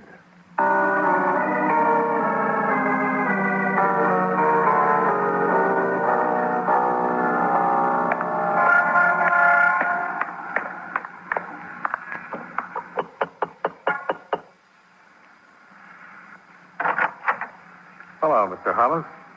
May I come in? Well, yes, of course. Well, I didn't expect to see you again. Didn't you, Mr. Hollis? You thought you'd get away with it? What did you say? No, there's no reason to be clever with each other. I know you killed her. You rented a cottage out beyond Mystic River. You used the name J.E. Carter. Come into the other room. Yes, you're right. I did become infatuated with her. If you'd known her, you'd understand. I realized last week that it had to stop, and I told her. She's been with that young Corey boy. I told her even if I was single and eligible to marry her, I would advise her to hang on to him, someone her own age. That was last Tuesday night. Yes. She left the cottage, and I heard her drive off. Or at least I thought I did. When I went out, I learned what she had really done. She committed suicide in the car. You could hardly blame me for wanting to keep the secret. It wasn't suicide, Mr. Hollis. You know it, and I know it. All right, Mr. Dollar. I'll make my statement to the police. Fine. I'll drive you down. Thank you. Edward. Beatrice, go back upstairs. No, Edward. I won't. I insist, Beatrice. What good would it do? After what I've done because I lost you. Why should you ask me to go upstairs while I lose you again? I forbid you to say another word. She had taken him away from me because she was beautiful. And I no longer am. I was waiting in their cottage, Mr. Dollar. And when they came in, I struck her. Is that the truth, Mrs. Hollis? I killed her. And since there was nothing left of our lives, we carried her to the car. What have I done? What have I done?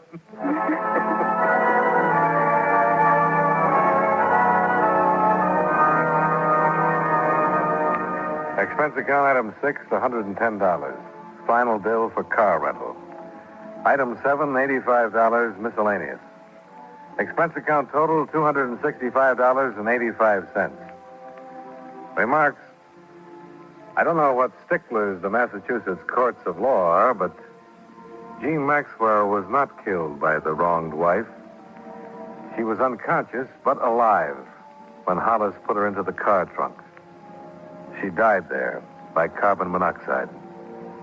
Yours truly, Johnny Dollar.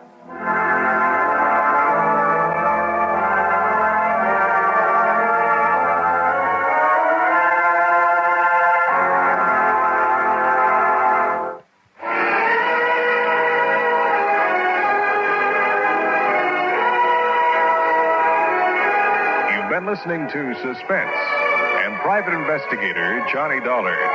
Join us again tomorrow night at the same time as FEN presents 55 Minutes of Comedy with My Favorite Husband and the Adventures of the Great Gildersleeve. That's tomorrow night at 9:05 on the Far East Network.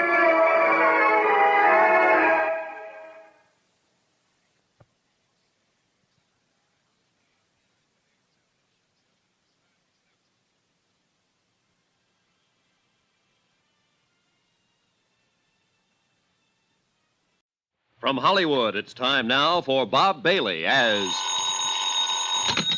Johnny Dollar. Hugh Bryan, Mr. Dollar.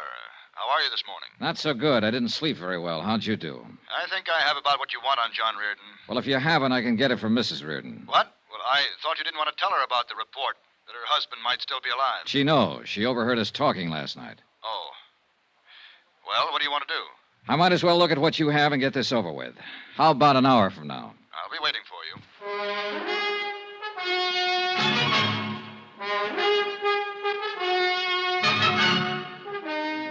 Tonight and every weekday night, Bob Bailey in the transcribed adventures of the man with the action-packed expense account, America's fabulous freelance insurance investigator. Yours truly, Johnny Dollar.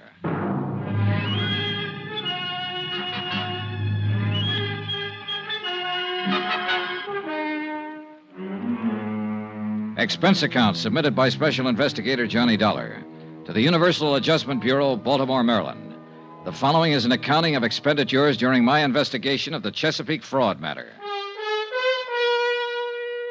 Expense account item 6, $1.50. One collect telegram from Denver, Colorado. I've located Frank Bowers as per your request. Cursory investigation discloses little evidence that would lead me to believe he might be the John Reardon of Baltimore. Looks like a ham bone to me, Johnny. What do I do now? Signed, George Hanley, George Hanley Investigations Incorporated, Denver, Colorado. Item 7, $2. Same thing. Telegram from me. Things are about the same way here. Sit tight. I'll see you in a day or two. Love, Johnny. Once the telegrams were out of the way, I walked 3 blocks from my hotel to the office building of Hugh Bryan. It was an impressive place full of lawyers and doctors. Hugh Bryan looked a little haggard when I saw him. It took me a while to get all this together. Half the night. There wasn't that big a rush. Oh, get it out of the way. The sooner you have what you need, the sooner you can make sure, and the sooner I won't worry about it anymore.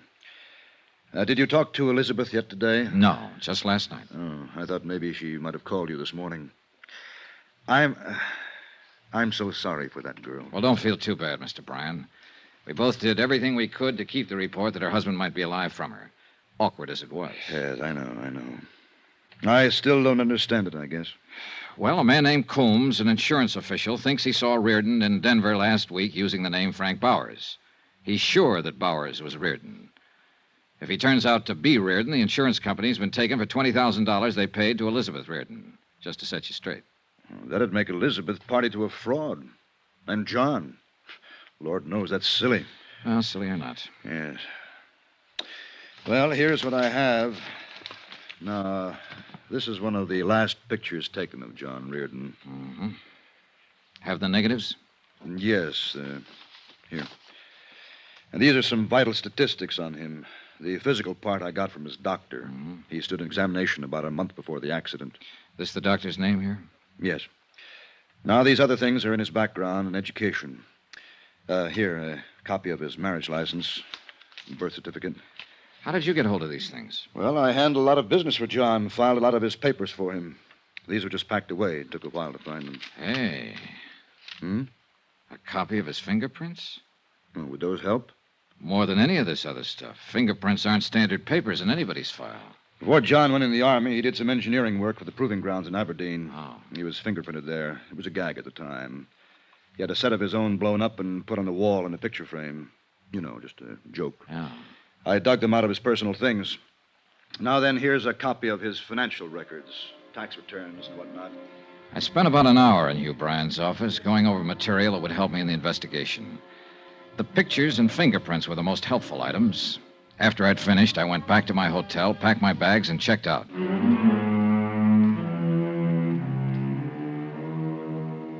Expense account item 8, $398. My hotel and incidentals in Baltimore and plane fare to Denver. I got there at 9 in the morning. The air crisp, thin, and full of sunshine. I rented a car at the airport and drove into town. A half an hour later, I was talking to my detective friend, George Hanley. How do you like Denver, old pal? I haven't been here for a few years. Doesn't look the same. Bigger and better, huh? They're thinking of putting up buildings as big as those mountains over there. I love it. So's the wife. I'm glad. You ought to try a place like this for a while, Johnny. Maybe I will. Ought to find yourself a girl and settle down. Let's us settle down, Georgie. Huh? Oh, sure.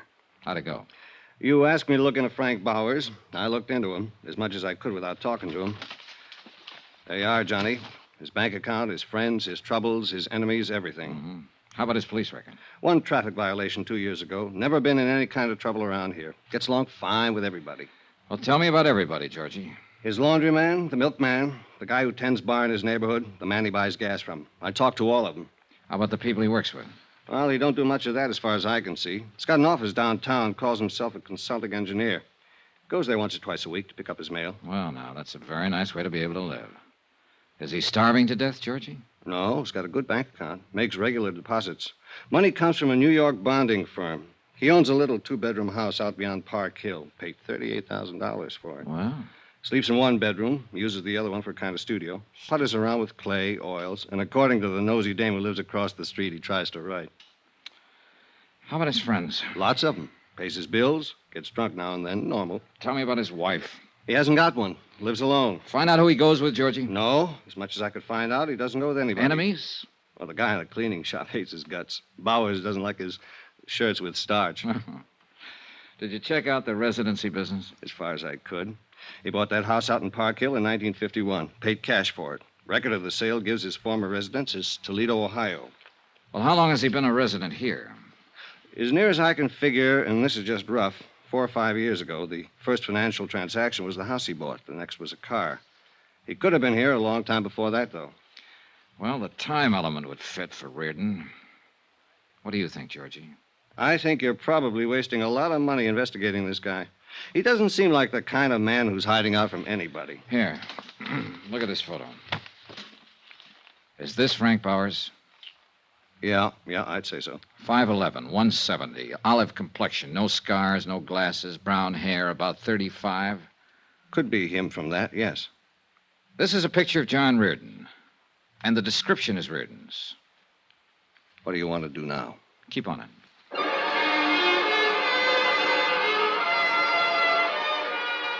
I got George Hanley busy making a check with some people in Toledo who could find out whether or not a Frank Bauer had once lived there. Then I took my rented car and drove out to the address Hanley had given me. It was in the east side of the city near the airport, a one-story frame house, a 53 Merc in the driveway. I'm looking for Mr. Frank Bowers. Oh, who are you? Johnny Dollar. Oh, I'm Frank Bauer. Well, I'm an insurance investigator, Mr. Bowers. I'd like to talk to you. Oh, come on in. Thank you. Take a chair anywhere, huh? What's on your mind? Just making a routine check, Mr. Bowers. Thought perhaps you could help me.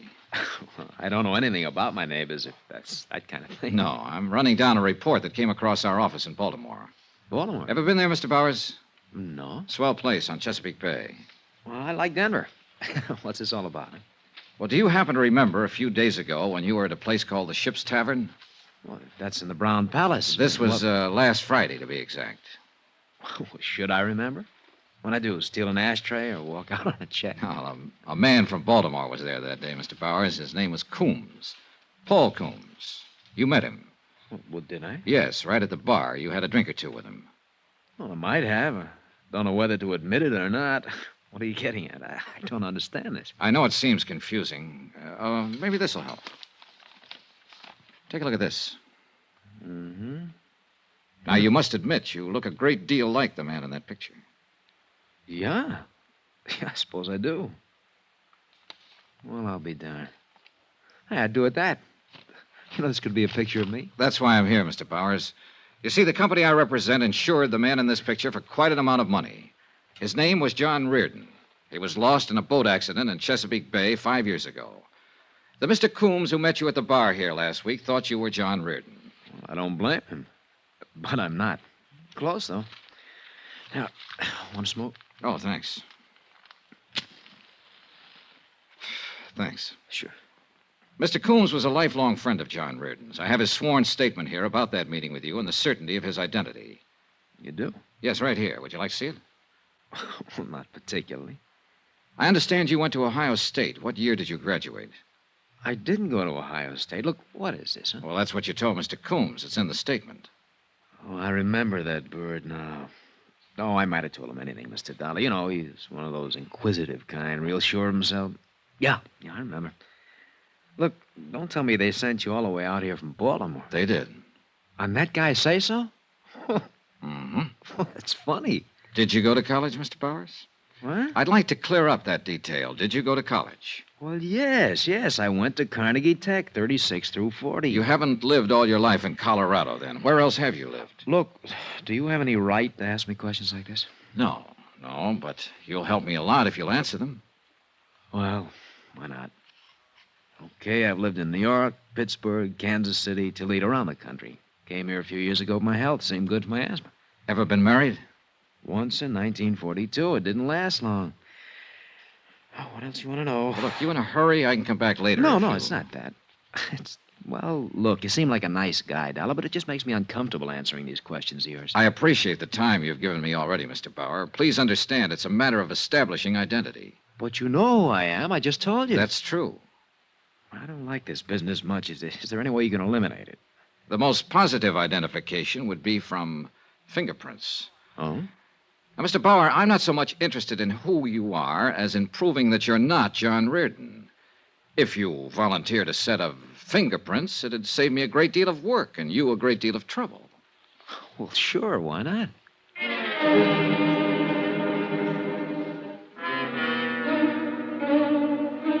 We drove downtown together to George Hanley's office and used the portable fingerprint kit. I took a complete set of Frank Bauer's prints he attached. I thanked him for his time and trouble, and he left. If he was trying to cover something, it certainly wasn't apparent from his conversational reactions. There had been a moment when I was sure he wasn't Frank Bauer. On the other hand, I was sure that he wasn't John Reardon. That cuts it, Johnny. Right thumb and index prints don't match at all.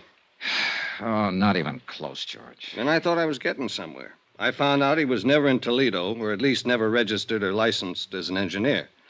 Well, these prints do it. When are you going home, Johnny? Oh, I don't know.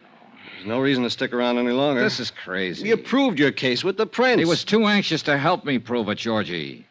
You ask any ordinary man on the street 2 personal questions about himself, and he'll tell you to go jump in the lake. You ask him for his fingerprints, and he's liable to smash you. So? Get on him. Stay with him 24 hours a day. Get a couple of other men. It'll cost you money. Get busy. Expense account item 9, $200, detective service. I didn't believe Frank Bowers. I didn't believe his background. And most of all, I didn't believe his fingerprints.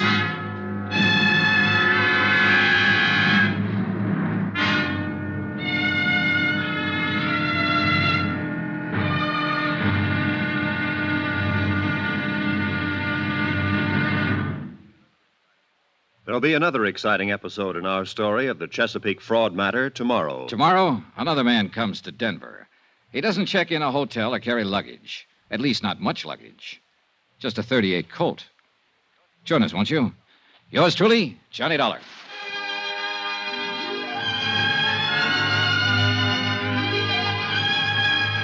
Yours truly, Johnny Dollar, starring Bob Bailey, is transcribed in Hollywood. Written by John Dawson, it is produced and directed by Jack Johnstone. Be sure to join us tomorrow night, same time and station, for the next exciting episode of Yours truly, Johnny Dollar. Roy Rowan speaking.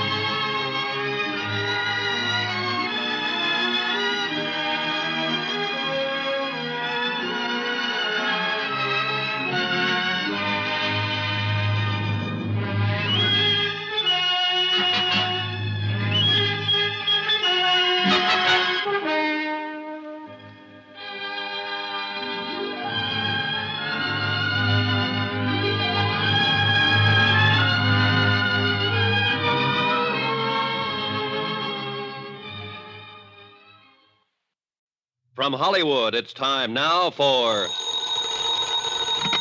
Johnny Dollar. Al Cintella down at precinct headquarters, Johnny. Oh, hi, Al. Sorry I missed your call a few minutes ago. What's on your mind? An actress named Amy Bradshaw. Amy? One of my favorites. Me too. But right now I seem to be looking for a guy who doesn't feel that way about her. Huh?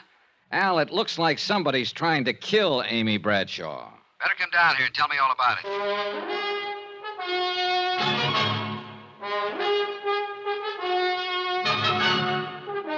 Tonight and every weekday night, Bob Bailey in the transcribed adventures of the man with the action-packed expense account, America's fabulous freelance insurance investigator. Yours truly, Johnny Dollar.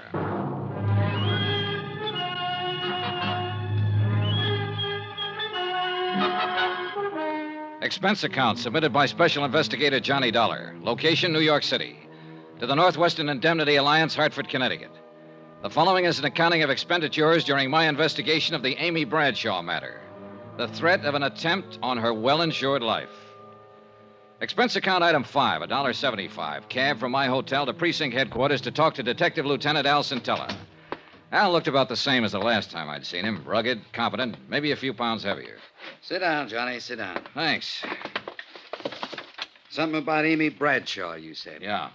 Didn't know you were a friend of hers. Northwestern Indemnity holds a $25,000 life insurance policy on her. Here, take a look at this note.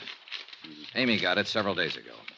You are evil. You will be punished by sudden death. Oh, come on now, Johnny. A couple of nights ago, after the show, somebody shoved Amy off the curb and out into the traffic over in Times Square. Well, the same thing happens to me almost every time I'm around Times Square. You know what I smell in all this? Oh, sure. You probably smell a publicity stunt. I sure do. You think I'd fall for a thing like that? You known Amy Bradshaw very long? No. I'd seen her in a few shows, but last night was the first time I'd ever met her in person. If I didn't know you pretty well, I'd say you might be getting a little stage struck on her. Uh-huh. What about the man who trailed Amy to her apartment last night? Oh? Who? I don't know. I chased him, but he had too much of a lead on me. I still wouldn't go jumping to any conclusions. Who you got to work on, for instance?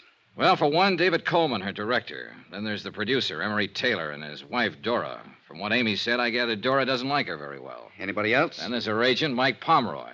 She seems to be pretty wrapped up in him. Whole stable full, huh? Yeah, looks like it. Also, a fellow named Porter Kane, who's usually hanging around the theater waiting for Amy. And finally, the man I really came to talk to you about. Who's that? Name is Bill York, her husband, but they're separated. Oh? She doesn't know where he is. You figure he might tie in somehow? He is the beneficiary of Amy's insurance policy. Well, I'll see if I can turn up an address on him for you. Okay, thanks, Al.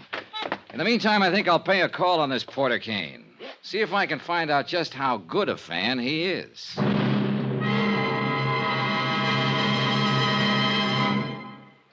We will continue with the Bradshaw matter in a moment. Friends, how'd you like to thrill your favorite youngster with some of the most exciting toys of the year? Picture the breathless excitement of any child surrounded by 6 gaily colored balloon-like giant animals up to 3 feet long, and all for the low, low price of just $1. Now, first you get Bounzo the Clown with round pot belly and funny nose. Next comes Hoppy the Australian Kangaroo. Third, there's Roscoe the Roller Skating Bear. He's 2 feet tall and looks almost like real. Fourth, there's Whitey the Fat Indoor Snowman. And fifth, Mortimer the Giant Mouse, 18 inches long and sure to scare the whiskers off any cat. That's 5 different giant animals. But now, hold your breath for the most sensational toy of all, the star of the whole Christmas season, the jolly giant talking Santa Claus, guaranteed to make everybody's Christmas a merrier one. He's a big roly-poly happy Santa. He stands erect on 2 legs, is actually over 3 feet tall and 32 inches around. Best of all, he actually talks. Just pull the tape and he says, "Merry Christmas" for all to hear. He's the biggest, merriest talkingest Santa ever, sure to please your youngsters and spread good cheer. Yes, Giant Santa proves there really is a Santa Claus. That's a total of 6 giant animals made of brightly colored, preformed, sturdy latex, which the kids can easily inflate. And the cost, just $1, not for each, just $1 for all 6 of these lovable giants who'll turn your home into a circus parade. And here's a surprise. Mail your order today and you'll also receive absolutely free Peter the Rabbit, actually over 2 feet tall with big red ears almost 9 inches long. But you must send now. Rush $1 plus 10 cents for packing and mailing for each set you want to Giant Animals, Box 1730, Grand Central Station, New York City. If not delighted with every one of your 7 giant animals, return them to the Super Animals Company for a full refund, but keep the giant talking Santa as our gift. Order now. Supplies are limited. Rush $1.10 for packing and mailing for each set in cash, check, or money order to Giant Animals, Box 1730, Grand Central Station, New York City. That's $1 plus 10 cents with your name and address. Mail to Giant Animals, Box 1730. That's Box 1730, Grand Central Station, New York City. Giant Animals, Box 1730, Grand Central Station, New York City.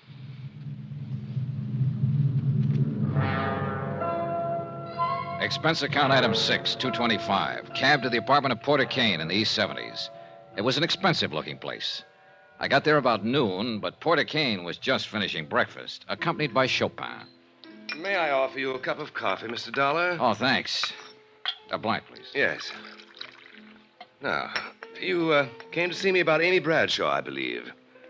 That's right, Mr. Kane. I represent Northwestern Indemnity Alliance. They hold a policy on Miss Bradshaw. You perhaps want some sort of character reference on her? You Might put it that way. Well, in that case, you couldn't have come to one better qualified than I. You see, Amy is my career at present. Afraid I don't understand, Mr. Kane. Well, some years ago, I was relieved of the sordid but customarily necessary task of working for my bread and butter. The result is that I've been able to devote myself to a fascinating hobby. What kind of a hobby? I collect things. Oh? The objects of my interest vary, but they all have one thing in common. Oh? This signet ring I'm wearing, for instance. Yes, I noticed it. Very unusual. The crest is that of the Medici family, Renaissance Italy. The only ring of its kind in the world, so far as any of the authorities on that period are aware. That vase on the table, the painting on the wall, that sculpture. One of a kind, huh? Precisely. Which brings us quite logically to Amy, who is clearly one of a kind. So? So I plan to add Amy to my collection. Just like that, huh? I'm certain Amy will see it my way in time. And I have time. Now, if you'll excuse me, I must dress for the matinee. Will I see you again, Mr. Dollar? Yes. You probably will, Mr. Kane. I was glad to get out of the hothouse atmosphere of Kane's apartment. Real weird, this character. And I had a hunch I'd better keep an eye on him. Item 7, $1.65. Cab fare that evening to the Criterion Theater.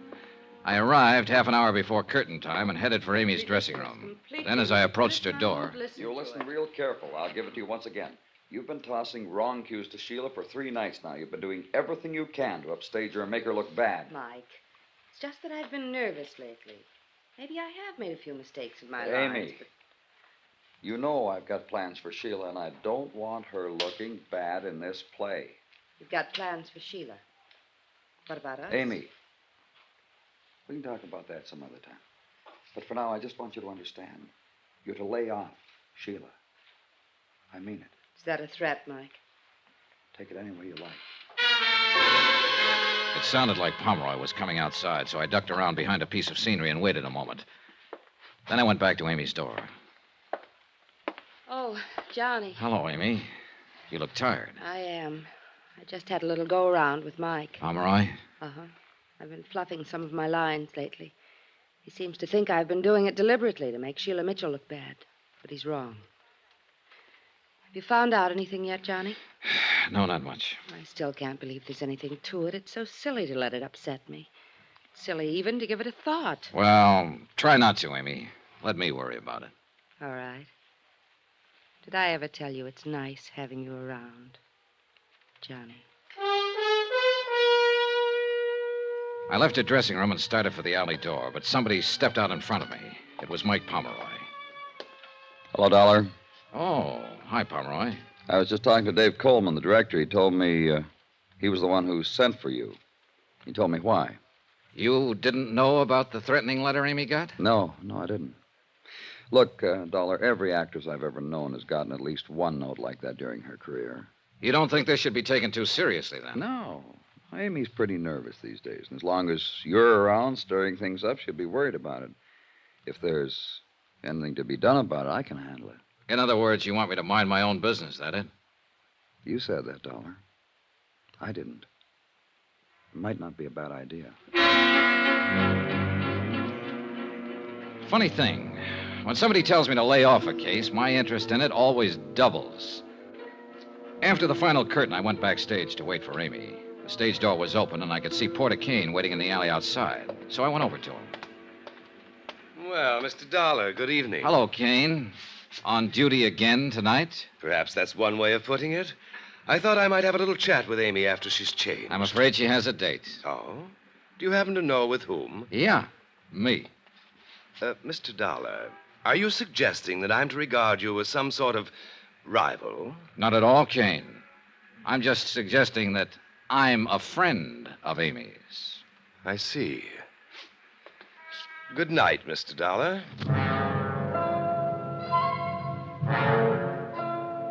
After Kane left, I stood beside the stage door and tried to figure out some of the angles on this case. There were too many of them. By the time I went in, the theater was dark, except for a dim light bulb over the stage, and everyone had gone. Everybody, that is, except Amy. I ran into the darkened theater. She was standing horrified next to the stairway by the dressing rooms, her eyes fixed on something that lay on the floor. Johnny, I was on my way out to meet you. I heard it swish through the air. This heavy sandbag. It barely missed me. Oh, Johnny. Stay back against the wall, Amy. You'll be okay there. I climbed the long ladder up to the catwalk above the stage where they sometimes use the sandbags to balance hunks of scenery. It was dark up there. I started edging along the catwalk. Suddenly, my foot hit a loose board. I almost lost my balance. A loose board that could have been left for me. And it was a long, long drop down to the stage. Whoever had been up there knew the theater pretty well. Finally, I went back down to Amy. She was trembling. Johnny? It's okay, Amy. It's okay. Johnny? Maybe I didn't take it seriously before, but I do now. Somebody dropped that sandbag from up there deliberately. Somebody is trying to kill me, and I'm scared, Johnny. I'm scared.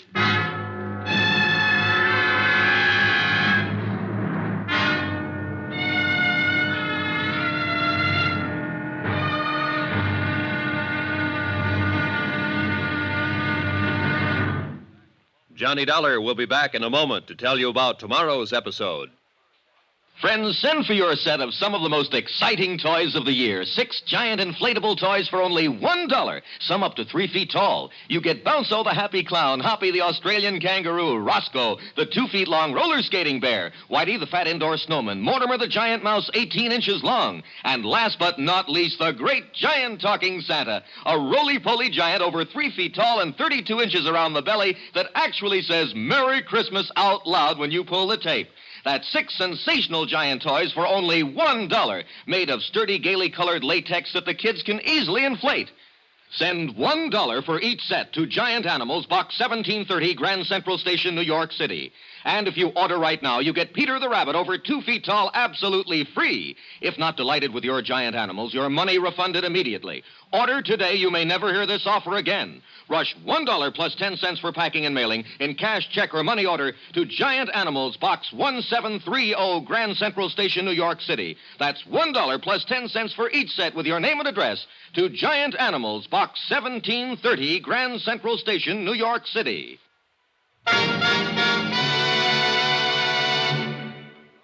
Now, here's our star to tell you about tomorrow's episode of the Amy Bradshaw Matter. Tomorrow, a man steps onto the stage from out of the past and into a role he doesn't want to play. Join us, won't you? Yours truly, Johnny Dollar.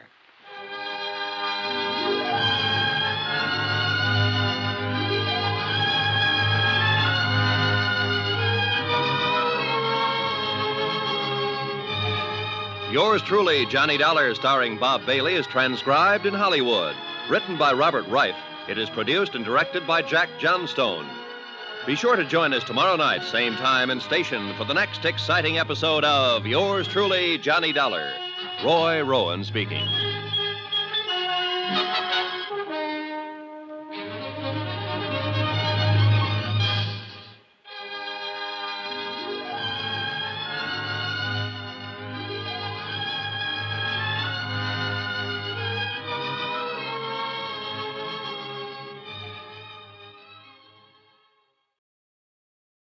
From Hollywood, it's time now for...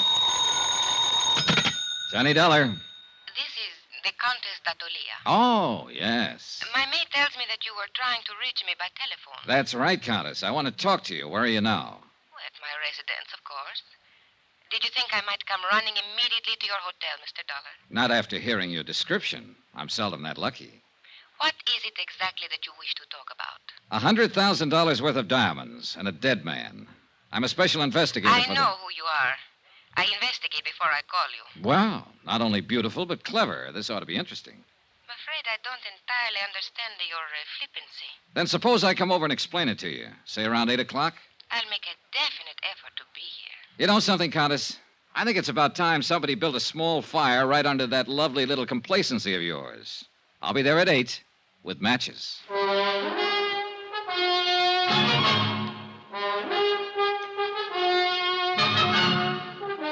Tonight and every weekday night, Bob Bailey in the transcribed adventures of the man with the action-packed expense account, America's fabulous freelance insurance investigator. Yours truly, Johnny Dollar.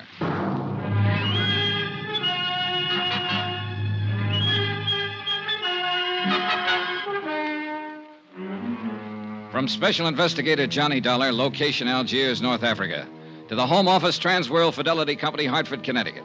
Assignment, the Lorco Diamonds Matter. Expense account continued. Item 4, $6.80, dinner and appetizers. I'm never any good trying to spar with a lovely female suspect on an empty stomach. I was finishing up on black Algerian coffee and white Algerian brandy when a slightly green-eyed Algerian police inspector sauntered up to my table. Mon Dieu, Monsieur Dollar, you special investigators really do live well. In the lap of luxury. Pull up a chair, Inspector. Join me in a sarsaparilla? It is on your expense account? Be my guest. Merci, monsieur. Bon, my favorite brand. Help yourself. Merci. Anything new? Nothing at all. A complete impasse. À votre santé. Mm-hmm. What about the man who sat next to that courier on the plane? Find out anything about him? I'm still working on it, which is to say, of course, my men are working on it. You police inspectors really do live well. I have to do my own legwork. But the glory, Monsieur Dollar, to come into a mysterious affair which has all the local police baffled, and to solve it immediately in one brilliant feat of deduction, to leave everyone gasping with admiration, to make one's exit to the sound of great applause. Not so fast, Inspector. I'm still back there with that brilliant feat of deduction. You have not yet found the solution? Just on the verge. Then I will drink to your success.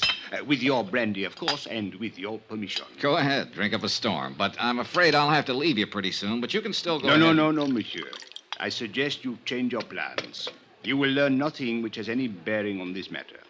Which plan do you mean? That of questioning the Countess d'Hortellier. Now, who found that out? As a matter of fact, she phoned me and inquired about you. Oh, so that's how she investigated me. Went straight to headquarters. Mais oui. Remarkable woman. Talented, beautiful. Et cetera, and so on.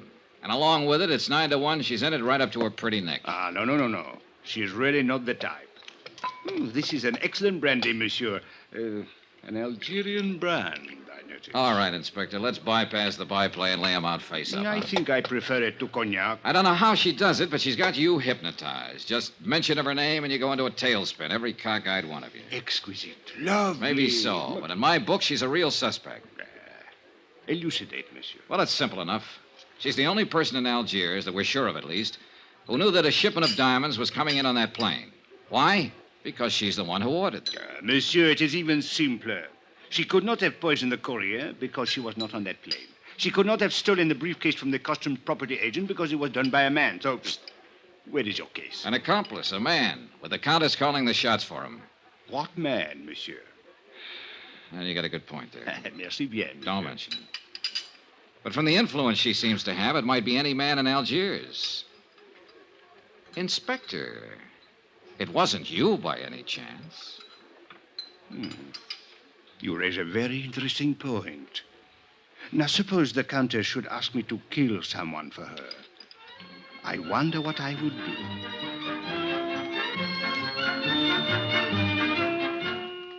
A page boy came into the dining room looking for me.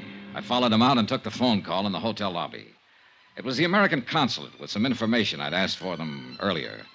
I hung up finally and looked at my watch. I was already late for my appointment with the Countess. So I walked out the door of the hotel and flagged a taxi to the apartment of the Countess d'Hortellier. She lived in the swank genteel Bois de Louet, a residential district favored by top government officials and wealthy French businessmen. But the building she lived in was a little frayed around the edges, and the maid she'd mentioned was nowhere in sight. The pieces were starting to fit together. Good evening, Mr. Dollar. Countess? Since you are here, won't you come in? Thanks. This way, please. I'm rather surprised that you came. I was really not expecting you. Yes, I know. Did Inspector Marcus find you? Look, suppose we get it straight right now. You seem to have a lot of influence with the inspector, and probably with his superiors, too, from what I hear. Sit down, Mr. Dollar. Thanks.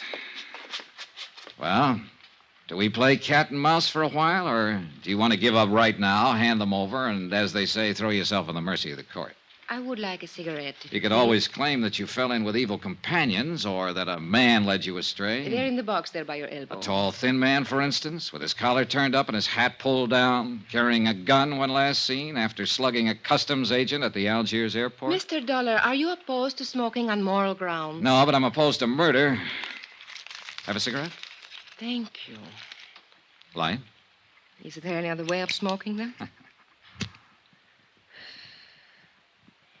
Mr. Dollar, I expected you to come here and be annoying, but I didn't know you were going to be insulting as well. That's just my mean personality. You seem to be under the ridiculous impression that I actually had something to do with this crime. I think you had plenty to do with it. A sort of arch criminal, perhaps? Or what is it you call them in the States? Big shot? Oh, Countess, you're a scream. I'll bet that courier died laughing. If you have a reason for these opinions, or believe you have a reason, I think you'd better tell me about it. Otherwise, good night. Oh, I have more than one reason. In the first place, I'm not certain that anyone besides you even knew the diamonds were being sent here.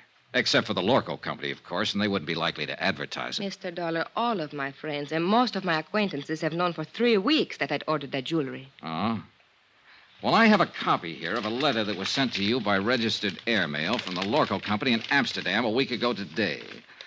According to post office records, you received it 2 days later. Remember it? Yes, I remember. It states the name, flight number, and time of arrival of that courier who was murdered. I said I remember. And it cautions you specifically not to give that information to anybody. So even if other people did know, you're the only one who knew the exact time the diamonds were coming in and exactly who was bringing them. All right. Perhaps I am at fault in a way. There was a cocktail party at the government club the same evening I got the letter. I forgot it for a moment and told someone about it. Who? Just a girl I happened to be talking What's to. her name? It doesn't matter. She was just stopping over on a world cruise. Anybody else hear you? I don't know. The place was packed. Government men, business people, Army, Navy officers. Anyone might have heard. Uh-huh. Was Inspector Marcus at the party by any chance? Yes, I spoke with him during the evening.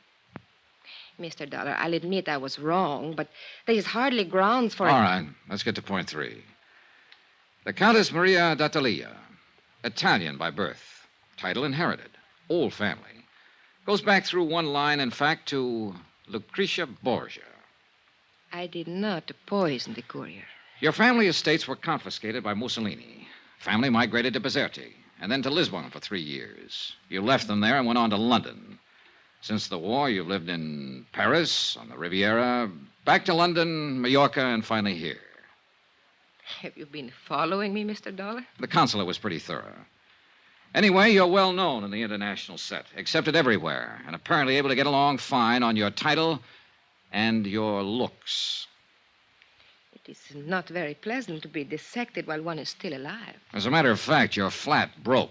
You've been living on credit for the last 4 months. I think you have gone about far enough. And yet 3 weeks ago, you ordered $100,000 worth of jewelry sent to you on approval. How did you plan to pay for it?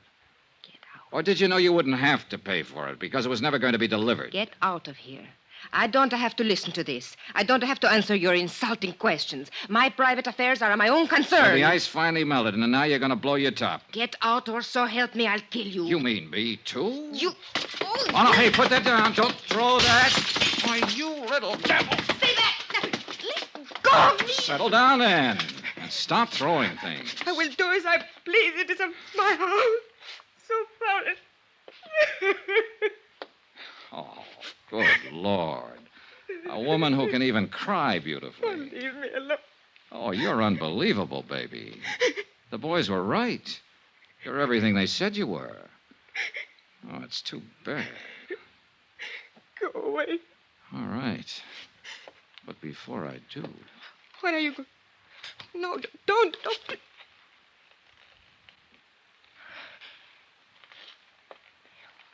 Why did you kiss me? Oh, it beats me. Just call it a sudden impulse.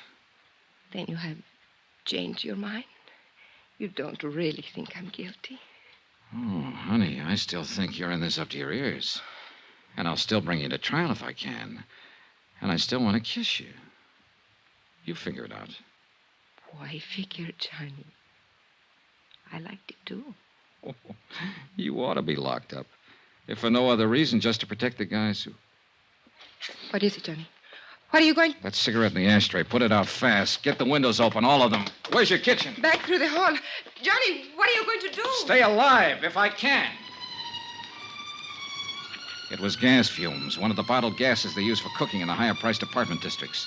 The concentration had been building up and finally seeped into the drawing room. If we'd lit another match, we'd have been blown to bits. The kitchen was dark, but I didn't dare snap a light switch. One spark would do it. So I held my breath and followed the sound and finally found the range. Every burner valve was wide open. I could vaguely make out a glass-pane door opening onto a terrace. I grabbed a breath of air and moved toward another door that looked as though it might open into a hall. It didn't. It opened into a closet, and on the closet floor there was a body.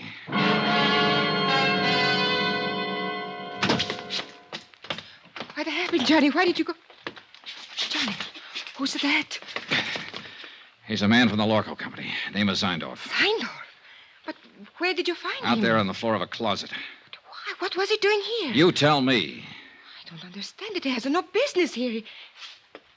What is wrong with him, Johnny? Well, right at the moment, he seems to be a little bit dead.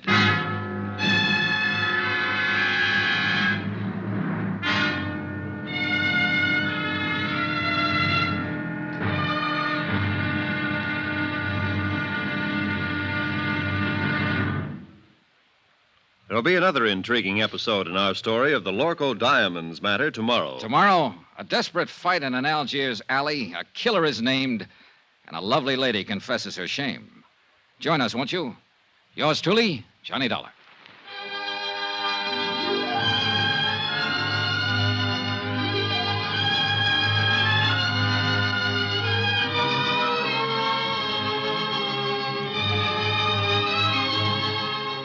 Yours truly, Johnny Dollar, starring Bob Bailey, is transcribed in Hollywood. Written by Les Crutchfield, it is produced and directed by Jack Johnstone.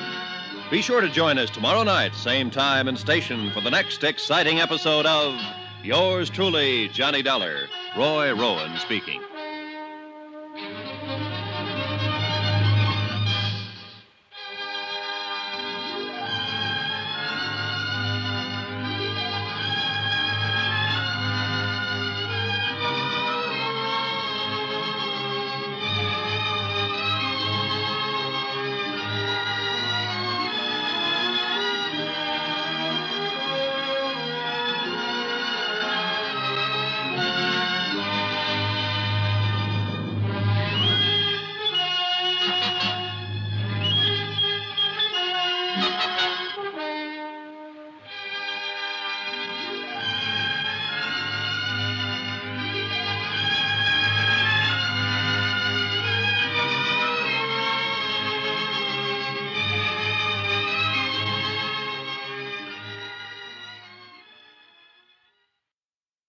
For your listening enjoyment, John Lund as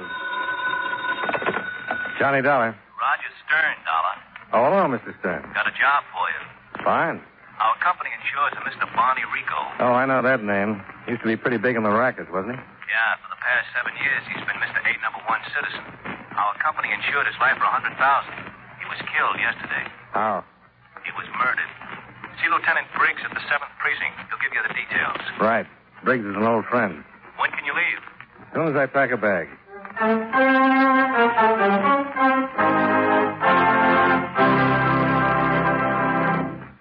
Mind if I break in a few seconds to discuss games with you? How many of you, when you were youngsters, ever tried to escape from the world of reality by playing cowboys and Indians or cops and robbers? Today's youngsters have added 2 more professions to the world of make-believe: spacemen and G-men. And speaking of G-men, do you know where that name came from? Actually, it was used about 20 years ago by gangsters to describe members of our Federal Bureau of Investigation as part of the Department of Justice, and acts as a kind of detective agency whose duty it is to track down those who break our federal laws. The FBI also does counterintelligence work in ferreting out spies and saboteurs. And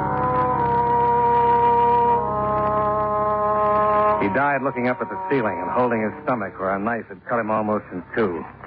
It was Dave Rico, and he named Gambona as his killer. I called Lieutenant Briggs. Gambona? That's what he said. I asked him who did it, and he said Gambona. Well, that's crazy. Why? Gambona's in Sicily. You sure? Well, sure, I'm sure. Authorities over there keep a close check. Maybe he meant Gambona's mob. A lot of them still around. Or wouldn't he know them? Yeah, he'd know them. But he said Gambona. Well, I'll get a cable off to the authorities in Sicily. In the meantime, what if Gambona is in town? If he is, he's going to have a hard time getting back out. But a lot of people would hide him. I'll start checking right away. See you, Johnny.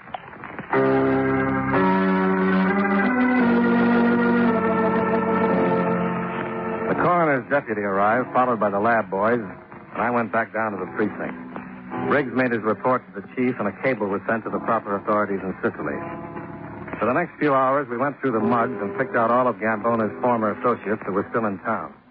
One of them was a girl. Virginia Barrett. Used to be a steady thing with Gambona, wasn't she? Yeah, she's been a good girl, though. Got a job and stayed out of trouble. Well, worth checking. She sings. Not very good, but the joint she sings in doesn't expect anything great. Where is it? It's over on 34th Street. I've been in it a couple of times. What's the name of the place? Something Den. Pirates. Yeah. You going to be busy for a while? Yeah. You want to say hello to Jimmy? Yeah, I thought I might. Well, let me know how you make out. Sure. If I run into Gambona, I'll give him your regard. Yes, do that.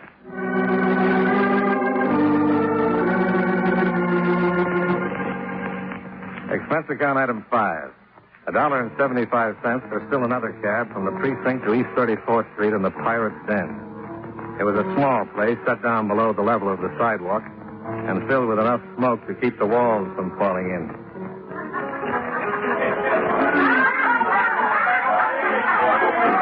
I found a table near the back of the room and gave my order to a swollen-eyed waiter that looked like he'd been mixing salad on his apron. When I told him I'd like to talk to Virginia Barrett, he gave me a long look and then wandered off through the smoke. About 5 minutes later, Virginia Barrett appeared. You wanted to see me? Yeah. Won't you sit down? Ask you to tell me what you wanted to see me about. It's a personal matter. I'll preface it with a drink. You a cop? No. I'm thirsty, but I'm even more inquisitive. Heard from Gino Gambona lately? Who are you? Johnny Dollar? Should I know you? No. What'll you have to drink? Right. Now, what's all this about Gino Gambona? Have you seen him lately? You kidding? I'll say it another way. Have you seen him lately? Look, Gino got sent to Sicily a long time ago. I haven't been out of New York since the day I was born. Okay. But have you seen him lately? Look, mister, I just told you. I haven't seen Gino since the day he waved goodbye from Pier 47. I don't think I want to talk to you anymore. You read about Barney Rico getting killed the other day? Dave Rico was killed this evening. That's too bad. Before Dave died, he named Gambona. You knew the Rico boys, didn't you? A long time ago. Now you'll have to excuse me. I go on in a minute. I'll wait. Okay, but don't hold your breath. She walked away looking worried and disappeared through a door on the opposite side of the room. I took a beat, then got up and crossed the room to the door and entered. On the other side, I found a small, dimly lit hall, and a rather large, muscle-bound man walked toward me. You looking for something? Yeah. I think you got the wrong view. I'm looking for Miss Barrett. Look in the other room. I have. Try again. Where'd Virginia Barrett go? She's probably in her dressing room, but that doesn't make any difference to you. Oh, you're wrong. Now turn around and walk back in that room while you got the strength left. Get out of my way. It's like that, huh? Exactly. Okay.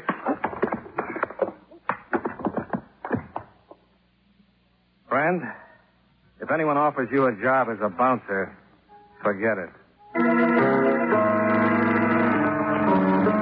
I left him lying in a corner and went down the hall, looking on the other side of doors for Virginia Barrett. But Virginia Barrett was somewhere else. I ran out into the alley behind the club just in time to see her climb into a cab on the other side of the street and pull away. Expense account item 6. $1.25 for another cab. We followed Virginia to a large apartment house on the west side of town. We parked a half block away. I watched her go in, then I followed. I went up the front steps of the building and looked at the mailboxes. Virginia Barrett's apartment was 203, but the front door had a night latch on it. I picked a name on a box, a Miss Adelaide Jones, and buzzed it. Yes? Miss Jones? Yes, who is it? Flowers. Flowers? From the Ashley florist. Flowers? The gentleman wanted them delivered immediately. Oh, really? Oh, wait a minute. Well, I was in. I found apartment 203 and started to knock. But sometimes when you get impatient, you get careless. I'd tailed Virginia Barrett, but I'd forgotten about the big boy I'd left sleeping it off in the back hall of the pirate's den. Obviously, he knew where Virginia could be found, and obviously when he came to, he'd hurry right over. Because when I raised my hand to knock, the big boy barged up the stairs and pointed his gun right at my dinner. Hold it. Oh, why, sure. You're a busy little fella, aren't you? I have to be, or I lose the game. Yeah? It's a treasure hunt. I have to bring back a pound of 3-day-old rhubarb, the lapels off 3 opera capes, and a dozen assorted heads. I'd like to contribute. Well, every little bit helps. I can guarantee some broken bones. Now, about Gino Gambona. You never can tell. Go ahead and knock. Who is it? Marco. Well, good evening. What's he doing here? Go on, get in there. Found him in the hall. Gave me some trouble over at the club. He says he's not a cop. Who is it? That guy I was telling you about. Marco's with him. Well, what? That's about all I can come up with. Your name's Dollar? Yeah. You know me? Yeah. Your name is Gino Gambona.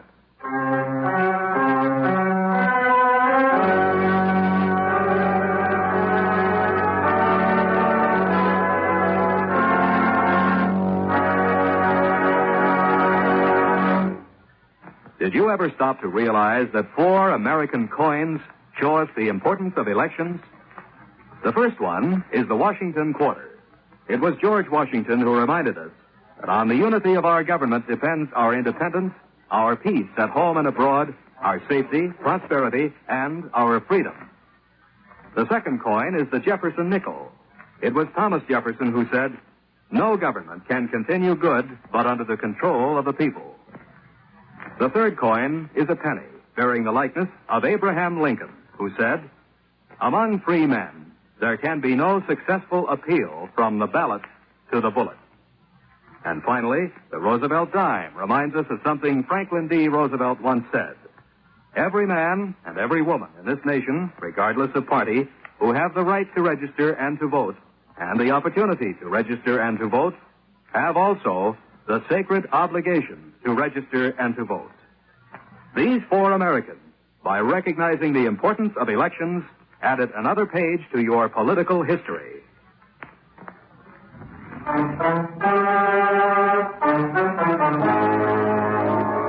And now, with our star, John Lund, we bring you the second act of yours truly, Johnny Dollar.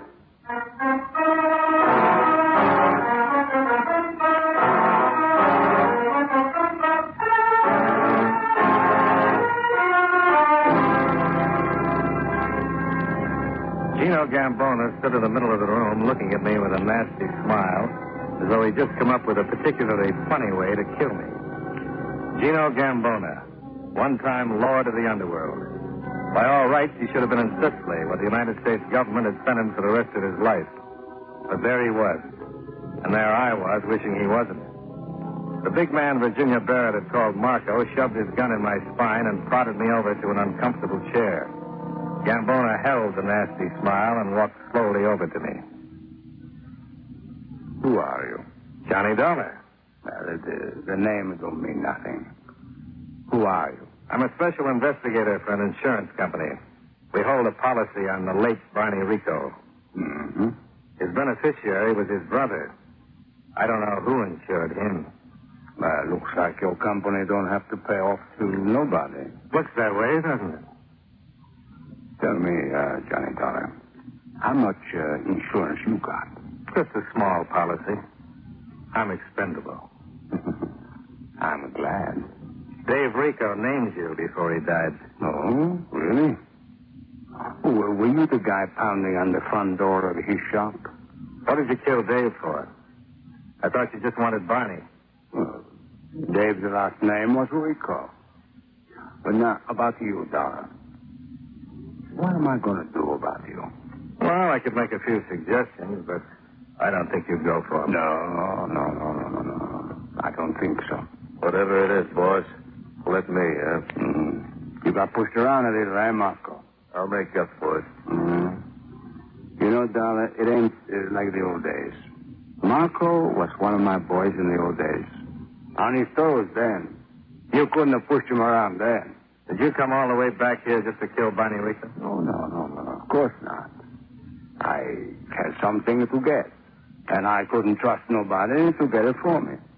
Not even my little baby here. You met Virginia, Dollar? Briefly. I hear she's a singer now. You hear her sing? Let's stop playing around, Gino. Mr. Gambona. Nobody calls me Gino. Unless I like him. The police know you're in the States. They sent a cable to Sicily. But they ain't going to find out nothing that way. I got it all fixed. By the time they really go looking for me, I'll be back like I never left. And who's going to say they saw me here? Money Rico? Dave Rico? You? Gino, let's get this over with. Yeah. Okay, Marco. Cool this bum off. Take him for a drive down by the river. Sure. What about the stuff? Well, me and Jeannie will pick it up and meet you. Now get going. Get up. Well, it's a nice meeting you, Dollar. Charmed, I'm sure. Come on. Move.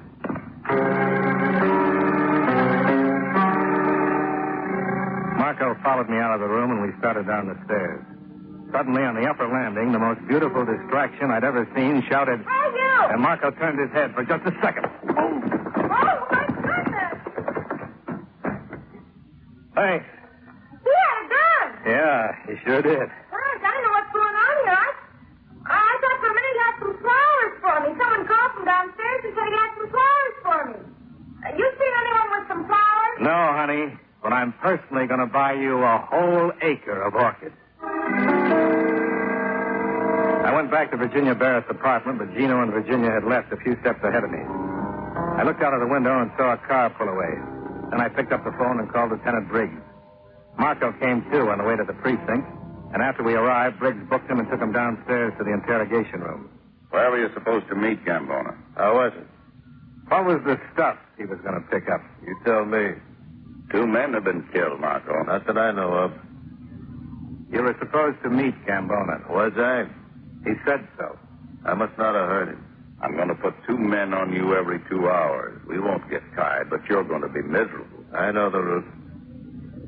Where can we find him? You hear me, Marco? I hear you. Where can we find him? I don't know. Where are you supposed to meet him? I'm not. When did you get into town? I don't know. When did he contact you? He didn't. You're a liar. If you say so. How did you know where he was staying? As I did. Where were you when Barney Rico was killed? When was he killed? The morning of the 3rd. I was at home. You sure? Yeah. Where were you the morning of the 4th? I don't remember. What's that got to do with it? That's when Barney was killed. Said the 3rd. Did I? It was the 4th. Where were you? At home. You said you didn't know. I was at home. Both mornings? Yeah.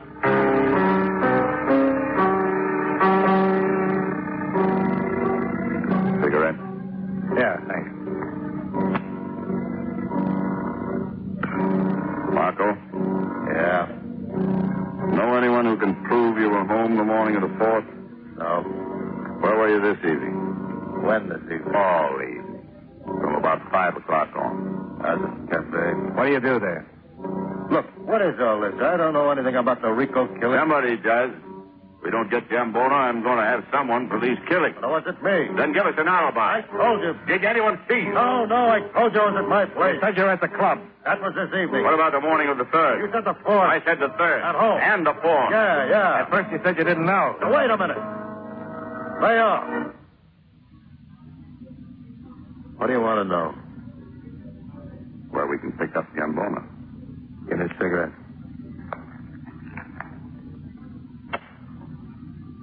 Where were you supposed to meet him? Okay. Nuts to Gambona. Nuts to the 10 grand. I'm bushed.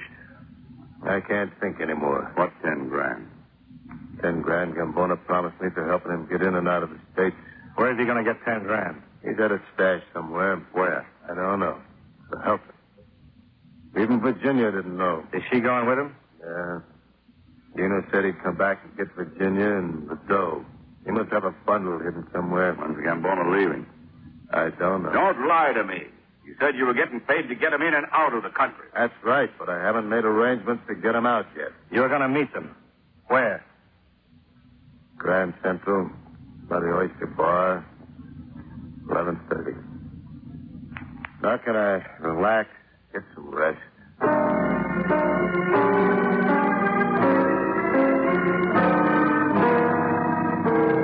We got to the Oyster Bar in 10 minutes, and Briggs had stakeouts placed around the entire area. At 11:30, Virginia Barrett and Gino Gambona failed to show. We waited for another hour. Mr. William James, report to the information desk. Mr. William James. Wait till I get back to Marco. Well, the only reason he'd lie is to give Gambona and the girl enough time to get away. Well, they'll never make it. I've got everything covered. Marco's job is to get them out.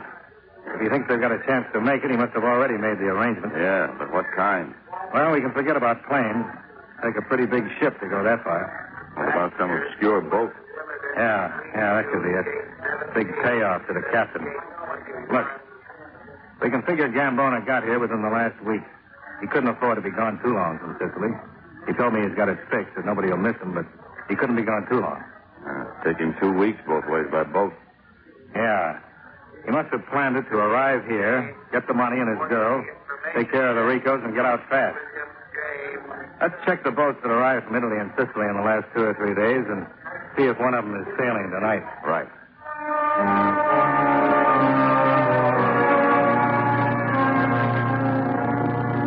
We checked the arrivals for the past week and then compared them with current departures. We found one looked like it could be it.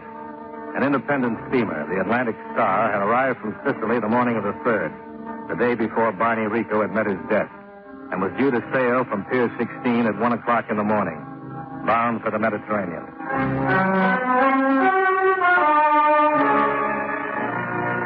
We piled into a squad car and arrived at Pier 16 at 12:50, where we identified ourselves to the gangway watch and were directed to the captain on the bridge of the Atlantic Star.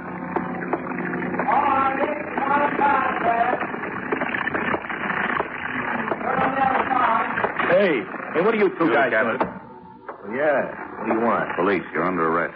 For what? Where are Gino Gambona and Virginia Barrett? Who? You're both surrounded. You might as well tell us. Stateroom B. But right now he's probably in the galley. What's he doing there? That's the way he signed on. Cook. Does pretty good at it, too.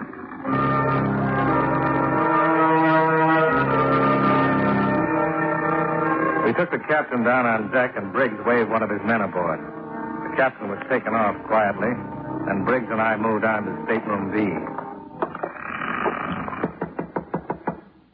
Who is it? Marco!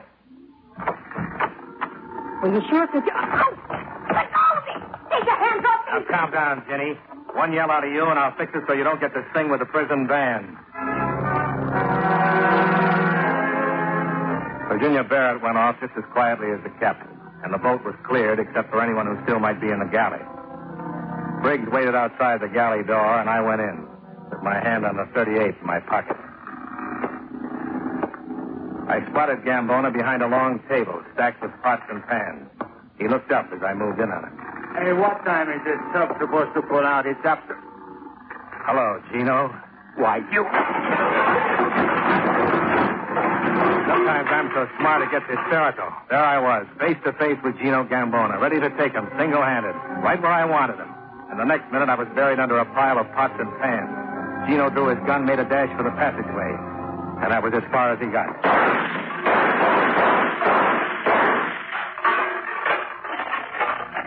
Johnny? What? Here, give me your hand. What happened? Somebody goofed.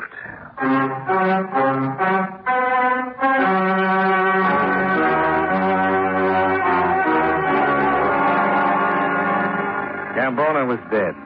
Virginia Barrett and Marco, full name Marco Dandoy, got 5 to 10 years for their parts in the crime. The captain of the Atlantic Star got 2 years, and Lieutenant Briggs got a promotion. Yours truly returned to Adelaide Jones with the flowers he'd promised her, and all in all, everyone got just what was coming to them.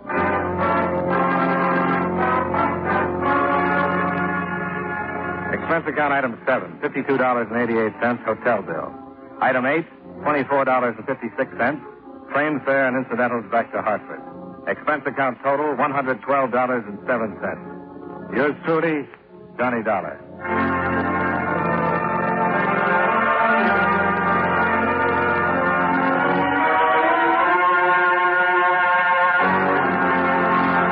For your listening enjoyment, John Lund as Johnny Dollar. Philip Martin, Johnny. What do you know about hydroelectric power dams? Not a thing, should I? The Travers Construction Company is building one at Sierra de Avare. That's a couple of 100 miles west of Caracas, Venezuela.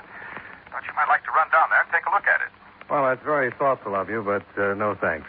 There's a time penalty clause in their contract, Johnny, and we put up the completion bond. Now, if the dam isn't finished by a week from Friday, it starts costing us $5,000 a day until it is. You sound worried. We got a radiogram from Asa Travers yesterday claiming that attempts are being made to prevent the completion of the dam on schedule.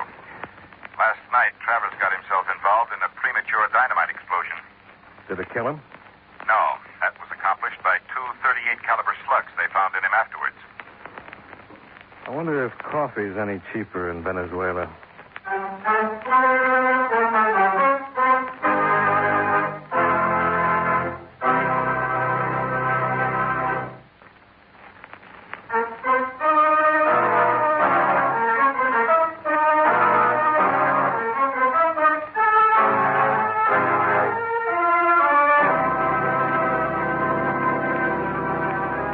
Expense account submitted by Special Investigator Johnny Dollar to Home Office, Eastern Indemnity Insurance Company, Hartford, Connecticut. The following is an accounting of expenditures during my investigation of the sulfur and brimstone matter. Expense account item 1, $273.50. Airfare and incidentals between Hartford and Caracas, Venezuela. I was met at the Macatilla airport by the deceased Travers' partner, Senor Getulio Matarsa, who wasted little time on the amenities. 10 minutes later, we were aboard a twin-engine Cessna with Matarsa at the controls, flying west toward the Sierra de Avare Dam. As to who may have killed Senor Travers, or why, I can tell you nothing. It is possible Capitan Borros of the Federal Police will have more information for us when we arrive. Why federal authorities on a homicide matter? Oh, the Sierra de Avare Dam is being partially financed by governmental funds. Naturally, the federal authorities are interested. What's your opinion about Asa Travers' report that somebody's trying to sabotage the dam? Well, it is true we have had some breakdown of equipment, some vital materials lost or stolen. I do not believe anyone is attempting to delay construction by physical means. What do you believe? In many police organizations, Senor Dollar, even in yours, in the United States, there will always be a small percentage of dishonest men. You talking about Captain Borrow?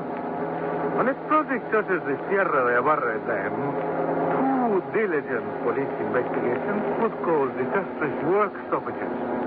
Vital delays which could carry us far beyond the contract deadline. And at $5,000 a day, that could turn out to be pretty rough. Did either you or Travers try to prove this little theory of yours? We will be at the dam shortly, Senor Dollar, and your investigation can begin. It would not perhaps be wise of me to attempt to give you any preconceived ideas. Maybe you should have thought of that before you tried so hard.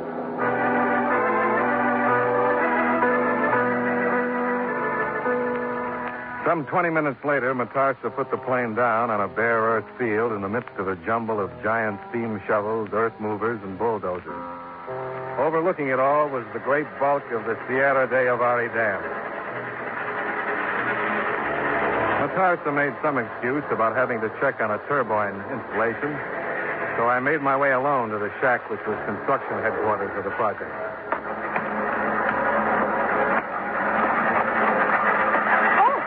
Oh, I'm sorry. Excúseme, señor. My fault. No hay de qué. Hasta luego, señor. Yeah? Yeah? My name is Dollar. I'm an insurance investigator.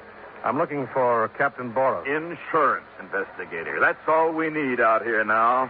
Who's paying you off, Boris or Matarsa? Maybe we better start over again. My name is Dollar. I'm an insurance investigator. Who are you? Bill Anthony. I'm straw boss of this outfit. And let's get one thing straight right now. I'm here to build this dam, and it's going to get built in spite of you or Boris or Matarsa or anyone else. Very admirable. Now, where's Captain Boros? Last I heard, he was going over to Travers' house. And where's that? Near the town of Puerto Cáceres, some 10 miles north of here. Uh-huh. They got some jeeps parked down on the other side of the hill. Tell one of the boys I said he should drive you out there. You're mighty accommodating all of a sudden. We'll get you out of my hair for a while. Yeah, that's what I figured. Oh, by the way, who's the girl I bumped into on my way in? Philomena Travers. Aza's daughter? His widow. Why? You must have been discussing some pretty important business. What makes you think so? Neither one of you remembered to wipe the lipstick off your chin.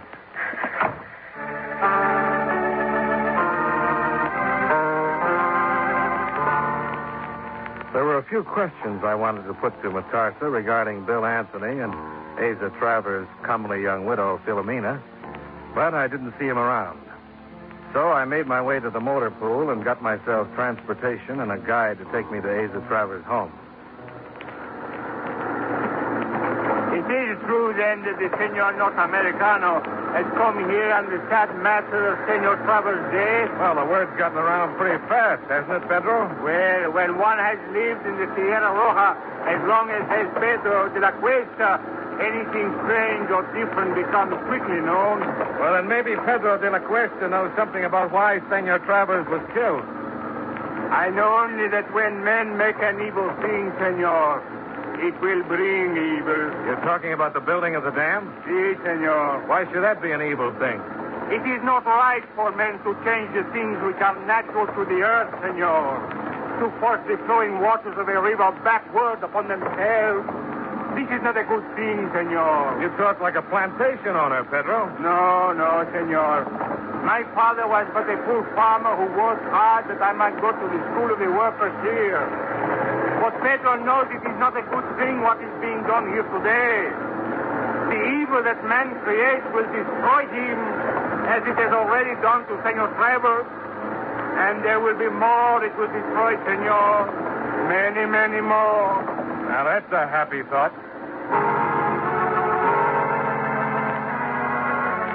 Asa Travers' house was a neat white stucco bungalow, half hidden by a mass of flowering bougainvillea. I left Pedro de la Cuesta with his gloomy thoughts while I went up to see if anyone was around. It soon became evident that somebody was.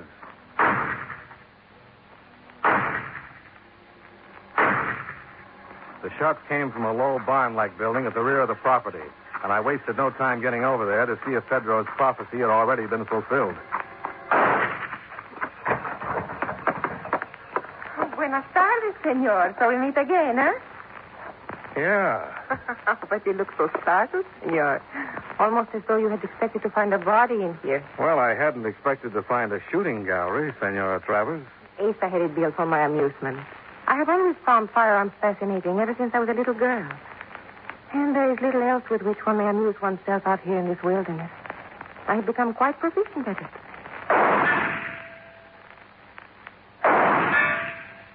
You see? Not bad. What's the gun? 38 caliber on a 45 frame? Si, senor. And you are thinking perhaps that it is the same caliber bullet which caused the death of Asa? The thought had occurred to me, yeah. Well, it is regrettable one must disappoint you, senor. Capitan Boros has already shed the gun. Uh-huh. I see.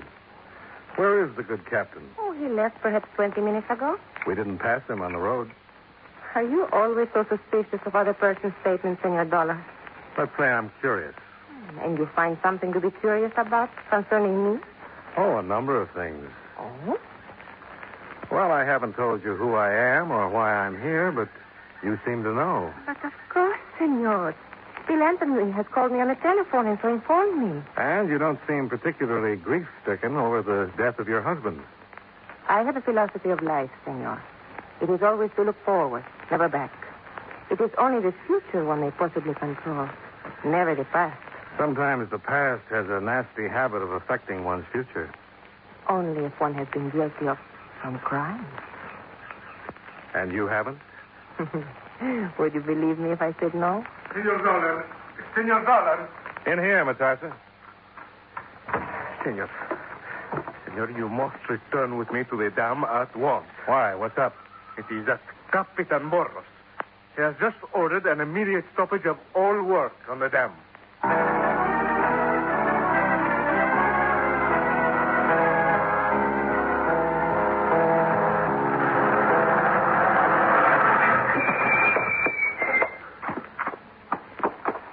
You see, Senor Dollar, already the work has come to a halt. Nothing is moving. The steam shovels, the concrete mixers, nothing. Uh-huh. Where's Captain Boris? In a construction shack with Bill Anthony. Let's talk with him. I tell you, Senor Dollar, there is only one answer for this action. Capitan Borros is looking for the payout. We'll talk to him.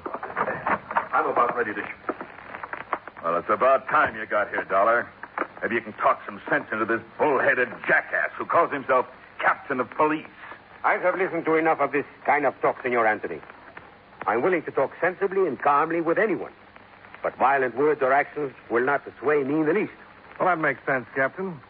Can you do the same about this sudden clampdown order of yours? Quite simply, Senor, I had no alternative. It was necessary to halt work upon the dam in order to prevent possible irreparable damage to the construction.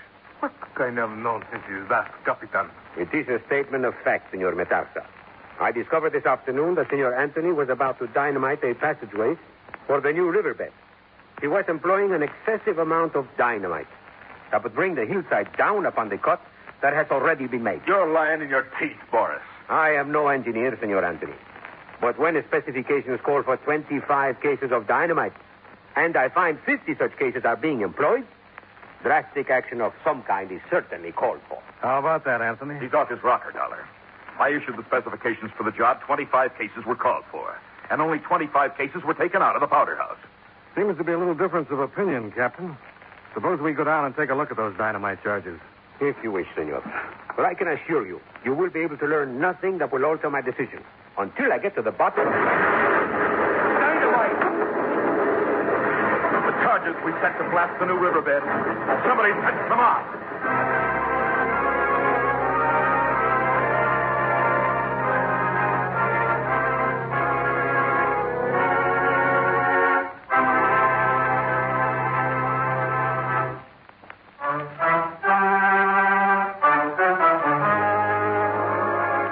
With our star, John Lund, we bring you the second act of Yours Truly, Johnny Dollar.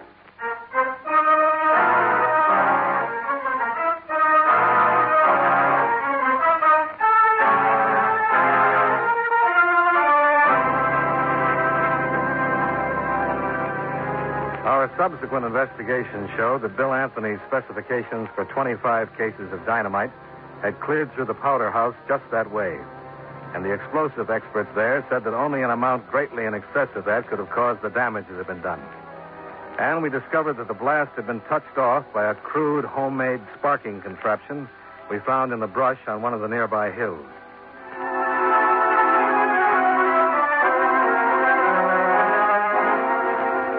It was dark by the time we got back to the construction shack. Matarsa was waiting for us with a report on the results of the investigating he and Bill Anthony had done. The original damage is not as great as we feared, senores. Yeah? How's that, Matarsa? While it is true the explosion buried the new cut, it is only for a relatively short distance. We can bypass it through a natural canyon on the other side of the hill. The work will be completed by Friday. You are forgetting something, are you not, senor? Your work stoppage order, Capitan Borros? Mm-hmm. No. I am flying to Caracas tonight. There are higher authorities there who can quite easily countermand your orders. I'm certain they will prevent you from interfering any longer in the construction of the Sierra de Abarre Dam. Buenas noches, senores.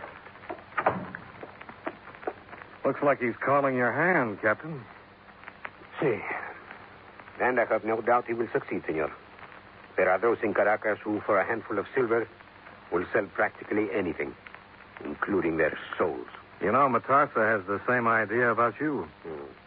He's not the first, nor will he be the last. A police official is always suspect. There are but few who realize that there are other considerations besides those of money. How about naming me one, Captain? 8 men have died so far in the construction of this dam, senor. All of them during the so-called accidents which have occurred. What if I should tell you that my reason for holding construction, until we get to the bottom of this, consists solely of a desire to save more lives? Well, I'd say it sounds reasonable.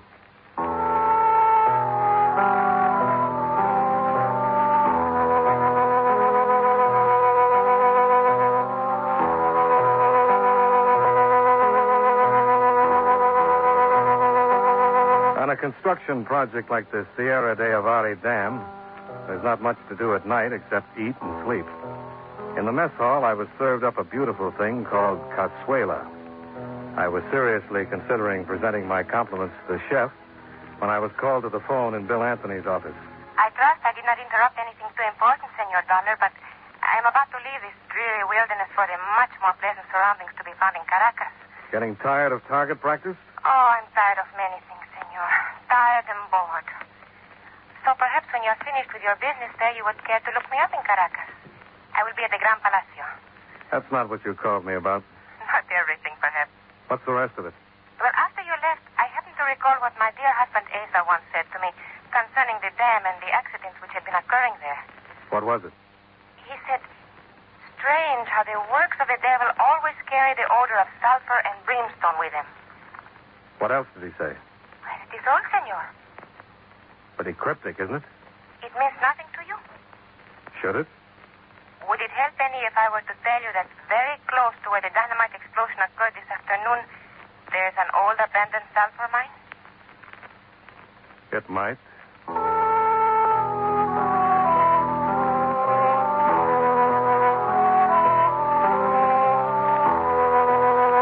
What do you know about an old sulfur mine somewhere around here, Pedro?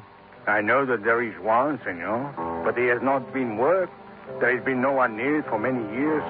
It could be of no importance to anyone. Suppose we find out.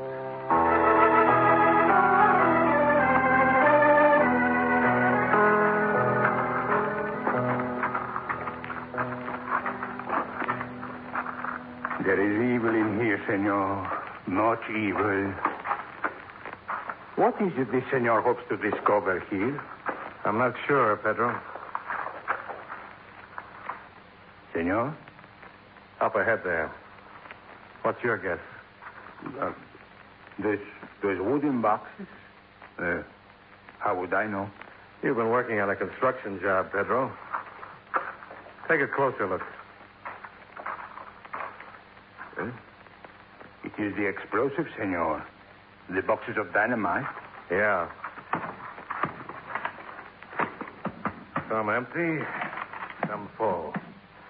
Well, that answers one question. What question, senor? Where the excess dynamite came from that blew up half that mountain today. And take a look behind those stacked cases. Ay, Santa Maria. Yeah. Looks like we got more answers than we bargained for. When we got back to the camp, I rounded up Captain Boros. He agreed with me heartily in all respects. Si, Senor Dollar. I would say your little trip to the sulfur mine has supplied us with several answers. Finding the dynamite, the body of Senor Bill Anthony. Let's not forget the gun, Captain. 38 caliber. The same caliber that killed Senor Travers. The initials on the butt are GM. And when you consider that the sulfur mine is owned by Senor Getulio Metarsa... Yeah. How soon are you leaving for Caracas? Immediately. Perhaps you would like to return with me. That's the second best offer I've had in Venezuela. Oh? And the first, senor? Well, I should find the answer to that at the Gran Palacio.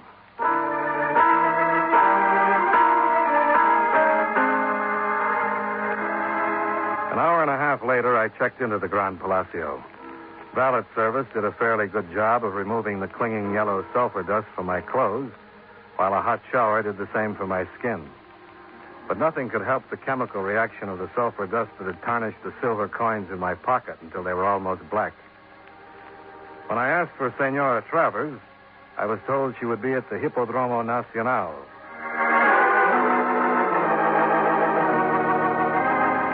Expense account item 2, $3.50. Cab fare from the Gran Palacio to Caracas' sumptuous Hippodromo Nacional. Good evening, Senora. Senor Dollar. Surprise? In a way. I was not expecting to see you here tonight. Do you always accept invitations so hurriedly? Well, only under unusual circumstances. Do you find this one unusual? Well, let's say the widow's lack of grief over her husband's passing was rather marked. You're not being very amusing. Neither was your explanation about that sulfur mine. It's leading Captain Boros to Getulio Matarsa just about now. Getulio? He's the one who... Oh, that is too bad. Why? He had promised to take care of my expenses during my stay here in Caracas. Well, you'd better start looking for another philanthropist. I do not suppose... I don't think I could afford it. Oh, how unfortunate. Well, in that case, I would not consider asking you to pay for my drink. I'm still not too happy about that sulfur mine explanation. There is nothing more I can tell you, senor. Not even where you got that coin? Coin? The one you just threw on the bar. Tarnished. Almost black. In case you didn't know, that's what sulfur does to silver. I see. Well? It was given to me day before yesterday, senor. It was the wish of the giver that I purchase a candle with it to burn for my husband. Who gave it to you? Pedro de la Cuesta.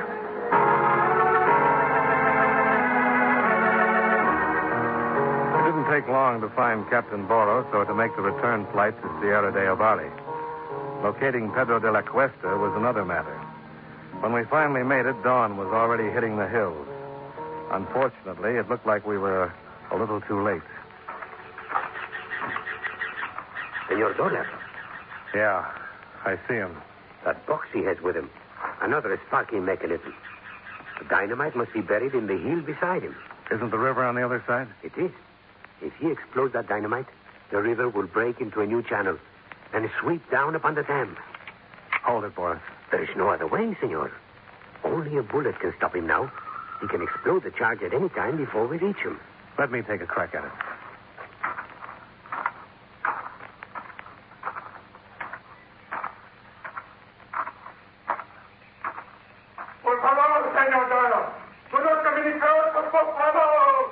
It's no good, Pedro. What you're doing is no good. It will destroy the evil, senor. It will prevent the good earth from being drowned by the wicked water. For a while, maybe, but only for a while. No matter what you do here today, that dam will be built. No, senor. It will be taken as an omen, as a sign from heaven. The evil thing will be left alone to drown in its own water, as they wish to drown my Maria. You're Maria, Pedro? Who is she? Mi esposa, senor. My wife. She who came with me to this land almost 40 years ago. Maria, who worked with me in the soil, who bore our children, who gave of herself for me, our family, for our land. Our grave lies there beyond those hills, senor, where the evil ones will release the waters. Is that why you want to destroy the dam, Pedro? Because of Maria's grave? She belongs there, senor, in the good earth to which she gave so much of herself. And they wish to destroy her grave, senor. To drown it in those filthy waters so they can make money. To wash away the only thing that ever meant anything in my life. How could I allow that, senor? How? Is that why you killed Senor Travers? He would not listen. On my knees I begged him, but he would not listen. An evil man, senor. And Senor Anthony? Well, he suspects me. Follow me to the sulfur mine. I had no choice, senor. And you have given me none now. Put the box down, Pedro. No, senor. It is unfortunate you must die with me. Put it down. It is too late, senor. Perhaps somewhere we will meet again. Ay, Pedro.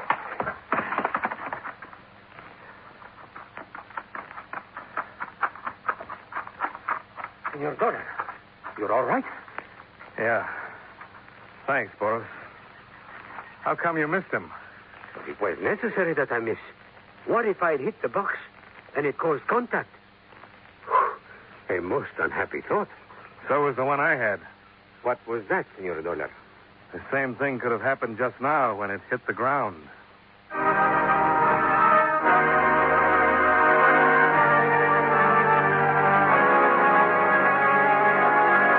Expense account item 3, $41.60. Hotel bill and incidentals in Caracas. Expense account item 4, $267. Airfare and incidentals from Caracas back to Hartford. Expense account total, $585.60. Yours truly, Johnny Dollar.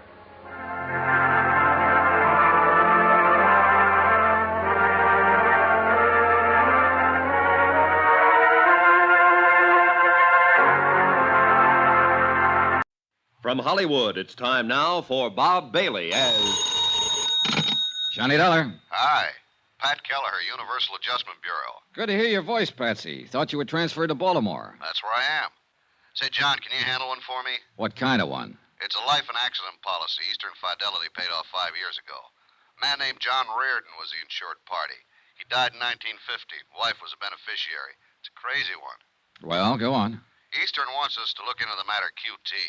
One of their officers has reason to believe Reardon is still alive. Why would he think that? Because he saw him 2 days ago. I'll get the first plane.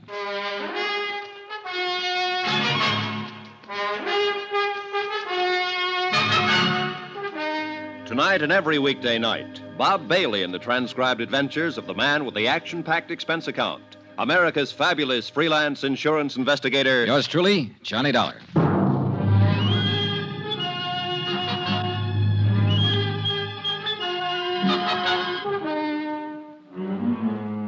Expense account submitted by Special Investigator Johnny Dollar to the Universal Adjustment Bureau, Baltimore, Maryland. The following is an accounting of expenditures during my investigation of the Chesapeake Fraud Matter. Expense account item 1, $22.75. Plane fare and incidentals, Hartford to Baltimore. I arrived at 3:15 in the afternoon at Friendship International Airport. It was a cold, gray day. I took a cab directly to Pat Kelleher's office. Good to see you, John. He was 10 pounds heavier. Outside of that, he looked swell. We'll have to have dinner once you meet my wife. Where are your bags? You didn't go to a hotel. I checked my stuff at the airport, Patsy. I didn't know how long I'd be here. Over the Alleghenies on the plane, I got to thinking about the number of alive but dead reports I've investigated at one time or another. They happen all the time, but they never pan out. Yeah, well, this one isn't like that, John. Sit down. Thanks. You know, when a man like Paul Coombs, chairman of the board for Eastern Fidelity, not to mention vice president of 2 oil companies and 1 construction company, when he romps in here and says somebody's still alive, it's supposed to be dead, we got to listen to him. Sure you do, Pat. It's your job. Your job now. Coombs claims he not only saw Reardon, but talked to him. I'll go into that later. Policy was issued in 1944. Mm-hmm. My wife's the beneficiary. Yeah. Elizabeth Jane Reardon, $10,000. 20, John. Double indemnity on the accident clause. Oh. Well, look, I'll look at this stuff later. Maybe you better tell me about that first. Okay. John Reardon was lost in a boat accident out on Chesapeake Bay. When? August 13th, 1950. There were 4 people in the party. They went out for the afternoon on a power cruiser, and the thing exploded in the middle of the bay. Oh, yeah, I may have read about it. Was there a man named Sharpston involved? Yeah. Sharpston owned the boat. He and his wife were aboard, and another man named Blaine. Did all of them go down? That's right. They recovered Mr. and Mrs. Sharpston's body and Blaine's. They never found John Reardon. What caused the explosion? No explainable reason. Was never determined. Oh, there's always a reason. Yeah, well, that probably blew up with the boat, too. As it happened, we conducted the investigation for Atlantic States Limited. They held the insurance on the Sharpstons and the boat. These are our findings in the matter. We found no reason for Atlantic not to honor the claim made by Sharpston's estate. Mm-hmm. How about the other man who was killed, Blaine? His case was adjusted by another company. So that leaves us John Reardon. Yeah. About a month after the accident, his wife filed claim for payment. Our investigation was ended by then. We notified the insurance commission of the circumstances of his death and requested a judgment. Routine. Did it go through all right? Yeah. The appellate court declared John Reardon legally dead after the required 3-year waiting period. Pretty standard when there's no body. Sure. Eastern honored the claim and paid Mrs. Reardon $20,000. So, that's about it. Except that now somebody thinks he's alive. Not just somebody. Paul Coombs. Yeah. And if that's so, Eastern's been swindled for $20,000. Tell me about the beneficiary. Miss Reardon? Mm-hmm. Nice woman. Met her a couple of times. She didn't need money, I can tell you that much. Oh? Yeah, worth over $200,000. Never married again. You say she didn't file her claim until a month after the accident. That's right. She ever give any reason for waiting that long? Well, she was pretty broken up about it. The money wasn't important particularly. Maybe she just forgot. Pat, I've got a question. What's that, John? How can you forget $20,000? Expense account item 2, $10, for drinks I had with Pat Kelleher while we talked some more about the Reardon case. At 7 o'clock that night, I had on a fresh shirt and a press suit. They seemed to impress Paul Coombs, vice president, chairman of boards, etc. Dollar? That's right, Mr. Coombs. Universal Oh, adjustment. yes, of course. Come in. I talked with Mr. Kelleher there. He sent you? Yes, sir. Yes. Oh, yes. I recall your name now. Yeah. Mm-hmm. Well, we can sit here, Mr. Dollar. Now, you hear about John Reardon, of course. That's right. I'm glad they sent a man like you. I'm glad you're the one who's going to look into it. You puzzle me, Mr. Coombs. No, I don't. And that's a compliment to your perceptive abilities, young man. As a matter of fact, you're here because you're only curious about me. You want to have a look at the man who thinks he saw John Reardon alive, right? I suppose so. You don't believe he is alive? I didn't say that. I admire your caution. I'm glad you're the one who's going to look into it because, well, John Reardon was a close friend of mine. Oh, I didn't know that. Yes, I knew him for a number of years. And Mrs. Reardon. He was a fine, sensitive man. I'm sure you'll know how to handle him when you meet him. You sound very certain that I will meet him, Mr. Coombs. There's no doubt in my mind about that. 3 nights ago at the Brown Palace Hotel in Denver, Colorado, I saw John Reardon. I walked up and spoke to him. I talked with him for 15 or 20 minutes. I know it was him. He didn't admit it. He denied it completely. He told me his name was Frank Bauer and that he had lived in Denver ever since the war. Frank Bauer? Yes. I was so certain it was John Reardon, I insisted. He laughed at me, seemed good-natured about it, even bought me a drink. I see. I asked him where he had lived before Denver. He said something about Toledo. I asked him if he'd gone to college there. He told me he'd gone to Ohio State. He told me he was an engineer, a mining engineer. Everything he told me seemed plausible and reasonable, except that all the time I knew he was lying. I knew his name wasn't Frank Bowers. That was John Reardon. How did you leave it with him? Well, the whole thing unnerved me somewhat. I'm afraid I looked like rather a fool. I simply caught my limousine out of the airport and came back here to Baltimore. Did you get his address in Denver? No. Any of his business connections, anything like that? No. Was he alone when you met him? There was no one with him. At the bar, he even ordered his drink the way John always ordered it. You know, like this. Oh, yeah. Well, a lot of people make that signal for 2 fingers of bourbon. Wore clothes the same way, too. Have you spoken of this matter to anyone outside of Pat Kelleher? No. I thought it should be looked into before I called up Elizabeth. Elizabeth? Elizabeth Reardon, John's widow.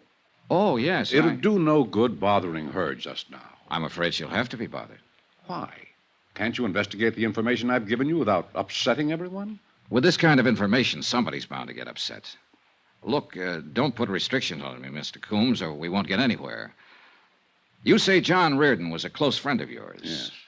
I presume his wife was, too. That's right. A lovely, lovely person. Yeah, I'll keep that in mind when I talk to her. Maybe you aren't the man for this.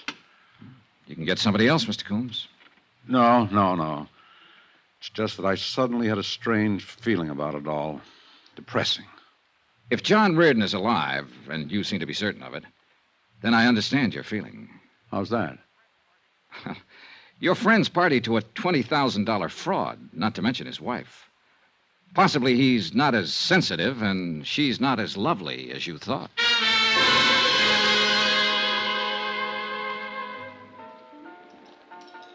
I spent the rest of the evening with Pat Kelleher and his wife, hoping to see the bright lights and listen to some laughter. We picked a couple of fancy bistros and started the rounds to watch champagne flow and eavesdrop on the happy stories of success, promotion, and love. But it didn't work. Like the place, John? It's swell. You're as low as a cricket's ankle. Well, today a man kept telling me a friend of his was alive who's supposed to be dead. He told me what a fine fella this friend is, or was. Yeah. 99 times out of 100, I tell him to go jump in the lake, but Paul Coombs comes under the title reliable witness in anybody's book. Give me a match. Here. How you fix for plans? Start somebody looking into Frank, whatever his name is, in Denver, who's supposed to be Reardon. I'll start with the beneficiary, but... Miss Reardon? Yeah. I'll march out and say, let me look at some pictures of your husband. What kind of a guy was he? Did you enjoy each other or try to kill each other? Did you ever, Why didn't Coombs look into it himself? Why didn't he go out to the widow and tell her about his meeting the guy in Denver? Because he came to us, John. Yeah, I know, Patsy. I'm sorry. But the prospect of going to somebody, anybody, with a flimsy story like that makes me sore. It might get her hopes up that her husband's alive. And that's a lousy thing to do. Reliable or not, Coombs is probably all wet. Probably. Sour racket. Sour racket. You being a parrot? Just being agreeable, John. If you want to be sad, I'll be sad with you. We both know situations like this are part of the trade. Oh, I should have been a... Oh, let's have another belt. Sure. Waiter. Well, John, maybe another way to handle Mrs. Reardon with that. That's her over there at the bar. Nice, isn't she? Hey, she is lovely. Nothing. She looks a little tight. Yeah, well, I hear she gets that way quite a bit these days. Say, John, you want me to introduce you like a friend? It might make it easier. No, I'll handle it myself. Who's with her? Beats me. He's looking for a phone booth. Pat. Yeah? I may be able to find out what I want and not let her know what it's about. You mean right now? I mean right now.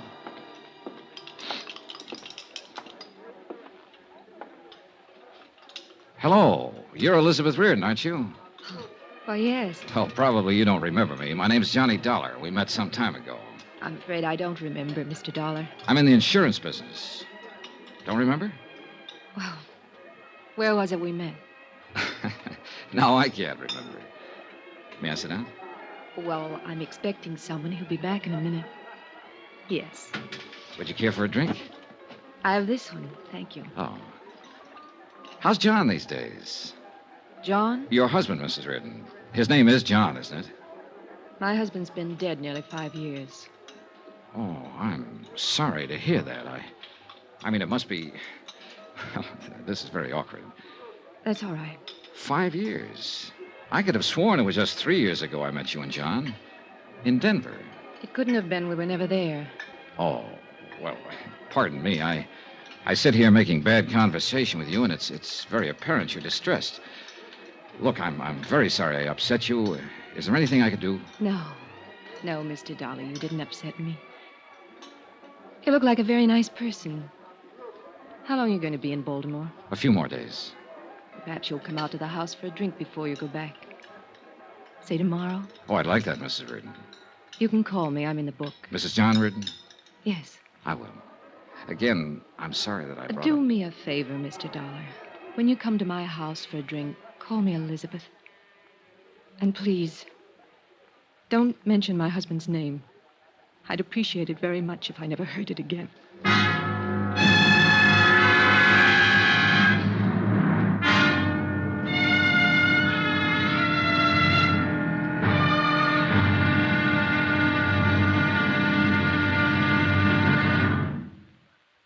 There'll be another exciting episode in our story of the Chesapeake Fraud Matter tomorrow. Tomorrow, a little talk to a widow who might not be a widow at all. And a strong feeling that a smile can sometimes be more dangerous than a gun. Join us, won't you? Yours truly, Johnny Dollar.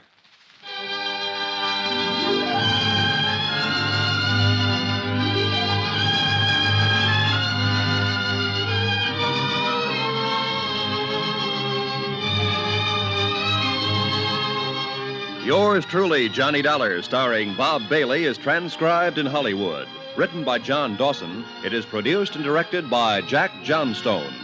Be sure to join us tomorrow night, same time and station, for the next exciting episode of Yours truly, Johnny Dollar. Roy Rowan speaking.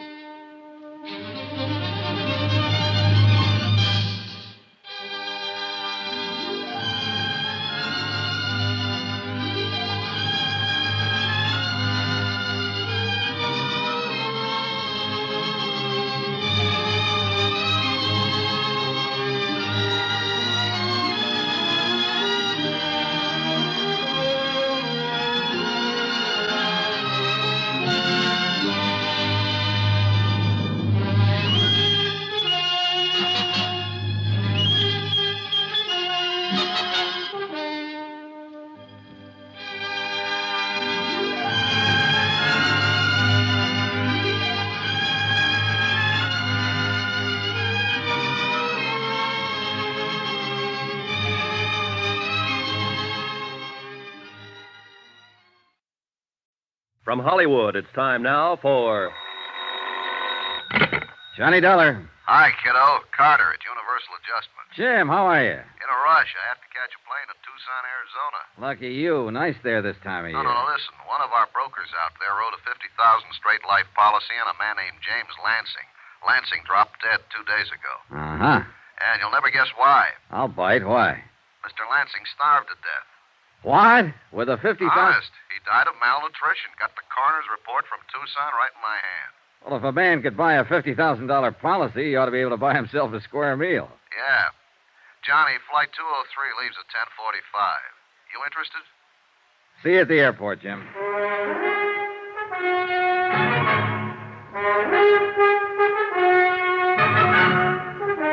Tonight and every weekday night, Bob Bailey in the transcribed adventures of the man with the action-packed expense account, America's fabulous freelance insurance investigator. Yours truly, Johnny Dollar.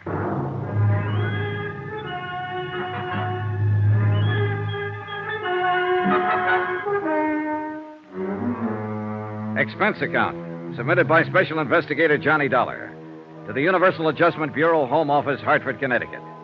The following is an accounting of expenditures during my investigation of the Lansing fraud. Expense account item 1, $178.13. Cost of plane ticket, Hartford to Tucson. I shaved, showered, packed, and got out to the airport in time to have breakfast there. Jim Carter found me at the cashier's cage. Hey, kiddo, you won't need a coat out there in that desert country. As usual, Jim Carter was bigger than I thought. A man who stands 6'5" always is. A little ruddier, a little more blustery, but as efficient as ever. I wrote a special delivery airmail to the Insurance Commission in Arizona this morning and explained it worldwide. They wrote the policy. We're holding up payment pending investigation. Well, you could have told them that in person. We'll be out there as soon as the letter. Well, I like to be formal on these things, especially with the State Commission. Besides, I just as soon let them think we'll get around to a routine investigation later, in a week or two. In other words, you didn't tell anybody we're coming. No, I didn't. Maybe we can work it better this way. The faster we move in and find out what's what and aren't bothered by anybody, the better off we'll be. Hey, give me your ticket, will you, Jim? Yeah, sure. Here you are, pal. Thank you, sir. Yeah. Johnny, that commission is going to get formal sooner or later and ask a lot of questions. Mainly, why doesn't Worldwide honor the claim and pay off the beneficiary? So we'll have to skedaddle and get ourselves some good answers for him. Yeah, sir. Hey. You may board the plane. Yeah. Thanks, pal. Has anybody asked that question yet? Well, the beneficiary, sure. James Lansing's sister, named Arlene Kennedy. She called the broker, and he referred her to Claims Division at Worldwide, and she called them long distance, and then they called me. I told them to put her off for a while, telling her it was just routine. I see. Is she going to be tough? Man, she could be, Johnny. I understand she has money of her own, and she has some influence in and around Tucson. Oh, a lot of money? Yeah, and trust. She's very comfortably fixed. Hey, watch yourself, kiddo. Yes, Mrs. Kennedy's pretty upset by the whole business. Can't blame her for that. James Lansing died on the street with no identification on him. By the time police found out who he was, a routine PM had already been performed to determine cause. You know, the county was going to bury this guy. With $50,000 worth of insurance? Yeah, imagine that. Oh, excuse me, lady. The post-mortem never had happened unless Lansing dropped dead on a public street. Yeah, I see what you mean. So I requested the coroner's office in Tucson to hold the body until we can get something done. Better fix your seatbelt, Jim. Oh, yeah. First thing that occurred to me when I saw the PM findings was that it might not be James Lansing at all. Chronic heart condition, lung history, debility. Doesn't sound like anybody worldwide would insure. Lansing took a physical before the policy was issued, didn't he? Of course he did. See, have you got any material on his insurance examination? Sure. Right here. Standard form. James Lansing was 100% okay when the policy was issued a couple of years ago. Malnutrition, lung history, chronic heart. Hey, how could he get in that bad shape in 2 years? That's a pretty good question, Johnny. I bet the answer is going to be great. Yeah. What's the examining physician's name? Let me see. Here it is. Dr. Carl Mayhood, Suite 932, Valley National Building, Tucson. He's our first job, Johnny. Hey, cute stewardess. Yeah. Well, back to business, kiddo. It was a long trip, and I spent most of it going over the material in Jim Carter's briefcase. By the time we circled Tucson Airport at 4:45 in the afternoon, I had the facts pretty well in mind.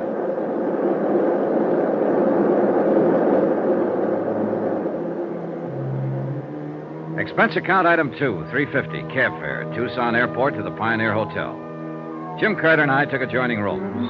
I unpacked my clothes and got on the phone. A Sergeant Younger, Tucson Police, had made the DOA report on James Lansing. Yes, he was in. Yes, he'd be glad to talk to me. I left Jim Carter contacting the State Medical Board. Glad to meet you, Mr. Dollar. How do you like Tucson? Well, I've been here 2 hours, Sergeant. Weather's certainly nice. About like this all through the winter months. It's a little warm in the summer, though. Yes, sir. Now, this Lansing matter. Yeah. There isn't really much to tell you, Mr. Dollar. One of the cars answered the call. A man was found dead in the doorway of a jewelry store about 4 blocks down the street. Uh-huh. This was day before yesterday, Sergeant? Yeah. Mm-hmm. I went down to the scene and called the coroner's office. No identification on him, so we started to check him out. Took us a little while. By the time we got a make on him, the coroner had already performed an autopsy. Yeah, I understood that was about the way it was. Say, tell me, how did you identify him as Lansing? One of his prints matched up on our cards here. Lansing was booked on a traffic beef a year ago. Otherwise, we'd still be trying to make him. You're sure it's Lansing over in the morgue? Yeah, we're sure. His sister came down, identified him. Name of Kennedy. Yes. Well, what did Mrs. Kennedy have to say about the cause of death? Nothing. That malnutrition bit didn't do a thing for her, huh? Not a thing, no, sir. We all thought Lansing was some sort of a transient. You know, just some old bum until we identified him. Uh-huh. Any witnesses see him die? No, we haven't found any. According to the coroner, he'd been dead an hour or so before anybody noticed him at all. Happened early in the morning. I see. Say, did Lansing have any other business down here other than that traffic violation? Nope. All right.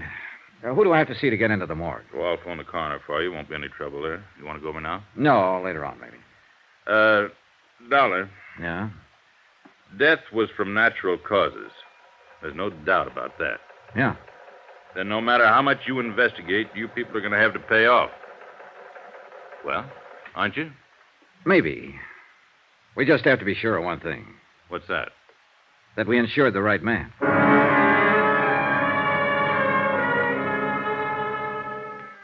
By the time I finished with Sergeant Younger, it was 6 o'clock.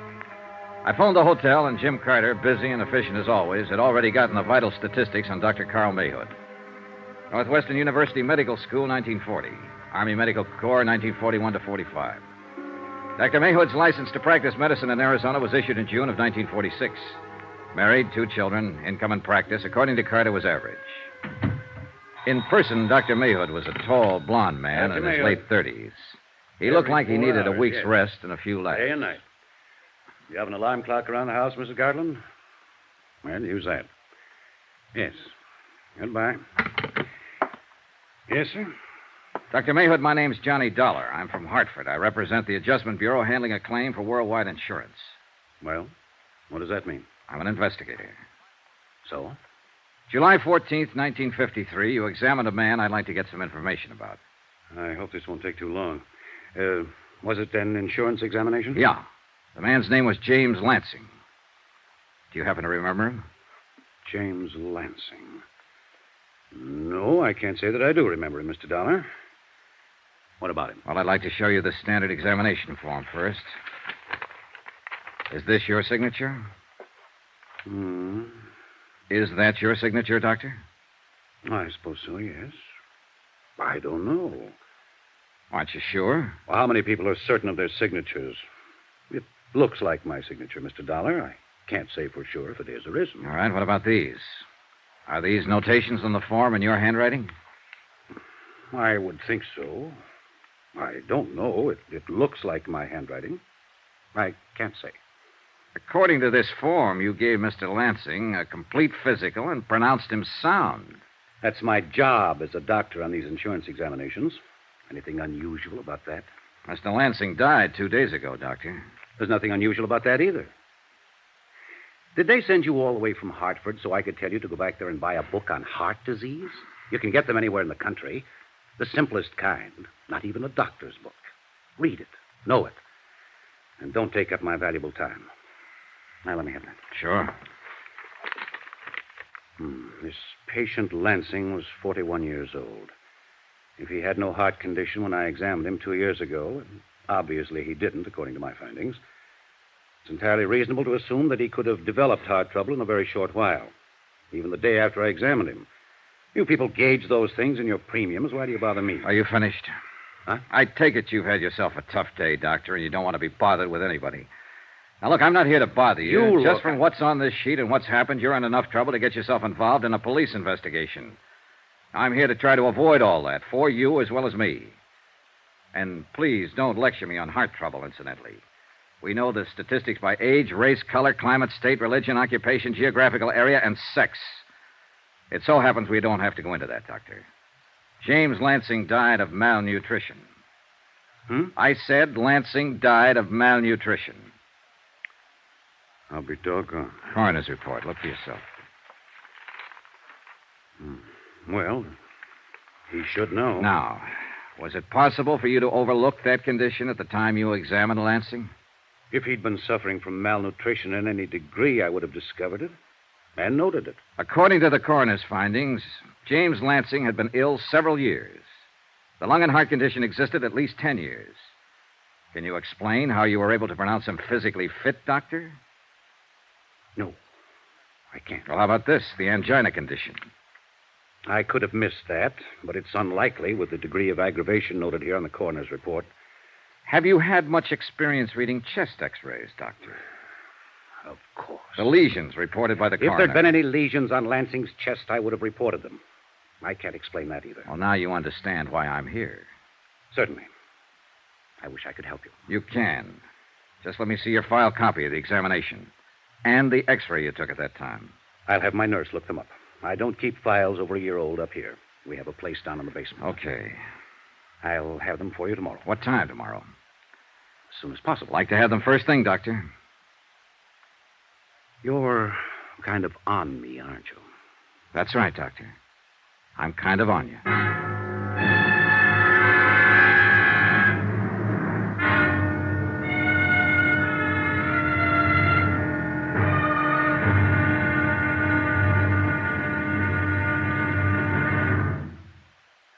There'll be another intriguing episode in our story of the Lansing fraud tomorrow. Tomorrow, $50,000 is a good price for a killing. Most anybody will listen for that kind of money. Join us, won't you? Yours truly, Johnny Dollar.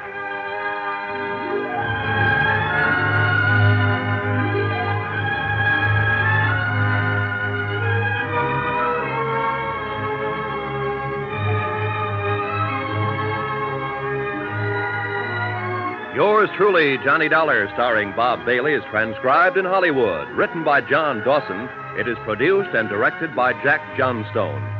Be sure and join us tomorrow night, same time and station, for the next exciting episode of yours truly, Johnny Dollar. Roy Rowan speaking.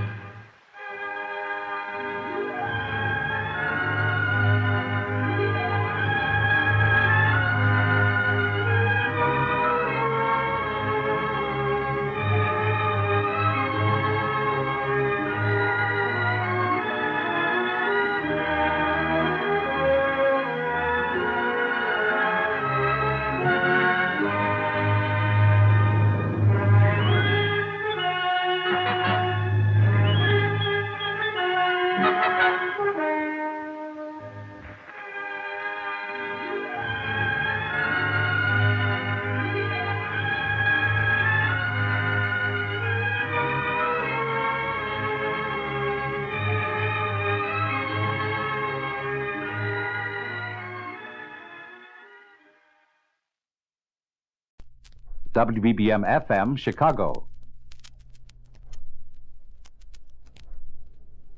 Wrigley's Spearmint Chewing Gum, the refreshing, delicious treat that gives you chewing enjoyment, presents for your listening enjoyment John Lund as Johnny Dollar. Philip Martin, Johnny. Hold on, Mr. Martin. Got a job for you. Fine. Man named Carl Nelson is insured with our company. He was killed. How? Shot to death. Got a police record. Small-time hoodlum. Beneficiary is a woman named Gilkison. Maud Gilkison. Uh-huh. She disappeared. Police think it probably has something to do with Nelson's death. Want to see what you can find out? Sure. All right. Get down to New York as soon as you can. Contact Lieutenant Korchak at 11th Precinct Homicide. He'll give you all the help he can. I'll get right on it.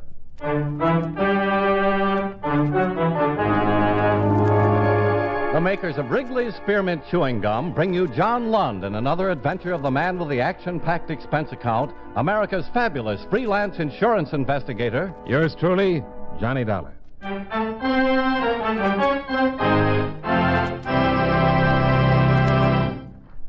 For refreshing taste, plus chewing enjoyment, treat yourself to delicious Wrigley's Spearmint Gum.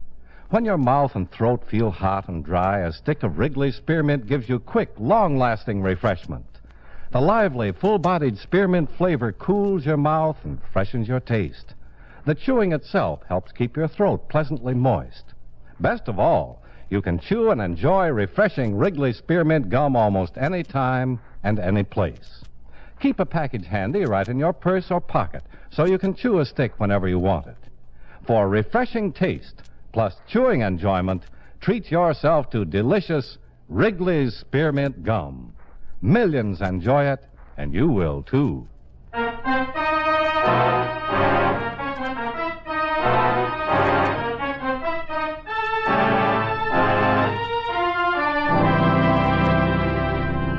Expense account submitted by Special Investigator Johnny Dollar to Home Office, Columbia All Risk Insurance Company, Hartford, Connecticut. The following is an accounting of expenditures during my investigation of the Nelson Matter. Expense account item 1, $15.36, train fare and incidentals between Hartford and New York City. I arrived at 2:30 in the afternoon, and after registering at the hotel, went directly to the 11th Precinct Police Station, where I introduced myself to Lieutenant Korchak of Homicide. How much does your company insure the Frog for? The Frog? Nelson. He was called the Frog. He looked like one. Oh? He was insured for $10,000. And Maud Gilkison gets the money. You think she had something to do with the killing? Well, I think she knows something about it. Any theories about why he was killed? Nothing definite. Frog was a hood, long record, did time twice, been in every racket from the numbers to stick-ups. Now, you don't generally get anything definite on a killing like this. Some of the boys wanted him dead. Who or why is hard to tell. He's been associated with Ellis Hartje for the past year or so. That's pretty big company. Yeah, Hartje's about as big as they come. He probably got unhappy with the Frog and had him eliminated. Have you questioned Hartje? Sure, but just a matter of routine. If Hartje had something to do with it, it's going to be tough to prove. Well, I guess the first thing to do is find the beneficiary, Maud Gilkison. Well, that's not going to be easy. We've done a lot of looking. Well, I got a friend in town that just might be of some help. Do I know him? Probably, but I'd rather not mention who it is. He doesn't get along very well with cops. Not many people do. My friend's got a king-size allergy. But for the right people and the right price, he can be very informative. Well, good luck, Dollar. Thanks. I'll let you know if I come up with anything.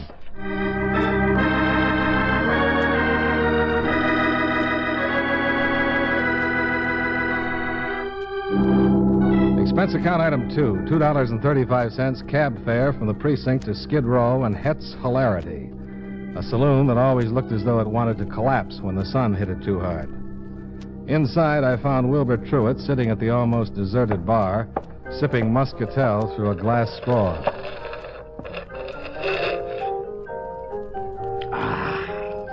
Hello, Wilbur. Bucko, you are indeed a sight for sore eyes. And, Bucko, my eyes are sore. Pull up a Hepplewhite and rest yourself. Can I buy you a drink? Oh, noble prince, a king among kings. You've come in the nick. Can you buy me a drink? If it were not so early in the day and my spine not yet limber, I would bend and kiss your feet. I'll just take a rain check. Innkeeper, a flagon of your best amber tonic. Oh, Bucko, I've missed you. Do you realize what with economic conditions such as they are, that your absence has been the bane of my existence? Goodwill is a thing of the past. Wilbur. I once looked upon mankind with a warm smile and a kind heart. But I find it difficult to keep from becoming a complete cynic. People are pinching pennies completely out of shape. Soon the exchequer will be filled with a gigantic mass of unrecognizable copper. Why, a year ago I was averaging as much as 50 cents a day. A whole bottle. Maybe it's your pitch. My pitch? Sir, my pitch is a thing of beauty. An excursus of cogent puissance. A compassionate discourse on human suffering. Okay, My okay. pitch would tear the heart out of Mephistopheles himself. Wilbur. Yes, Bucko. Where can I find Maud Gilkerson? You know why my eyes are sore, Bucko? No. Why are your eyes sore, Wilbur? I had to brave the morning sun. Things had become so desperate, I pawned my dark glasses. Oh, I'm sorry. If things don't improve, I may have to part with my glass straw. The only sure method of deriving substance when in the throes of the shakes. Maud Gilkerson is worth a bottle. Granted. In fact, I'd venture a guess that the lady is worth 2 bottles? You're probably right. I'll have to call her. I'm staying at the Yorkshire. She may not want to see you. Tell her I've got $10,000 for her. I beg your pardon. Tell her the Frog left a $10,000 insurance policy and she's the beneficiary. Good Lord. Perhaps I was wrong. There are still a few good deeds left in the world. Sure. I just gave you 2 quarts worth.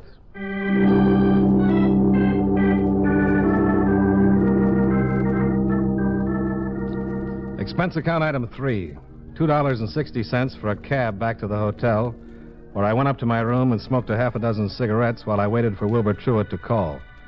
Around 4:30 in the afternoon, the phone finally rang. Johnny Dollar. Bucko, Yeah, Wilbur? I finally contacted the party.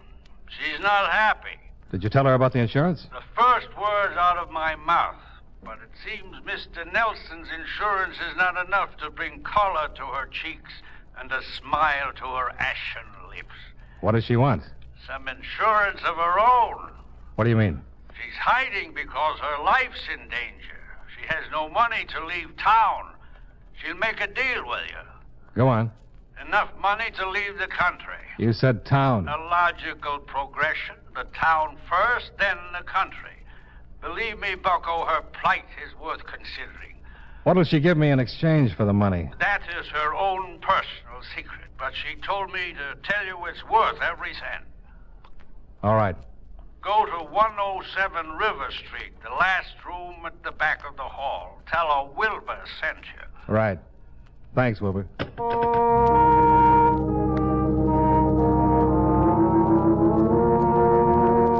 I put on my hat and coat, crossed the room, and opened the door to go out into the hall. But I didn't make it. There, standing on the other side of the door, about to knock, were 2 ugly-looking men dressed in loud jackets. Your name Dollar? Yeah? Mind if we come in? What'd happen if I did? We'd come in. That's what I thought. Then why'd you ask? I make little bets with myself. I want to talk with you for a few minutes, Dollar. Okay. What are you doing in New York? It's a nice town. Want some advice? Not especially. Make a little bet with yourself, you're going to get it anyway. I'm a lap in front of you. Then here it is. When Bert asks you a civil question, give him a civil answer. Okay. Ask me a civil question, Bert. What are you doing in New York? It's a nice town. Oh! Why, you... Hold it. You'll just belch you again. With a broken arm? You're pretty tough, huh? All in how you look at it. If breaking his arm is being tough, then that's the best name for it. Okay. We don't want any trouble. That's a funny line. I won't ask you no more questions. That'll save some time. I'm just going to tell you. Lay off the Nelson killing. Understand? Yeah. You said lay off the Nelson killing. Good boy. Because if you keep nosing around, somebody will just have to come down and investigate the Dollar killing. Understand? Yeah. You said somebody will just have to come down and investigate the Dollar killing. Fine, fine. Now that you understand, we'll be going. Nice meeting you both, informally, like this.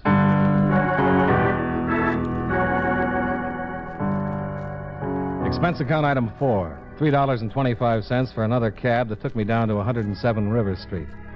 The address was an old 2-story frame house that faced the water. I went in and walked down the dark hall to the back room.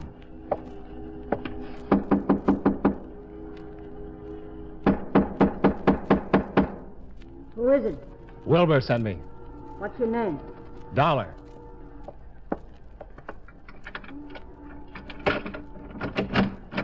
Come in.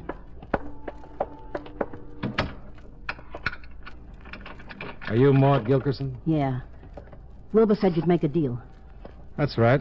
But I want to know what I'm getting in return. Look, Sonny, take my word for it. You're getting more than you're paying for. Now, how much did you bring? I got a couple of hundred. Couple of hundred? That's all I had on me. If you want more, I'll have to get it. Sonny, I gotta get out of the country. This is enough to get you out of town. If what you've got is worth it, I'll send you the rest. Not on your life. When I leave this room, nobody's ever going to hear from old Maud again. You've got $10,000 coming from Nelson's insurance policy. How long will it take to get it? Well, that depends. First, I've got to report on Nelson's death. I gotta get out of here as soon as I can. Another day or so, they'll find me. Well, it'll take at least 3 weeks before... 3 weeks? Sonny, if I stay here, I'll be buried in 3 weeks. What are you scared of? Dying. I don't like the idea. I don't blame you. How soon can you get me some more money? How much more? 500. What am I buying? I'm not telling you anything until I get the money. Okay, then we'll just forget it. Wait a minute. Wait a minute. I'm not trying to be tough, but what I got is too hot to go around shooting my face off about. How do I know if I tell you that you won't take it to the cops? You don't? Well, Wilbur said I could trust you. That's right. Okay. I'll tell you. But give me the 200 on account. There you are. Okay, thanks. You want a drink? No, thanks. Mind if I have one? Go ahead. I don't usually take this stuff, but I need it.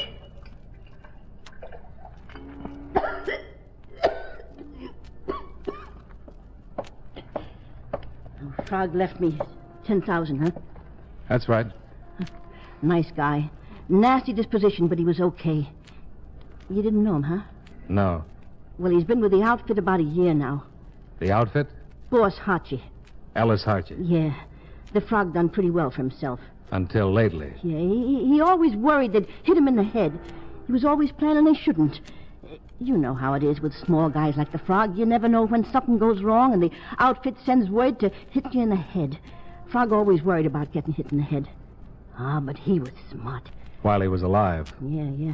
He figured as long as he was smart like he was, he'd fix it so Harchie would never be able to hit him. Frog was in on most of the stuff Harchie's been setting up in this town. Not big in it, you know, but in it. And he kept his eyes open. Found out too much and they killed him for it? Yeah, but it wasn't only what he found out. It was what he collected. Collected? Enough evidence to send Harchie and his boys away for 100 years. Maybe the chair, even. Did Harchie know it? Sure. Frog told him when he found out he was hot. He told Harchie if he got killed, the stuff would go to the DA. And you've got it? I got it. Why didn't you give it to the DA? Well, even if they send Harchie up, he's got friends. I'd be dead before he went to trial. You want another 500 for it. And that's dirt cheap, especially when the dirt's liable to be in my face. How long do I have to get it? Oh, just as soon as you can. Like I said, I ain't got much longer. You found me, and you ain't got connections like Hachi. Oh, they'll find me. I'll have the 500 in an hour. Okay. I'll make arrangements. Wait a second. Here. What is it? What does it look like? It's a key. You've been okay with me, so I'll trust you. It's a key to a locker in Grand Central, number 415. That's where the package is.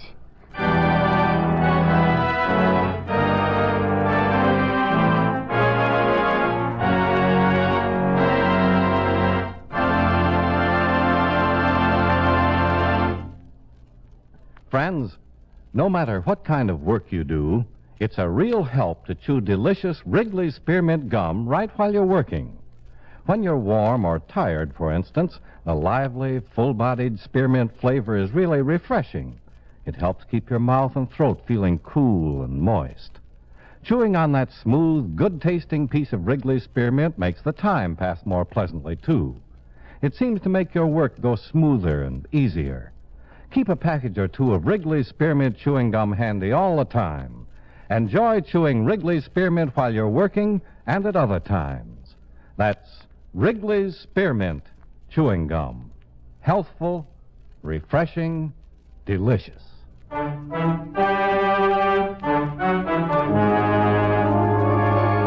And now, with our star, John Lund, we bring you the second act of Yours Truly, Johnny Dollar.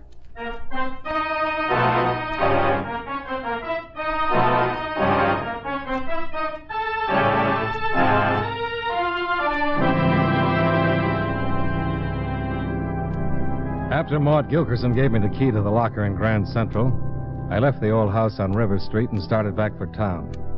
It was getting dark and there were no cabs in that section, so I headed west for the busy traffic.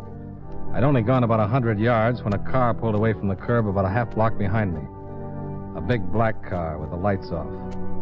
I thought about the key in my pocket and the evidence in the locker that would send the biggest hoodlum in the country away for life. I had to get rid of the key before they caught up with me. I turned a corner, and there, a few feet in front of me, was a blind man. A beggar sitting with his legs folded, and on his lap a tin cup with a stack of pencils. Bless you. Thanks. I'm going to need it. Hold it, Dollar. Well, good evening. Get in the car. Get in. In the back seat.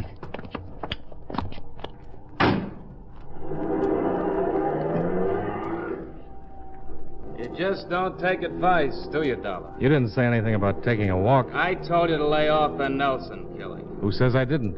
You dug up Maud Gilkerson. Who? I told you. When Bert asks you a civil question, Give him a civil answer. Okay. So I dug up Maud Gilkerson. So what? What'd she give you?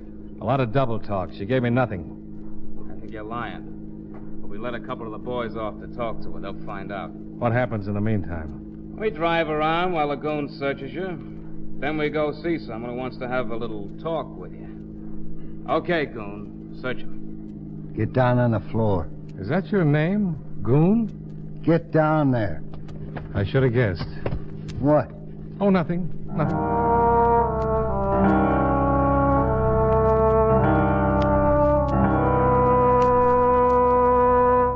While Bert drove us around, the goon made me strip down to my socks while he searched my clothes. When he didn't find what he was looking for, he swatted me across the back of the neck, told me to get dressed. Then Bert drove us across town to a big apartment house that overlooked the river. Bert parked in the basement garage, and I was led into an elevator that took us to the penthouse. Ellis Hargy, the czar of the underworld, looked up from his evening paper. This is Dollar, boss. Did he find Maud? Yeah. Ernie and Frank are with her. Uh-huh. Well, sit down, Mr. Dollar. All right. Bert told me he and the gun paid you a little visit this afternoon, eh? If you can call that a little visit. Did the gun get rough? Don't tell me he can do something else.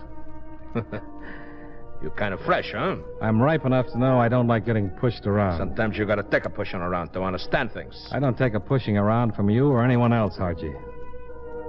You think you got a choice? Not at the moment, no. If I want you to take a beating, you take one. I'll make up for it. You ain't making up for anything. Now, you gotta understand, I'm running things, see? You ain't gonna say nothing about what happens or what don't happen. So you just try and relax and take what comes, huh? You cooperate. It's gonna be nice. He didn't have anything on him. Nothing, huh? I went over him good. He didn't have nothing. She tell you where it is, Dollar? What? You know what I'm talking about. Whatever it is the frog left for Maud Gilkerson. I found Maud Gilkerson to tell her Nelson left her $10,000. She didn't say nothing about me. Not a thing. She didn't say anything but thanks and get out. He was in with her for about 10 minutes. So it took her 10 minutes to say thanks and get out, huh? Look, what do you think she said to me? That's what I want you to tell me, Dollar. How can I tell you something when there's nothing to tell? I located Maud Gilkerson to tell her that Nelson... Okay. You said that. I don't know what you're so worried about me for. Or an old dame like Maud. What can we do to a big man like you? Make me mad. Nello. Yeah. Uh-huh. All right, take care of it. Yeah. Now, that was Ernie. Maud, tell him anything? Yeah. She told him that she gave Dollar a key. Is that right, Dollar? She gave you a key? She told him she gave him a key to a locker in Grand Central Station. Is that right, Dollar? She told him the locker number was 415. The stuff was in a locker. Is that right, Dollar? Do me any good to say no? No. The goons searched me. He didn't have no key on him, boss. All right. All right, where is it, Dollar? I haven't got it. Take him somewhere and find out what he done with it. Let's go, Dollar.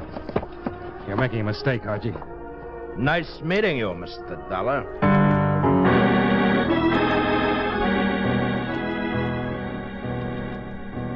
The goon and Bert took me back down in the elevator, hustled me into the car, and drove me back across town to a warehouse in the Bowery.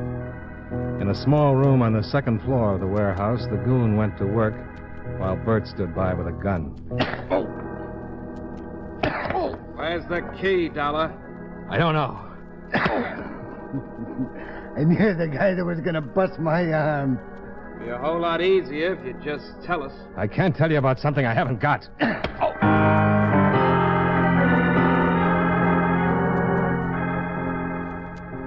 The goon worked on me until I passed out. Then he threw some water in my face and started working on me again. Oh, he knew his job. It hurt, but it didn't kill me. When I was coming to for the third time, the phone rang. And Bert left the room to answer it. I knew this was the only chance I was going to get.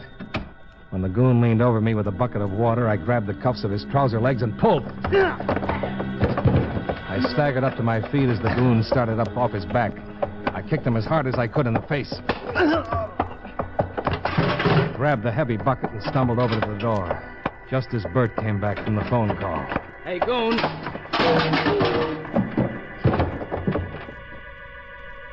Ask me a civil question, Bert.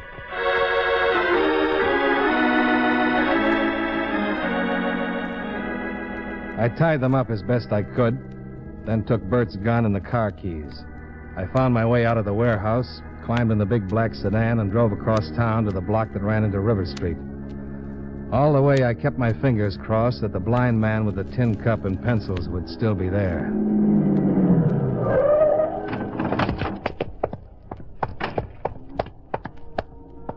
Pardon me. Yes? I came by here a little while ago and dropped a key in your cup. Oh, yes, I found it. Here it is. I'd like to buy it back. Buy it? Yeah. Here. Oh, thank you. Thank you. I guess I'd better be going. It's beginning to rain. No, it isn't. It's just bleeding out.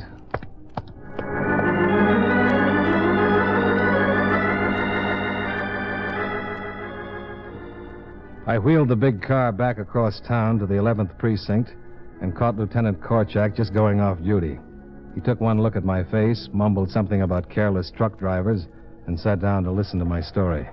Bird and the goon? Yeah, I left them in a warehouse. They won't stay tied up long. The boys that picked up Maud Gilkerson were named Ernie and Frank. Ernie Phillips and Frank Seller. I'll have them picked up. This key could bust this town wide open. I hope you're right, Dollar. A lot of people have tried to get Hargy. Now, let's go down to Grand Central. Right. Oh, about Maud Gilkerson. What about her? They fished her out of the river about an hour ago.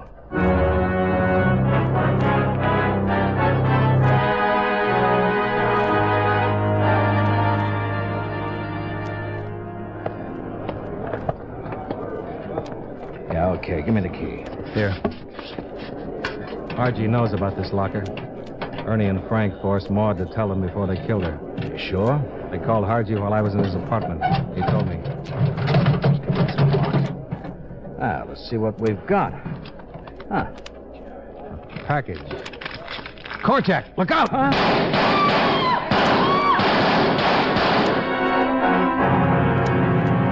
I'd seen them just as they came around the corner. The goon was grinning through the teeth I'd kicked out, and Bert had a big lump on the side of his head where I'd nailed him with a bucket. Everyone came out with their guns all at once.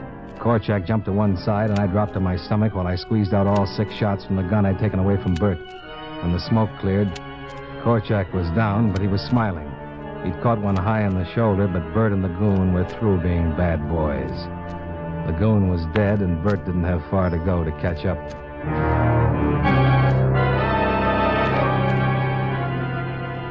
The wagon cleaned it up, and Korchak and I got ourselves patched up at emergency.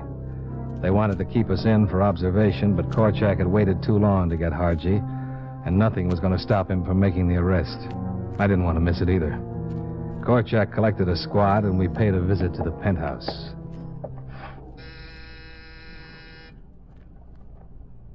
Think he skipped? Stakeout said he hasn't left the building. Come on, Hargy, open up. This is Korchak, and I got a present for you. Hey, get back. Come on in, Korchak. I got a little something for you, too. You know, I'm kind of glad he wanted it this way. I'll shoot the lock, and then we go in. All right, hit the door.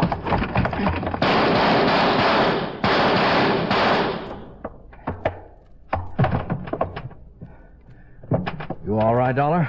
Yeah, sure. Is he dead? He sure is.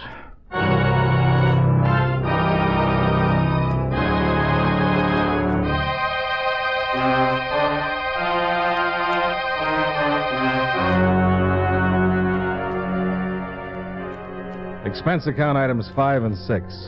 The $200 I gave to Maud, which they never recovered, and $1.50 for the 2 bottles I gave to Wilbur, who recovered 3 days later.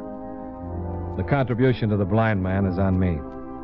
Expense account items 7 and 8. $75.95, hotel bill, train fare, and incidentals back to Hartford. Expense account total, $301.01, and multiple bruises. Yours truly, Johnny Dollar.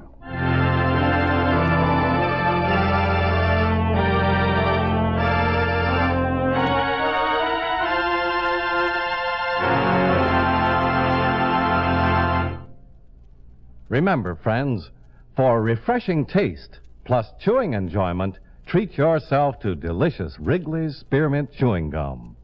The taste of fresh spearmint is cooling and delightful, and there's lots of it in every stick of Wrigley's Spearmint Gum. It freshens your mouth, helps keep your throat moist, and sweetens your breath besides. You'll enjoy the good chewing, too, because Wrigley's Spearmint is so smooth and pleasant to chew on. There's nothing else quite like it. Next time you're at the store, stop at your friendly merchant's display of chewing gum and get a few packages of good-tasting Wrigley's Spearmint Gum. Always keep some handy for refreshing taste plus chewing enjoyment. That's Wrigley's Spearmint Chewing Gum. Healthful, refreshing, delicious.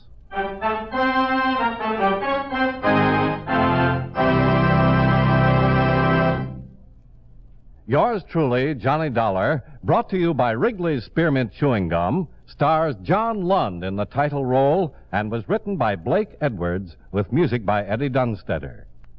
Featured in tonight's cast were Victor Rodman, Joseph Kearns, Herb Butterfield, Jim Nusser, James McCallion, Martha Wentworth, and Bill Conrad. Yours truly, Johnny Dollar, is produced and directed by Jaime Del Valle.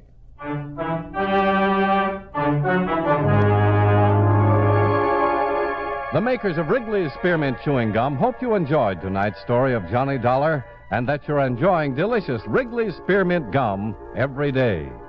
This is Charles Lyon, inviting you to join us again next week at this same time when from Hollywood, John Lund returns as Yours truly, Johnny Dollar. This is the CBS Radio Network. Wrigley's Spearmint Chewing Gum, the refreshing, delicious treat that gives you chewing enjoyment, presents for your listening enjoyment John Lund as Johnny Dollar. This is Maud, Mr. Dollar. Mr. Brandt just stepped into the office. Oh, good. I'll connect you. Hello, Johnny. I'm sorry I was out when you called, Mr. Brandt. Your secretary mentioned a fire you wanted me to look into. Yeah, that's right. We got the report about a half hour ago. If you hurry, you can be there when the fire inspector decides the cause. How serious is it? I don't know. I couldn't learn whether anybody was in the building or not. It's a recreation club on the outskirts of Waterbury. The Monopoly, Trent Street. Okay, Mr. Brandt. I'll take a run out and let you know what I find.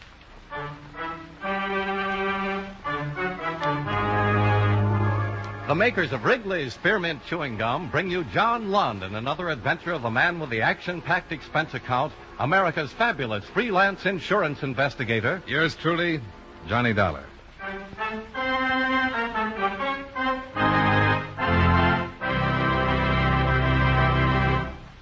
Friends, the makers of Wrigley's Spearmint Gum present these weekly adventures of Johnny Dollar because they know that millions of you enjoy Johnny Dollar. That's true of Wrigley's Spearmint Chewing Gum, too.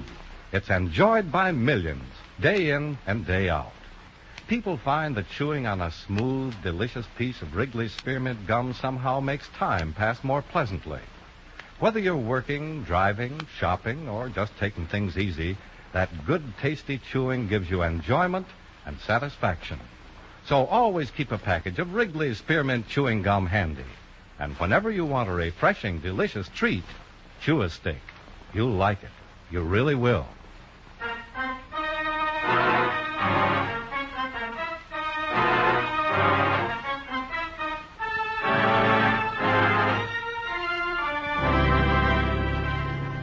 Expense account submitted by Special Investigator Johnny Dollar to Corinthian All Risk Insurance Company, Hartford, Connecticut. The following is an accounting of expenditures during my investigation of the Monopoly Matter. Expense account item 1, $26.70, car rental and mileage between my Hartford apartment and what was left of the Monopoly Club in Waterbury.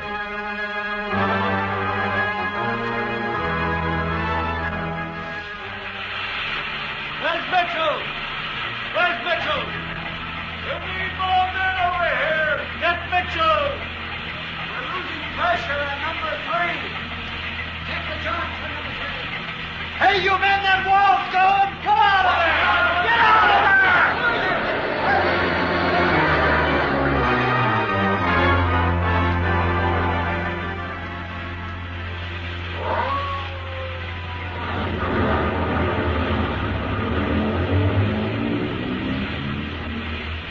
An hour and a half after I got there, the fight was pretty well over. Just a couple of men with a high-pressure hose putting the final touches to a few smoking timbers. Hey, you there. I'll let you through the rope. I'm from the insurance company that covers this place. Oh? You carrying credentials? Yeah. See 'em? Yeah. Yeah, okay, here. You have to be careful. Has the fire inspector shown up yet? Yeah. That's him over there. The one walking away from the 2 men. Captain McCready. Okay, thanks. You're welcome. Hey, Mike, over here. Captain McCready? Yes? My name is Dollar. I've been hired by the insurance company to investigate the fire. Come along. The men who answered the call first tell me it broke out inside on the ground floor. Anybody in the building? Not that we know of. No report of anybody. Now, let's see. The window is over there. The smoke was reported coming out of there first. Hauser! Yes, sir. Have a couple of men bring axes over here, will you? Yes, sir. Timber. Do you specialize in fire cases, Mr. Dollar? No, but I've worked a few.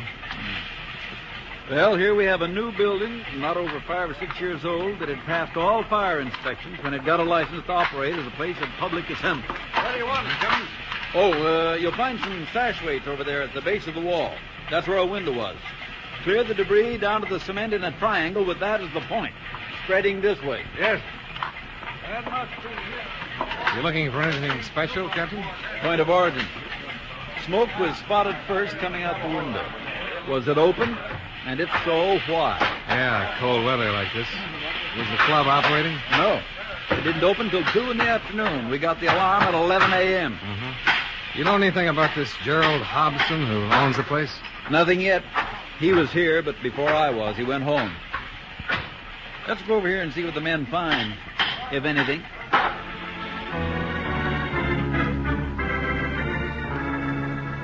What we found pointed without a doubt to arson. Bits of broken bottles, the remnants of unburned cloth. Charred as the evidence was, the cause of the fire was fairly obvious. We used to call them Molotov cocktails. Bottles filled with gasoline or oil with a piece of cloth for a wick. One or more evidently had been thrown in through the window, and the damage to the frame building was over 90%. The closest neighboring building was a garage almost 100 yards away.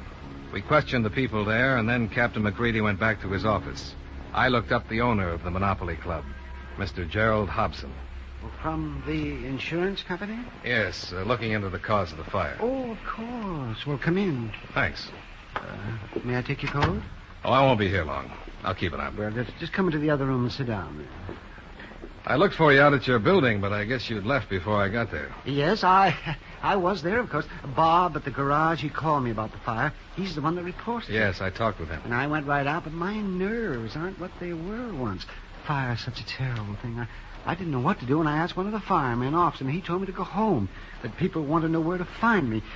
Did they save anything? Nothing but the foundations and some plumbing. Oh, well, then thank heaven for the insurance.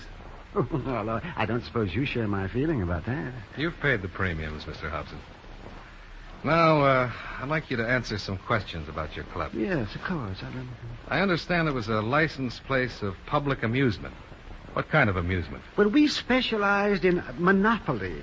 In what? The game, you know. Oh, sure. Well, we have a great many factory workers in Waterbury. Well, I started the Monopoly Club must have been 3 years ago, to offer them harmless entertainment and relaxation. The game was quite popular. Enabled them to play financier, you know. Oh, yeah, I remember the game. Yes, you buy and sell and try to amass a fortune. We ran month-long tournaments, and oh, I tell you, some of the fortunes were astronomical. Well, they were just billions. Was there any other amusement offered? Well, I had a few tables for the card players. There was soft drinks and candy. Mr. Hobson, I want you to understand that I'm not a police officer. Anything you tell me will be kept in confidence. Oh, yes, of course. Did you run any gambling games? Why, of course not. My club was a decent legal establishment. The members were good, everyday working people. And your income came solely from memberships? From memberships and retail sales. I don't like your intimations. Not one bit. I'm looking for a reason why somebody should have set fire to your building. That's why the gambling possibility crossed my mind. Heavy losses could drive somebody to it. Yes. You were absolutely sure that the fire was not accidental? The fire inspector, Captain McCready, seemed entirely satisfied. I saw the evidence, too. Have you spoken to the police about this, Mr. Dollar? I know I haven't. Why do you ask? Well, a man came to see me a week before last. On Monday it was, and I was just opening up the club, and so I was the only one there. It was one of those protection rackets, and he demanded money and made threats. You told the police about it? Of course, immediately. What did you say to this man? Well, I gave him $100 to get rid of him. That was to be the fee per month. As he put it, I'd better cooperate and keep my mouth shut, or he'd put me out of business for good. Well, did the police come to see you? Yes, 2 officers came right out to the club. I told them I'd rather meet them someplace else, but they said the faster they got on his trail, the quicker they'd find him. Well, they didn't find him at all. And if somebody threw gasoline into my place, it stands to reason that man must be the one. Uh-huh. Well, if you let me use your phone, Mr. Hobson, I'll call Captain McCready. We'll see what we can make out of this. Yes, of course. It's right out here in the hall.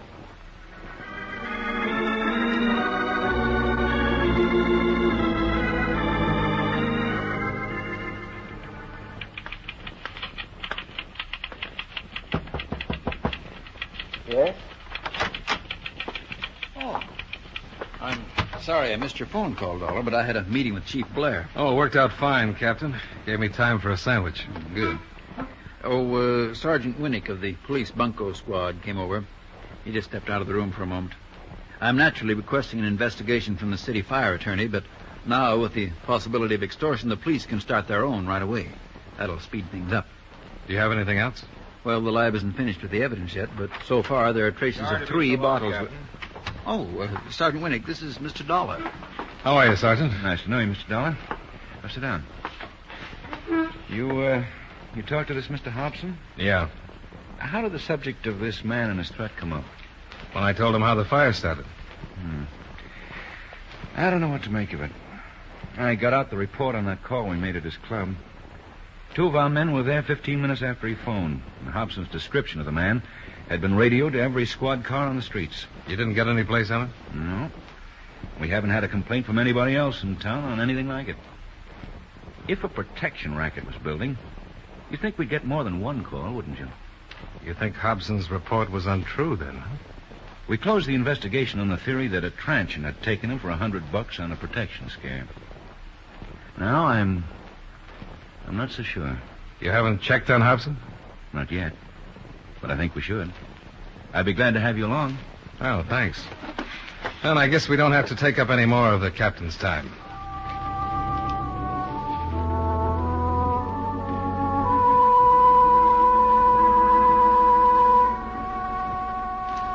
Arson cases are among the toughest to crack. You're faced with the fact that the fire usually destroys the implicating evidence. But there was some evidence that the fire could not destroy. I faced Gerald Hobson with it that night. Well, it was nice of you to come back, Mr. Dollar, to trouble yourself like this. You probably won't appreciate it when you've heard me out. Was that so? Why not? Well, to put it bluntly, you're under suspicion of setting the torch to your club. Oh, are you out of your mind? What's the meaning of this? I spent most of the afternoon with the police. A Sergeant Winnick investigated your complaint a couple of weeks back. Your story of the protection threat didn't seem to hold up. Now, let me understand this. They think I was lying about that man? Oh, I don't think they'd say so in but so they many do, words. Then why aren't they here? Because they're a lot more cautious than I am. Maybe I'm overstepping my bounds by coming, but I like to have things out in the open. I want to show you what's stacked up against you if you try to press a claim against the insurance company. Oh, yes, of course. I'd forgotten your sole interest is in saving your company's money. Oh, yes, by hook or crook. I'll be your best witness if the situation clears up in your favor. But I did some snooping. I looked into some of your financial affairs. Get out of here! Sure. This is your castle, Mr. Hobson. This kind of privacy I have no right to invade. But the fact that $18,000 would save your financial neck is not private information anymore.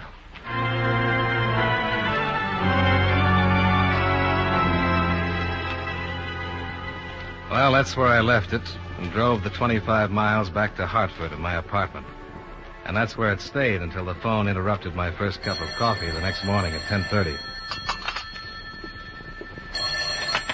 Johnny Dollar. Sergeant Winnick in Waterbury. Oh, yeah, Sergeant. What's new? Did you jump on Hobson last night like you said you were going to? Yeah, I needled him a little. You should have saved it. The picture's changed. Hobson's story is on the level. Oh. Well, I've been wrong before. Another protection threat. About 20 minutes ago in a bowling alley at 783 Sheridan. It ended in a shooting. 1 man dead, another wounded. If you're coming over, I'll meet you there. Yeah. Thanks for the call, Sergeant. I'll get started right away.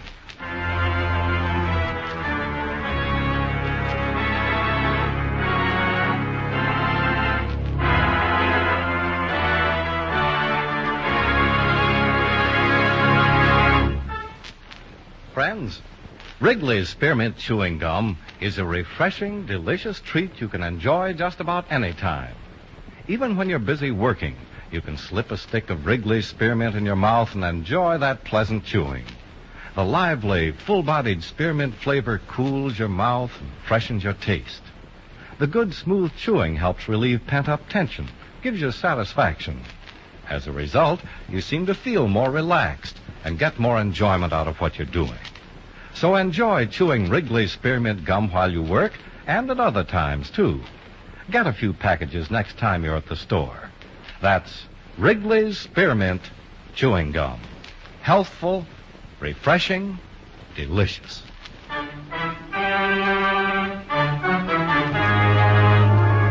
And now, with our star, John Lund, we bring you the second act of Yours Truly, Johnny Dollar.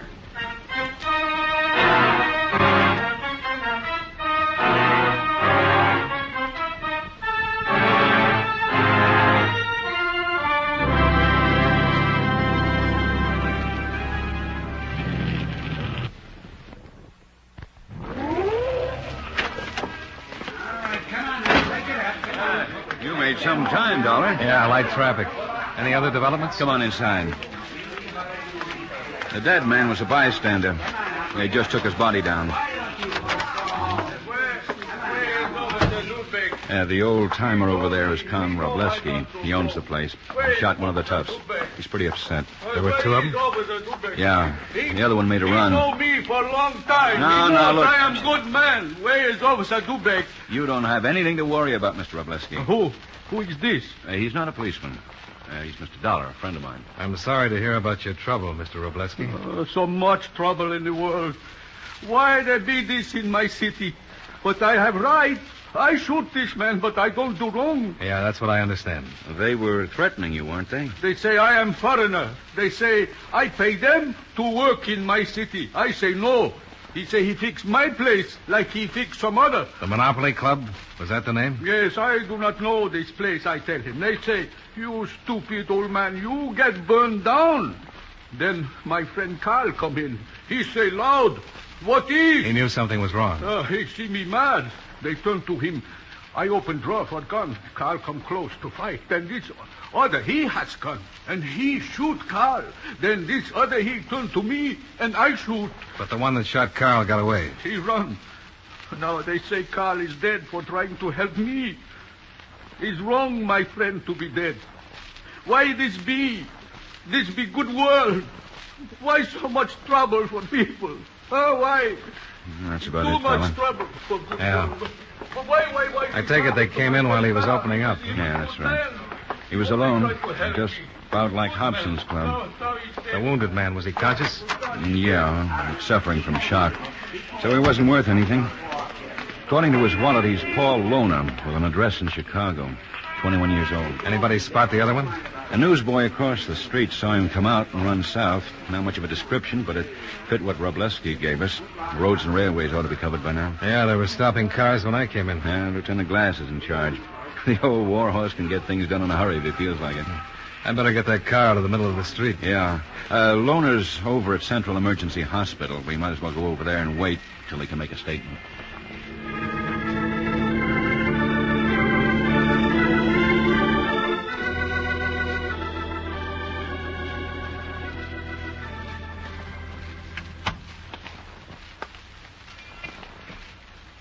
They tell us you're strong enough to talk, Loner. Well, they told me to, but I don't see no reason to. You're doing plenty of talking in the bowling alley from what we hear. I don't remember. I don't blame you. Pushing an old man around like that must be something you'd really want to forget. Go start up a parish someplace, will you? How many times have you been arrested, Loner? What difference does that make? After hearing you blab while you were passed out, they want to see how many lies you'll tell now. I didn't pass. No, you just don't remember. You know what time it is now? I don't care what time it is. It's after 4. You were out for over an hour. You don't bluff very good. Your wife's name is Edith. How's that for bluffing? Where is your wife? Leave me alone. I hurt. The doctor said you were in good shape. It's a laugh. If you weren't, he wouldn't have let us in here. Where's your wife? I don't know. Look, you're wasting your time. I don't want to talk, and I won't. That old man you shot is dead. Did you know that? I didn't shoot nobody. What? I didn't have a gun. It was right there on the floor beside you. You're a dirty, stinking liar. I didn't have a gun. The guy that was with me, that was his gun. He shot the old man, and you know it. The report says you were there alone. That's a lie. Who was with you? Guy I teamed up with. I don't know his name. If you can prove that, it might make a difference. Can you prove it? It's true. That old guy, that Robleski, he knows it. He said you were alone. It's a lie. You're lying. If he said it, he's lying. Why should we lie? To frame me. I didn't kill him. Why should Robleski lie? I don't know, but he is. And if you guys want to, you can make him say he's lying. Maybe he wants to be sure somebody gets the electric chair for killing his friend. As long as we've got you, you're it. He knows I had a partner. My partner did most of the talking. Who was your partner? I don't know. Robleski says you talked to him. I didn't. I tell you, I didn't. Bert Lucas did the talking? Yes, Bert. You dirty, rotten... Take it easy, Lona. You knew Lucas was with me. Now we know. Oh, Sergeant. That's a little more. Yeah? I'll get verification of Lucas' name and description over to the radio office if you hang on here. Okay. Oh, Mr. Hobson, come on in. Oh, I'm sorry to take so long. Well, that's all right. Come on in. You remember Mr. Dollar? Oh, yes. I'll meet you in my office, Dollar. Yeah, I'll get there as fast as I can. Well, I owe you an apology, Mr. Hobson. Oh, no, please. No, it's your job to look into things. I shouldn't have lost my temper. Thanks. Now, will you take a look at this man? Well, yes, that's possible. Is he the one you gave the $100 to? No, I've never seen this man. You're sure? Yes, I'm positive. Did Lucas do the talking at the Monopoly Club, too, Loner? He didn't have to talk much with this jerk. Oh, no. Never mind, Mr. Hobson. Who touched off the building, you or Lucas or both of you? What's the difference? I want to know. I don't see what difference it makes now, but we both did. We did it because this jerk Hobson here went to the cops. Bert should have squeezed $500 out of you, then we'd been out of this time. No, that's all for now, Mr. Hobson. We'll call you down again when we pick up his partner. Well, that'll take some doing. Bert's still on his feet. That puts him way out of your client. Oh, he's a vicious type of person. Yes. Here, this way. Oh. Oh, Mr. Dollar. Yes? We'll contact you later, Mr. Hobson. Yes, thank you. Yes, nurse? Thank you. Maybe you better take this call. I've been trying to reach Sergeant Winnick, but he's not in his office yet. Well, sure. What is it? It's Lona's wife. She wants to talk to somebody who's seen her husband. Oh? Where can I take it? Right over here. Okay. Hello? Hello? Hello? Who is this? This is Johnny Dollar, Mrs. Loner. How is he? Oh, he's all right. He's going to make it fine. Oh, when did you see him? I just left him. We talked about you. Where are you now, Mrs. Loner? I'm just down the street. I started out to come right down to see him when I read it, but when I got close, I got scared. Well, you have nothing to be afraid of, have you? People will ask me questions, and I'm not going to lie no more. You'll think it's wrong, but I know it's right. Of course it is. Could I meet you someplace? Oh, no. But if you'll wait outside the door for me so I won't have to talk to those men who don't care about anybody. I'll be there.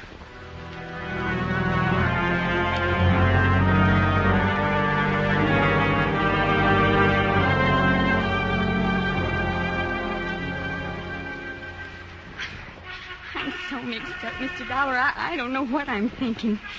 But I always knew that something as bad as this was going to happen. I always knew when it happened, I'd have to do something.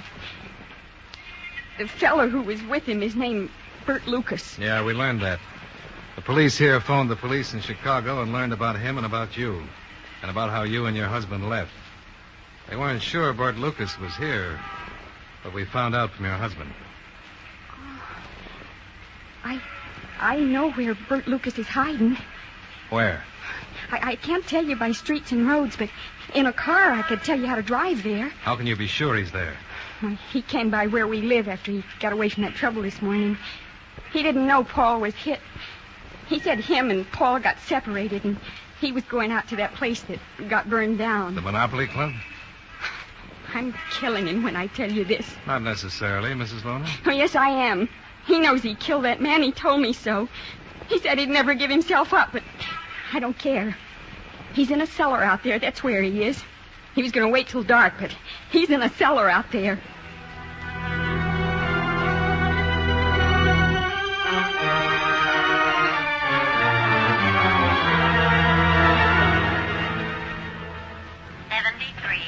Calling car 73. Ignore previous call and return to your station.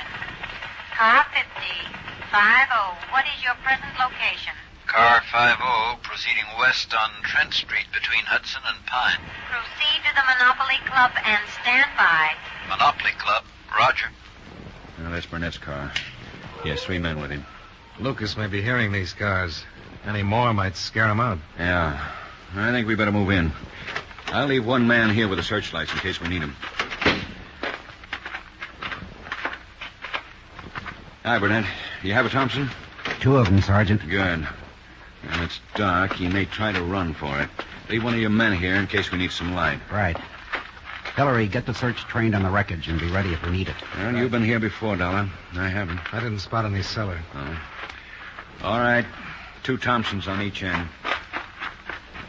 And we'll move straight in. Quickly until we get to the wreckage. He's armed.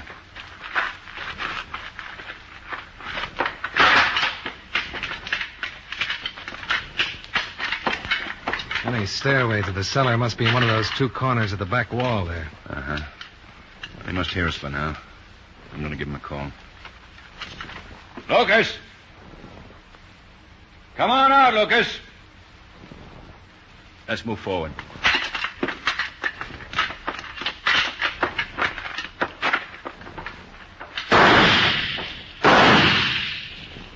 He hit one of your men. Get down.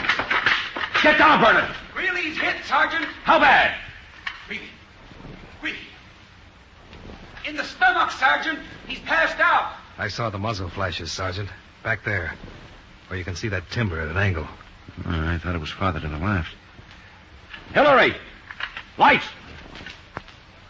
Burnett! Cover me! Right. All right, Lucas. Come on out before you blast it out.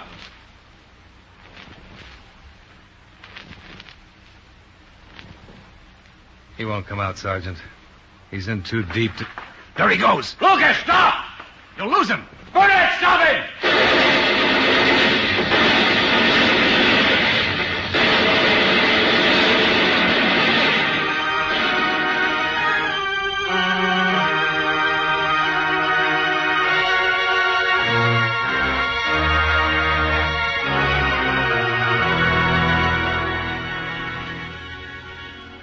Expense account item 2, $35.50. Miscellaneous. Food, extra mileage, etc., etc.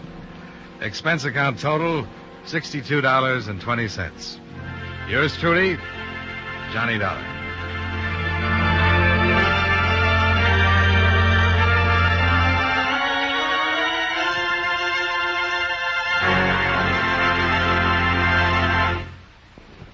Remember, friends, Wrigley's Spearmint Chewing Gum is a refreshing, delicious treat you can enjoy just about any time. Chew a few sticks of Wrigley's Spearmint during the day and see how the good chewing helps keep you feeling fresh and alert. The lively, full-bodied flavor of Wrigley's Spearmint Gum cools your mouth, freshens your taste, and sweetens your breath. The chewing itself gives you a nice little boost, helps you keep going at your best. Millions of people get real chewing enjoyment out of Wrigley's Spearmint Gum every day, and we know that you'll enjoy it, too. Get a few packages and always keep some handy. That's Wrigley's Spearmint Chewing Gum. Healthful, refreshing, delicious.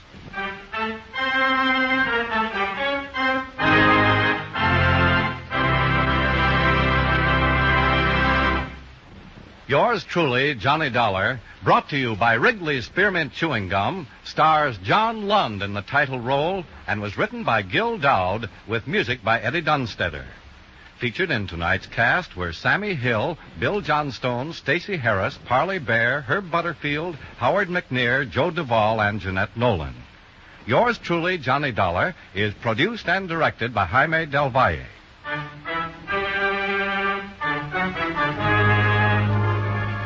The makers of Wrigley's Spearmint Chewing Gum hope you enjoyed tonight's story of Johnny Dollar and that you're enjoying delicious Wrigley's Spearmint Gum every day. This is Charles Lyon inviting you to join us again next week at this same time when from Hollywood, John Lund returns as... Yours truly, Johnny Dollar. This is the CBS Radio Network.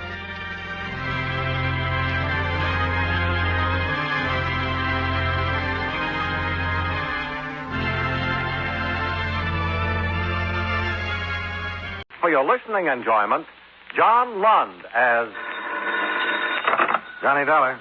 Head grows, Johnny. Busy? No, I just finished the case. How can I help you? I'd like you to fly to California, Palma, California. Investigate the death of a woman who was reported to have perished in a fire. Sarah Deering. Sarah Deering? That name has a familiar ring. The silent movie star. Oh, yeah. Well, she retired in the 20s, didn't she? At the peak of her career. Our company carries a $100,000 policy on her life. And there's a rumor in Palma that Sarah Deering's death was not due to the fire. Oh, yeah? We got the tip from a news item in the local paper, the Palma News. Who benefits by her death? Her estate. We have no way of learning who she appointed as executor of her estate or who the beneficiaries might be. But a claim for the $100,000 will undoubtedly reach us before long. Meanwhile, I'm to investigate this rumor? Yeah. I'll send you our file on Sarah Deering and the newspaper item that gave us the tip.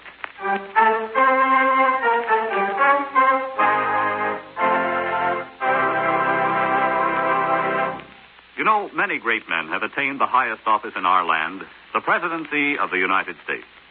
Can you guess the name of this man? During his 50 years of public service, he held almost every office the public could give him. He was born in Virginia in 1758. And at the age of 18, when he left college to enter the Army, his cabinet boasted the names of such distinguished Americans as John Quincy Adams and John C. Calhoun. When he was reelected in 1820, he carried every state in the Union and won every electoral vote except one, which was cast for John Quincy Adams. If you don't have his name by now, here are two more clues. During his presidency, the first public high school was started, and the first steamship crossed the Atlantic. Who was he? James Monroe, 5th President of the United States. His life is part of your American heritage.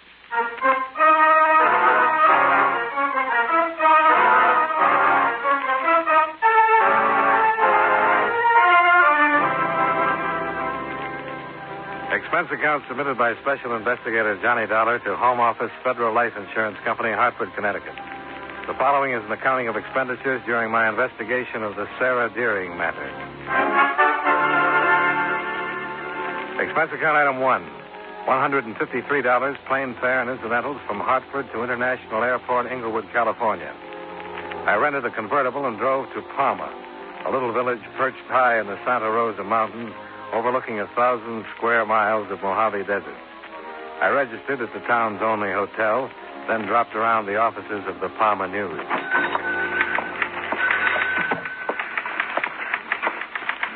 Oh, hello. Can I help you? I'm looking for the editor, Lacey. M. Lacey. I'm Lacey, Maggie Lacey. The editor? The editor. You're kidding. I wish you salesmen would think of a new approach. I'm just a little weary excusing the fact that I'm not a grizzled old character who drinks ink in his coffee. Miss Lacey. And I've got all the printing supplies I need. I'm sorry. Perhaps next time you pass through. I'm here to talk about a news item, Miss Lacey. Which item? This one. Well, what about it? Well, it says that there are some rather peculiar circumstances, quote, surrounding the recent death of Palma's most famous citizen, Miss Sarah Deering. These circumstances were discovered by the Palma News and brought to the attention of Dan Cox, County Sheriff.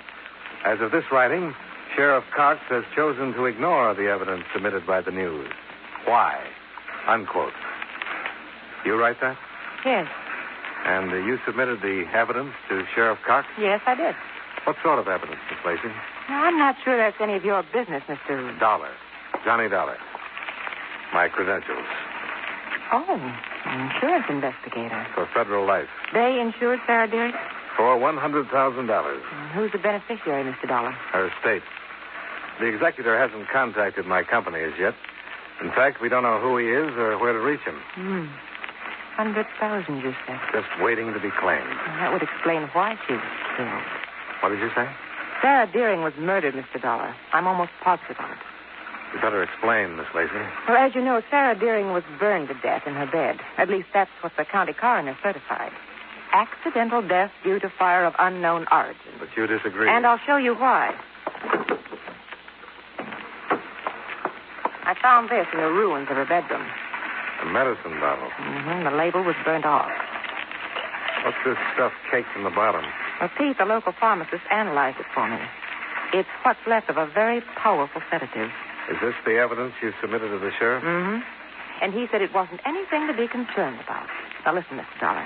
The stuff in this bottle can only be purchased by prescription, and it wasn't purchased here in Palma. So? So I think those two men brought it. I think they drugged Sarah Deering and then rigged up some kind of contraption that would start a fire in her bedroom after they got out of town. Hey, hold on. You left me with two men. What two men? The ones who come to see Sarah Deering every year on the same day. Who are they? Nobody seems to know. They usually come together on the noon bus and leave town on the 6:20. I took a photograph of them last year. Plan to do a story on them someday, from the angle of mysterious admirers make yearly pilgrimage to see ex-movie queen. Here it is.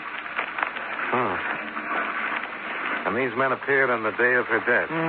They left on the 6:20, and the fire was discovered at 8. Any idea where they come from? Hollywood. I checked with the bus drivers. You've done a very thorough job, Miss Lacey. Sarah Deering has been my idol ever since I was old enough to dream. I read everything ever written about her. She was a wonderful woman. Yeah, so I've heard. I understand she was a recluse. What woman wouldn't be after the heartbreak she's had? She died broke, Mr. Dollar. Except for the insurance policy. Did she owe anyone? No, there was just enough left in her bank account to pay her few debts and Hilda's wages. Who's Hilda? Hilda Brower, her personal maid. Been with her ever since she started in pictures. Well, thanks for your help, Miss Lacey. I'll keep in touch.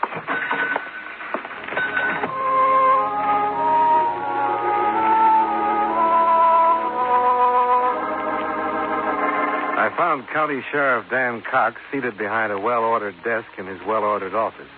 He listened carefully while I explained the purpose of my call, and when I finished, he wagged his massive shock of silver-white hair. Oh, Mr. Dollar, I'm afraid your company has been misled by an overzealous newspaper woman. Sarah Deering's death was accidental.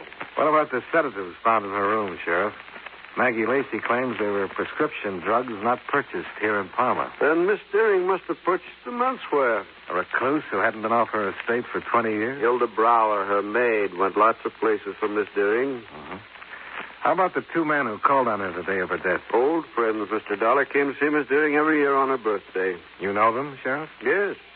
You care to give me their names? I would care, Mr. Dollar. They were friends of a very fine lady. I know she wouldn't want them to be annoyed because of some foolish rumors about her death. You seem very certain that it was accidental. It couldn't have been anything else. Sarah Deering didn't have an enemy in the world.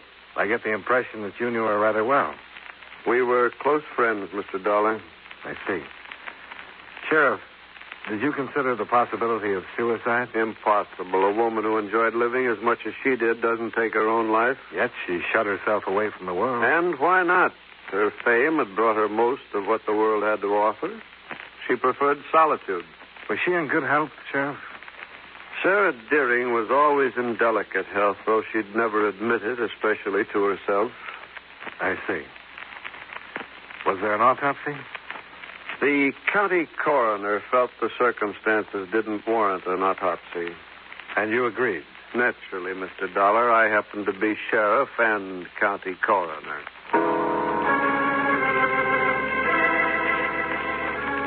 I drove to the outskirts of town and located Sarah Deering's rambling Spanish villa, where I found Hilda Brower, an enormous, tearful woman.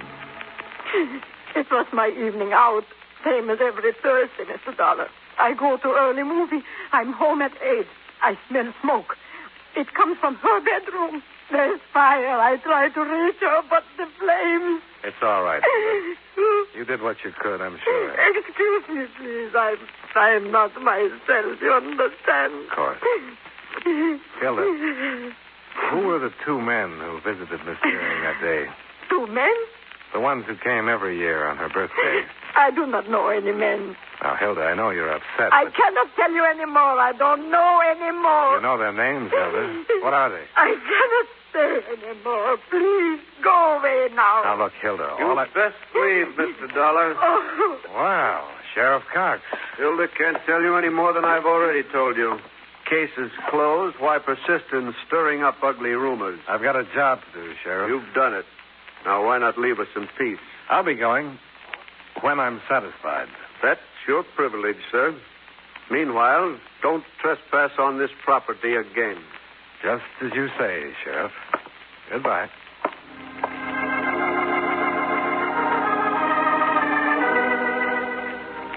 Sheriff Cox didn't bother to see me out, so I had a chance to pause in Sarah Deering's living room and study some photographs which had caught my eye earlier. There were 4 of them, all enshrined in gold frames, all of the same handsome young man. The face was weak-mouthed, without character, and vaguely familiar.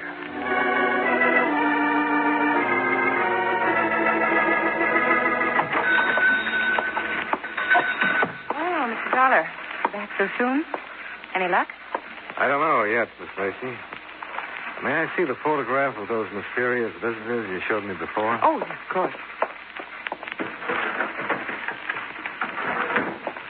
Here you are. You got a lead, Mr. Dollar. I think so. You see this man? The tall one? Mm-hmm. Well, there are 4 photos of him in Sarah Deering's living room. Were they autographed? No, but they were framed in enough gold to indicate he must have held a very special place in her life. Of course, he's a lot older in this photograph. How about his pudgy little companion here? Well, apparently he didn't rate enshrinement. Only the tall one made the Hall of Fame. I wonder who he is. Miss Lacey, are you absolutely positive these 2 men visited Sarah Deering the day she died? Oh, yes, absolutely. Thanks. I'll borrow this photo if you don't mind. Be back tomorrow. Mr. Dollar, Johnny, wait. Yeah? Where are you going in such a lather? To the Hollywood Public Library to find a name for this face.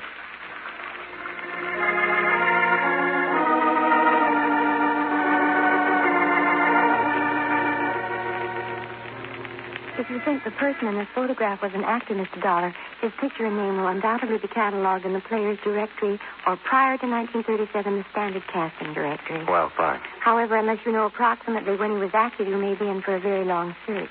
Oh? A new edition of the directory is published 3 times a year. Each contains hundreds of performers. I see. Well, dust off the 1923 editions. I'll work my way forward.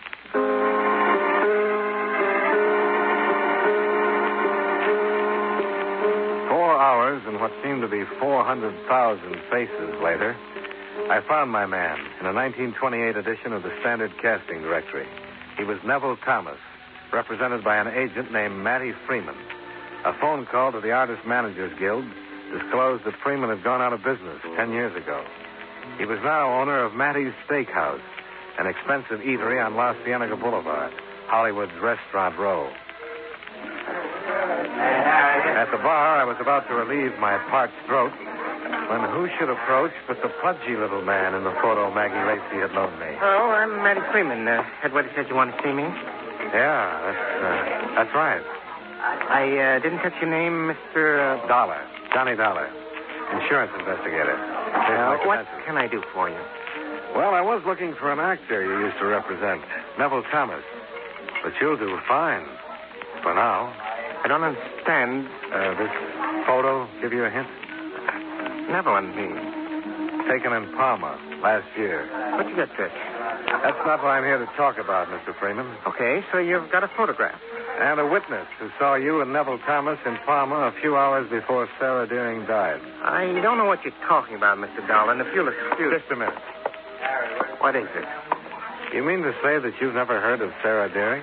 It was my privilege to be in the business when Sarah Deering was making motion picture history.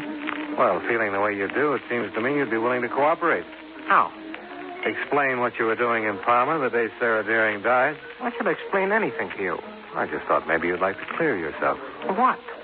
Suspicion of Sarah Deering's murder? I'm having a pipe dream, Dollar. Sarah Deering died on a fire. Okay. Then let's move on to Neville Thomas.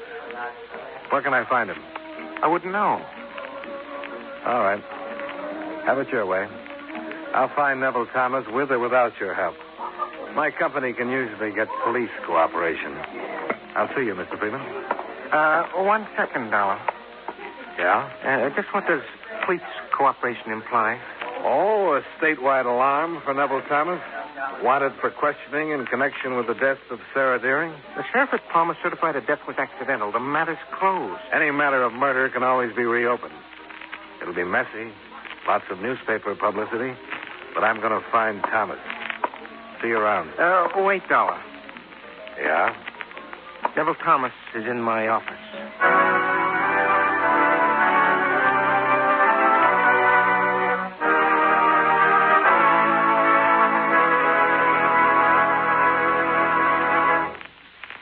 Mind if I break in here for a moment to say a few words? Just the other day, I was having lunch with a group of newspaper reporters. We were talking about the government and what goes into its operation when a thought struck me. It's a funny thing, I said. They call one branch of the government the State Department when it handles all of our foreign affairs. Can any of you fellows explain that? Well, one of the reporters who writes political news piped up and said, actually, the State Department does more than handle foreign affairs. It also publishes all of the laws that have been passed by Congress and issues all the passports and visas for anyone traveling outside the United States. Well, just then the waitress brought us our coffee, and she entered the conversation. Don't forget, she said, if you're ever on a quiz show, you can maybe win a trip to the moon by telling them that the State Department has the job of making sure the Great Seal of the United States doesn't get lost. And it acts sort of like a governmental Emily Post, too. Well, while she was making out our checks, she added this bit of information. Did you ever hear of the Division of Protocol? That's part of the State Department, too. It's the outfit that makes sure foreign diplomats who visit America get introduced the way they should and get seated in the right places at official dinners and things like that. Well, after she gave us all that information, we tipped her and went back to work. And now I think it's time we got back to our program.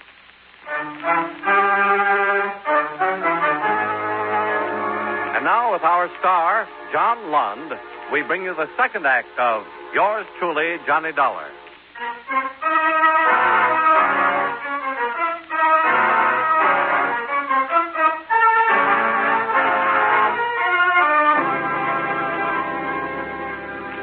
Matty Freeman led me back to his office with all the grudging grace of a kid surrendering a stolen apple.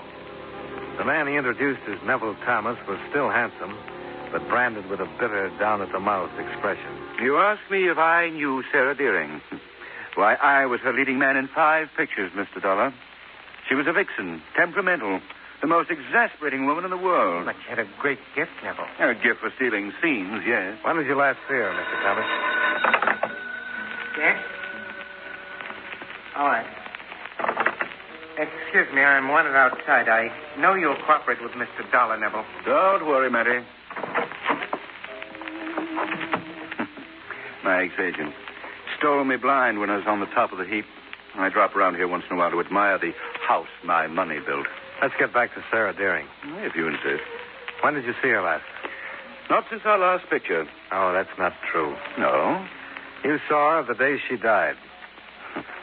I'm afraid you're mistaken, Mr. Dollar. You were positively identified. By whom? By someone who's seen you in Palma every year on Sarah Deering's birthday.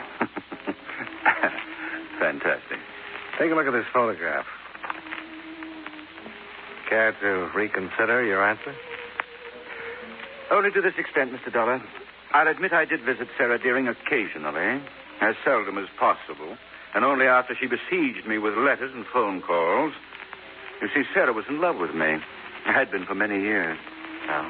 And you? I'm afraid I didn't share Matty's adoration for her, Mr. Dollar. Pity is the nicest word to express my feeling for Sarah. I see. What do you know about the real cause of her death? I read that she died in a fire. Has there been some further development? You were seen leaving her home less than 2 hours before the fire was discovered. Impossible. I can prove I was here in Hollywood at the apartment of a friend. Who? Mattie Freeman. Well, it didn't take a mental colossus to deduce that Thomas and his ex-agent had rehearsed their alibi before I ever set foot in the steakhouse. The clincher, if I needed one, came as I pulled out of the parking lot. I spotted Matty talking to someone in a parked sedan. The someone obliged by striking a match to his cigar, which revealed that it was Sheriff Dan Cox. Right then, I decided to call it a day. I registered at the plaza, took an aspirin, a hot shower, and a sleeping tablet, in that order.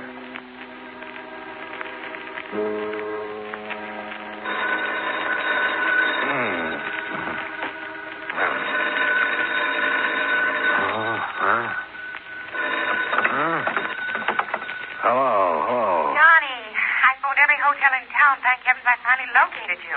Well, lucky you, wherever you are. Maggie Lacey, Johnny. I've got to see you right away. Oh, for Maggie. It's 2 o'clock in the morning. I'll drive down first thing tomorrow. I'm not phoning from Palma, Johnny. I'm here in Hollywood. I'll be in the plaza lobby in 5 minutes. Hello, Maggie.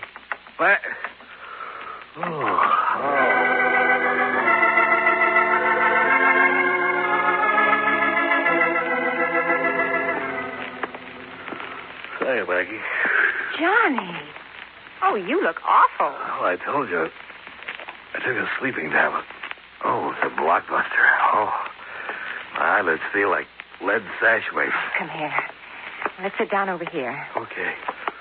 Better make it.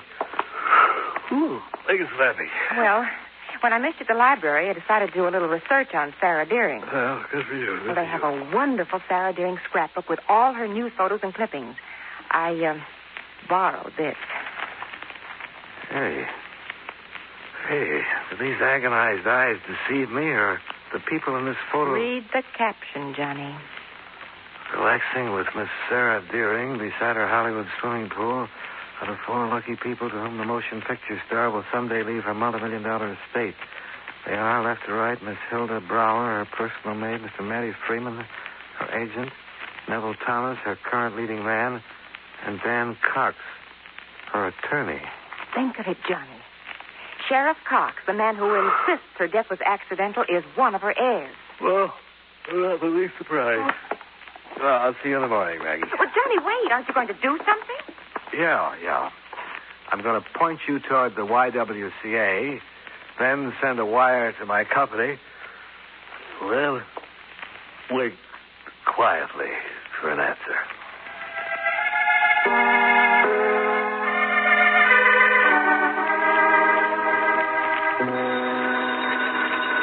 Oh, no. Johnny Dollar. Ed Gross, Johnny. Oh, hello. What time is it? 9 here. 6 where you are. Oh, no. Say, I got your wire. What are you doing in Hollywood? Tried phoning you on Palma last night. Where have you been? I'll explain later, Mr. Gross. Say, how about Sarah Deering's insurance? Anybody claim the $100,000 yet? Yeah, got a registered letter yesterday. Mailed 2 days ago from the executor of her estate. Yeah? Who is he? A Palma man named Cox.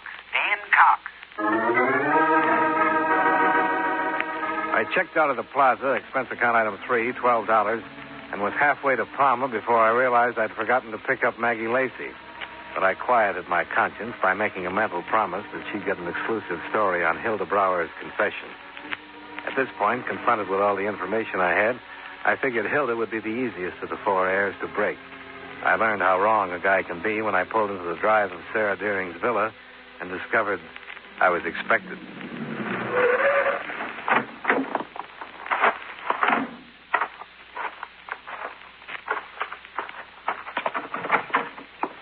Come in, Mr. Dollar. Well, you do get around, Sheriff. Yes, you too, sir. Fortunately, your moves are fairly predictable. So you're here to see that I don't talk to Hilda again, Hilda is ill. She can't be disturbed. Let me read you a caption on an old newspaper photo. Relaxing with Miss Sarah Deering beside her Hollywood swimming pool are the 4 lucky people to whom the motion picture star will someday leave her multi-million-dollar estate. They are, left to right, Hilda Brower, Matty Freeman... Oh, you need to go on, Mr. Dollar. I see what you're driving at. You think the four of us murdered Miss Deering for her insurance? Well, it's the most logical theory to date, Sheriff. Especially since you happen to be the executor of the estate. Mr. Dollar, Sarah Deering was not murdered. However, I will admit that she did not die as a result of the fire. Oh? She was dead when the fire was started. Started? Who was the firebug? Hilda. She came home, found Miss Deering dead, an open bottle of sedatives beside the bed. Suicide. That's what Hilda thought. She must have gone out of her head with grief. She told me later that her only thought was to protect Miss Deering's name from the shame of a suicide's death. So she set the fire to destroy the evidence? Yes. And to circumvent the suicide clause in Sarah Deering's policy. What's that? Policy is not payable if the insured dies by her own hand, Sheriff. Your tone implies that I was unaware of that fact, Mr. Dollar. I'm not interested one way or the other. My job's finished. I'm reporting death by suicide to my company. You haven't heard the full story, Mr. Dollar. There's more? Sarah Deering was not a suicide. You just said she was. I said Hilda thought she was. Get to the point, Sheriff. After Mattie Freeman and Neville Thomas paid Miss Deering their usual birthday visit, she had another caller. Who? He's down the hall in the study. This way. Because of your skepticism, Mr. Dollar, I had to request the state police to get the man you're going to meet. While the hunt was going on, I knew you'd be tracking down Mattie Freeman and Thomas, that you'd dig into Miss Deering's past, find things which would be misleading. Well, the maneuvering is over now. This gentleman can tell you the real truth about Sarah Deering's death. Mr. Dollar, this is Dr. James Harding. Oh, so you're Dollar, huh? That's right. You've caused a lot of trouble, Dollar. Broke up the first vacation I've had in 10 years. I'm sorry, but there's a matter of $100,000. Please don't interrupt. I've got to be back in Beverly Hills by noon. Got patients waiting. Well, then get to the point, Doctor. All right. I've got a little hideout in the desert. That's where the state police found me. I was on my way there the day Sarah Deering died. I had to pass through Palmer, so I stopped off to see her. Dr. Harding was her physician, Mr. Dollar. And a very old friend. I was about 7 when I drove up. I found her alone. She'd had a sudden attack. She was dying. Dying? Sarah Deering had been dying for years, Mr. Dollar. I won't go into the medical details. Suffice it to say, her courage couldn't hold off the inevitable any longer. As she was feeling fast, in great pain.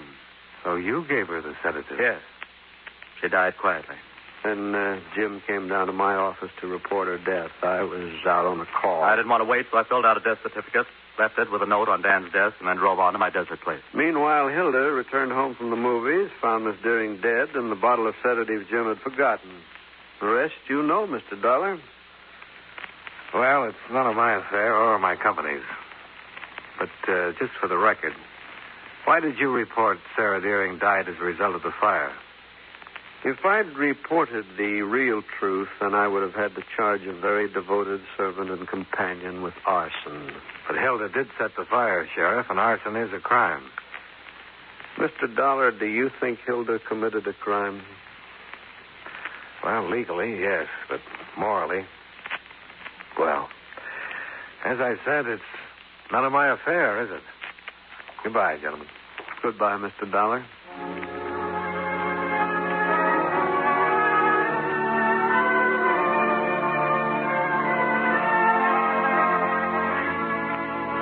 Expense account item number 4. $5 to check out of the Palma hotel room I never had the chance to use. Item 5, $51.75, gas, oil, and rental on the convertible. Item number 6, $150, plane fare and incidentals back to Hartford. Expense account total, $372.25. Yours truly, Johnny Dollar.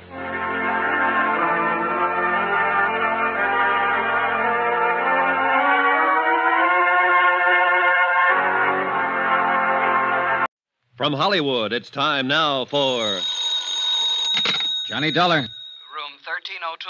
This is the desk clerk. I have a call here. Never mind the call. You call the police. Call the what? Call the police and tell them to hurry. There's an attempted suicide up here. Who is this? Shut up and do as I tell you. Now, just a minute. It won't do you any good.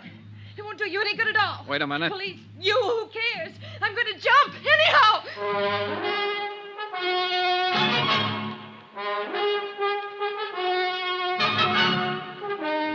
Tonight and every weekday night, Bob Bailey in the transcribed adventures of the man with the action-packed expense account, America's fabulous freelance insurance investigator. Yours truly, Johnny Dollar.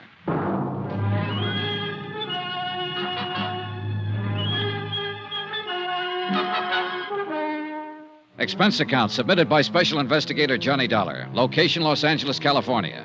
To the Eastern Trust Insurance Company Claims Division, Hartford, Connecticut. The following is an accounting of expenditures during my investigation of the Broadrick Matter. An old man in Hartford died and left $1,500 insurance money to a little girl who had been nice to him one afternoon back in 1943. My job, get the money to her. Even if she might take it and jump off the 13th floor ledge of a building. Don't come any closer. I'll jump. Lorraine. Don't come any closer.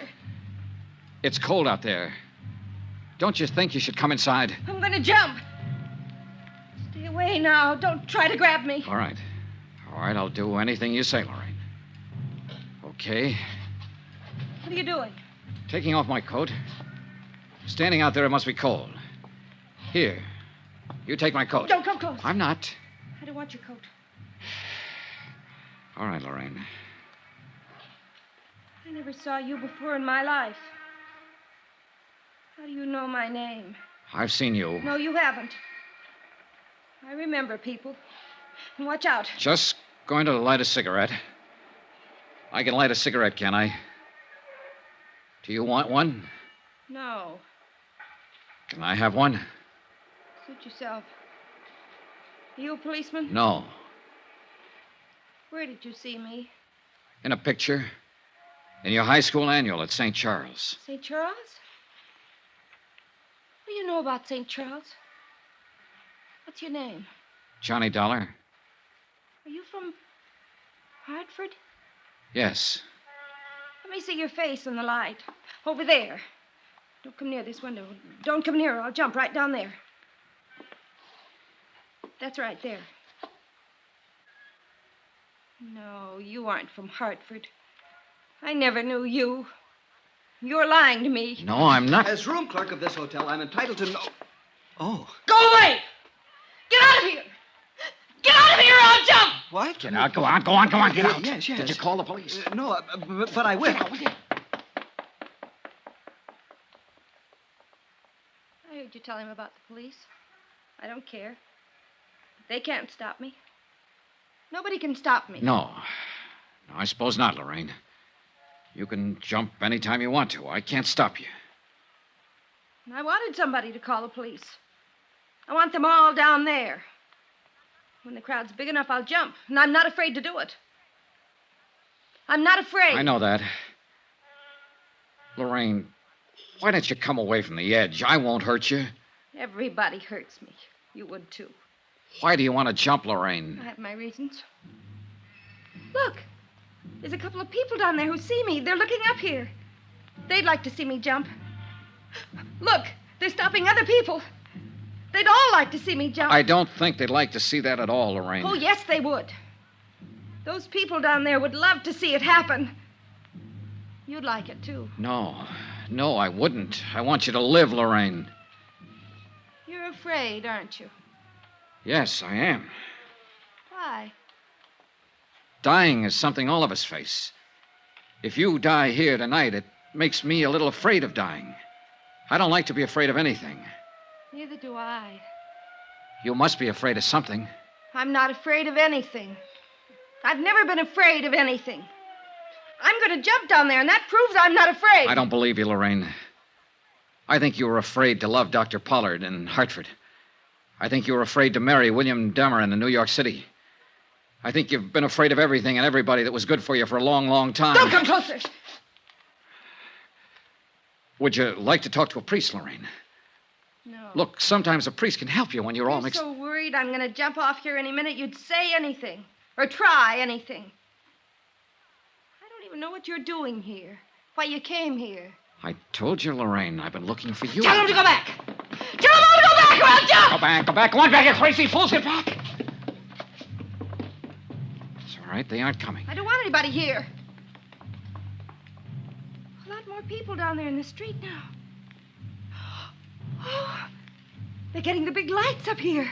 Golly. Lorraine, look at me. Look toward me. What? I want to help you, Lorraine. Nobody wants to help me. Nobody's ever wanted to help me. You're wrong. Then why did Mama and Daddy die? Why did they have to die? Why did Uncle Jim die? Why was I left alone? Why didn't I have anybody? You did have somebody. You had Dr. Pollard if you wanted him. You had William Dameron. Did you meet William? Yes, sure, last week. He's still very much in love with you, Lorraine. After I stole money from him and walked out on him? Oh, the money meant nothing to him. He still loves you, Lorraine. He told me so. I don't love him. I never loved him. He thought so. He was just nice. Why did you leave him that way? I'm no good. I never have been. You know. I've never been any good to anybody. You're lying to me about him. Would you like to talk to Dameron? I can get him on the phone. No. I don't want to talk to him or to anybody I know. But after I jump, you can tell him something for me. Sure. Tell him I meant to send the money back to him. I didn't. You can tell him I loved him. He'd feel good if you told him that, I think. All right. Go back! I don't care who you are! Go back or I'll jump right now! Wait! Close that hall door. If you want to see me jump, you'll have to watch from the street, down there with the others. Close it! Was he a policeman? I suppose so. I don't know. He looked foolish. Oh, Lord, he looked foolish. Yeah, well, we all look foolish at one time or another. It passes. Do I look foolish? Yes. Yeah, you look foolish. You're not going through with this. You know that for the first time in my life, I know exactly what I want to do, how I want to do it. I'm going to jump. Somebody's on the roof out here. They have a net. A big net. From what I know about you, I thought you always knew pretty much what you wanted to do in life. Oh, that's funny. Oh, that's very funny. I knew what I wanted in life. I never knew anything. And it's all botched up. Mom and Daddy died. I should have died, too. I should have been with Mama and Daddy when they were killed in the car. Well, it won't be long. I'll be with them.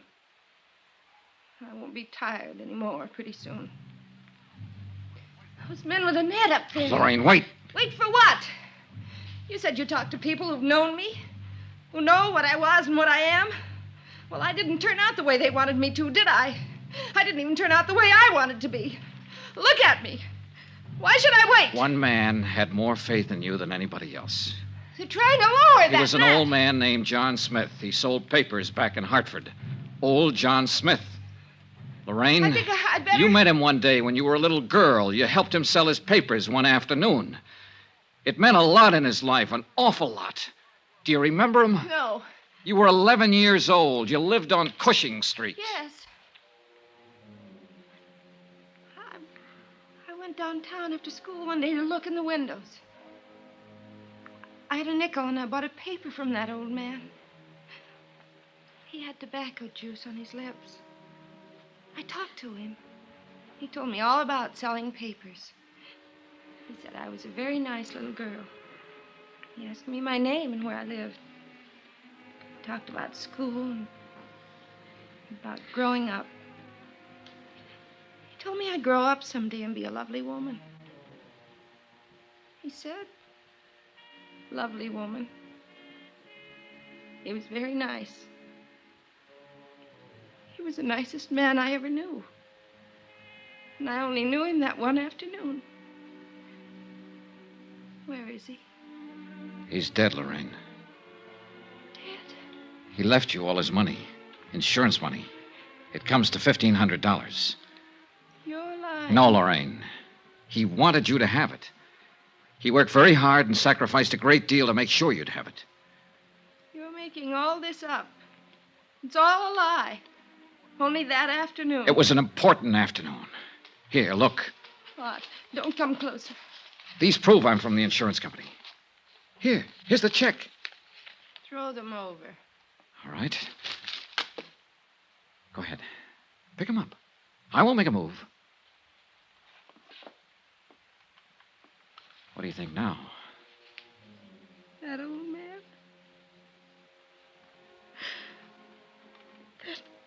poor old man. Oh, that poor old man. Easy. Easy.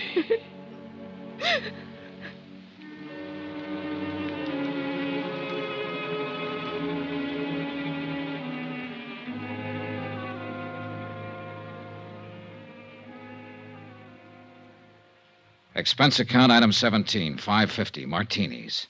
I needed them. It was my first and I hope my last half hour with an intended suicide. Attach find insurance check payable to Lorraine Broadrick for $1,500. The psychiatrist who examined her believed that she will make a complete recovery in time. Until such time, she's not classified as a responsible person. I notified 2 parties of the events at the Wentmore Hotel. 1, Mr. William Dameron in New York City, who arrived in Los Angeles yesterday morning. 2, Joseph Tappan, who has already secured legal counsel for Lorraine Broadrick when she answers the bad check charges against her.